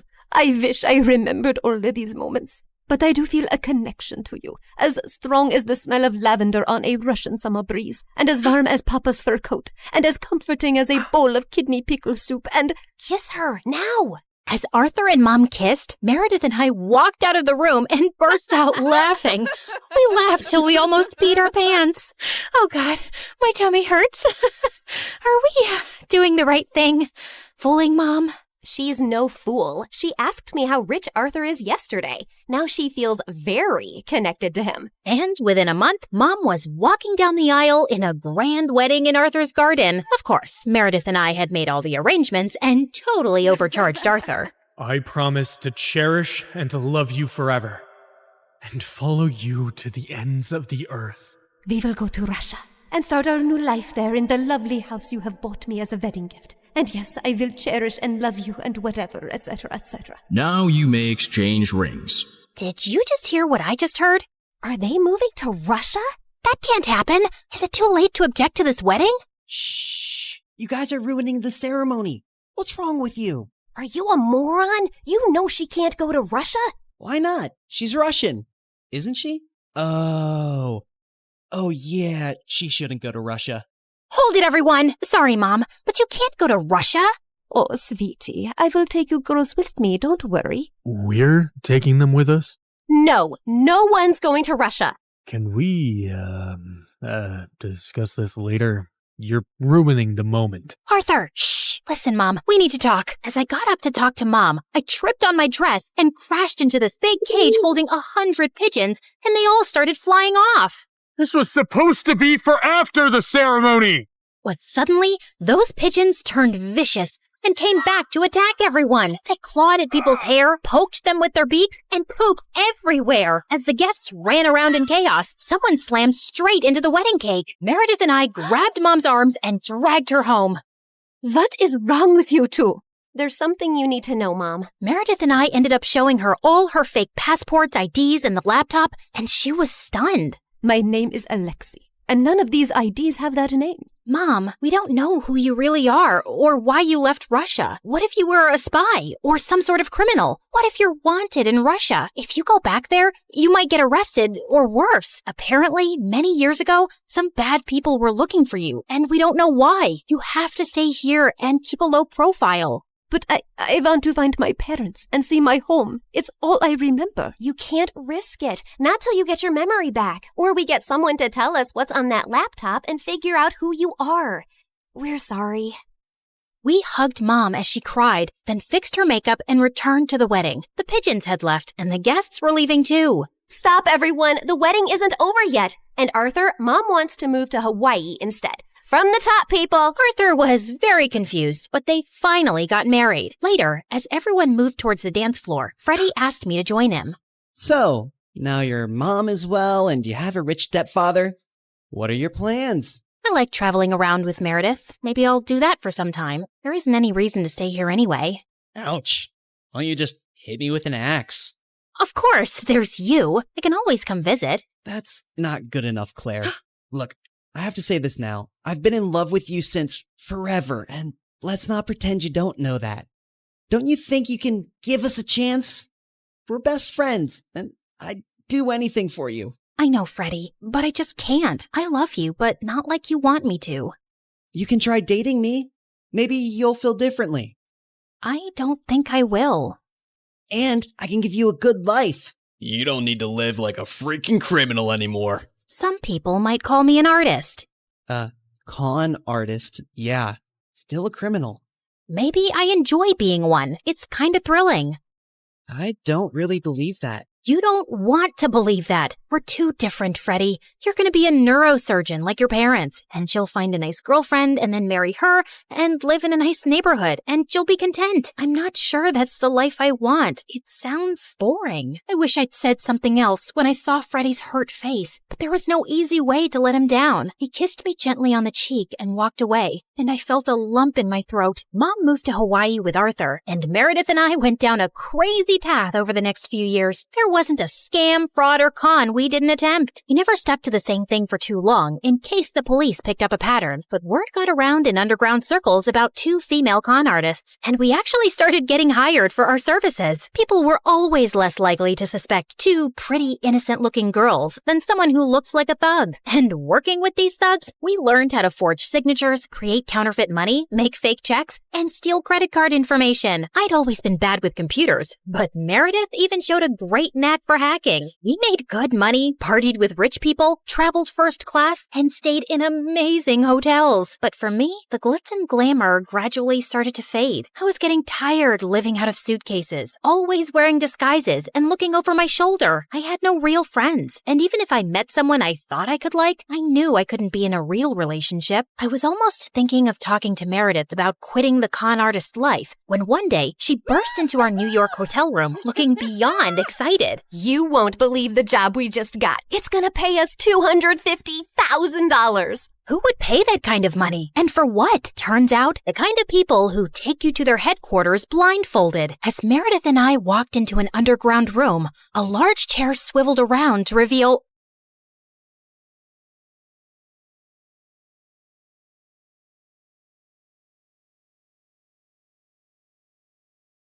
Hi, I'm Joyce, and I'm from China. People think my life is perfect. A pretty face, wealthy parents, and an elite school. But what good is any of that if my family doesn't love me and favors my genius brother? All I ever wanted was for my dad to be proud of me. But I made my brother disappear, and that ruined my life. Let me start from the beginning. I look like Mom, thankfully. Dad's beauty is mostly internal. Mom is the prettiest woman I've ever seen, and she looked more like my big sister than my mom. She looks like you, but I hope she doesn't have your brain, or she'll turn out useless like you. Well, I had learning difficulties and barely spoke more than a few words until I was 5. Dad hated me. He spoiled my brother Dustin rotten. I wanted to impress him too, but Dustin, 3 years younger than me, was already a genius. Dustin loved me, no matter how much Dad compared us. He never let it get between us. Like this one time on my 8th birthday, Dad decided to celebrate Dustin instead of me. He invited all his employees and business partners. Dustin was on stage reciting this long old English poem called Beowulf, and people were already yawning and checking their watches. Mom and I were late because we were at the salon, and when we finally walked in halfway through the poem, every single head turned our way. People looked at us like we were movie stars. Dad came rushing over, looking pissed. What are you all staring at, huh? It's just 2 girls who care more about their looks than their brains. Joyce, you're just a disappointment. Go upstairs. Actually, do us all a favor and stay there. I went to my room, and a few people, including Dustin, gave me the thumbs up and told me how pretty I looked in my dress. So I gave them my best princess bow, threw a couple of kisses like a celebrity, and kept walking. Once Dustin started first grade, my parents adored him even more. Dad gave him the entire second floor, 3 private drivers, and 1 jet. Maybe you're wondering why a 6-year-old needs a private jet. Yeah, me too. But when you're that rich and that obsessed with your genius kid, I guess a bicycle just doesn't cut it. Anyway, once, Dustin took me on his jet to France for breakfast. And when Dad found out, he freaked out and grounded me for weeks. I knew I would never make Dad love me, so I thought maybe being close to Dustin would help. Whenever he did something wrong, like breaking a glass or messing up the floor, I'd take the blame, thinking maybe that would make Dad look at me differently. Joyce, stop! You don't have to cover for me. Dad's not gonna love you more because you're suffering, and it kills me when he talks about you like you're nothing.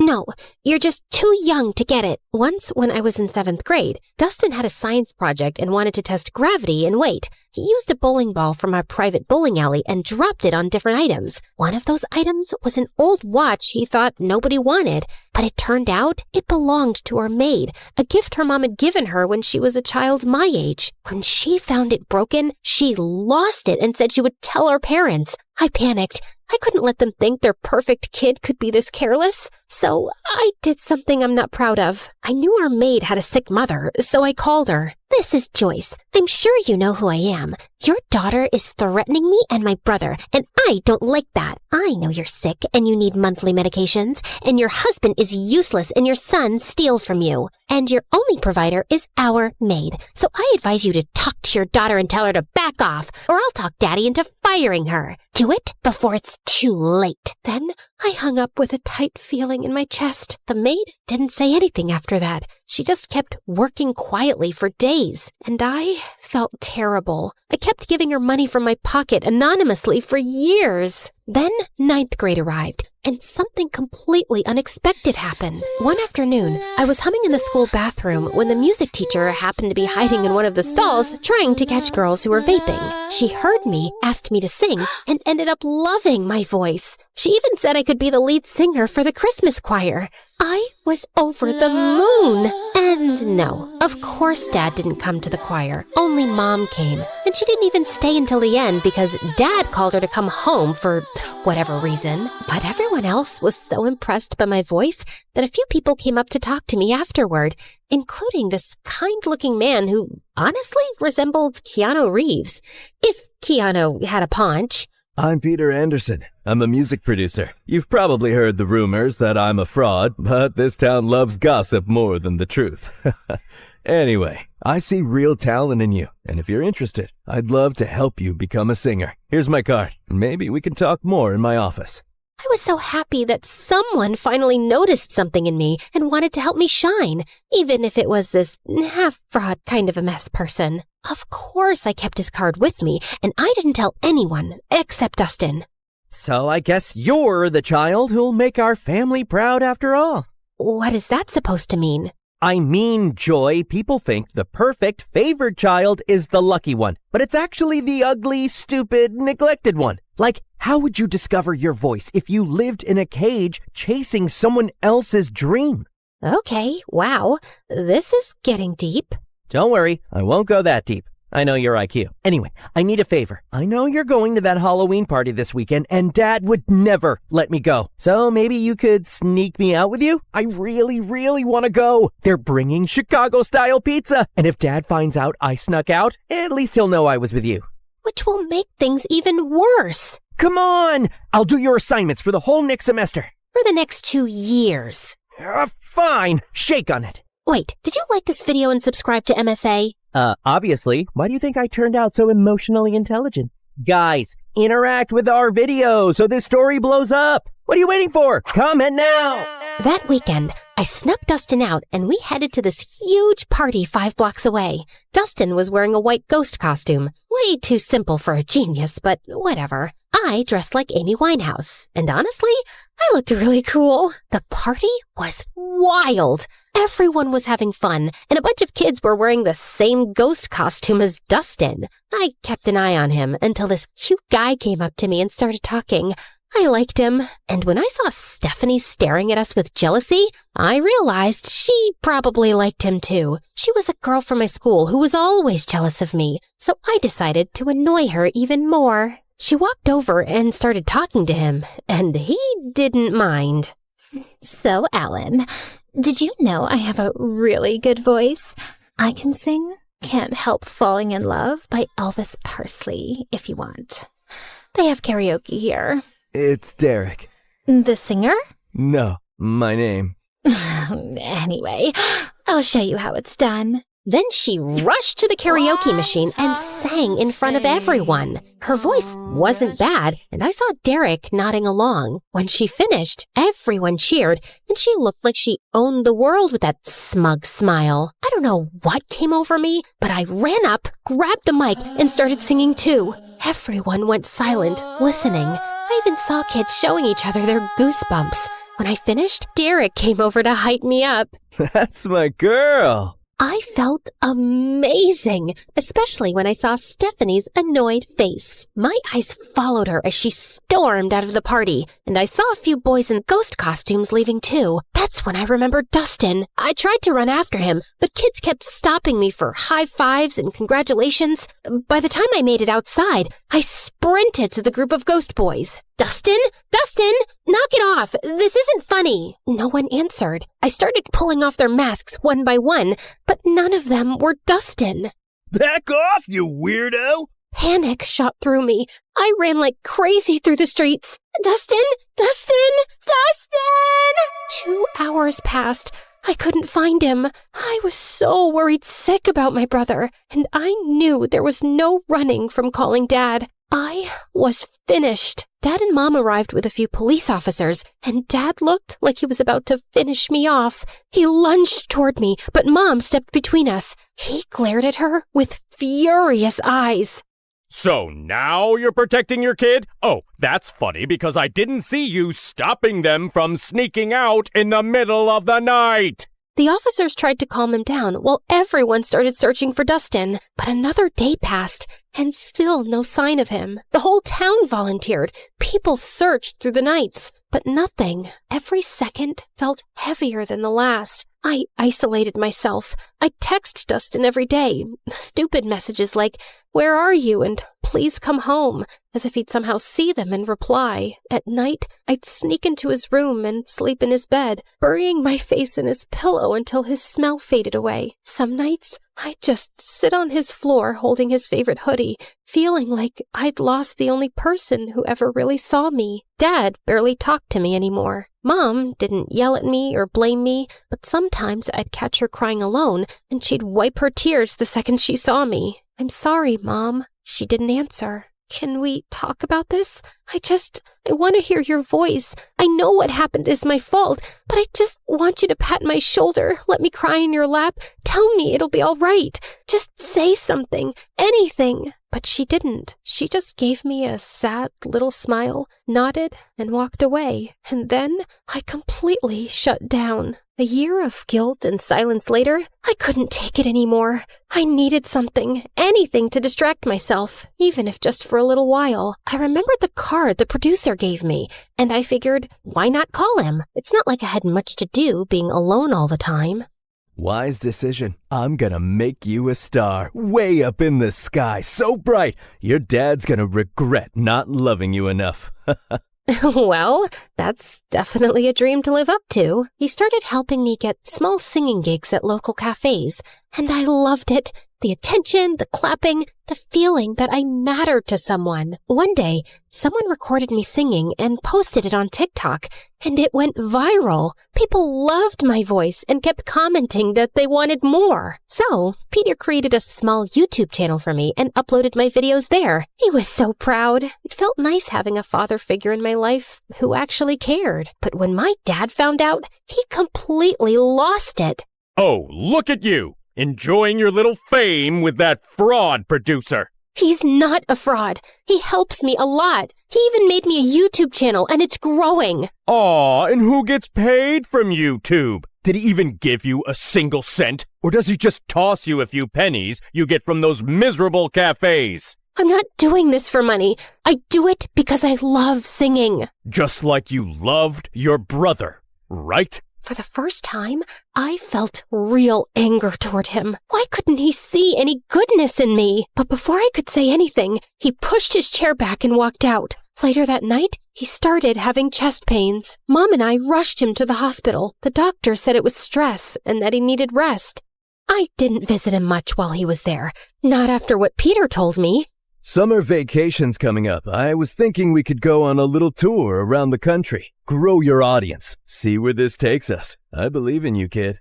I went on that tour in a heartbeat, and I had the best time of my life. For once, I felt like a child again. No guilt, no pressure, just music and freedom. But even then, I worried about Mom. I always felt like she needed rescuing from Dad. That became my motive.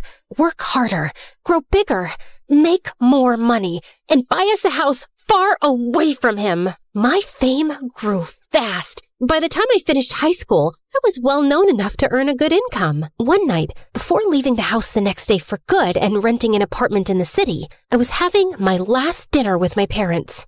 You know, Joy, now that you're getting into business and success, you should know it comes with stress. You might even end up in the hospital since you're so fragile. So I was thinking, I don't trust that knucklehead producer of yours. I should be your manager. I have a pretty good feeling I'll finally be proud of you, especially once we start making real money off your little talent. I paused. The moment I thought would never come had finally arrived. Sure, my dad wasn't nice to me, but maybe this was my chance to make him proud. Maybe I could make up for everything that happened years ago. I looked at Mom for a reaction. She gave the slightest shake of her head, but I convinced myself she didn't mean anything by it. I'll think about it. That night, I told my producer I was choosing my father as my manager.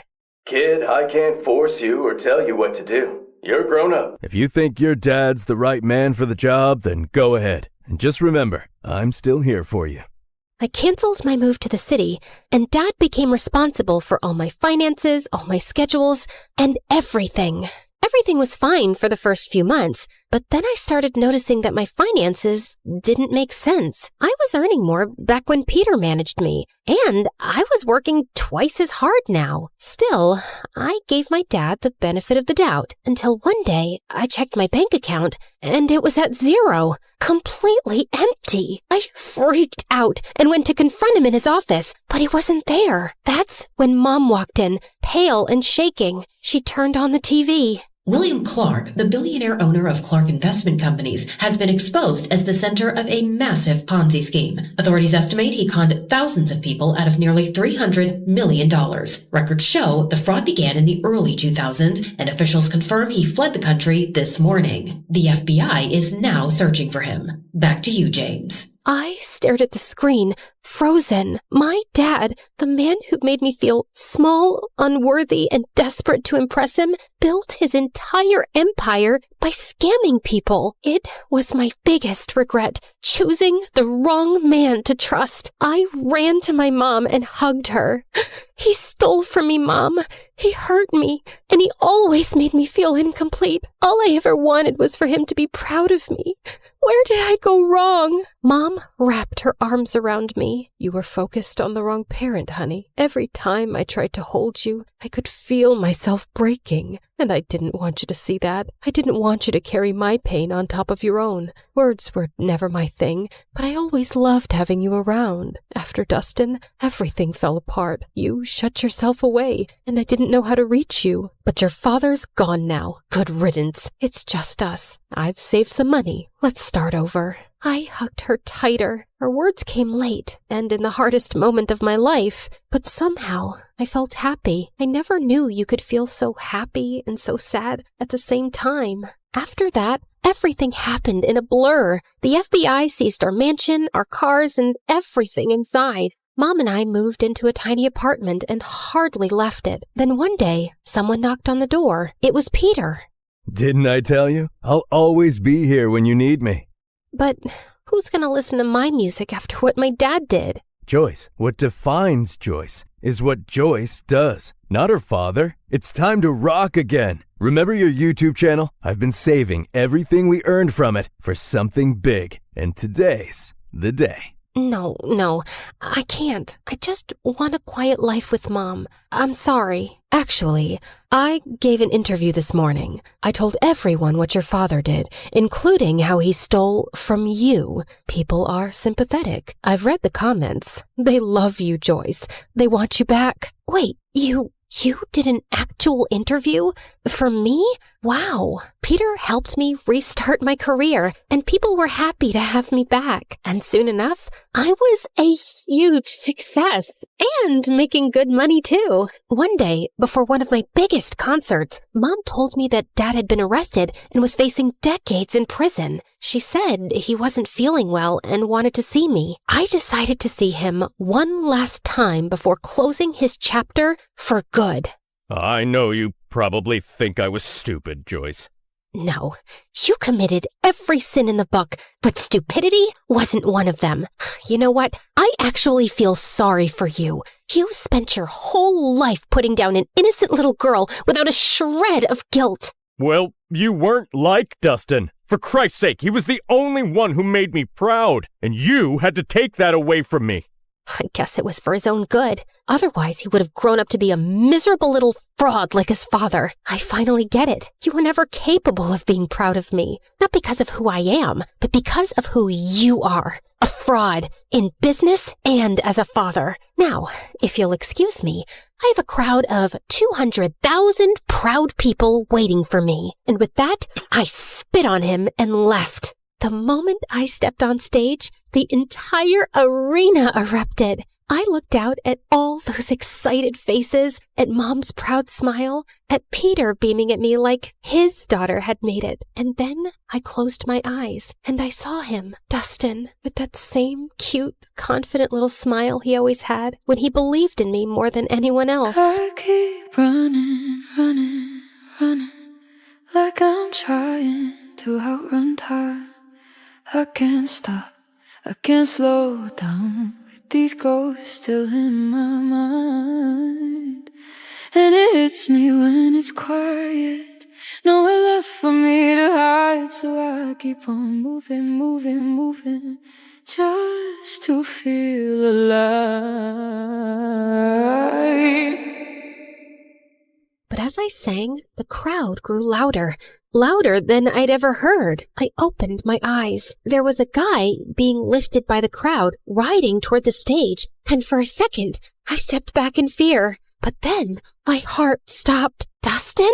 I signaled for my security to let him through. He climbed onto the stage, and I swear the world went silent around us. I looked at him like I had just seen a ghost. The hostess rushed forward, tears in her eyes. After your mother's interview about your missing brother, the internet made it their mission to find him. He's been missing for 10 years. We interviewed him and confirmed with your mom. He is your long-lost brother. My knees almost buckled. I couldn't breathe. But Dustin spoke first. I was taken by some shady people. They asked Dad for ransom, but he ignored them. They took me to Mexico. We got into a car accident. I lost my memory. A kind Mexican couple adopted me. I didn't know who I was, but I always felt like someone out there loved me. I just didn't know it was you. My heart shattered and healed all at once. I dreamt about this moment every day, always imagining myself as the stupid, reckless sister who failed you. I never pictured meeting you like this, as a woman with a life and strength and dreams of her own. Welcome home, brother. I threw my arms around him, and he broke too. And when I looked up, the whole arena was crying with us. I turned back to the microphone, wiping my tears. Thank you, everyone. I learned something I wish someone told me sooner. You can't buy love. You can't chase approval. Not even from the people you want it from the most. The greatest person you can learn to love is yourself. And once you do that, everything else falls into place. Thank you again. And now, if you'll excuse me, my brother and I have a lot to catch up on. And with that, we walked off the stage together. For the first time in years, and the first time all over again. Because sometimes the people who make you feel the smallest are just trying to make themselves feel big.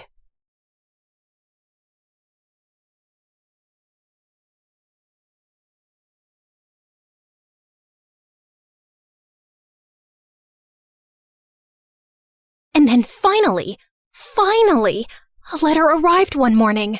My hands were trembling so much, I almost ripped the letter trying to open the envelope. Dear Drizella, my delegation has been extended and my duties have grown. I'm far too busy now to keep up with our correspondence. I hope you understand and wish you well. Prince Henry. I read it 3 times, as if expecting other words to magically appear the more I stared at the paper. But that was it. Just this cold, impersonal letter after all these months. I told myself that he was really busy with big, important things. It had been almost a year since he left, and people can change. It's not like he ever said he loved me or promised me anything. And of course, there was nothing left to do now but move on with dignity and grace. I found great comfort in pastries and gained a lot of weight. I considered becoming a nun, but decided against it since nuns aren't allowed to curse. I went to the village witch and said a friend was asking about ways to hex a prince. I started writing a vicious breakup letter to Henry, then realized you can't break up with someone you were never technically with, so I ate more pastries. Then I started running at dawn, lost all the weight, and used Cinderella's stupidly good skin and hair stuff so he'd choke on his regret the next time he laid eyes on me. But no matter what I did, it didn't dull the ache of missing someone who didn't miss me back anymore. It had been months since that last letter, and I had picked myself up and moved on. So I wasn't expecting my stomach to lurch when an official invitation arrived from the palace, announcing a grand ball in honor of the prince's return. Great. Other people could honor him. I wasn't going. Besides, Anastasia was terrified of dancing, and Mother wouldn't be up for it either. Over the past few months, she'd grown very weak and was always tired. I'd asked a couple of doctors to examine her, but they had no answers. Cinderella had been on top of her care, of course, always fluffing her pillows, rubbing her feet, making her special herbal teas. And the thought had crossed my mind more than once. What exactly was she putting in those concoctions? I didn't think she was beyond slowly poisoning a woman for her inheritance. I'd thrown the invitation in the trash. But sometime later, Cinderella came into the living room, clutching it to her chest. You're invited to a royal ball. Can you believe it? Oh, I've never been to a proper ball or worn a ball gown, and I've never seen the palace. I know I'm not invited, but maybe I could go, if you could take me with you. Yeah, no. We're not going. Royal balls are dull. Take our invitation and go, love. I'll arrange a carriage for you. You deserve to have some fun. Yeah, there was no cute fairy swishing a wand and going bibbidi-bobbidi-boo. Just my own mother handing Cinderella one of her finest gowns, a string of expensive pearls, and some money to buy shoes. Because naturally, Cinderella's feet were impossibly tiny and delicate, and she couldn't borrow shoes from us ogres. And off went Cinderella, looking like a vision. Since she was finally out of the house for a few hours, there was no way I wasn't going to snoop through her room, which was, as I suspected, disgustingly perfect. Not a speck of dust, and everything was arranged with military precision. Psychopath. I rifled through her drawers, opened her wardrobe, peered under the bed. I didn't find some secret stash of poisons or a diary confessing to slow murder. I wasn't even sure what I was looking for, and I was beginning to feel stupid. I turned to leave when suddenly, my elbow bumped into a picture frame on her vanity, knocking it to the floor. I cursed under my breath as I picked it up. Luckily, nothing was broken, and the picture had just come out. As I was placing it back in, something slipped out, a folded piece of paper tucked away carefully. And when I opened it, I recognized the handwriting instantly. I would have known it anywhere. Dearest Drizella, I'm so sorry I haven't written in a while. A sudden, strange illness gripped me and I was too sick to be moved or even lift my head. The royal court kept quiet to avoid panic, and it took me months to recover. Even now, the physicians say the worst is not over. I'm healthy otherwise, but my vision has been compromised permanently. They expect it will continue to worsen until I lose it entirely, perhaps within a few months or a year. Before that happens, before I lose my ability to pen down words myself, I need to tell you that I'm in love with you. I'm not the man you deserve, but if you could ever imagine a future with me, one where I will not have my sight, but you will have all my heart, I would ask you to marry me. Yours always, Just Henry. I read it again and again and again. My knees gave out, and I sank to the floor. He had loved me. He had wanted to marry me. He had needed me when he had gotten such terrible news, and I'd never even known. I'd spent all this time thinking he'd forgotten me so easily, but it wasn't true. None of it was true. But Cinderella had known. How had she gotten this letter? Had she stolen it before it reached me? Did she intercept others too? Did Henry get mine? A broken sound escaped my throat. I wasn't crazy or paranoid. I'd been right about her all along. Suddenly, the sound of the front door opening snapped me back to reality. Cinderella had returned from the ball. I rose to my feet, pure rage surging through my veins. She'd taken everything from me, but this time, she wasn't getting away with it. I ran downstairs and found Cinderella by the fireplace, humming softly, and I lunged towards her and grabbed her hair. Oh my God, what are you doing? I shoved the letter in her face. Why do you have this? What did you do? What did you say to him? Her blue eyes went wide. Then slowly, she smiled. And before I could react, she grabbed the letter from me and flung it into the fire. What letter? I saw red as I screamed and tried to yank her hair from her skull. She managed to pull away from me, but I grabbed her dress, tearing away the silk. She shoved me, and I stumbled back as I ripped the pearls from her throat. Mother and Anastasia came running in at the noise. What is happening? She's attacking me! She's gone mad! Get her out of here. I swear I will kill her if you don't. You don't know what she's done. She stole him from me. What? Who are you talking about? Henry, the crown prince. We were in love. He wanted to marry me. Mother and Anastasia just stared at me like I was speaking a foreign language. She's crazy and jealous. She's always hated me. Drizella, you've lost your mind and you're scaring us. No, I'm not crazy. I'll prove it. I tore up the stairs, running to my room. I flung open the chest under my bed where I'd kept all our letters. They were gone. All of them. I stumbled back down the stairs, half mad with grief and rage. I charged at Cinderella again, but Mother blocked my path and shielded her. You will not come near her again, you hear me? Enough. I couldn't breathe. I bolted from the house and ran out into the cold. I stumbled into the barn and sank onto the dirt floor, sobbing until my whole body hurt. I didn't know how much time had passed, but eventually the door creaked open and Anastasia walked in softly, kneeling beside me. If you say you talked to the prince, if you say you loved him, I believe you.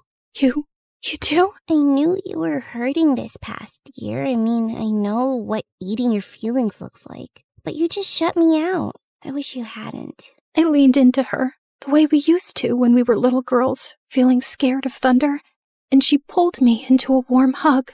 Thank you. I didn't sleep a wink that night, Henry's letter replaying itself over and over in my mind. Tomorrow, I was going to the palace. I didn't have a plan or some speech prepared.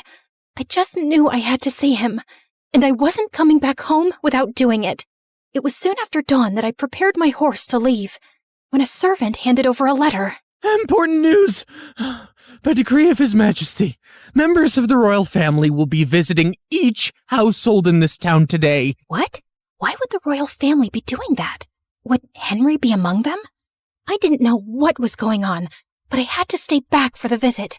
Cinderella was probably still holed up in Mother's room, which was good for her, because if I saw her face, I would tear her apart. I paced around impatiently, looking out the window for any signs of the royal delegation approaching. I thought I'd get a better view from the attic, so I ran up. And as I stood there, with my face pressed to the window, suddenly, the hair on the back of my neck stood up. I turned, and Cinderella was standing in the doorway, her eyes gleaming. Before I could run towards her, she slammed the door shut, and I heard the lock click. "Let me out! You crazy witch! Let me out!" And when I saw the royal delegation arrive at our house, I felt manic. I kicked and banged and screamed until my throat was raw. But no one heard me. Why was the royal family here? What was Cinderella doing? Finally, I heard someone running up the stairs, and the door burst open. "The prince, he's here! He's here! And he just asked Cinderella to marry him." The words punched the air out of my lungs. "You have to go! You have to stop him! Hurry!"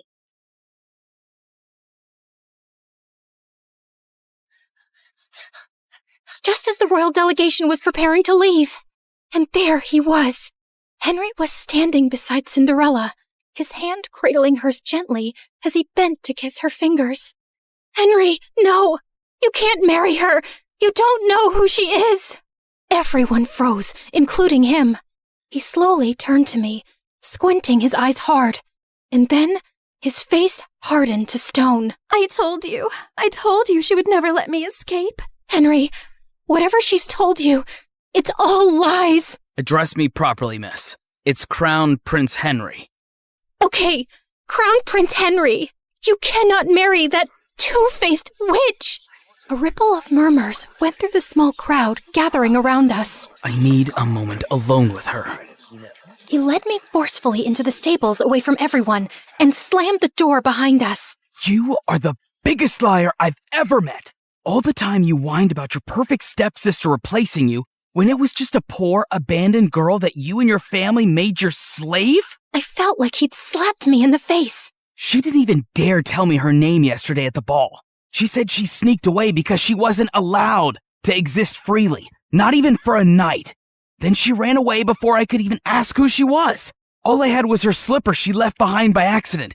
And then imagine looking for her and finding that you're the villain in her story. Henry, she's a manipulative psychopath. She stole my letters. She stole yours.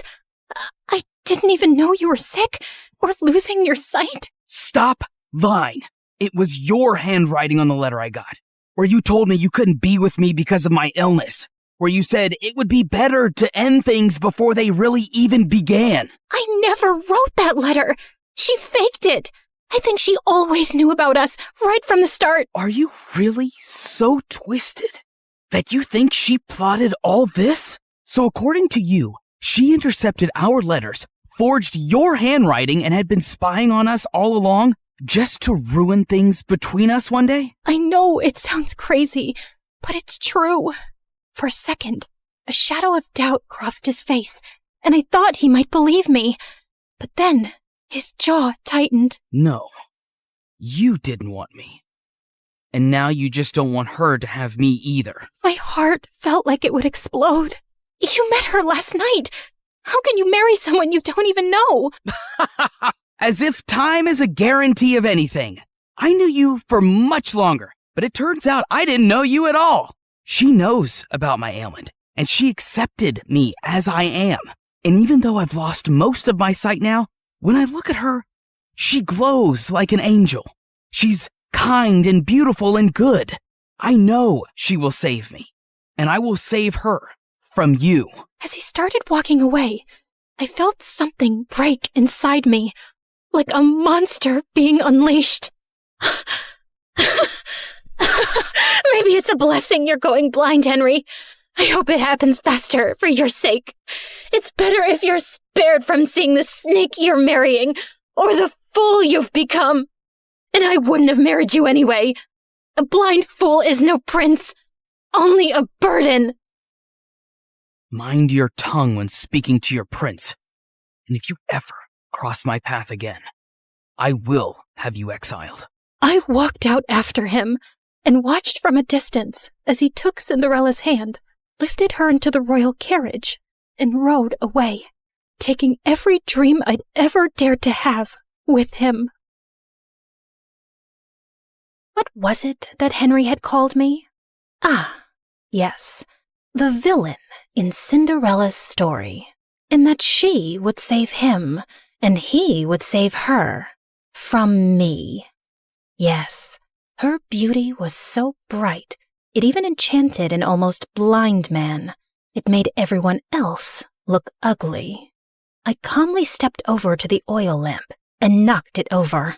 Then I stood back and watched as the flames ran up the curtains, licked up the walls, ate up her belongings, gobbled up all her lies. The whole room blazed, and it felt good. The fire spread faster than I'd expected. The house was old, and the walls were bone dry. By the time the servants managed to put it out, half the estate was gone. Mother, heartbroken and sickly, packed up what little we had left and moved in with some distant relatives. Anastasia went with her. And me? Well, I was declared unwell, hysterical, and quite dangerous. I was locked up in a sanatorium, just a fancy word for a prison with prettier walls.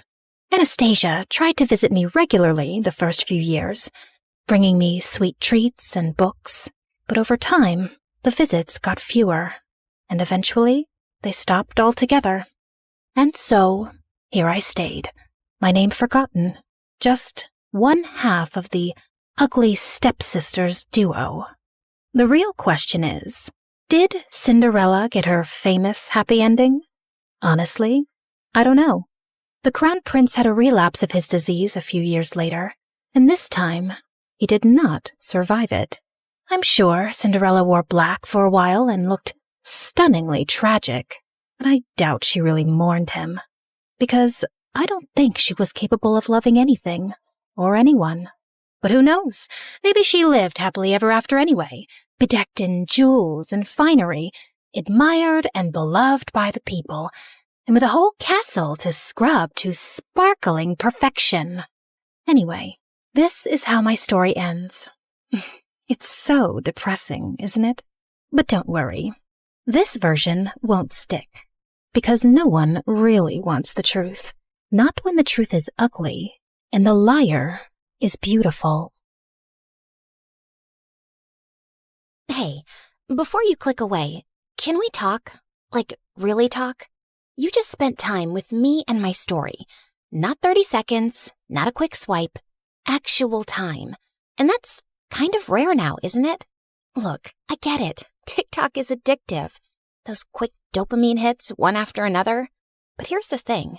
Do you remember any of those videos from last week? Last month? They blur together, don't they? But a story? A real story sticks with you. It changes how you see things. Maybe after watching mine, you'll think differently about the villains in other stories. Maybe you'll question who's really telling the truth. That's what stories do. They don't just pass time. They change us. We're fighting to keep this alive. Every animation you see took weeks. Every character, every expression, every scene, crafted by humans who believe stories matter. We could pump out 3-minute clips with AI voices reading Reddit posts. We could chase trends. We'd probably get more views. But we don't, because you deserve better. Here's the truth. Platforms push short-form content because it keeps you scrolling longer. But we're not trying to steal your time. We're trying to earn it, to give you something worth those minutes. So if this story made you feel something, anything, then please share it. Not for the algorithm, not for us, but for everyone who's hungry for real stories and doesn't even know it yet. Send it to that friend who says, I wish movies were like they used to be. Drop it in the group chat where people actually discuss things. Because every share is a vote that says, yes, storytelling matters. Yes, we still want narratives that challenge us, surprise us, make us think. The art of storytelling survived thousands of years. From cave paintings to campfires to Shakespeare to cinema, don't let it die on our watch. Not for a 5-second dance trend.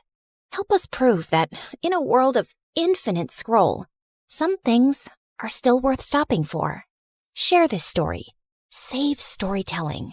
It sounds dramatic, because it is.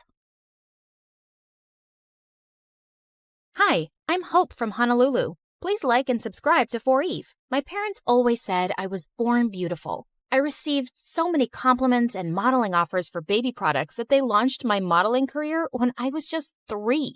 But I never really knew my parents. When I was 6, they started a clothing line named after me and got really busy with it. So they mostly left my older sister Leilani in charge, and she hated me. You promised we'd play with the dolls. You can't always be the center of the universe. I have to take this call. Fashion Kids magazine wants you again. She'd always lie and say we'd do one thing, but we'd do another thing instead, and I'd suffer. You said after my fashion show, we'd go home. I'm tired. Just sign a few more autographs and don't be so ungrateful. Sometimes I wondered if she was so mean to me because she was jealous of my fame. Once when I was 12, I was at a signing event and I escaped from the crowd. I stumbled into an alley where a girl my age was looking through the trash with her mom. I offered them some snacks from my bag, and their reaction was so wonderful. Just then, Leilani found me and dragged me away. And later, when we were on a video call with our parents, she told them what had happened. Hope, it's not okay to sneak off like that. And that poor family could have robbed you. Or taken a lock of your hair to sell on eBay. No, they were nice, and I liked helping them. Nonsense. You're too busy and famous to be doing anything else. Anyway, we heard your sister booked you on a morning show for the launch of your new toy line. Little Hope dolls. They're gonna sell like hotcakes. Sometimes it felt like my parents just used me for money. In fact, I felt people were friends with me for the same selfish reasons. But I never gave up on the idea of using my wealth for good. When I turned 14, I held my first fundraising event for homeless people, and it was a big success. But my second fundraiser turned into a complete nightmare, because the day after it, my face was all over the news with the words, teen thief. Hope, they're saying you kept all the funds for your business. What? Why would they think I took all that money? The news is saying they got an anonymous tip. This can't be good for your career. It's all over social media. They're calling it the biggest scandal of the year. You need to stop all this charity nonsense. We need to work on saving your reputation so you won't lose out on any modeling contracts. I didn't care if I never modeled again. I didn't understand how anyone could think I'd steal charity money. I was too embarrassed to even leave the mansion. Soon after, I was about to join a new high school, and I went to Leilani with an odd request. Help me make a disguise for high school. You're my makeup artist. If anyone can do it, it's you. Look, it's hard for me to trust people. They'll probably use me for my money and fame or spread more lies.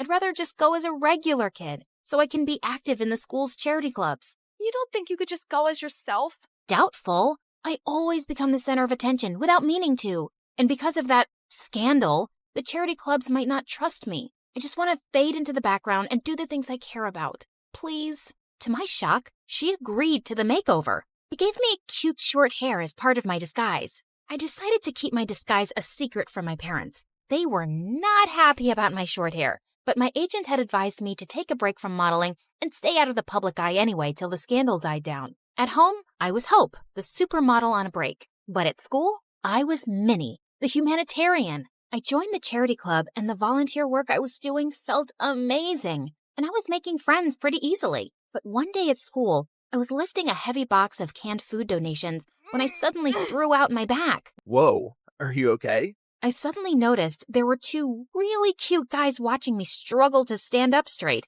Guess I'm an old lady who's not used to heavy lifting. Ouch. Let's take you to the school nurse, Granny. I'm Kai. And I'm Crane. Here, let me take your bag. What was in that box? Canned stuff for a food drive. Crane immediately dropped my bag to the floor. You're part of a food drive? Not gonna help you. What? Come on, Nan. Let's just take her to the nurse. She's hurt. Whatever. Not my problem. And then he just left. What was that about? Are you seriously doing a stupid food drive, Granny? My name is Minnie, and what's wrong with food drives? Minnie? Minnie. Everything about them is wrong, Minnie. If the poor just got off their butts and worked, they wouldn't be poor. Why should we treat them like babies and take money from people who do work? Wow. Sometimes it's hard for people to find work or earn enough, and they need help. Maybe lame losers do. Well, Minnie, here you are. Kai winked at me as he left. What a jerk! But I wasn't going to let his arrogant opinions stop me. I organized a school dance to raise funds for the food drive, and it was a hit. But just as I was dancing with some friends, Kai and Crane busted through the gym doors with crowns on their heads. To the rich, stand with the rich. What are you doing, Kai? We're here to tell everyone the poor are pathetic and charities are scams. Don't be fooled. Just then, Crane started kicking down the display of food donations like a maniac.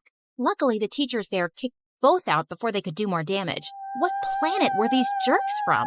But I forgot all about them when I got home that afternoon and saw Dad running out to me. Didn't you check your phone, Hope? I think the battery died. What's wrong? Your mom and sister got into a car accident, but the doctor said they'll be okay. They both have some broken bones and will need bed rest. I started to cry, and Dad hugged me. I couldn't remember the last time he'd done that, and I decided I'd stay home for the next few weeks to take care of Mom and Leilani. The next evening, my bodyguard drove me down to the food bank to drop off the school's donations. To my shock, I saw Kai step out of his car in front of us, and he was dropping off bags of donations. What the hot fudge? I snapped a picture of him, and I confronted Kai in the school hallway the next day. Saw you at the shelter last night. What are you talking about? This? How did you... Okay, please, listen. Crane is against charity work, not me. He convinced me to think that way a long time ago, but I don't agree with him anymore. Years ago, Crane's family fell into a big scam by some fake charity, and they lost a huge fortune.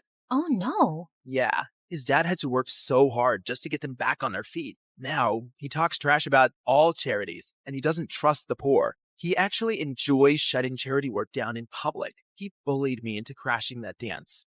And well, I'm sorry I did, really. He looked really sincere. If that's the truth, I understand. But you gotta stand up to Crane sometime. You can't keep pretending to be someone you're not. Kai offered to walk me to class, but I explained I was just there to collect my books as I was homeschooling for a while. He asked for my number, and I kinda left with butterflies in my stomach. Kai and I texted every day for weeks, and he even started coming over. I kept saying it was best to give my mom and sister space to recover, so we'd always hang out in my backyard. Keeping Minnie away from my parents and Hope away from Kai was getting exhausting. I was also developing the biggest crush on the real Kai. He was nothing like the jerk I'd first met. Once I found him waiting for me in my backyard with the most amazing picnic laid out. Hey, what's all this? Just a little surprise for your big day. Happy birthday, Minnie. Kai, my birthday isn't for another 5 months. What? Really? I looked for you over social media, but I couldn't find you because you're apparently the world's most private person.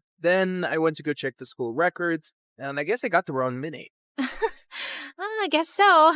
But thanks anyway. It's the nicest thing anyone's ever done for me. Just as I sat down, Kai opened a bottle of soda, and the cork went flying straight into my eye. Oh my god. I am so sorry, Minnie. Wait, stop rubbing your eye and let me see. He lifted my chin gently as he looked deep into my eyes. Your eyes. They're... Yes? They're what? They're not the same color. What? Suddenly I realized that my contact lens had fallen out. Oh, my lens must have popped out when I rubbed my eye. I wear them for my eyesight because I'm as blind as a bat. I see. But why would you wear those green lenses and hide your lovely blue eyes? His face was so close, and I didn't have an answer to his question, so I just kissed him. He looked really surprised, but then he kissed me back, and it felt wonderful. Soon after, Kai and I hosted a fundraising car wash for a soup kitchen, but suddenly a car honked at us angrily. Well, what do we have here? Crane, listen, buddy. I know how you feel about this stuff, but I'm asking you to back off. I want to do this. What? Support lying, dirty thieves? Did you forget what happened to my family? Of course not. But that was one bad experience. Not all charities are scams. It's this witch. Winnie's brainwashed you. It's Minnie? And Kai is free to do whatever he wants. But you need to leave. Just then, Crane went red. He threw a punch at Kai, but Kai blocked it brilliantly and stepped back. Crane, walk away right now.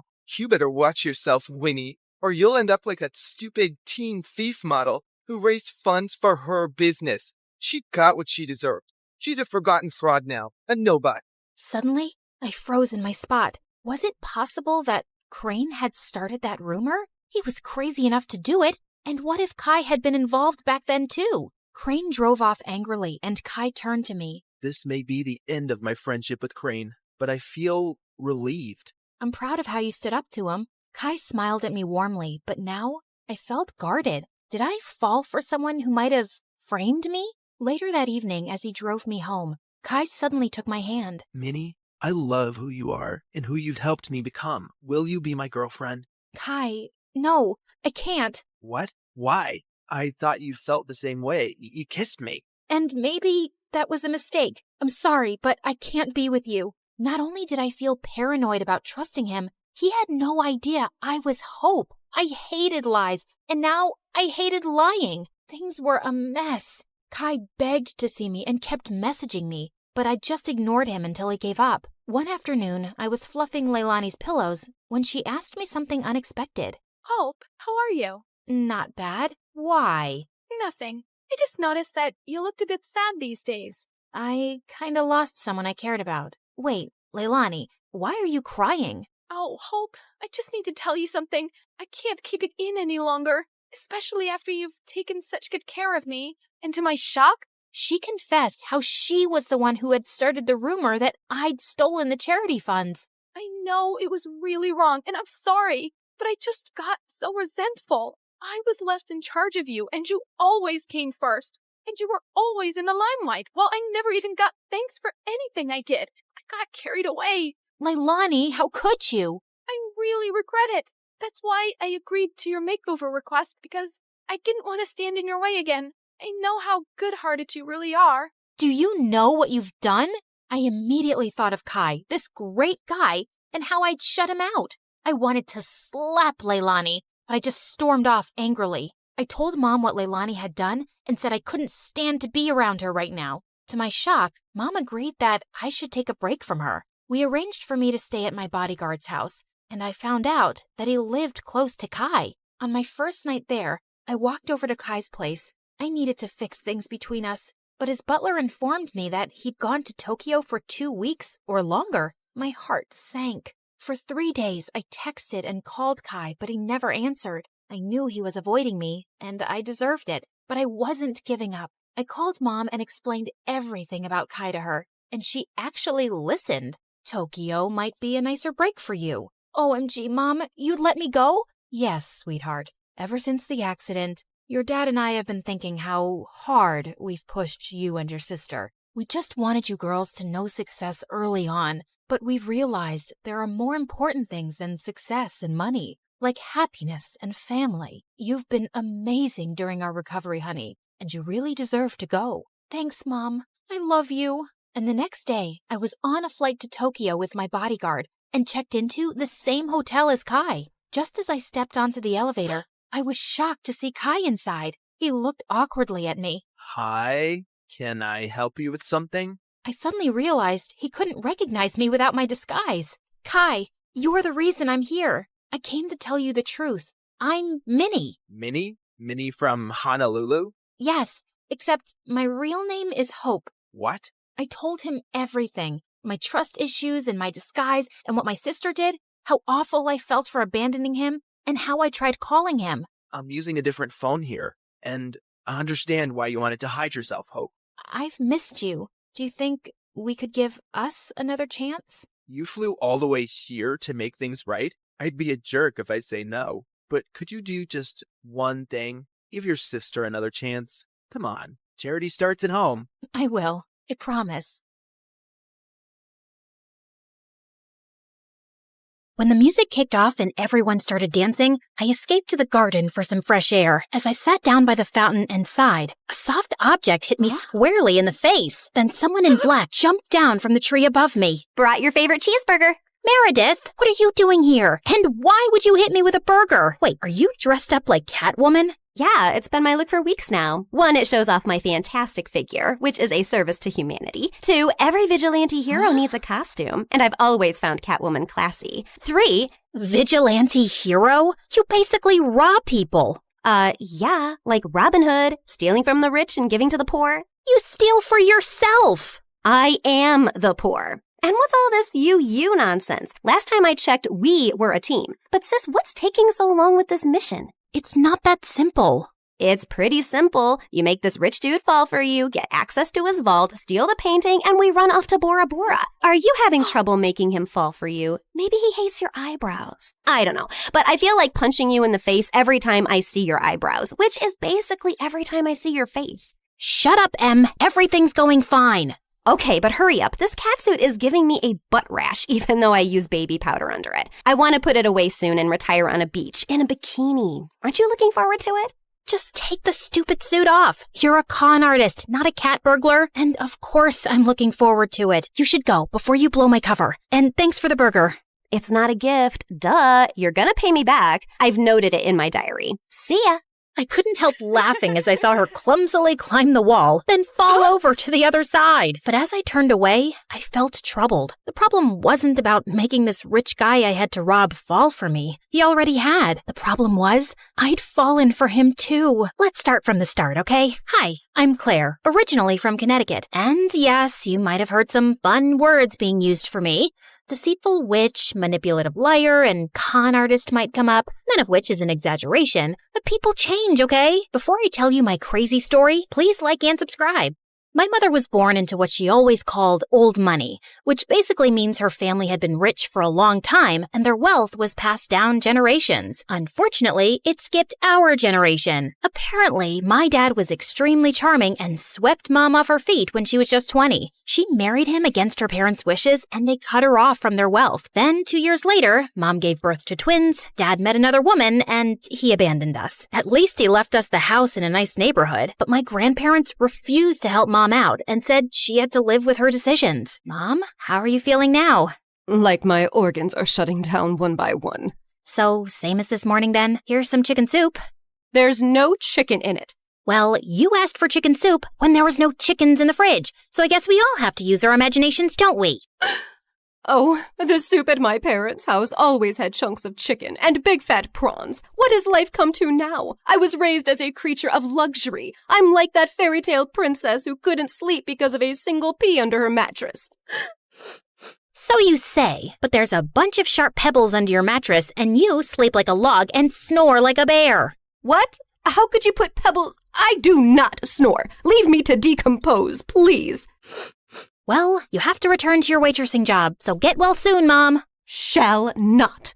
I loved Mom, but she was basically a spoiled, selfish child who just couldn't adapt to her changing fortunes and start acting like a freaking parent. My sister Meredith and I were twins, but we looked nothing alike. With her soft blonde hair and big baby blues, she looked like the kind of sweet soul who saved kittens from trees, helped old people across the road, and sang to birds. She didn't look like she had an ounce of evil in her, which wasn't true, like at all. But we'll come back to that later. From an early age, it was clear to me and Meredith that we had to be resourceful for money. I started doing odd jobs for our rich neighbors in the 8th grade, like raking their gardens, walking their dogs, and babysitting their kids. But Meredith was always finding more creative ways, like taking stupid boys in her class on paid exclusive tours to an alien site she'd discovered in the nearby forest. I'd seen her digging up the crater where the spaceship had landed, or selling youth water to high school girls, claiming she'd traveled far to the Fountain of Youth over summer break and had a limited supply. They actually thought she was telling the truth because it tasted different. Yeah, that's because she was filling up bottles from the neighbor's gross jacuzzi. People eventually caught on and stopped buying from her, and that's when she started stealing from me. But whenever I'd confront her, she'd throw a tantrum and deny it like I'd accused her of killing someone. So the next time, I hid money in my diary and made my latest entry. Dear Diary, guess what? What? When Mom took Meredith to the hospital for her sore throat the other day, the doctors made a shocking discovery. Meredith has a rare, incurable disease. She only has a few more months with us. We've decided not to tell her so she isn't scared and lives the rest of her short life in peace. Yes, I'm sad, but not that much because my baby sister is going to a better place and leaving me all her stuff. I knew my trick had worked when Meredith came down one morning with swollen eyes. When Mom asked her what was wrong, she burst into tears about her incurable disease. Where would you get an idea like that? Yes, Meredith. Please, tell Mom where you got this idea from. You wrote it in your... Wait, you chubby witch! You made me believe I was dying! Meredith lunged at me and we went rolling all over the kitchen floor. But she ended up getting grounded for a month for stealing and invading my privacy. I soon started missing her at dinner time though. So late one night, I snuck into her room with ice cream to find her playing darts with my face as the target. I'm sorry you're stuck here, but you did steal from me. I know we don't have a lot right now, but we'll work hard and make money in the future. But the future is in the future. What do I do now when I need money for mascara and gummy bears? Maybe we can think of some business idea. Oh, I thought you'd never ask. She pulled out a box from under her bed full of t-shirts. So you know my friend George, the next-door gardener's nephew? Apparently he volunteers at a mental institution every weekend. The owners got t-shirts made from all the patients, but they refuse to wear them, blah, blah. So now the mental place has hundreds of these lying in storage. George said he can score them for me, and we could have our own t-shirt range with cute things written on them. Look, here's one I made for myself. I want to go to Bora Bora, but I'm Bora Bora. Please help me. Funny. I'm very serious, actually. I'm gonna live in Bora Bora one day. So, are we selling these t-shirts? I'm in. I also made one for you. That'll be $10, thanks. Money can't buy happiness, but poverty can't buy anything. Please help me. You should pay me for wearing this. Meredith didn't have the best reputation in our neighborhood or school to sell things, so we decided to hit the other end of town and set up a t-shirt stall outside a private school. With my salesmanship and Meredith's flirting, we managed to sell quite a few on the first day. We started setting up shop at different locations, and one day as we were heading home, Meredith suddenly said she had to pee really badly. So we walked up to the closest house to ask if they'd let us use the bathroom. We rang the bell, but no one seemed to be home. I was peeking in through the window when suddenly I turned around to see Meredith already crawling halfway through one. Are you crazy? That's breaking and entering! I'll kick in your face so hard that you'll need plastic surgery, which we don't have money for. If you don't want to be ugly for the rest of your life, let me pee. I let her go and was standing guard at the door when, to my horror, a car suddenly pulled into the driveway and a snooty woman stepped out. Hey, you girl. What are you doing lurking around my house? Were you thinking of breaking in? What? No, of course not. I'm a Girl Scout selling cookies. Yeah, I study in the, Aston Bridge School for Girls. Oh, I see. It's a lovely school. I know many people whose children go there. Sorry for my mistake. I'll be happy to buy some cookies from you. Put me down for 20 boxes. Sure. It's, $5 a box, so that'll be $100. I'm putting your name down on my list, and I'll drop them by tomorrow. That's perfect, sweetie. Here's the money. I'll see you soon. Just then, I saw Meredith slip out the window, and as soon as the lady went in, we ran like crazy down the block and then collapsed on some grass. Look, I took some pastries from her kitchen. Perfect for a spontaneous picnic. That's stealing. Oh, you're one to talk. I heard the whole cookie conversation from inside. You took that lady's money, and you're never going to give her any cookies. I was just trying to distract her before she caught your butt. I didn't think she'd be dumb enough to actually give me the money. I can return it. Look, she didn't do it out of the goodness of her heart. She's a rich snob who was being really rude till she thought you were someone rich, too. You didn't force her to give you money at gunpoint. Oh, Claire, this has just given me the best idea. You're not serious. Yes, I am. Dumb people deserve to be tricked. And what does $100 mean to someone who has a gold toilet seat? I knew it was wrong, but it was also so easy. And before I knew it, Meredith and I were wearing private school uniforms and hitting different neighborhoods, collecting money for Girl Scout cookies that we had no intention to deliver. We made $2,000 in a month. But one day, when we went up to a rich old lady's house, she invited us in and even offered us cake as we signed her up. How many boxes will that be, ma'am? Oh, none, thank you. You see, I don't buy imaginary cookies. What? I'd heard that there were 2 conning Girl Scouts in town, and I was ready for you. I've called the police, and you 2 will end up in a detention center. Just then, there was a loud bang, and the power went out. In the confusion, Meredith kicked the old lady and yelled, "Run!" As we were sprinting down the street, I suddenly noticed a nerdy-looking boy my age running beside us too, grinning and waving at us. Hey, hold on. Who are you? I'm your new neighbor, Freddie. I'm the one who saved you from that old crow. What? I'm so confused right now. New neighbor? You moved into the house next to ours? Why are you here? I was bored and saw you girls leaving your house, so I followed you for fun. Don't worry.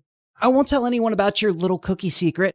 When I heard that old lady threatening you, I went to the main circuit board and pulled out a wire with my tweezer, which I always keep handy.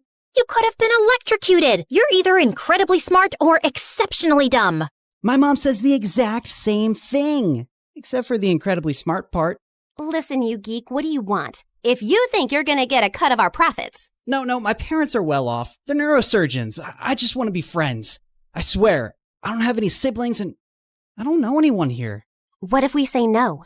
I'll keep following you around until you say yes. Okay, fine. Congratulations. You got yourself 2 friends. Oh, I'm so happy. Merry Christmas and a Happy New Year. And from that day on, that goof really did become our best friend, especially mine. He was like the sibling I never had. I mean, the nice sibling who did my nails and watched the channel I wanted to watch on TV without arguing. He was also really generous. I didn't want to take advantage of it, but Meredith and Mom had no problem keeping all the gifts he was always getting us. We decided to lay low with our conning activities in case the old lady had actually told the police about us. But soon after we joined the 11th grade, a new drama unfolded in our lives. A family moved into the huge white house across the street. Apparently, the couple who'd bought the place was loaded, and they had 5 teenage boys. Finally, some eligible bachelors on our street. Thanks. My feelings aren't hurt at all. Oh, I'm sorry I left you out, sweetie. Maybe you'll find someone too. I mean, they have 5 boys. There's a good chance one of them is gay. What? Why would you think? Okay, girls, here's a basket of goodies for you to take over as a welcome present. Now go, throw yourselves at those boys.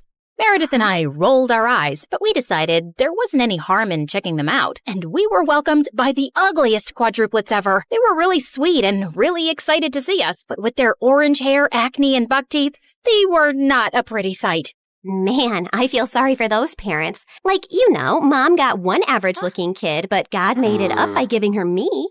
But those parents, God decided to use copy-paste on that ugly model. They must have done something terrible to deserve this. Huh? You are so rude. Oh, shut up. I know you're thinking the same. I just have the guts to say it out loud. But then a day later, I'd just woken up when the bell rang, and I opened the door to find the most gorgeous boy ever standing outside.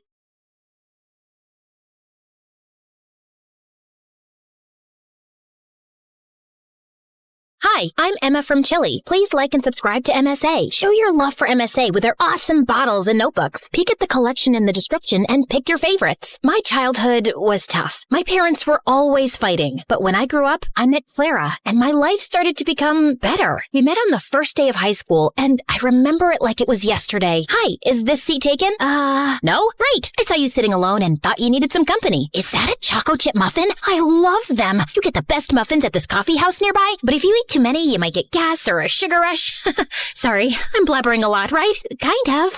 You'll get used to it. I'm Emma, by the way. Do you want to be my friend? Trust me, we both need friends if we want to survive high school. Oh, okay. I'd like that. I'm Clara. Since that day, we were like gum. Clara was a pretty and shy girl, and me, well, I was the weird girl with a tiny obsession for Sherlock Holmes. You better not be asking who Sherlock Holmes is. Wow, that's an interesting outfit. It's my Sherlock Holmes uniform, Clara. I already told you like 1 trillion times. Yes, of course. How can I forget? The world's greatest detective, right? The best, the biggest, the most... Wait, are you teasing me? Wow, you figured it out. Guess you are good at detecting things. It's elementary, dear Watson. What? Oh, never mind. But despite my weirdy personality, Clara always stuck by my side until one day, everything started to break. I was coming back from school and saw Mom going crazy in rage. She was screaming at Dad, throwing his stuff outside, while Dad just looked like a deer in the headlights trying to stop her. Let go of my hand. That's it. I can't live with someone who scams others. We're done. Get out of my house. Please, not in front of Emma. Why? She should know what kind of father she has. Tell her how you scammed people into investing money in your little Ponzi schemes. Tell her that you're a liar and a crook. Go on. A mouse got your tongue? Mom kept screaming at Dad, and I just couldn't take it, so I ran away to my room and locked my door. Mom followed me and was still screaming, but I just lay on my bed, trying not to cry. And later that night, she came into my room. I know you feel horrible, darling, but it's for the best. Your father was a good guy, but now he prefers money over his own family. But what happened? I don't know, dear, but I do know that you and I are going to be just fine. We're a team. Remember that, okay? The next day, I went to school feeling worse than ever, but I saw Clara and I got got a little happy. Hey, I had the most awful day yesterday. Can we skip classes and talk? I really need to vent. And why do you think I have the time to listen to you whine? Excuse me? Clara started to walk away from me, but I stopped her. No, wait, I don't understand. Did I do anything wrong? We can talk about it. Oh, God, if I have to listen to you talk one more time, I will kill myself. I don't even know how your parents tolerate you. You're so childish and annoying. I can't be around you anymore. But we're best friends. And now we're not. So please don't talk to me again. Clara left, and I felt completely broken. Did she always think of me like that? I tried to talk to Clara between breaks, but she ignored me, and she did so for the rest of the week. I had no other friends, so I just spent my time in the school library reading some Sherlock Holmes. At least the books were loyal. But one day, I was walking to my next class and saw a notebook by the lockers. I opened it out of curiosity, and what I saw blew my mind. The notebook was full of pictures of Clara. Clara going to class, Clara in the gym, Clara walking to her house. What kind of creep would do something like this? I was flipping through the pages when I noticed someone familiar in one of the photographs. It was this guy from our class, Gerardo, and he was holding a camera in a mirror reflection in the photograph. I'd seen Gerardo following Clara around in school, and I always felt that there was something off about him, but Clara would never let me chase him away. And now he was taking her pictures? This guy was a freak, and I had to do something before Clara was in some serious trouble. So I went to the principal and explained everything to her. I can't accuse any student without real proof, Emma. I mean, Gerardo is the official photographer for our yearbook. He could be taking pictures of anything else. But if you feel so strongly about this, I'll tell the teachers to be on the alert, okay? But nothing ever happened. Since telling the principal blew up in my face, I fell back on the one thing that I knew would work. My awesome detective skills. I spent the entire night stalking Gerardo on social media, but it was a dead end. The only possible solution was to confront him. But the next morning when I entered school, I saw Clara walk in with Gerardo looking completely different. Her face was painted with makeup, and her hair was all red. Oh my God, Clara, what happened? Did a radioactive spider bite you or something? What happened to your hair? And what's with the makeup? Can you stop touching her, you freak, and get out of the way? I wasn't talking to you, creepy stalker. Clara, what are you doing with him? Did he torture you? Do you need my help? She doesn't need anything from you, so get lost if you have nothing to say. Clara didn't look at me, so I walked closer to her, ignoring Gerardo's protests, and pulled out the notebook. Clara, this guy is a stalker. He's been taking your pictures since God knows when. Look, he's even in one of these pictures. Can you see that tiny little reflection in the background? Clara ripped the notebook out of my hands and finally looked at me, angry. What part of I don't want to be your friend didn't you understand? I don't care about your little detective games, okay? It's not a game. This guy is creepy and weird, and my boyfriend? He's my boyfriend, okay? Now stop insulting him with your dumb games and get out of my face. Clara stormed off before I could ask any questions, but Gerardo stayed, smiling at me. Thank you for finding my notebook. I was worried about losing my favorite photos of my girlfriend. Listen, I don't know how you brainwashed her, but she's not like that. I didn't do anything to her. I just offered her a quick way to earn money. What did you make her do? Why don't you ask her? He left with a victorious grin on his face. I started to feel really worried about Clara. The next day, after the end of the school day, I was determined to save Clara any way I could. So I decided to follow Gerardo like a shadow. After a while, I saw him slipping through the school back gate and entering a scary dark alley. I hid behind a pillar and saw him wait there. And moments later, a bunch of guys came in on their motorcycles, each scarier than the next. How you feeling about tomorrow, boss? Pretty good. You have the motorcycle I asked for? Yeah, it's in Clara's house. Perfect. I taught Clara everything she needs to know about riding motorcycles, and I've told her to meet us right here tomorrow. I'm telling you, Clara's so ready for this race. She's gonna nail it. And what if she doesn't? Then we train her more till she can. But don't worry, I can feel that money is ours already. Everyone started cheering in celebration, so I got out of there before they saw me. I ran until I found a bench and sat down. Clara was participating in a motorcycle race? Why? I had so many questions, but right now, the only thing on my mind was to save Clara from this dumb race. The plan was simple. I was gonna go to the dark alley after school and wait for Clara to show up, and then I would just grab her arm and run till we were safe. So the next day, I went to the alley extra early and waited for everyone to show up. Everyone, including Gerardo, was around, but Clara was nowhere in sight. Half an hour went by, and when she didn't show up, I decided to leave. But my jacket got caught in one of the boxes, and I fell, and all eyes turned to me. Whoopsie! I was just making sure there was no rats here. I think it's safe to say that this place is officially rat-free.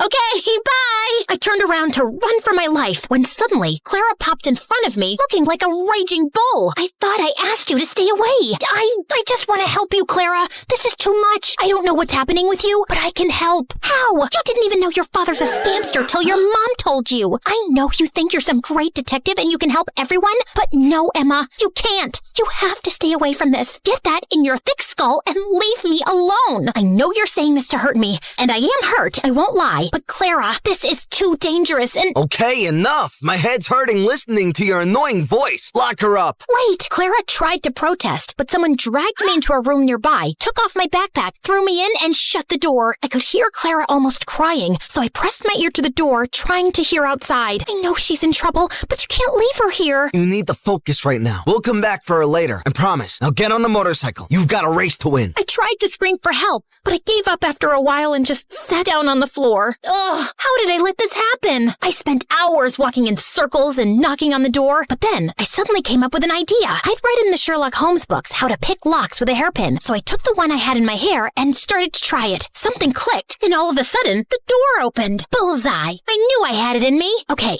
now focus. I left the alley and started to run without direction, but then I heard sounds of motorcycles. I went down a stone stairway and found a giant tunnel full of motorcycles and people. And Clara! But before I get Clara out of there, I need to do something else. Hello? 911? Come to Keller Street, down the stone stairway, and hurry up. There's an illegal motorcycle street race happening. Can you provide me with your name? There's no time. Hurry up! I hung up and ran down the stairs. All the motorcycles were already lined up, and Clara was on one of them. I could see Gerardo talking to some guy, so I ran to Clara without him seeing me. Come with me.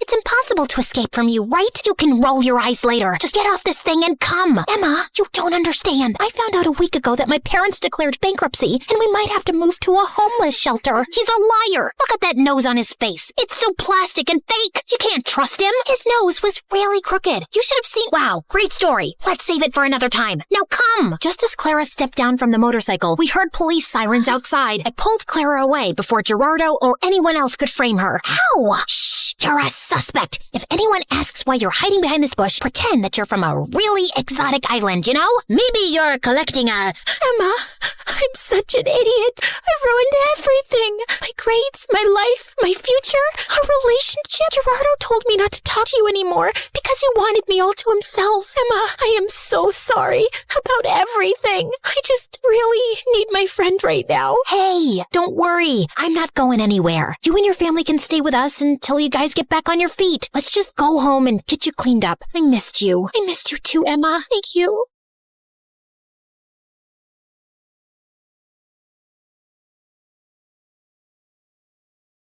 Hi everyone, I'm Hayden from California. Before I continue, please hit like and subscribe. I was born into a big, happy family, and growing up with 4 spunky older brothers was always a blast. And we ran into a lot of trouble, like when we kicked the ball into our neighbor's window, and another time when we all fell into the pond and Mom thought slime monsters were invading the house. Yeah, we were all grounded, except for my younger sister Rose, the only odd one out who never joined us and only cared about her looks and her clothes. Ugh, Hayden, I can't believe you dress like that. Why can't you wear a proper dress? I can't believe you like those clothes. Look at this t-shirt. It's large so I can get underarm ventilation. And I can stuff my face without fearing my waist. And these pants, they have pockets. Here, want to see the frog I found? Eee! Well, my brothers became super boring after they started high school. They got girlfriends and hobbies. Ugh, it's not like I need them to have fun. I can find my own friends. One day, when I was on my way home from school, I spotted some meanies hassling a puppy. Not under my watch. I grabbed a stick and rushed over to them screaming, but then I trod on a stone and fell. They all started laughing at me, but I got back on my feet. Let that puppy go. Or what? You'll fall on your face again? Or I'll teach you a lesson. Ooh, we're shaking in our boots. An army of ants is coming our way. That boy was my new neighbor, who was the same age as me, but half their size. And then the puppy bit the bully's hand, and the new boy rushed in and snatched the puppy away. He grabbed my arm, and we started running until we got away. Wow, that was brave. I'm Rashid. And you got there just in time. I'm Hayden. He adopted the puppy, and from that day on, Rashid and I became best friends, and everyone called us the Terrible Duo. But things changed the summer before high school when Rashid decided to visit his grandparents in India. Can't you stay home? Aw, I'll text you every day, and then we'll be in the same class this year. Finally, we can sit together. Without him, I was so bored that I even tried spending time with Rose. She pulled me out for shopping or a salon, which I never liked. She even dragged me to her ballet class. Ugh, all that pink tulle and that boring music. I was starving, so I searched for a vending machine and almost crashed into a girl doing a backflip. I peeked into the classroom and everyone was doing backflips and handstands, and the splits, they looked free, strong, and flexible. I wanted to be one of them, and that was my true calling. I caved in and trained every day, and by the end of the summer, I had already won 3 trophies at local competitions. I couldn't wait to show them to Rashid. On the first day of high school, I got in early to save us the best seats, but when I got in, someone was already there. Hey, can you? The guy looked at me, smiled, and... Hey, Hayden, I missed you. OMG, Rashid? Wow, I almost didn't recognize you. He looks tall, and the glasses are gone, and wow, he's so...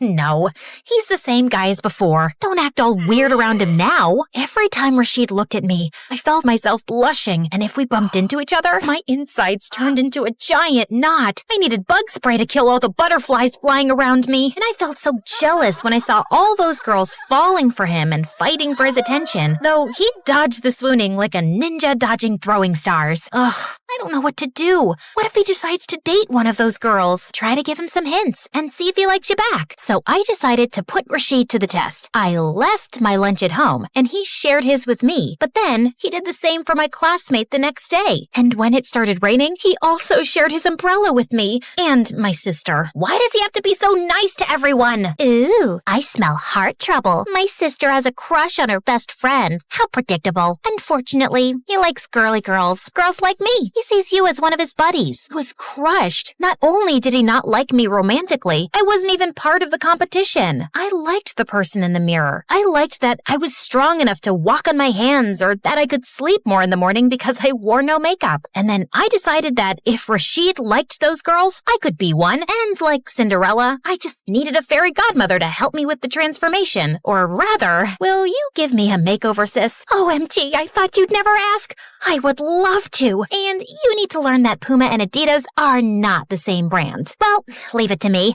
I'll take care of your closet. Suddenly, Rose turned into a whirlwind. She plopped me in front of the mirror, pulled out brushes and paint, stuffed me into tight clothes, and gave me the highest heels to wear. Are you sure about these? Maybe I can still wear my sneakers. Do you want to catch a boy or not? I was shocked. Was that even me? Rose had certainly transformed me, but I wasn't sure it was for the better. It's okay, Hayden. Think of this as an undercover mission. I thought being a girly girl would be a breeze. Boy, was I wrong. I had to do this awkward, clumsy walk because of that dress. And of course, I missed the bus and got to school late. As if that wasn't bad enough, when I walked into the class, my dress tangled on my feet and I stumbled, but thankfully Rashid was there. Oh, Hayden, you look... Magnificent? Majestic? Breathtaking? You've got lipstick on your teeth. I didn't know you were into makeup.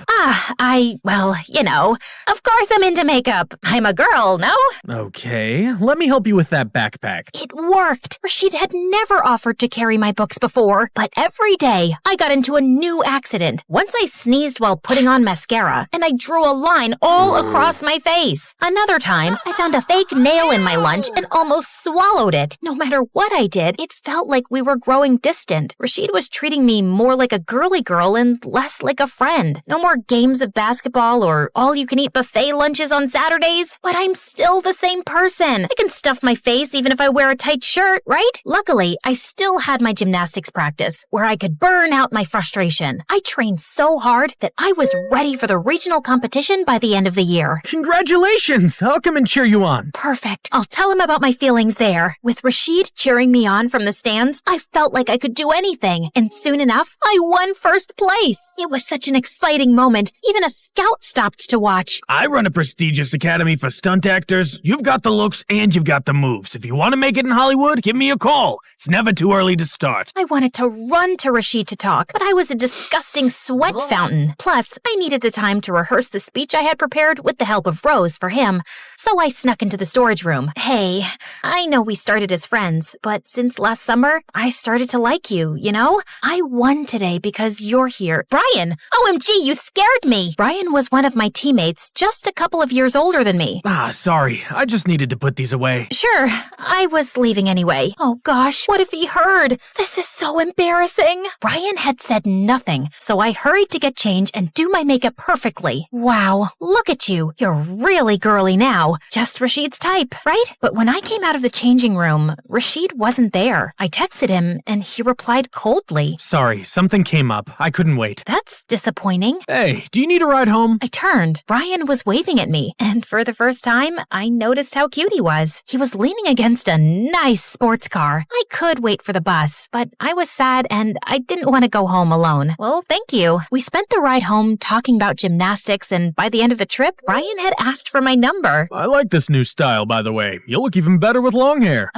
Long hair is such a chore, but I guess that's what guys like. From that day on, Brian started texting me, and soon he asked me out on a date. I still liked Rashid best, but he had barely spoken to me since the gymnastics competition. It was clear he wasn't interested. I might as well go out with someone who appreciates me. Brian had booked a super fancy restaurant. I wore my high heels, and I even borrowed a wig from Rose to complete the look. When I walked into the room, I felt everyone looking at me with awe. You look stunning. All the boys here are jealous that you're my date. Wow, this is what being a girly girl looks like? Everyone is always staring at you? Brian was impressed, and we started chatting about ourselves. Brian already had his life figured out. He would work for his father's company. And what about you? I don't know. I might consider this stunt acting gig. I'd get to kick butt for a living. Aren't those film stunts too dangerous for a girl? What? How could you say? Just then, the fire alarm rang, and a fire started erupting from the kitchen. Everyone started running toward the exit, but I heard a cry and turned around. An old lady had fallen, and nobody had noticed. But with my high heels and tight skirt, I couldn't run. So I took off the shoes and ripped the dress and rushed to help the lady up. We made it out just in time, and nobody was hurt. I can't believe you rushed back like that. Thank God you made it out, but you look like a proper fright. Well, I wouldn't have had to rip my clothes if I wore my old t-shirt and sneakers. Of course I look a fright. I just ran into a building on fire. Oh, wait. Please don't sit in the car. You see that ash on you? Ugh,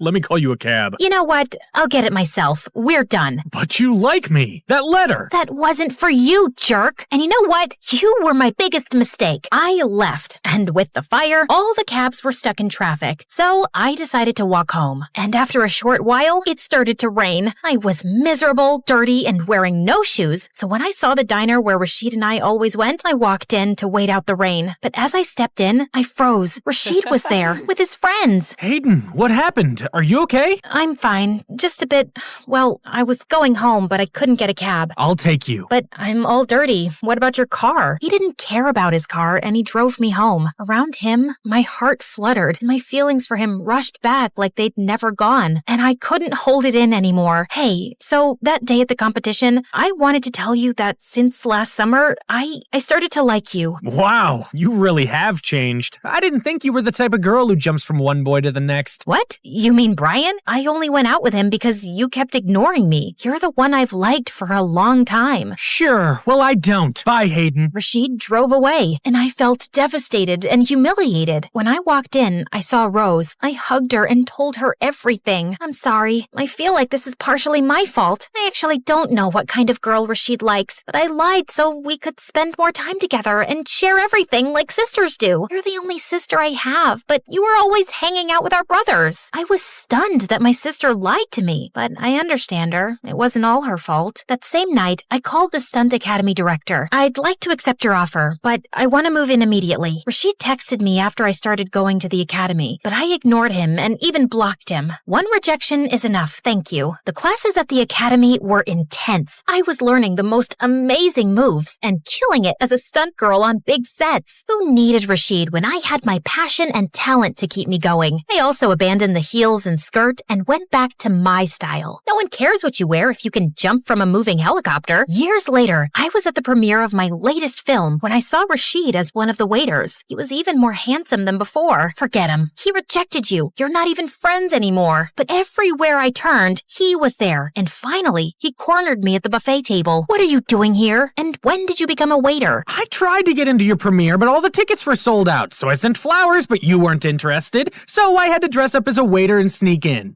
Whatever. Hayden, please stop running. Talk to me. At least let me explain. You were very clear the first time. Look, when we were at the competition, I overheard your confession, and I saw Brian, so I thought it was for him. When you confessed to me, it kind of made me feel like I was your backup plan.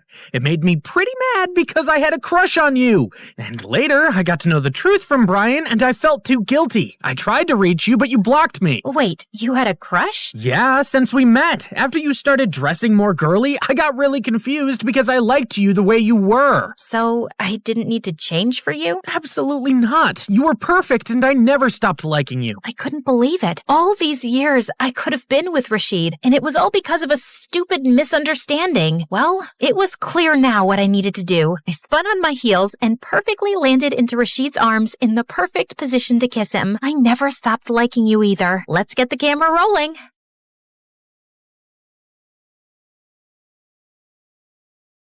I woke up in the middle of the night feeling extra thirsty and almost passed out when I saw the time. It was 3 a.m., the devil's hour. I tried to go back to sleep, but I just couldn't. Come on, girl. Ghosts aren't real, but dehydration is. So hold yourself together and get your ice-cold water.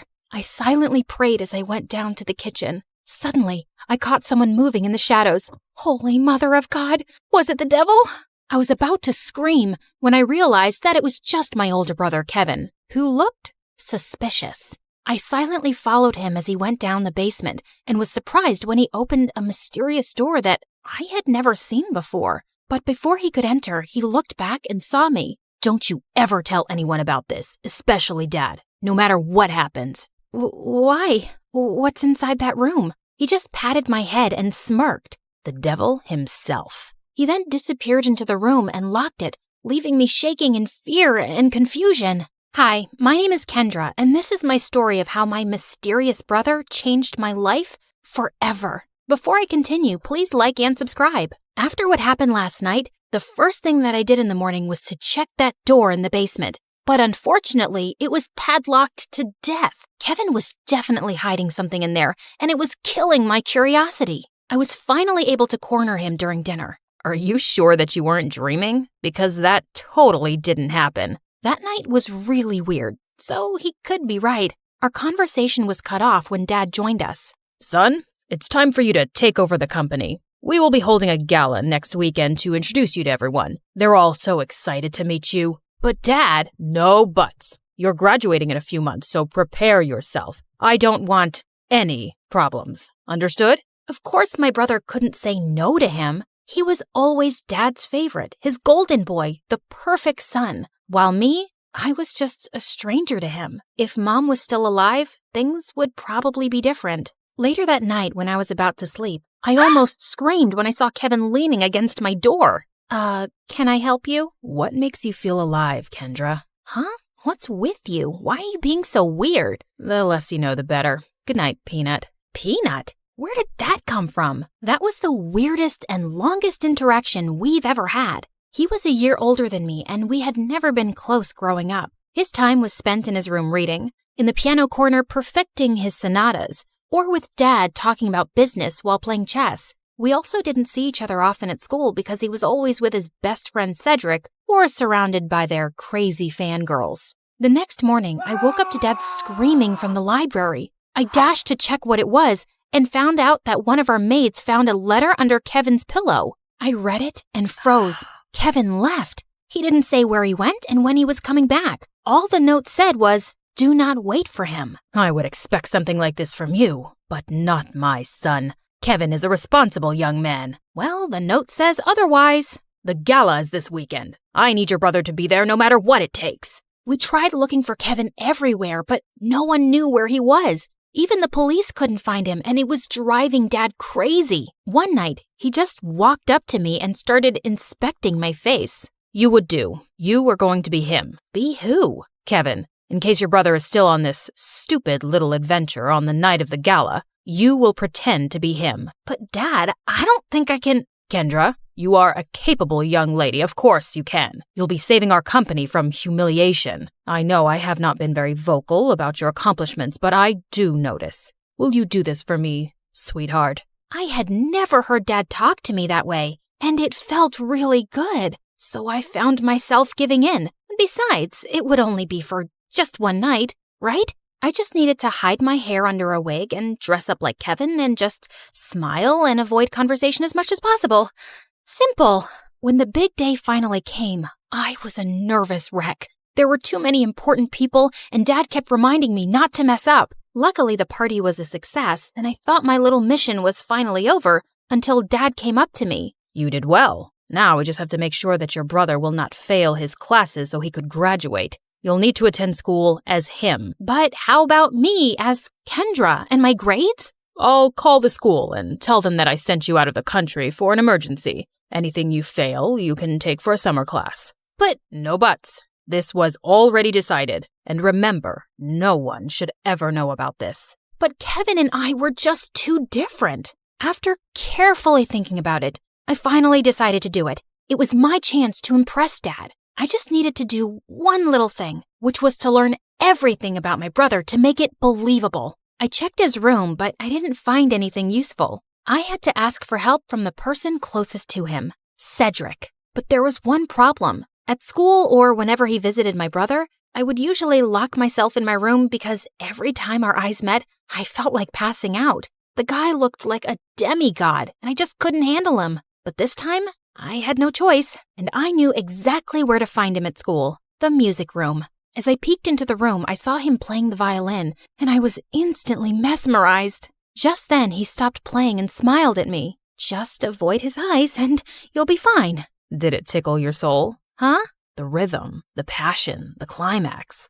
Sorry, but I'm not into music. I stepped back, and he started walking towards me. How about this? Did it tickle your soul? I suddenly became mute. This is the first time you talked to me, and I'm surprised. What brings you here, Cupcake? Cupcake? I got a grip of myself and slapped his hand away. First of all, I'm not food. And second, I'm not here to talk about souls and music with you. It's about my brother. Suddenly, his face turned serious. I had already talked to your dad about it. Kevin ran away and he didn't want us to find him, and there's nothing we can do about it. I know, but I need your help with something. I told him about Dad's demands, and he suddenly laughed.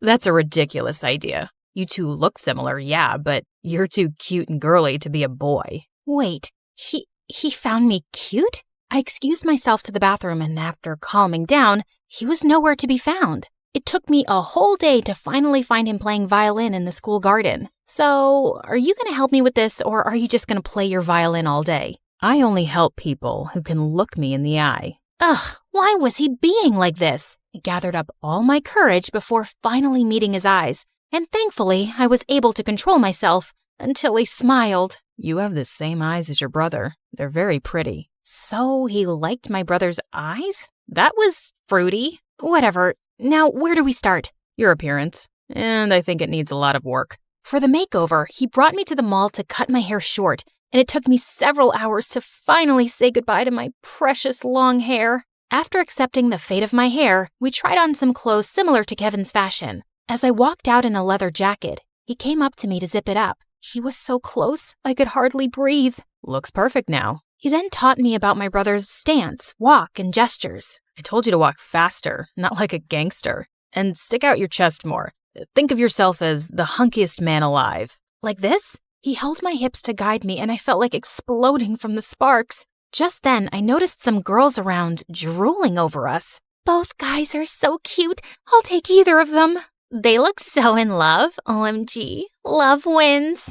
Great. And now we were a gay couple. Cedric coached me about Kevin's interests, and I was surprised. I didn't know my brother was such a dork. He loves SpongeBob so much, he even thought of diving into the ocean just to look for its real-life version. But one revelation made me tear up a bit. And he adores you so much. But he thought you didn't like him, so he always chose to give you space. What? That's not true. He's too protective of you. He even told me not to talk to you because he thought I'm trouble. Oh, yes, you're definitely gonna be trouble. To my heart.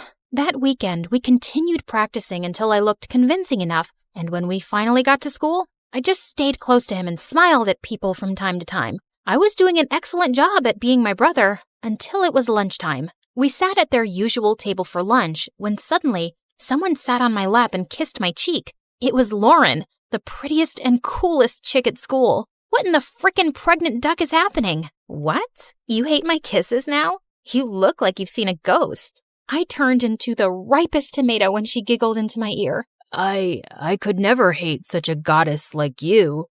Wow. Since when did you become this cheesy? I gave Cedric a panicked look, but the jerk was trying his best not to burst out laughing. I kicked his leg under the table and his wince was satisfying. I then excused myself in the bathroom and dragged him with me. There, he revealed that Kevin had been dating Lauren for a while now, and I had no idea about it. Lauren had been all over me for the next several days. This was totally normal, of course, except for the little detail that I was not her actual boyfriend. And through all of this, Cedric remained an unhelpful idiot who was clearly enjoying my discomfort. We were walking to our last class when someone suddenly grabbed and pushed me against the wall. You're acting weird lately, and I like it. Before she could kiss me, I acted like there was a bug inside my shirt and ran away. I needed to talk to Cedric. As usual, I found him in the music room. We need to tell Lauren. Suddenly, Lauren appeared from behind me. Tell me what? Wait a minute. Don't tell me that you guys are dating? What? Cedric finally stopped playing the violin and grinned at me. I'm straight, but I don't know about your boyfriend. Aw, baby. You know I would accept you however you identify, right? Well, that's good to hear. Lauren looked like she bought it, and I just found myself exploding. I'm not Kevin. I'm not your boyfriend. I'm his sister Kendra pretending to be him. I then explained everything to her. Oh, okay. Explains why you look and act differently. That's it? No violent reaction whatsoever? I'm used to Kevin's quirks. So, anything I can do to help with this mission? Just don't tell anyone about this. Got it, baby. Despite knowing the truth, she still kissed me on the cheek and it made Cedric laugh. I started hanging out with both of them since then. They would talk fondly about my brother and share things about him that I didn't know. It made me realize that he wasn't as boring as I thought he was. One day, Cedric dragged me to the music room and asked me to listen to his new composition. It was a wrong move to come with him, because the way his fingers moved and his handsome face played with the painfully sweet tune screamed danger to my heart. I calmed myself down and hyped him up when he was done. You really like playing the violin, don't you? I like to touch people's hearts with classical music. How about you? What makes you happy, Kendra? I'm curious. I ended up telling him about my passion, which was fashion designing. I used to draw my designs every day, but when Dad saw it, he burned all of them. He found it lame and useless to his company. I'm sorry to say this, but your dad is the biggest jerk in the world. He treats you and Kevin as assets to his company, and never as a son and daughter. You're right, but it just made me crave for his love and approval. Someday, I hope you'll be able to find the courage to do what you need to do. You have me now, you know. I'll take care of you. He leaned in closer, and I thought he was going to kiss me, but to my surprise, he pulled away and walked back to the platform to play again. What was that all about? After the incident in the music room, I started thinking that maybe Cedric liked me too, until one day I heard him talking to Lauren in an empty classroom. You like Kendra, don't you? What are you talking about? She's off limits. And besides, she's just like the little sister I never had. Those words were enough for me to accept the truth, that Cedric will just be my dream. To distract myself, I invited Lauren for a sleepover, and as she was trying on some of my favorite clothes, I couldn't help but admire how beautiful she was. Just then, I found her smirking at me through the mirror.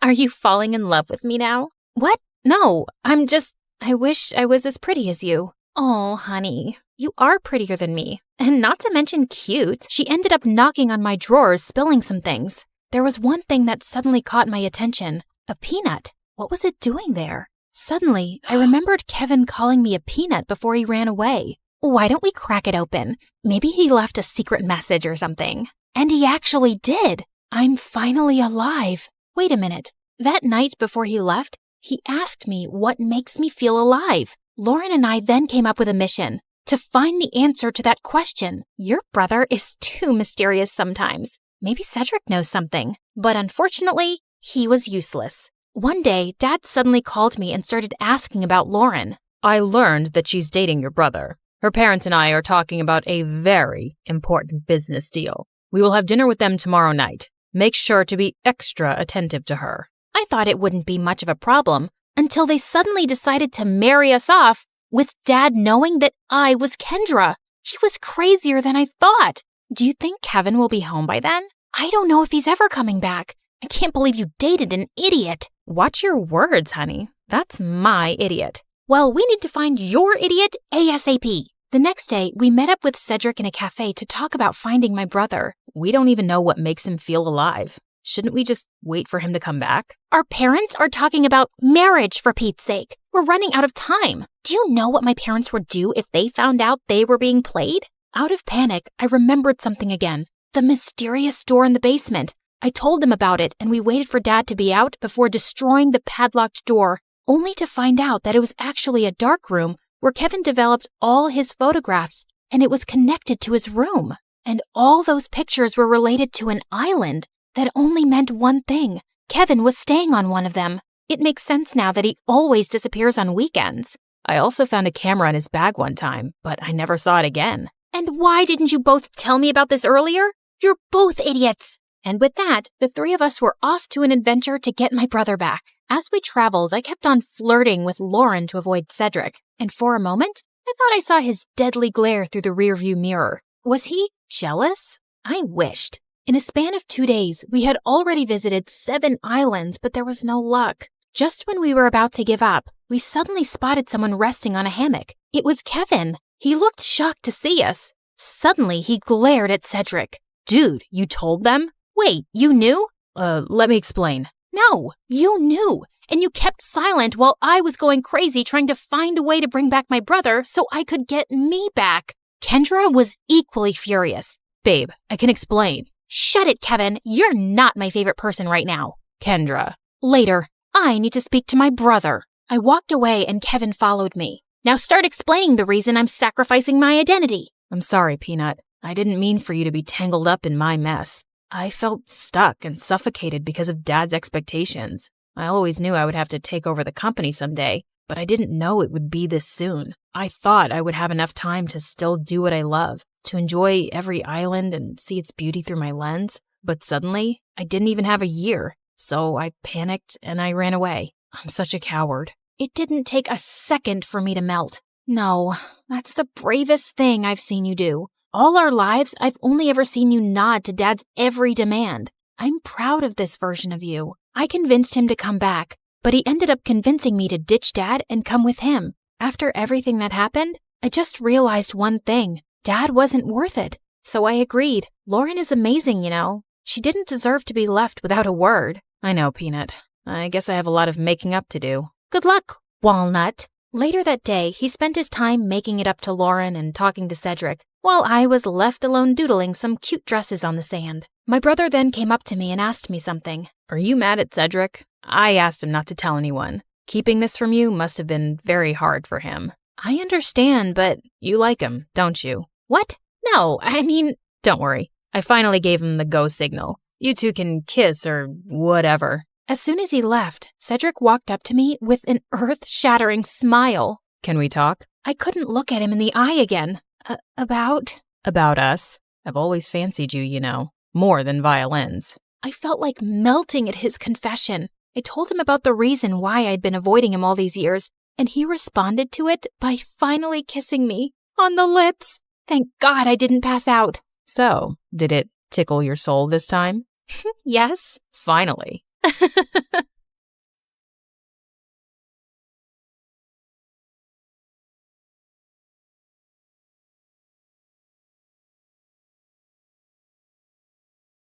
Hi, I'm Jessica from Napa Valley, and I have a weird story to tell you today. But first, please like and subscribe because MSA will give $1,000 to one lucky person in the coming 7 days. I lived in a beautiful house surrounded by trees. I had a good life, but growing up, I didn't get along too well with my family. For starters, my mom was like a 5-year-old trapped in an adult body. All she wanted to do was run around and play. Mom's idea of having fun was a water balloon fight with me and my older brother Dylan, and I found her childish behavior so annoying.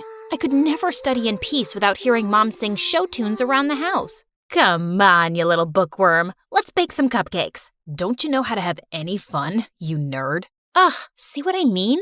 But the only person worse than Mom was Dad. He was barely home since he was a fancy businessman who traveled a lot. And when he was home, he treated us like servants. Bring Daddy some juice, will ya? My toes hurt and I can't move.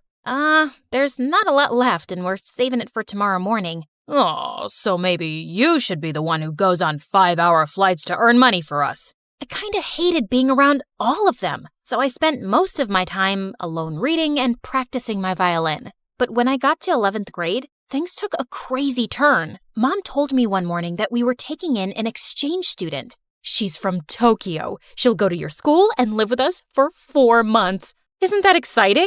Sure, but we'll have to clean the kitchen first so she doesn't run crying. Be happy, Jessica. Now you'll have a live-in friend to bore to sleep while you play your violin. I sure hoped she wouldn't be a live-in headache like Dylan. That weekend, we all drove to the airport to pick up our Japanese guest. Her name was Queenie, and she looked like a goddess out of a wonderland. Even her fingers were beautiful. Thank you for having me. Truly, it means so much. It's our pleasure, sweetie. Look, I got you a stuffed welcome panda. Mom?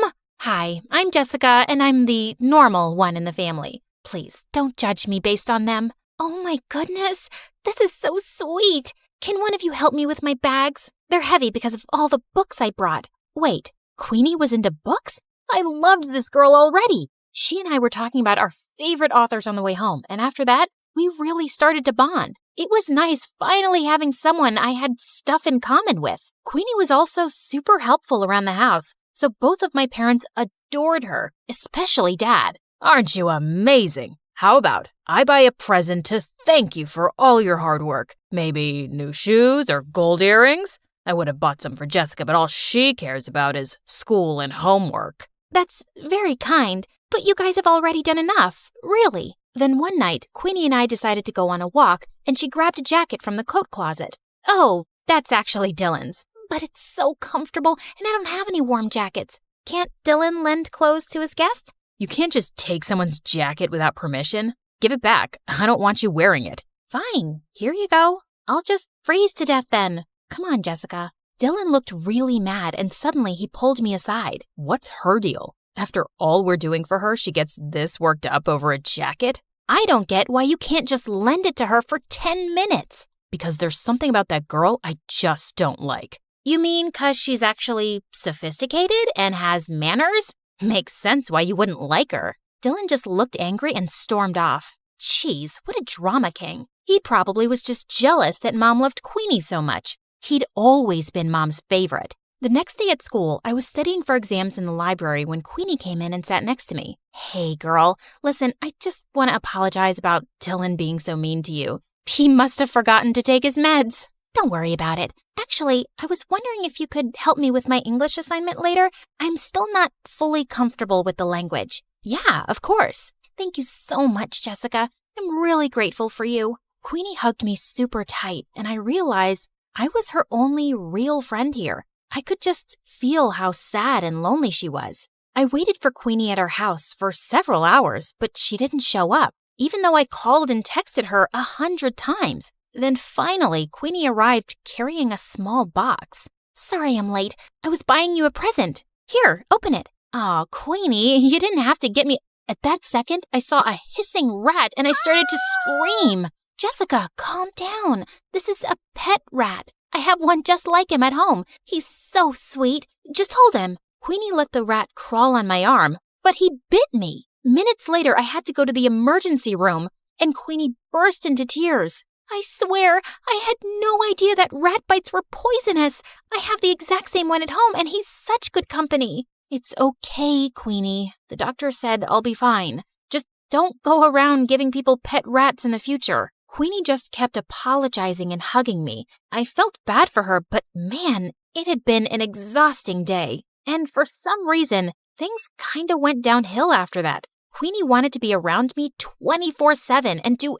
everything together. I was thinking I could come with you to your violin lesson today. I've always wanted to play an instrument. I have a recital tomorrow, Queenie, and don't take this the wrong way, but I need a little space. We already go to school together and live in the same house. Of course, I totally understand. Your mom wants me to make dinner anyway. I was relieved that Queenie wasn't upset, but when I knocked on my violin teacher's door, I saw he looked mad. What is it now, Jessica? Haven't you caused me enough stress today? Caused you stress? What are you talking about? Your mother called in to tell me you wanted to quit the violin for good. The recital is tomorrow night. I have 24 hours to find a replacement. My teacher slammed the door angrily, and I was so confused. Why would Mom tell him I was quitting the violin? I went home to confront her when I saw Queenie standing by the kitchen, smiling at me. How was your violin lesson? Was your teacher disappointed that you quit? How did you know about that? Wait, unless you were the one who said I quit? Yeah, I was a little hurt that you didn't let me observe your lesson. So I thought a good punishment would be taking the violin away from you for a while. I'm sorry, punishment? Queenie, you're not my mom. How could you do that? Playing the violin is one of the only things that gives me joy. Like you already don't have enough joy in your life? You don't appreciate anything your family does for you, especially your mom. You make it so obvious that you think she's dumb. You're just an ungrateful witch. That made me so mad that I slapped Queenie hard across the face, and then I stormed off to my room. I refused to speak to Queenie that whole morning and didn't even say thank you when she made me breakfast. I suppose all sisters fight once in a while. Honey, Queenie's going to come to school late today. We have to renew her passport. Good. Get it renewed ASAP so she can go back to Japan. And she's not my sister. Jessica, what's gotten into you? Queenie just smirked at me and I left. I tried to forget about her at school, but around lunchtime, I got a text from her. Jessica, where's your mom? I haven't seen her all morning. Is she okay? What was she talking about? Hadn't they gone to the passport office together? I called and texted Queenie to find out more, but she didn't answer. And when I called Mom, her phone went right to voicemail. I started panicking and went home as fast as I could to see what was going on. And I found Dylan on the porch looking super upset. I just got a text from Queenie asking where Mom is and if she's okay. What is she talking about? Neither her or Mom are answering their phones. Why would Queenie send a text like that? Something's going on. We have to call the police. Okay, but go tell Dad first. I found Dad in his office and told him everything, but he shrugged like it was nothing. What's the big deal? She'll turn up soon enough. So you're not worried at all if Mom's okay? You don't think those texts were weird or... Quit bothering me, Jessica. I could use a break from your mom. Get a little peace from her morning singing. What? What kind of monster was my dad, not caring if Mom was safe? I would have to take matters into my own hands. But just then, I heard yelling coming from Dylan's room, and I opened his door to find Queenie sitting on his bed, while Dylan looked furious. What is going on? Queenie, you've been home this whole time? Do you know how many times we tried calling you? What is going on with our mom? Sorry, that's not a question I can answer. Jessica, this girl's a creep, and I know she had something to do with Mom being missing. Look, Queenie, I know we had a fight yesterday, but we really need your help. Queenie didn't answer me. She just walked towards the door with her arms crossed. You two won't find your mom anytime soon. I'm making sure of it. You're making sure? Queenie, tell me right now where Mom is, or what? You'll go to the police? You'll accuse a poor, helpless exchange student of making your mom go missing with no proof? I don't see that working out, and I'm not done with you guys yet. In fact, I've just started. With that, Queenie pushed me off of her and walked out of the room. Dylan and I immediately went to the police station and reported everything. They sent out a search team to look for Mom and then did an investigation on Queenie. And to our shock, they discovered Queenie wasn't an exchange student at all. She'd faked her application. She wasn't even from Japan. She lived in LA. So she's just this stranger who came into our lives and made Mom go missing? Who is this girl and what does she want from us? I don't know, but that chick gave me weird vibes from the start. She's obviously out to get us. We stayed at the police station for several hours, waiting for any news. Then finally the police came back with Mom. Oh my God, what happened to you? It was Queenie. She said she had to show me something important, then drove me into the middle of the woods and threw me out of the car. She just left me there without my phone. I was just lucky some forest rangers found me. But don't worry, I'm all right now. Just then, some policemen walked in with Queenie. Looks like Mommy made her way out of the woods. You're a monster, Queenie. We know everything. How you kidnapped Mom, how you faked your exchange student application. Who are you, and why are you trying to ruin our lives? Because you ruined my life first. When I was 10 years old, your dad conned my parents out of all their money and disappeared, and we ended up having to live on the streets. My mom had a mental breakdown. Your dad is a criminal, and I finally tracked him down because I wanted him and his perfect family to suffer the way I did. I was speechless. I knew Dad had been a jerk, but he was a crook too? Queenie was admitted into juvie, but we insisted that the police look into her family's case. And 2 days later, the police came to us with some news. It turned out that Dad was part of a group of conmen that had been going around in disguise all over the country for years, scamming people. And as soon as Dad got home, they arrested him. He kicked and screamed and shouted at us to do something, but we didn't. A part of me almost felt relieved to see him go. I am so sorry, you guys. I never knew much about your father because he always told me to mind my business and kept everything a secret from me, and I stopped asking. That's why I was never happy in our marriage. He was the worst. He never cared much about you or us.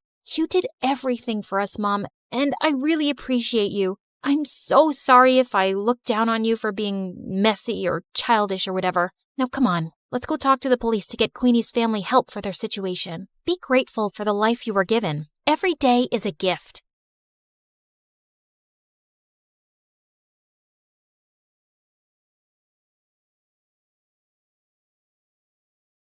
I can see the clouds of danger swirling around her. She has a curse, and to protect her, you must follow these rules. She must never open a closed door, and always eat in the eastern room of the house. She must wear mismatched shoes, and never address a stranger first. But fear not, I also predict happiness for her. On her 16th birthday, the first boy she sees will be her one true love. Hey guys, it's T from Oregon. A little weird, yeah, but it's all thanks to this fortune teller who said I should have a name starting with T. I mean, why not Tina, Tyler, or Talia? Anyway, don't forget to like and subscribe if you want to know my crazy story and ramblings. You guessed it right. My parents were believers in superstitions and horoscopes, and that's the short of it. But Mom was the worst. Like once I asked her to buy me a toy, and it said on her horoscope that she shouldn't invest that day. No toys. It's a sign. I didn't understand it at the time, but when I was 5 years old and I was at my aunt's house playing with her cat, I opened the back door, and suddenly an enormous box full of dishes and glasses came crashing down in front of me. It slightly hurt the cat, and an icy chill ran down my spine. My mom was totally right. She knows best. My parents immediately took me to the fortune teller for more advice, but they couldn't find her anywhere. She was gone. So they removed all the doors in our house and told me to stay inside. But Mom, what fun am I going to have inside? Oh, honey, I'll play with you. My parents did their best to make me happy. We would play The Floor is Lava and build blanket forts, play hide and seek, and play makeup games. But growing up, when I tried to ask anything about the prophecy, Mom reminded me about my safety. A part of me also believed it, especially when I dreamed about my one true love and all the trips we would take together. I had a map full of pins with my ideal destinations, and I knew all the capitals of the world by heart. He will open all the doors for me and greet every stranger first. Only 2,017 days left. The summer I turned 13, many good things happened at once. I got a new phone for my birthday, and a new next-door neighbor moved in. I spied on him from my window, and he was super dreamy. Long legs, sparkly eyes, and that smile. Calm down. Maybe he's just cute from a distance. Since his room was just across from mine, I used to zoom in with the camera of my phone, but all I could see was the spider crawling down the wall and a poster for a video game he liked. Bingo! I downloaded the game on my phone, and only 2 players in my area. That must be him. Yeah, we girls make the best detectives, right? I went from fighting imaginary potatoes to defeating trolls and orcs online, and it was so much fun, and he noticed me. Hey, you're pretty great at this. Want to team up? Sure, you're pretty good too. Thank you. I saw from your profile that you're local. There's a gathering of players this weekend. Want to come? All those new people? What if I slipped and talked to someone by mistake? Sorry, I can't. You see, Can I tell him the truth? What if he thinks I'm a weirdo or a liar? But I was a weirdo. I asked him for his number and started texting him. Shh, I hit up his Insta and Facebook, but we all do that, right? And soon, I poured my heart out and told him everything. Wow, that must be tough. Are you sure the fortune teller was right? I never met her, but my parents are absolutely convinced she was, and I want to trust that they know what's best for me. I don't know if there's a fate worse than staying locked in all the time. When I went to bed that night, Sebastian's words kept ringing in my ears. I dreamed that I was going to school and traveling everywhere. So when I woke up, the disappointment was too much. I think you're right, but now I need to convince my parents too. And so, my campaign for free tea began. I stuck my forehead closer to the radiator to fake a high fever, but I just got a red forehead for my trouble. Then, I turned on the water tap in the kitchen to flood the floors and send my parents outside. But my mom just got out the mop, and I ended up having to help her clean. I wrote letters pretending to be a long-lost cousin needing help, and even snuck out at night. But I was caught by the traps my dad had set up. Nothing worked. Oh dear, she's gotten to the rebellious age, right? Nothing I do seems to work. And just then, there was a tap-tap sound. Someone was knocking at my window? Could it be burglars? Should I scream now? I got my hair straightener and my perfume spray. Hi, it's Sebastian. Hi, I'm T. Yeah, I know. My teammate and my friend. I can hear you cheering from my room. You talk to yourself a lot, you know. How embarrassing. Was I that obvious? And I'm about to slip. I opened the window and he climbed in. I was too nervous. I had a boy in my room, and he smelled so good. I thought boys were all smelly, but he smelled like rainbow cake with sprinkles. My brain short-circuited, and I could only look at him like a fish. I apologize for scaring you. I've tried to visit you before, but your parents always sent me away. RT is very frail. She can't have visitors. I'm here to help you. Is there something your parents believe in more than a curse? No, they're obsessed with it. And just to make extra sure, my mom checks the horoscopes too. The horoscope. That was the answer. Sebastian printed a free daily horoscope and put it every morning under our front door. Then we set out to make its predictions true. On the first day, I had him hide out of the window with the water hose. Look, this horoscope says it'll rain with a clear sky. And look outside. It's raining, but the sun is also shining. The next day, he put a super smelly fish under the hood of our car. And the day after, he threw a ball at our window, which landed in my mom's soup. All of it was predicted by the horoscope. This went on for a few months, and Sebastian even asked some of his friends to set up predictions for my mom. She believed in it so much, she wouldn't leave the house without checking it. It's time to make our move. Look, Mom, it says that girls named after a drink will have good fortune all year. I'm sure this counteracts the fortune teller's warning. This horoscope is never wrong. I really want to go to school. I'm not sure. But T's all grown up now. She knows she must not open any doors, right? Yes, of course, Dad. I finally enrolled in school. The evening before my first day, I was super nervous. Am I doing the right thing? What if the fortune teller was right? What if something terrible happens? I tried a million outfits, and Sebastian stood at his window giving the outfits votes with a pedal like in a fashion competition. It doesn't count if you give me all 10s. My first day was fantastic. I asked Sebastian not to tell anyone about my curse because I knew no one would believe me. He agreed and didn't laugh when I opened my backpack, and instead of books, all of the good luck charms my mom had stashed in it fell out. Here, you can read mine. I still had to eat alone in the supply closet because it was the room to the east, and I became a pro at never opening doors. If one was about to close, I'd just throw my books at it to stop it. But once, I couldn't get out of the bathroom because no one was there to open the door for me. And fortunately, Sebastian came to my rescue. Oh, thank you. I was about to climb into the cubicle. You can't really believe this rule about the door, T. There's no such thing as a curse. What if there is? I'm not so sure I can risk it. Or, I don't want to put anyone else at risk. As my 16th birthday approached, I eagerly anticipated meeting my one true love. But I like Sebastian. He's kind and funny, and he wants to travel too. I just needed to make sure I gave fate a little help. Again. So the morning of my birthday, I stared at Sebastian's window, waiting for him to appear, but the blinds never came up. Maybe they're broken. I waited outside his house for him to step out. Come on, T. You'll be late for school. I hoped that he just got out super early and I had missed him, but when I got to school, the first person I saw was the janitor. No, the fortune teller said boy, and he's a man. I still have a chance, so I kept my eyes closed and started inching toward my class. Hey, watch out. OMG, it's Francis. He was the hottest guy in school. He was tall, had the best hair, and was in a band. All the girls in school wanted to date him, but he'd never gone out with anyone. Aren't you the girl who always eats alone in the supply room? Yeah, I know it's weird, but... No, I dig it. Make your own rules, you know? What's your name? T? Wow, that's a cool name. Unique. See you around. He smiled at me, and suddenly, everything was really warm. Oh no, maybe I'm sick. Wait, no, that's what happens when you blush. Does it mean he is my one true love? What about Sebastian? I called Sebastian.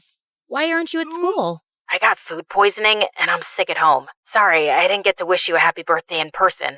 I was super disappointed, but the fortune teller was very clear. The first boy I saw on my 16th birthday was Francis, not Sebastian. It's not like he ever confessed. Maybe he doesn't even like me. Suddenly, Francis was everywhere.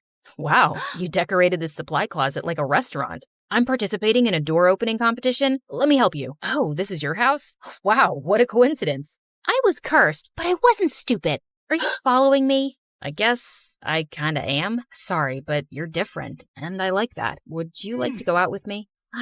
Crash! I turned around and saw Sebastian looking at me from his garden. He seemed super angry, but before I could say anything, he stormed back inside. Remember, T, he's not your one true love. You don't have to feel bad. He's my friend, and he'll understand. I started going out with Francis, and I became super popular. Everyone wanted to be like me, and the supply closet became so crowded that there was a line outside to eat. The only one who avoided me was Sebastian. He even stopped playing our video game. Now he was always angry, and one day he snapped at the teacher and he was told to sit in her office. This is my chance. If I also get detention, we'll be sitting together and he'll have to talk to me. So I stepped on my desk and danced as if I was at a party. Why aren't you talking to me? I thought we were friends. I thought we were more than friends. Can you imagine how crushing it felt to see you going out with Francis? Can't you see he's using you to make himself look better? Like he's a lion tamer at a zoo and you're a weird animal. Wow, you're calling me a weird animal?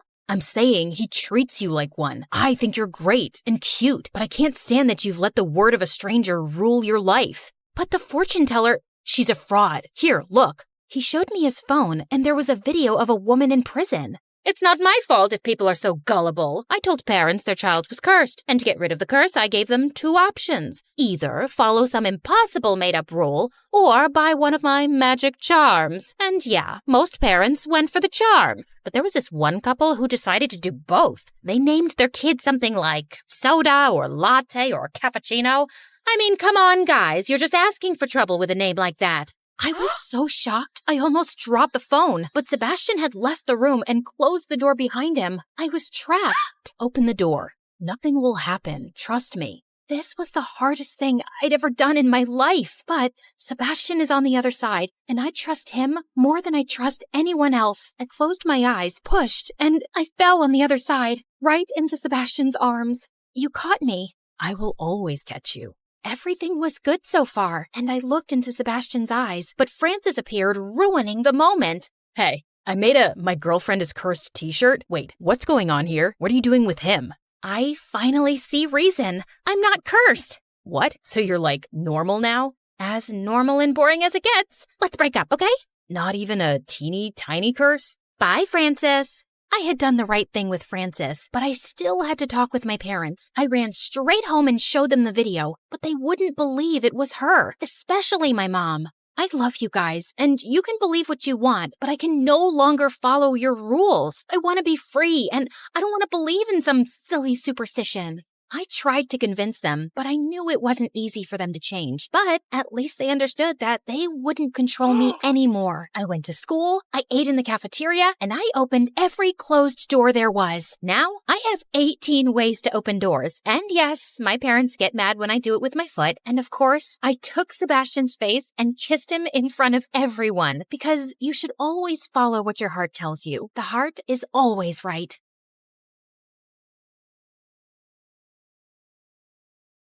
Hi everyone, my name is Marina and I'm from Nevada.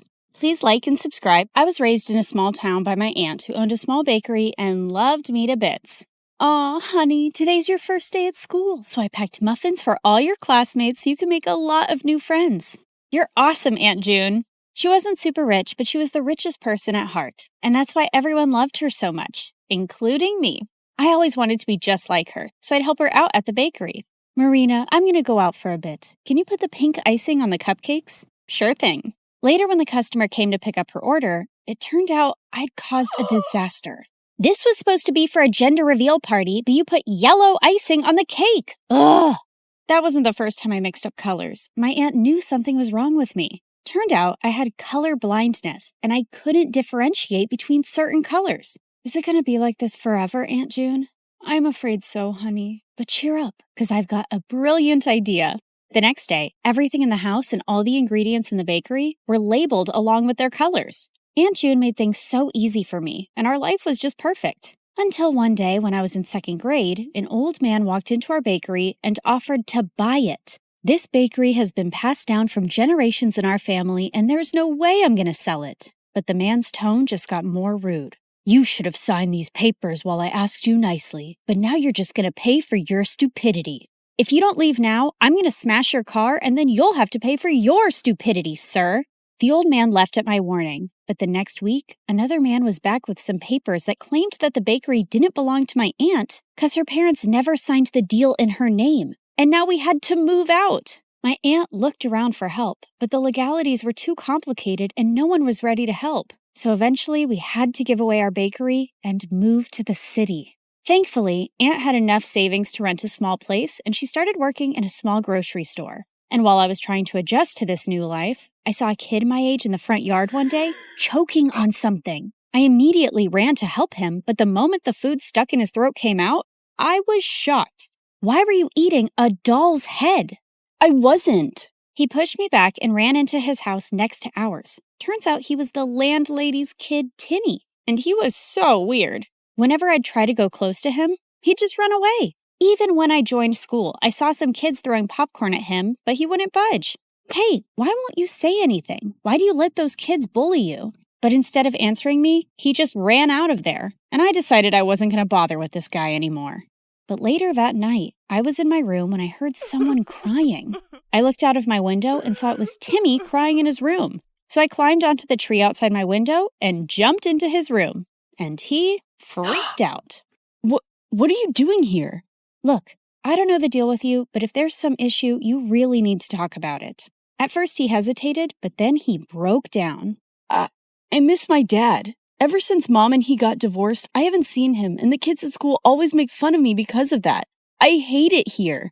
Hey, it's gonna be all right. I told him things were gonna be easy only if he fought back and didn't let those kids get to him. And it seemed like my advice worked. The next day, I saw Timmy was surrounded by a bunch of kids. I heard the cupcakes we gave you last time had Barbie heads in them. We're so sorry for that. Here, take these. They have cockroaches. And to my shock, Timmy pushed the bad guy away. Get away from me. And don't trouble me anymore or I'm going to tell the principal about you. The other kids ran away scared, and Tim turned to me with a bright smile. Did you see that? I wasn't scared, and what you said worked. After that day, we started getting along and became the bestest of friends. And Tim grew up to be really protective of me. He'd keep me away from all the bad guys and trouble in school. Then on my 16th birthday, I told him I was going to start working to support my aunt. But he had a weird reaction. No, you can't do that. Your aunt wants you to study and make a life for yourself. You shouldn't be waiting tables. And if you need money, you can always tell me. Tim was a genuine friend, and I loved how he always cared for me. But now I really wanted to support my aunt, so I took the job without telling anyone. But the very first week of my shift, something weird happened. I ended up making a mistake because of my color blindness, and the customer went bonkers on me. I want to see the manager right now and get you fired. But I told you it was a genuine mistake. But he kept shouting and started pulling my hand when one of his friends got up and stopped him. Let go of her hand and apologize to her right now. Dude, you want me to apologize to this low-life waitress? As soon as he said that, the guy landed a punch on the bad guy's face and my jaw dropped. Holy jeez! The manager immediately threw all of them out, but after my shift was over, I saw the guy who stood up for me was still sitting in the alleyway and his hands were bruised. I immediately got some ice for him. "Excuse me, sir, you can use this." But for some reason, he looked really mad at me. "Who do you think you are trying to act all nice, huh? Just leave me alone." I could see his eyes were red, like he'd been crying, and I thought it was best to leave him alone. But to my complete shock, I saw the same guy in my class the next day. The teacher introduced him as a new student, James. While the girls were drooling over his handsome looks, he kept staring at me the entire time, and the moment class was over, he came up to me. "I don't want you spreading any rumors about me from last night. Do you get that?" Before I could even reply, he just stormed away, and Timmy came running to me. "What happened? Was that guy bothering you?" I didn't want Timmy knowing about my job or anything about how I knew James, so I brushed it off and went ahead to prepare for my chemistry practicals. But turns out, James was already there. Minutes into the practical, I realized some of the labels on the chemicals were missing, so I asked James to help me differentiate, but he didn't even look at me. That jerk. I continued guessing and mixing the chemicals, but suddenly they caught fire, and I almost got hurt when James jumped in and pushed me out of the way. I quickly got up and put out the fire. "What are you, nuts? Did you want to die?" Suddenly, my eyes went to the burn on his hand, and I rushed him to the nurse's room and gave him first aid myself. "Seems like you're always helping people who are hurt." "Yeah, especially those who get hurt because of me, and with you, it's every single time." And that's when this tough guy finally let out a smile. "You don't look so bad when you smile." "I know. I don't want the chicks going crazy over me, so I keep it under check." This guy had multiple personalities. As time went by, we started spending more time together because we had similar projects, and James turned out to be a really fun person to hang out with. He'd often walk me to my work after school, and we'd enjoy all sorts of treats on our way. And even though he was a little mysterious, he was growing on me by the day. But there was someone who just hated our closeness. "What's going on between you and that new guy? He's bad news. Stay away from him, Marina." "What are you talking about? And how do you know he's bad?" "Oh, come on. Haven't you seen? He's always covered in bruises. Just stay away from him, okay?" Well, I could understand Tim's concern, and there were things I wanted to know about James, too. A few days later, we were at a friend's party playing Truth or Dare when I was given a dare to kiss James. My heart raced with excitement, but I saw Timmy looking at me with furious eyes. I wanted to run out of there, but thankfully, James got up and left first, and I let out a loud sigh. But later, when I went out, he was waiting for me. "Was it that bad, huh? The idea of kissing me so you sighed with such relief when I left?" No, it's not like that. It's just that there's only so much I know about you, and I didn't." Suddenly, he pulled me close and looked deep into my eyes. "What do you want to know about me, Marina?" Well, why did you cry that night in the alleyway? And is there something that you keep from me?" "My mom is really sick, and she was admitted to the ICU that day, and I couldn't help but—" Shh, it's okay. You don't have to say anymore." With that, I pulled him in for a kiss, and he whispered into my ears, "I love you, Marina." Gosh, I loved him too. But the very next day at school, my fairy tale came to an end when I received a message from James's phone. "Here's my parting gift to you, Marina." There were several pictures of me kissing him and me working as a waitress with ugly captions, and he shared them with everyone in the school. What in the world? I tried to call James about what was going on, but he wouldn't answer it. And I felt so embarrassed and furious about everything, but then Timmy came to me. "Hey, are you all right?" I thought he'd question me about the pictures, but he just took me home and comforted me. I don't believe what's going on, and I can't even reach James. He left, Marina, and he's never coming back. He then showed me the newspaper articles of how James was the grandson of the same businessman who took away my aunt's bakery. I heard his grandfather sent him here as a punishment because he used to be a jerk at his old school, but looks like he's still going around messing with people's feelings. Gosh. There was no way I was going to forgive a jerk like him, but I wasn't going to cry over him either. I blocked him everywhere and decided to shift to another city for my college, along with my aunt. And after graduation, I joined a top law firm and helped my aunt open a nice bakery in the city itself. For the opening day, we sent out invites to everyone across the city, and it all went so well. After we were done with the day, we were about to close up when Timmy took me to the roof and proposed to me. "I love you, Marina. I have always loved you and—" "Oh, Timmy, please stop." I liked him too, but he was my friend and I could never see him any other way. "What is it now? Don't tell me you still love that moron." "Timmy, what are you saying? You know I hate him." "Then why won't you say yes to me?" I tried to explain to him, but he wouldn't listen. And suddenly he pulled me in and tried to kiss me. "God, Timmy, just stop." Just then, I saw a man pull him away and punch him hard. "James, what in the world are you doing here?" "How dare you touch her, you filthy..." I pulled him away before he could hurt Timmy anymore and slapped him hard in the face. Who do you think you are walking into my life again? Didn't you already mess around enough last time? Marina, what are you saying? I never messed around with you. Oh, really? Then why did you leave? And what about those texts and pictures? What? I have no idea what you're saying. I know it was my fault to leave you like that, but I told Timmy everything. What? What do you mean? That night after you left the party, I received a call that my mom had passed away. My grandfather wanted me to return home. Timmy was right there, and I asked him to inform you. What? I even tried to contact you, but you had me blocked everywhere. And when I called Timmy, he said you hated me and you were with him now. Timmy, what is he saying? Did you hide this from me and lie to him? Yeah, I hid the truth. I didn't want you to be with a jerk like him when I've loved you all my life. So I lied. For you. But those messages from your phone and those posts. I have no idea, Marina. I lost my phone the same night. You didn't lose it, moron. I stole it and sent those messages and those pictures. Timmy, I can't believe you. You son of a witch. No, James. Just let him go. He's a jerk and doesn't even deserve that. Oh, Marina, please don't cry. I'm here. I'm here for you now.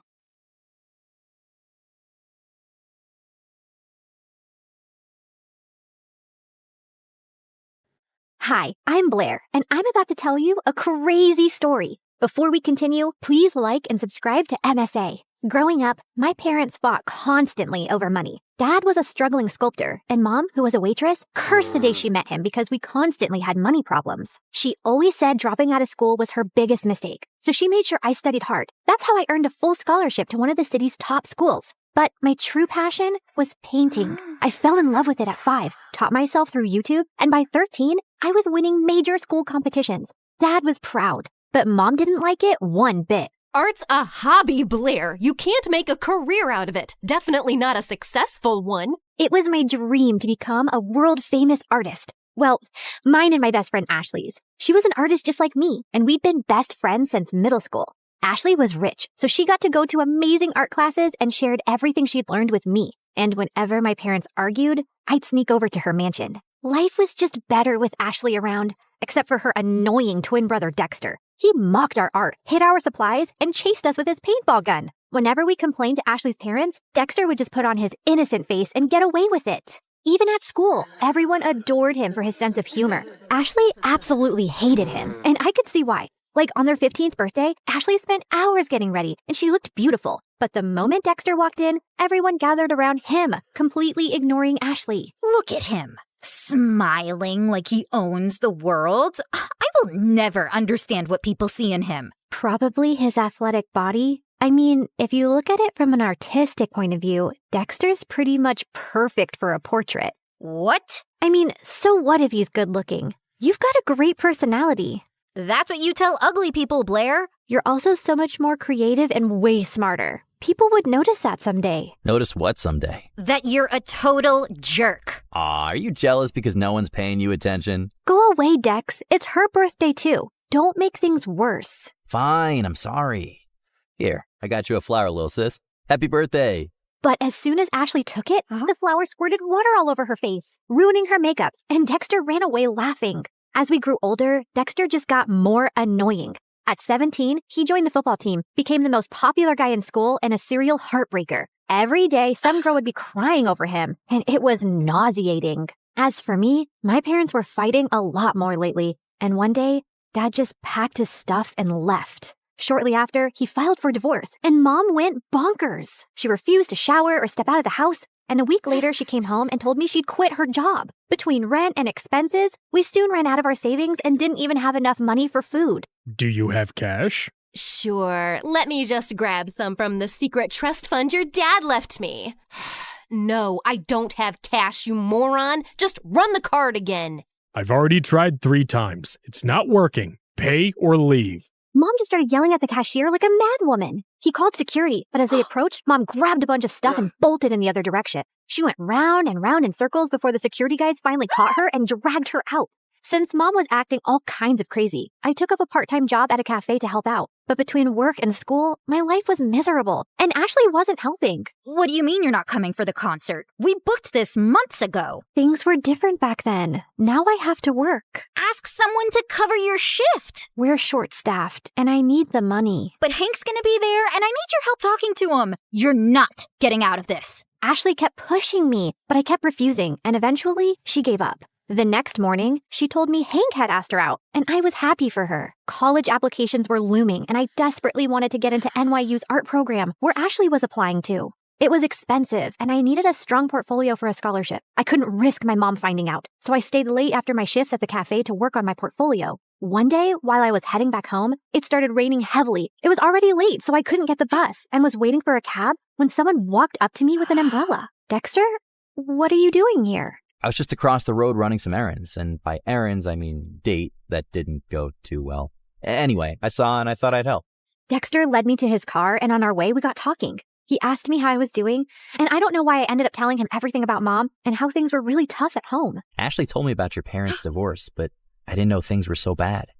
If you need anyone to talk to, I'm here. Something about the way he said it made my heart melt. And after that day, Dexter and I got closer. He would wait for me at the cafe and then walk me home. We'd debate over classic movies, argue over music, and bond over our favorite MSA videos. The more time we spent together, the more I saw a different side of Dexter. One that was kind, funny, and surprisingly thoughtful. And before long, I started having feelings for him. You know, I've always had a bit of a crush on you. Really? Why? You're kind, beautiful, smart, creative, and you're probably the toughest person I know. Wow, thanks. I always thought you're kind of annoying. Gee, thanks. What a compliment. Let me finish. But now I think you're the only person who gets me. You've shown me what it's like to really connect with someone, Dex. I guess what I'm saying is... That you like me? I like you too. And then Dexter kissed me, and it was perfect. I wasn't sure how Ashley would take it, but before we can even gather the courage to tell her, we found her crying in the school garden the next day. Hank dumped me. He says my nostrils are too big and that my face reminds him of his dead cat. What kind of reason is that? The kind that's a lie. Hank's a total player. Why would you ever fall for him, you dumb... Ow! I mean, I'm sorry you're hurting, but don't weep over that idiot. You're stronger than that.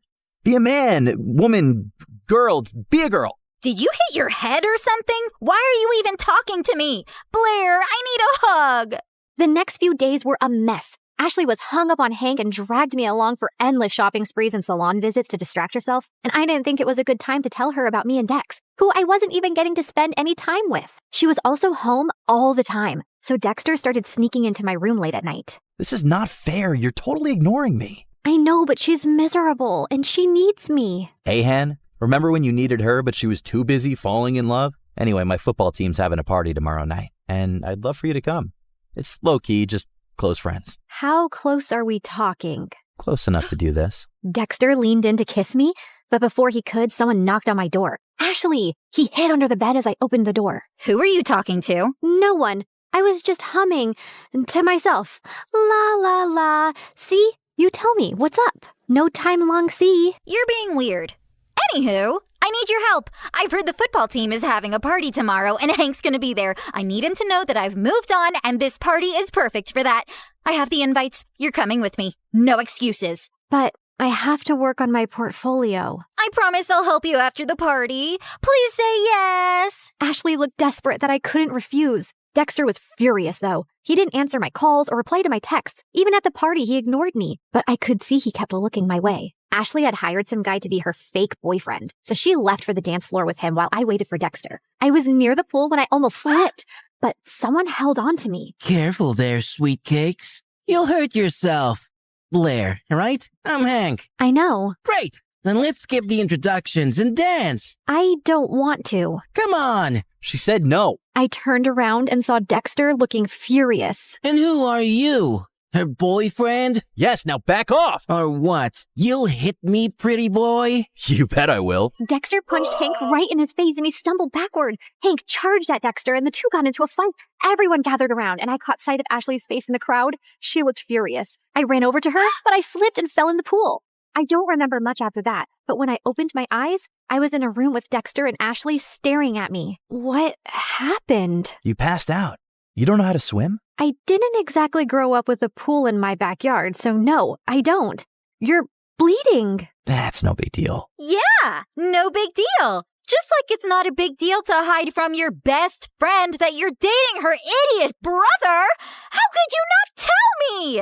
I don't know, okay? I freaked out. You've always hated Dexter, and then you'd just broken up with Hank, so I didn't want to rub my relationship in your face. You don't have to treat me like I'm a child who doesn't have a handle on her emotions. Anyway, you've chosen Dexter. Although I can't understand why him out of all the boys on the planet. But you did, and you're my best friend. So I'll accept it on one condition. Never, never make out in front of me, or I'll projectile vomit all over you. Deal? Deal. After that, things went smoothly. Dexter and I could now date openly, which made me really popular. One of his friends asked me to create a portrait for her dad. He loved it so much that he gave me a lot of commissioned work. Soon, I was making enough to quit my job at the cafe, and life became a lot easier. I even finished my art portfolio and was working on some last-minute changes one night when Mom barged in. You're applying to an art college? Why didn't you tell me? Who told you? Doesn't matter. Have you forgotten how much we've struggled because of Dad? And who will even pay for this college? I don't have that kind of money.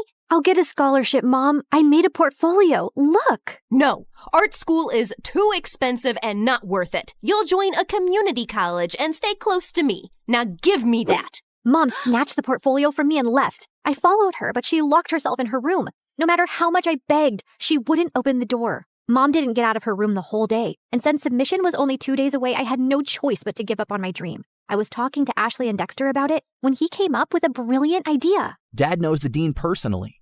How about I talk to him and get you a personal interview? And we can ask my friend whose dad bought paintings from you to let us borrow those. It could be your portfolio. That'll work. It should. I'm not letting you give up on your dreams, Blair. What about Mom? She just has to make peace with it. I know you love her, but what she's asking of you is not fair. She's acting like the kid in this relationship. The interview was scheduled for 2 days later, and I spent every second preparing. On the big day, I felt really confident. But as I was on my way, I got a call from the admissions office saying that my interview was canceled. Apparently, I had called and canceled my interview, claiming my mom was unwell, even sending medical reports as proof and withdrawing my application because I needed to take care of her. I tried telling them so many times that it wasn't me, but they just cut the call. I had no idea how Mom had found out about my interview, but I was furious that she'd done this. I went back home to confront her, but to my shock, I found her passed out on the floor. I called 911 and immediately rushed her to the hospital. On my way, I messaged Dad, and by the time we reached, he was already there. And what he told me next shocked me. A month ago, your mom fainted at work and was diagnosed with a rare heart disease. She needs a transplant, but since she couldn't afford it, she turned to me for help. But why didn't you tell me? We're trying to arrange money, and we wanted to wait till then to tell you. She didn't want to worry you. And here I thought she was lying when she submitted those documents. What documents? I explained about NYU and my interview with the dean. I don't think your mom's behind this. She was skeptical, but after seeing your portfolio, she was impressed. She told me she was changing her mind about you pursuing an art degree. I thought she threw my portfolio away. No, sweetie. She was proud of you. But Dad, if Mom didn't call them, then who did? Does anyone else know that she's sick? Yeah, Ashley's dad knows. We needed money for tests, so I asked him for a loan and sent pictures of your mom's report to prove it. I told him to keep it a secret so you wouldn't find out. I immediately understood who might have done this. But just to be sure, I called the admissions office and asked them for the number they received the call and reports from. And when I saw who it was, my mind exploded with anger. I took a cab, reached Ashley's place, and barged into her house. You called the admission office and told them that my mom was sick and I won't be attending the interview? Don't even try to lie to me. I have proof. My mom was sick, Ashley. You could have told me that at least. Instead, you used that against me. Hold on, I think there's some confusion. Why would Ashley do that? Ask her. And suddenly, Ashley's face twisted into rage. Yes, ask me. Ask me why I'd go out of my way to make your life miserable, Blair. It's 'cause I hate you. There, I said it. I hate you. First, you were my best friend, and you chose to date the person I hate most, my doofus brother. It was bad enough my parents always chose him over me, but even you? Also, I couldn't stand how perfect your life was. You have a football jock boyfriend. Everybody loves your art. Everybody loves everything about you. Heck, even the boy I likes you more. I didn't want to go to college and be second to you again.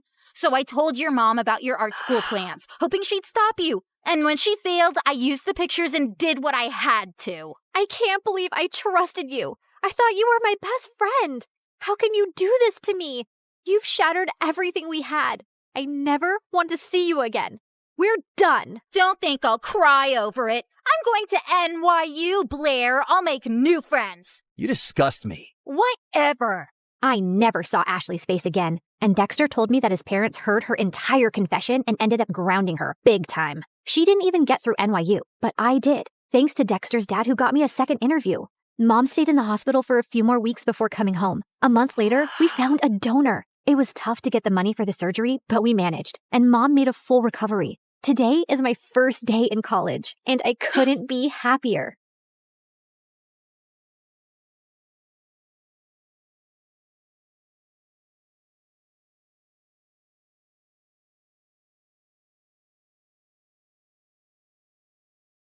Hi, I'm Zoe, and I grew up in a small town in Iowa where nothing interesting ever happened till one day someone moved in next door and my life turned upside down. Before I continue, please like and subscribe. Dad was a farmer, and as a kid, I always saw him struggling for money. So when I joined high school, I started working part-time to earn extra cash. That's also how I got my first guitar. At the end of the day, I would sit back playing songs from my favorite band, the Starboys. I want to hold you in my arms and never let you go. You're the sunshine that I want, that makes my life flow. These guys were like California's BTS, only more popular, especially their songwriter and lead singer, Nico. He was so mysterious though. He didn't even have a social media account and hardly came to interviews. But my favorite was Dylan, the other singer in the band. I had his posters everywhere in my room, and I prayed every night I could meet him just once. I must have prayed extra hard because a week after my 19th birthday, a huge truck pulled up at the house across the street and 4 familiar boys jumped out of it. Now that's what nature and isolation smells like. The only thing I can smell is cow dung. You couldn't find a better place to lay low, Nico? The heat here is making my butt sweat. We need some time away to concentrate on our music, and this place is perfect. Now get in before someone spots us. All 4 boys hurried inside while I just stood there dumbfounded. What the freaking fruitcake? The Starboys were gonna be my neighbors? I could scream my lungs out. The next morning, I got up extra early to bake some cookies and hurried next door to welcome the new neighbors. Okay, stay cool. It's just Dylan. Dylan, the love of your life. And no, Dylan. Just Dylan. I tried to stay calm, but then Dylan opened up and I jumped on him. Oh my God, it's you. It's really you. Are you for real? Can I touch you? Who are you? Oops, sorry. We haven't met. I mean, I've met you in my dreams lots of times, but you obviously don't know me.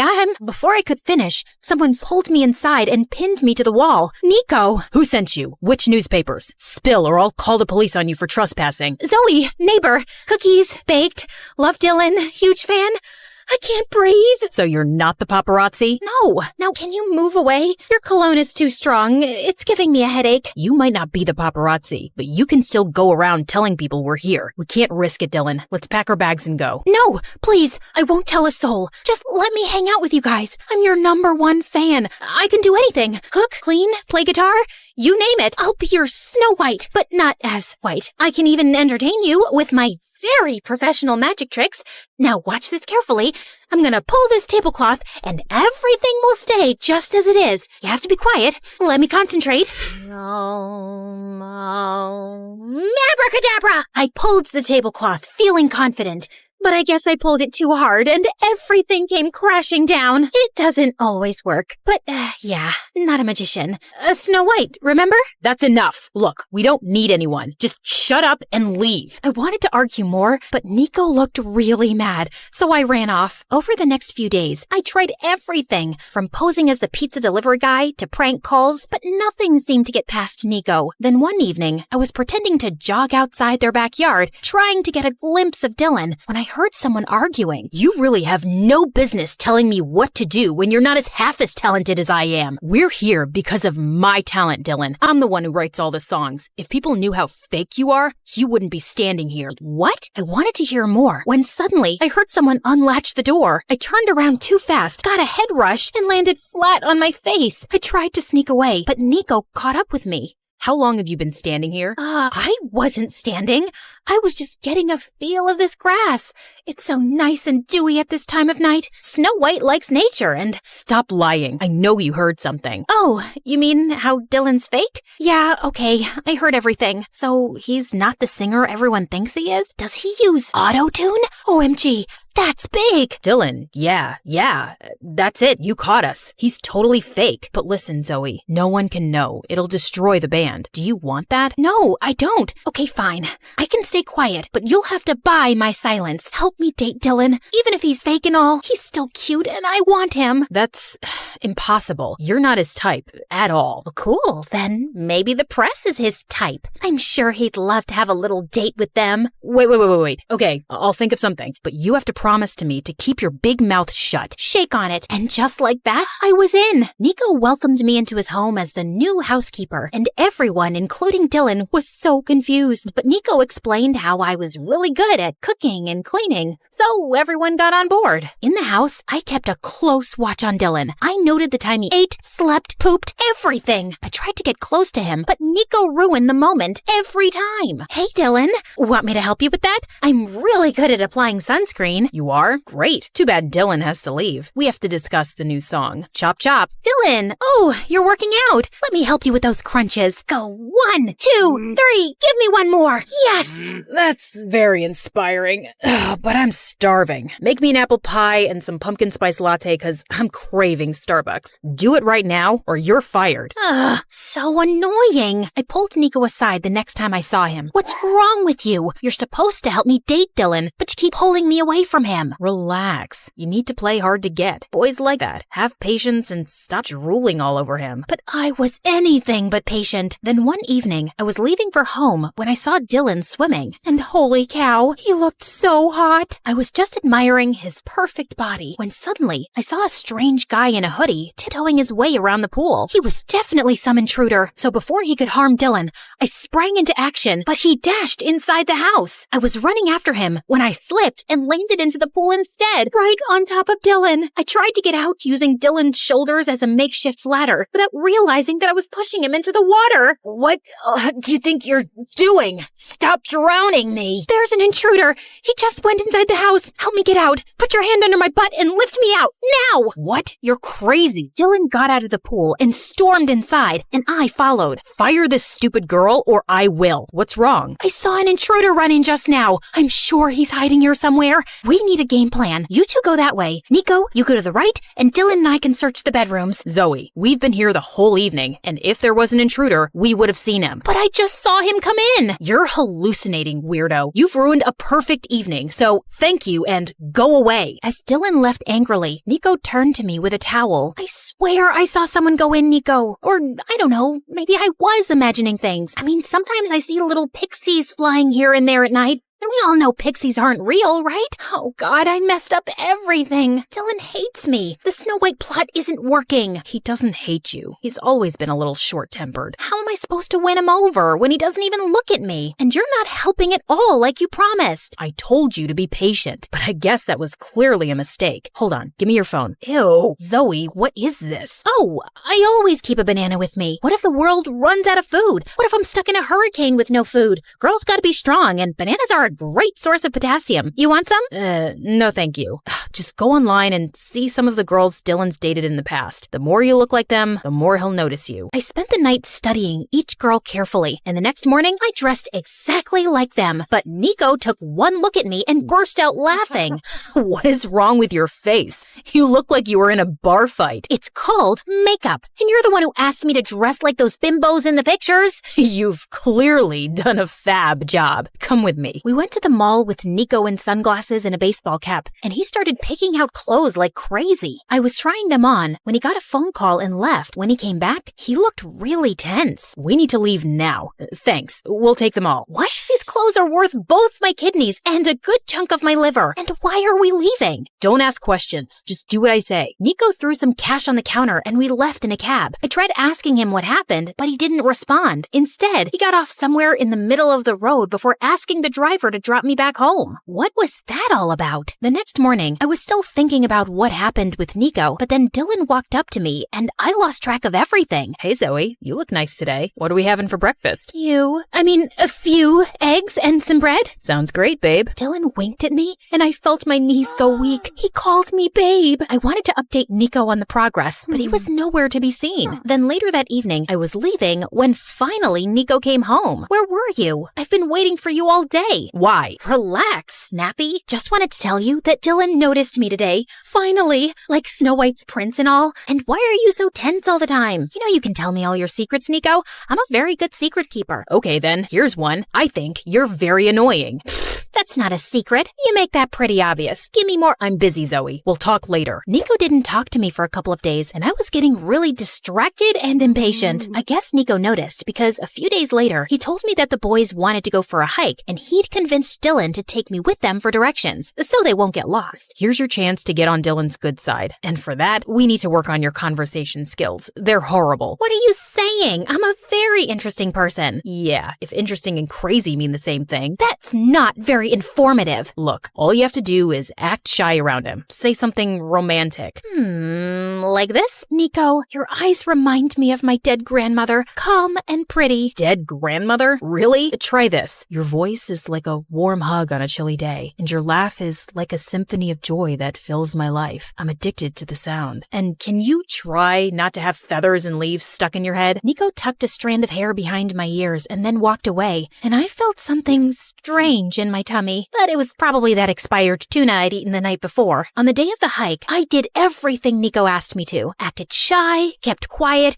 and even tried to flirt a little. I guess it worked because by the end of the hike, Dylan asked me out on a real date to a club. I spent hours getting ready. I chose a black dress and was almost done with my makeup when Nico showed up at my door. Heard Dylan finally asked you out on a date. Wait, you're wearing that? Yeah, what do you think? You look good. I mean, good for Dylan, but you don't look like yourself. It looks like you're trying too hard. Seriously? First, you asked me to dress how Dylan likes, and now there's still something wrong with me? I didn't say wrong. Never mind. It's not my place. Good luck on your date or whatever. With that, Nico left. What was his problem? I was still a bit annoyed when Dylan showed up, but we actually ended up having a great time together. He even asked me out on a second date, and I was thrilled. After the date, Dylan excused himself to the washroom while I waited for him outside when someone tapped on my shoulder. Nico. So how was it? Wait, why should I tell you? You didn't even say sorry. I'm sorry, okay? You don't mean it.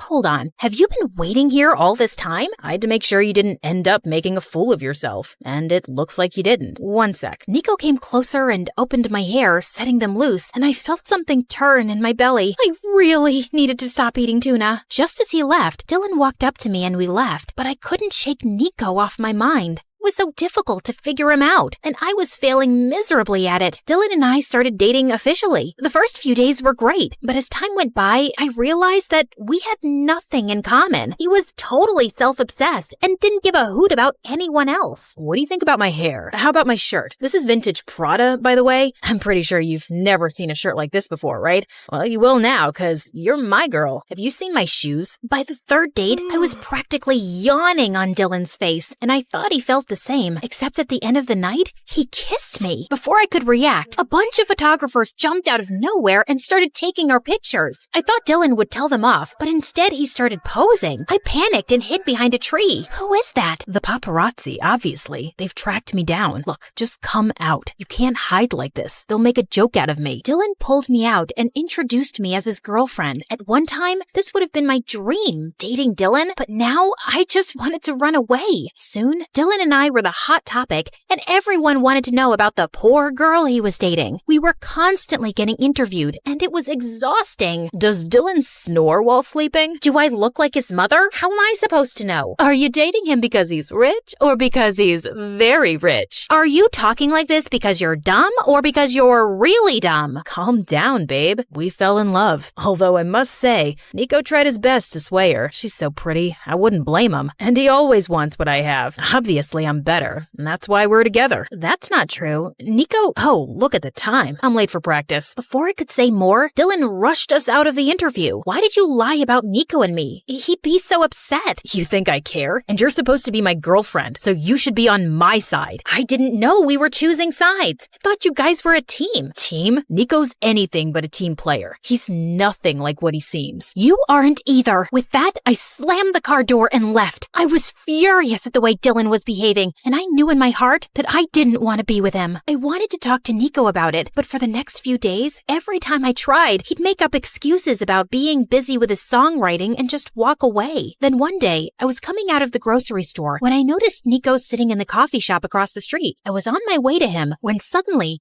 a black van screeched out of nowhere, and two men in dark suits grabbed him, pushed him inside, and left. Nico was getting kidnapped. I stood there horrified for a few seconds, and then my brain sprang into action. Hey, can I borrow this bicycle? No?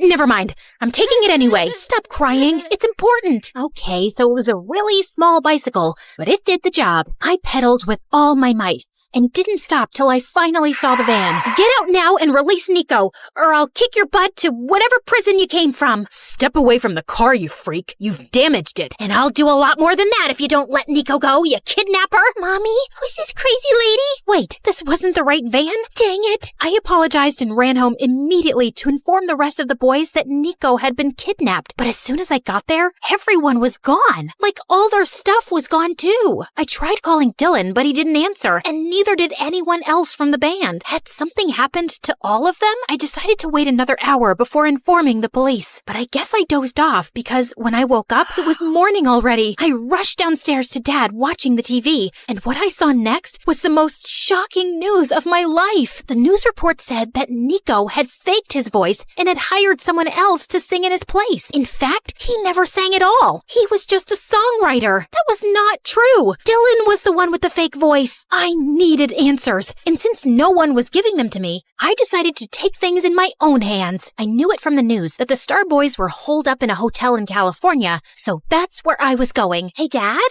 can you feed the chickens and make sure the pig doesn't run away again? I need to be somewhere. It's important. Okay, thanks, bye. I reached the hotel, but the place was bustling with media. Somehow, I made my way to the reception. Luckily, the staff recognized me as Dylan's girlfriend from all the useless interviews I gave with him and led me to their room. What are you doing here? First, I'm here to dump your sorry butt. And second, how dare you frame Nico and spread false news about him? It's you who's fake. You hired someone to sing in your place. You're the liar here. Calm down, you walking carnival. The only liar here is your beloved Nico, and you're about to find out why. I turned around to see Nico on TV with the same intruder guy I'd spotted in the boys' house. The news you've all been hearing is true. Everyone knows my dad's a big music producer who gave us our first break, and I wanted to take the top spot as the lead singer for myself. But I can't sing a note, so I hired this guy to do it for me. I'm ashamed of lying to my audience and my fans for so long, and I have no excuse except saying that I was young, naive, and stupid. I ask you all to forgive me, and also, I'm quitting the band. He's quitting the band? He can't. He writes all our songs. Aw, you're scared you'll have to actually prove you're better than Nico now? Dylan glared at me angrily, but I ignored him and left. But I was still reeling with shock at the truth. All of social media exploded with Nico's news. People were calling him a liar and a cheat. Even his dad was facing backlash. It was a huge mess. I was still shaken as I left for home that evening. When I got there, I saw Nico waiting on the porch for me. Nico, what are you doing here? And how are you? What do you think? I messed up big time. At least you're okay. First, I thought you were kidnapped. Then I thought Dylan had framed you. Then I found out you're a big fat liar. It's been a lot to process, man. About that day at the coffee shop, those guys you saw, they were my dad's bodyguards. I messaged Dad that I wanted to come clean, and he came down here immediately to talk me out of it. And that's all. I wasn't getting kidnapped. But yeah, you're right. I am a big fat liar. But Nico, why did you lie? Because I was stupid and spoiled and wanted popularity. And then I got addicted to it. But over time, it can become a huge burden living a lie. You feel like you've lost yourself. And then I met you, and you're the most original person I've ever seen. You inspired me to be more myself. And I should have never asked you to change for Dylan. Yeah, I'm an inspirational person. People tell me that all the time. In fact, when I was a kid... I'm still talking? Sorry, go on. Wait, I'm feeling a little itchy. Can you please scratch my back for me while you talk? What? Fine. Basically, what I'm trying to say is that I like you, Zoe. I did almost from the start, but you always had your heart set on Dylan, so I stayed quiet. And now I think it's too late. What's late? Oh, you mean your confession? You know why I keep a half-eaten banana in my pocket, Nico? It's because I'm always prepared for the worst. And also because I'm always hungry. Anyway, the point is, I like you too, Nico. And I wish you would have told me the truth. But it's not always easy, and I get that. I think you were really brave to do it publicly. I mean, your career's tanked, but it was an admirable thing to do. So, you're saying you forgive me? Well, depends on how good of a kisser you are. Let's find out, shall we?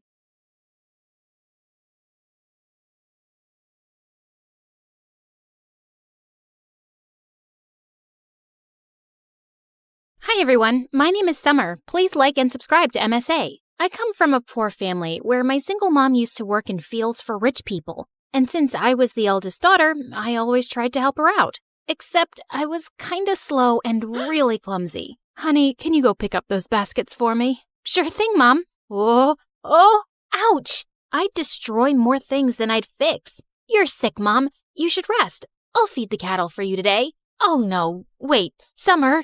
No, shh. You can thank me later. But as soon as I went near the animals, I stepped on a cow's tail and sent them all running around in panic. Just then, my BFF Jackson showed up, laughing like crazy.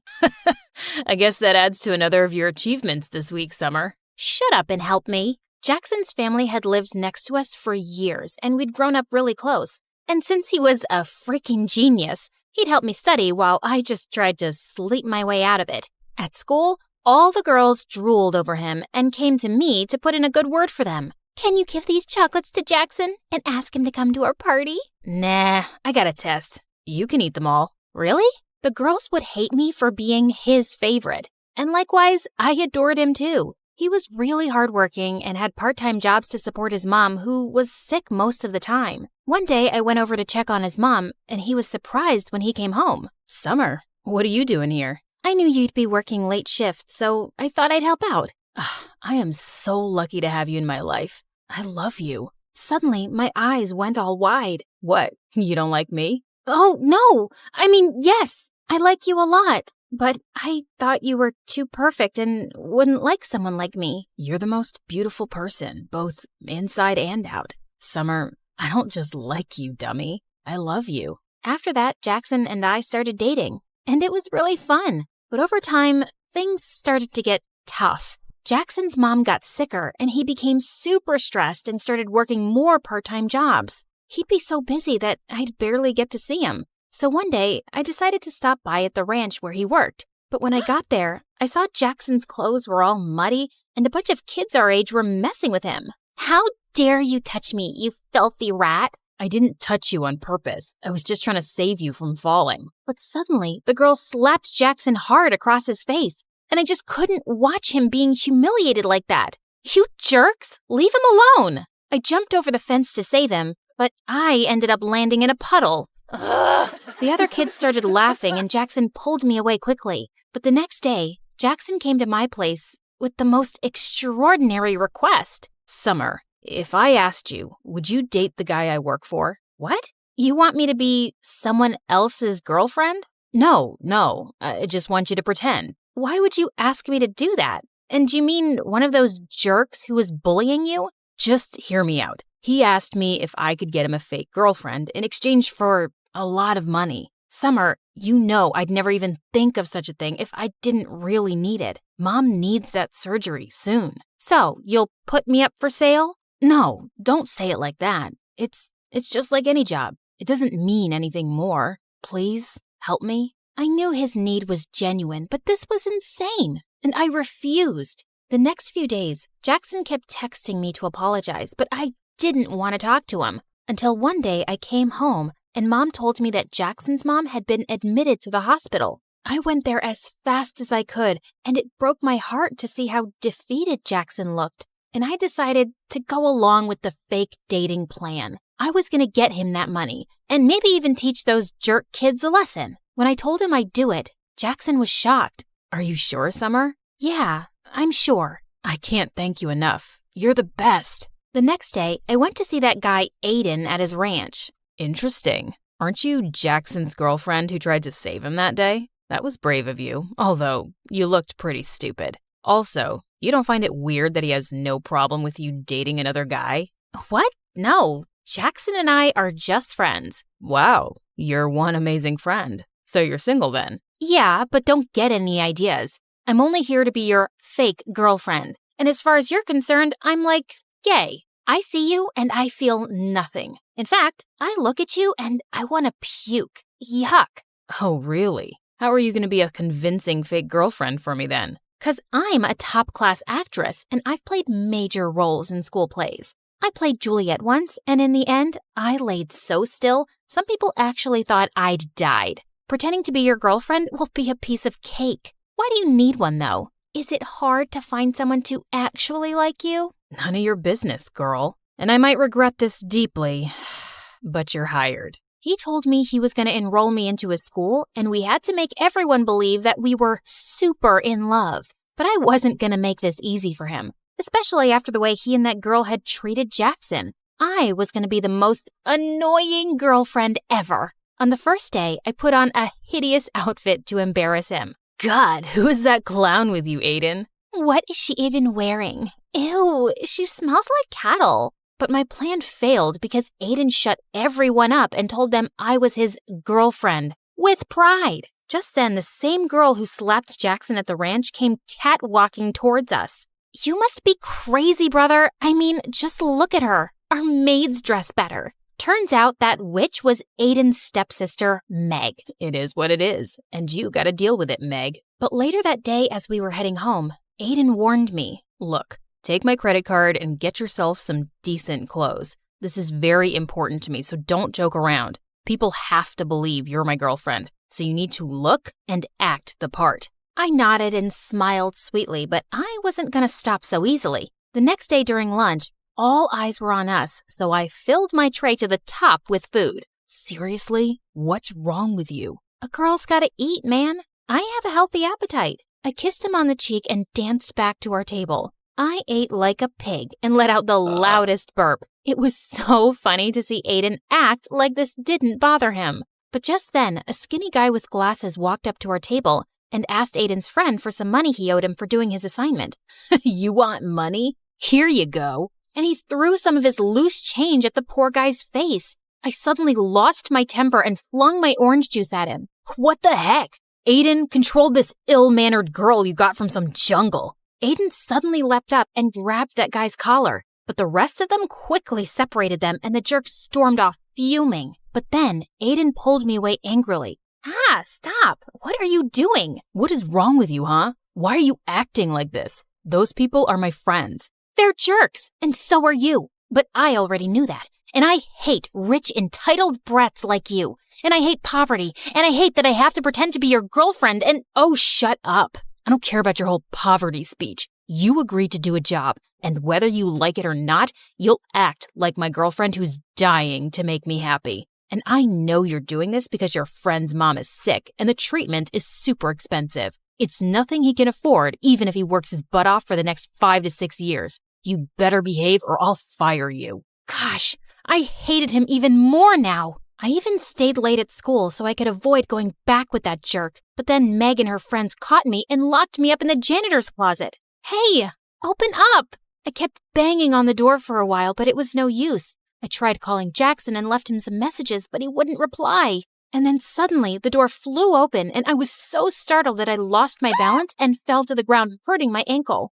Ouch! Are you okay? Aiden lifted me up in his arms and took me to his car. How did you find me? I heard my sister talking on the phone with her friends and I ran here immediately. Also, I'm sorry. What? It's because of me that they're treating you like this. Also, I'm sorry about what I said to you earlier. I acted like a jerk. It's just that my life will fall apart if this plan doesn't work. What do you mean? My dad wants me to get engaged to his business partner's daughter, but I don't want to do that. I want to become a musician and be with someone I love, not be part of some business deal. So I lied, and I told him I already love someone else. But now he wants to meet that person. That's why I hired you. I could tell that he was having a really hard time, and I decided not to make things worse for him anymore and play my part properly. Later, when we reached home, Aiden even dropped me to the doorstep in his arms. But as I limped in, I saw Jackson waiting for me. What do you think you're doing, Summer? You're supposed to pretend and not actually jump into his arms like his girlfriend.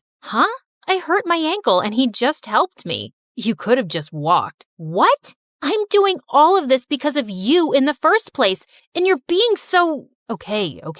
Don't get mad at me, please. It's just that I love you and I got kind of jealous, and I'm sorry, okay? It felt kind of weird, but I could understand his jealousy. And now I just wanted to get this job done as soon as possible. My weird and clumsy habits would come in my way often, but Aiden didn't make me feel bad about it. And I discovered that he was actually a nice and kind person. Once when he was dropping me off at home, he suddenly dialed someone's number and wished them a happy birthday, warmly. That was my old nanny. I adored her when I was a kid, and we've stayed in touch. That was actually really sweet. I couldn't remember the last time I'd even called my favorite aunt on her birthday. And it was things like this that made me warm up to him. And we slowly became good friends. A few days later, it was my birthday, but Aiden told me he had a party at his place and wanted to introduce me to his parents. When he picked me up that evening, I saw him in a suit looking so handsome. Whoa, you look so pretty. You don't have to pretend. No one's watching us here, Aiden. Suddenly, I lost my balance, but thankfully, Aiden caught me in his arms. For seconds, he kept staring into my eyes, and my heart raced like crazy. It's a shame we aren't dating for real. Somehow, I pulled myself back up and stomped on his feet. I would never have dated you for real. You're not my type. Later at the party, Aiden was about to introduce me to his parents, but on the way, Meg stepped on my dress and I ended up crashing into the party cake, which went flying into Aiden's parents' face. Holy freaking cake monsters!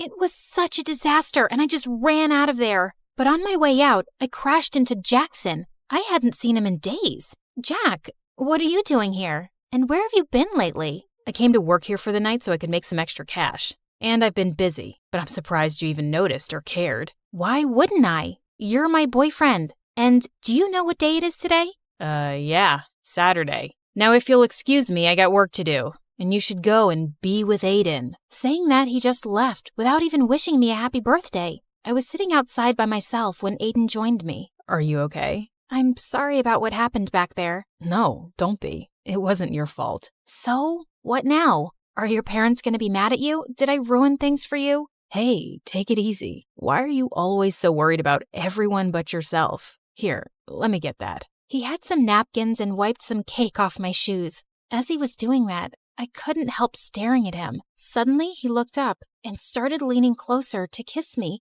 My heart was pounding wildly, but I pulled myself back just in time and ran out of there. What just happened? The entire night, I kept thinking about Aiden. I was definitely catching feelings for him, and I felt guilty. I decided I couldn't go on with this deal, and I had to talk to Jackson about it. But then early the next morning, I received a message from Aiden calling me at his place. When I got there, I didn't see Aiden, but his parents and Meg were there, and so was Jackson. Look who's here. The famous gold digger who's trying to rip my brother off. I have no idea what you're talking about. Your brother and I love each other. Oh, really? Then who is this? Meg told us she heard you calling him your boyfriend last night. So, you've just been playing with my son's heart because he's rich? That's why rich people like us can't trust you filthy lowlives. You're all liars and frauds. I looked at Jackson, but he just stood there. But Aiden suddenly appeared and stepped in front of me. Leave her alone. I told you, I love her, Meg, and if you hurt her again,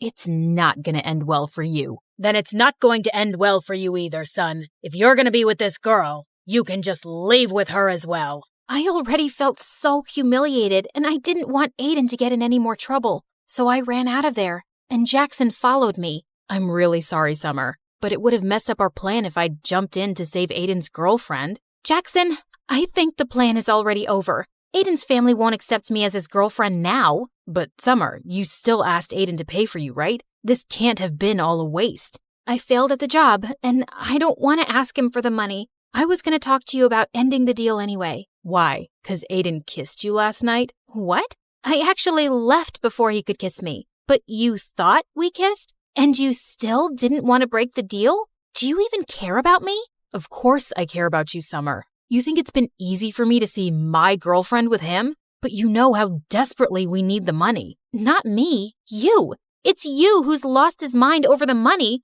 It's like I don't even know who you are anymore, Jackson. Just leave me alone. We're done. Because you fell in love with Mr. Fancy Rich Pants, right? Because I'm not good enough for you anymore, right? Jackson, just stop. No, I won't. In fact, let's see if you still love me or not. He tried to kiss me, and just as I was about to slap him, Aiden pulled him back and punched him hard.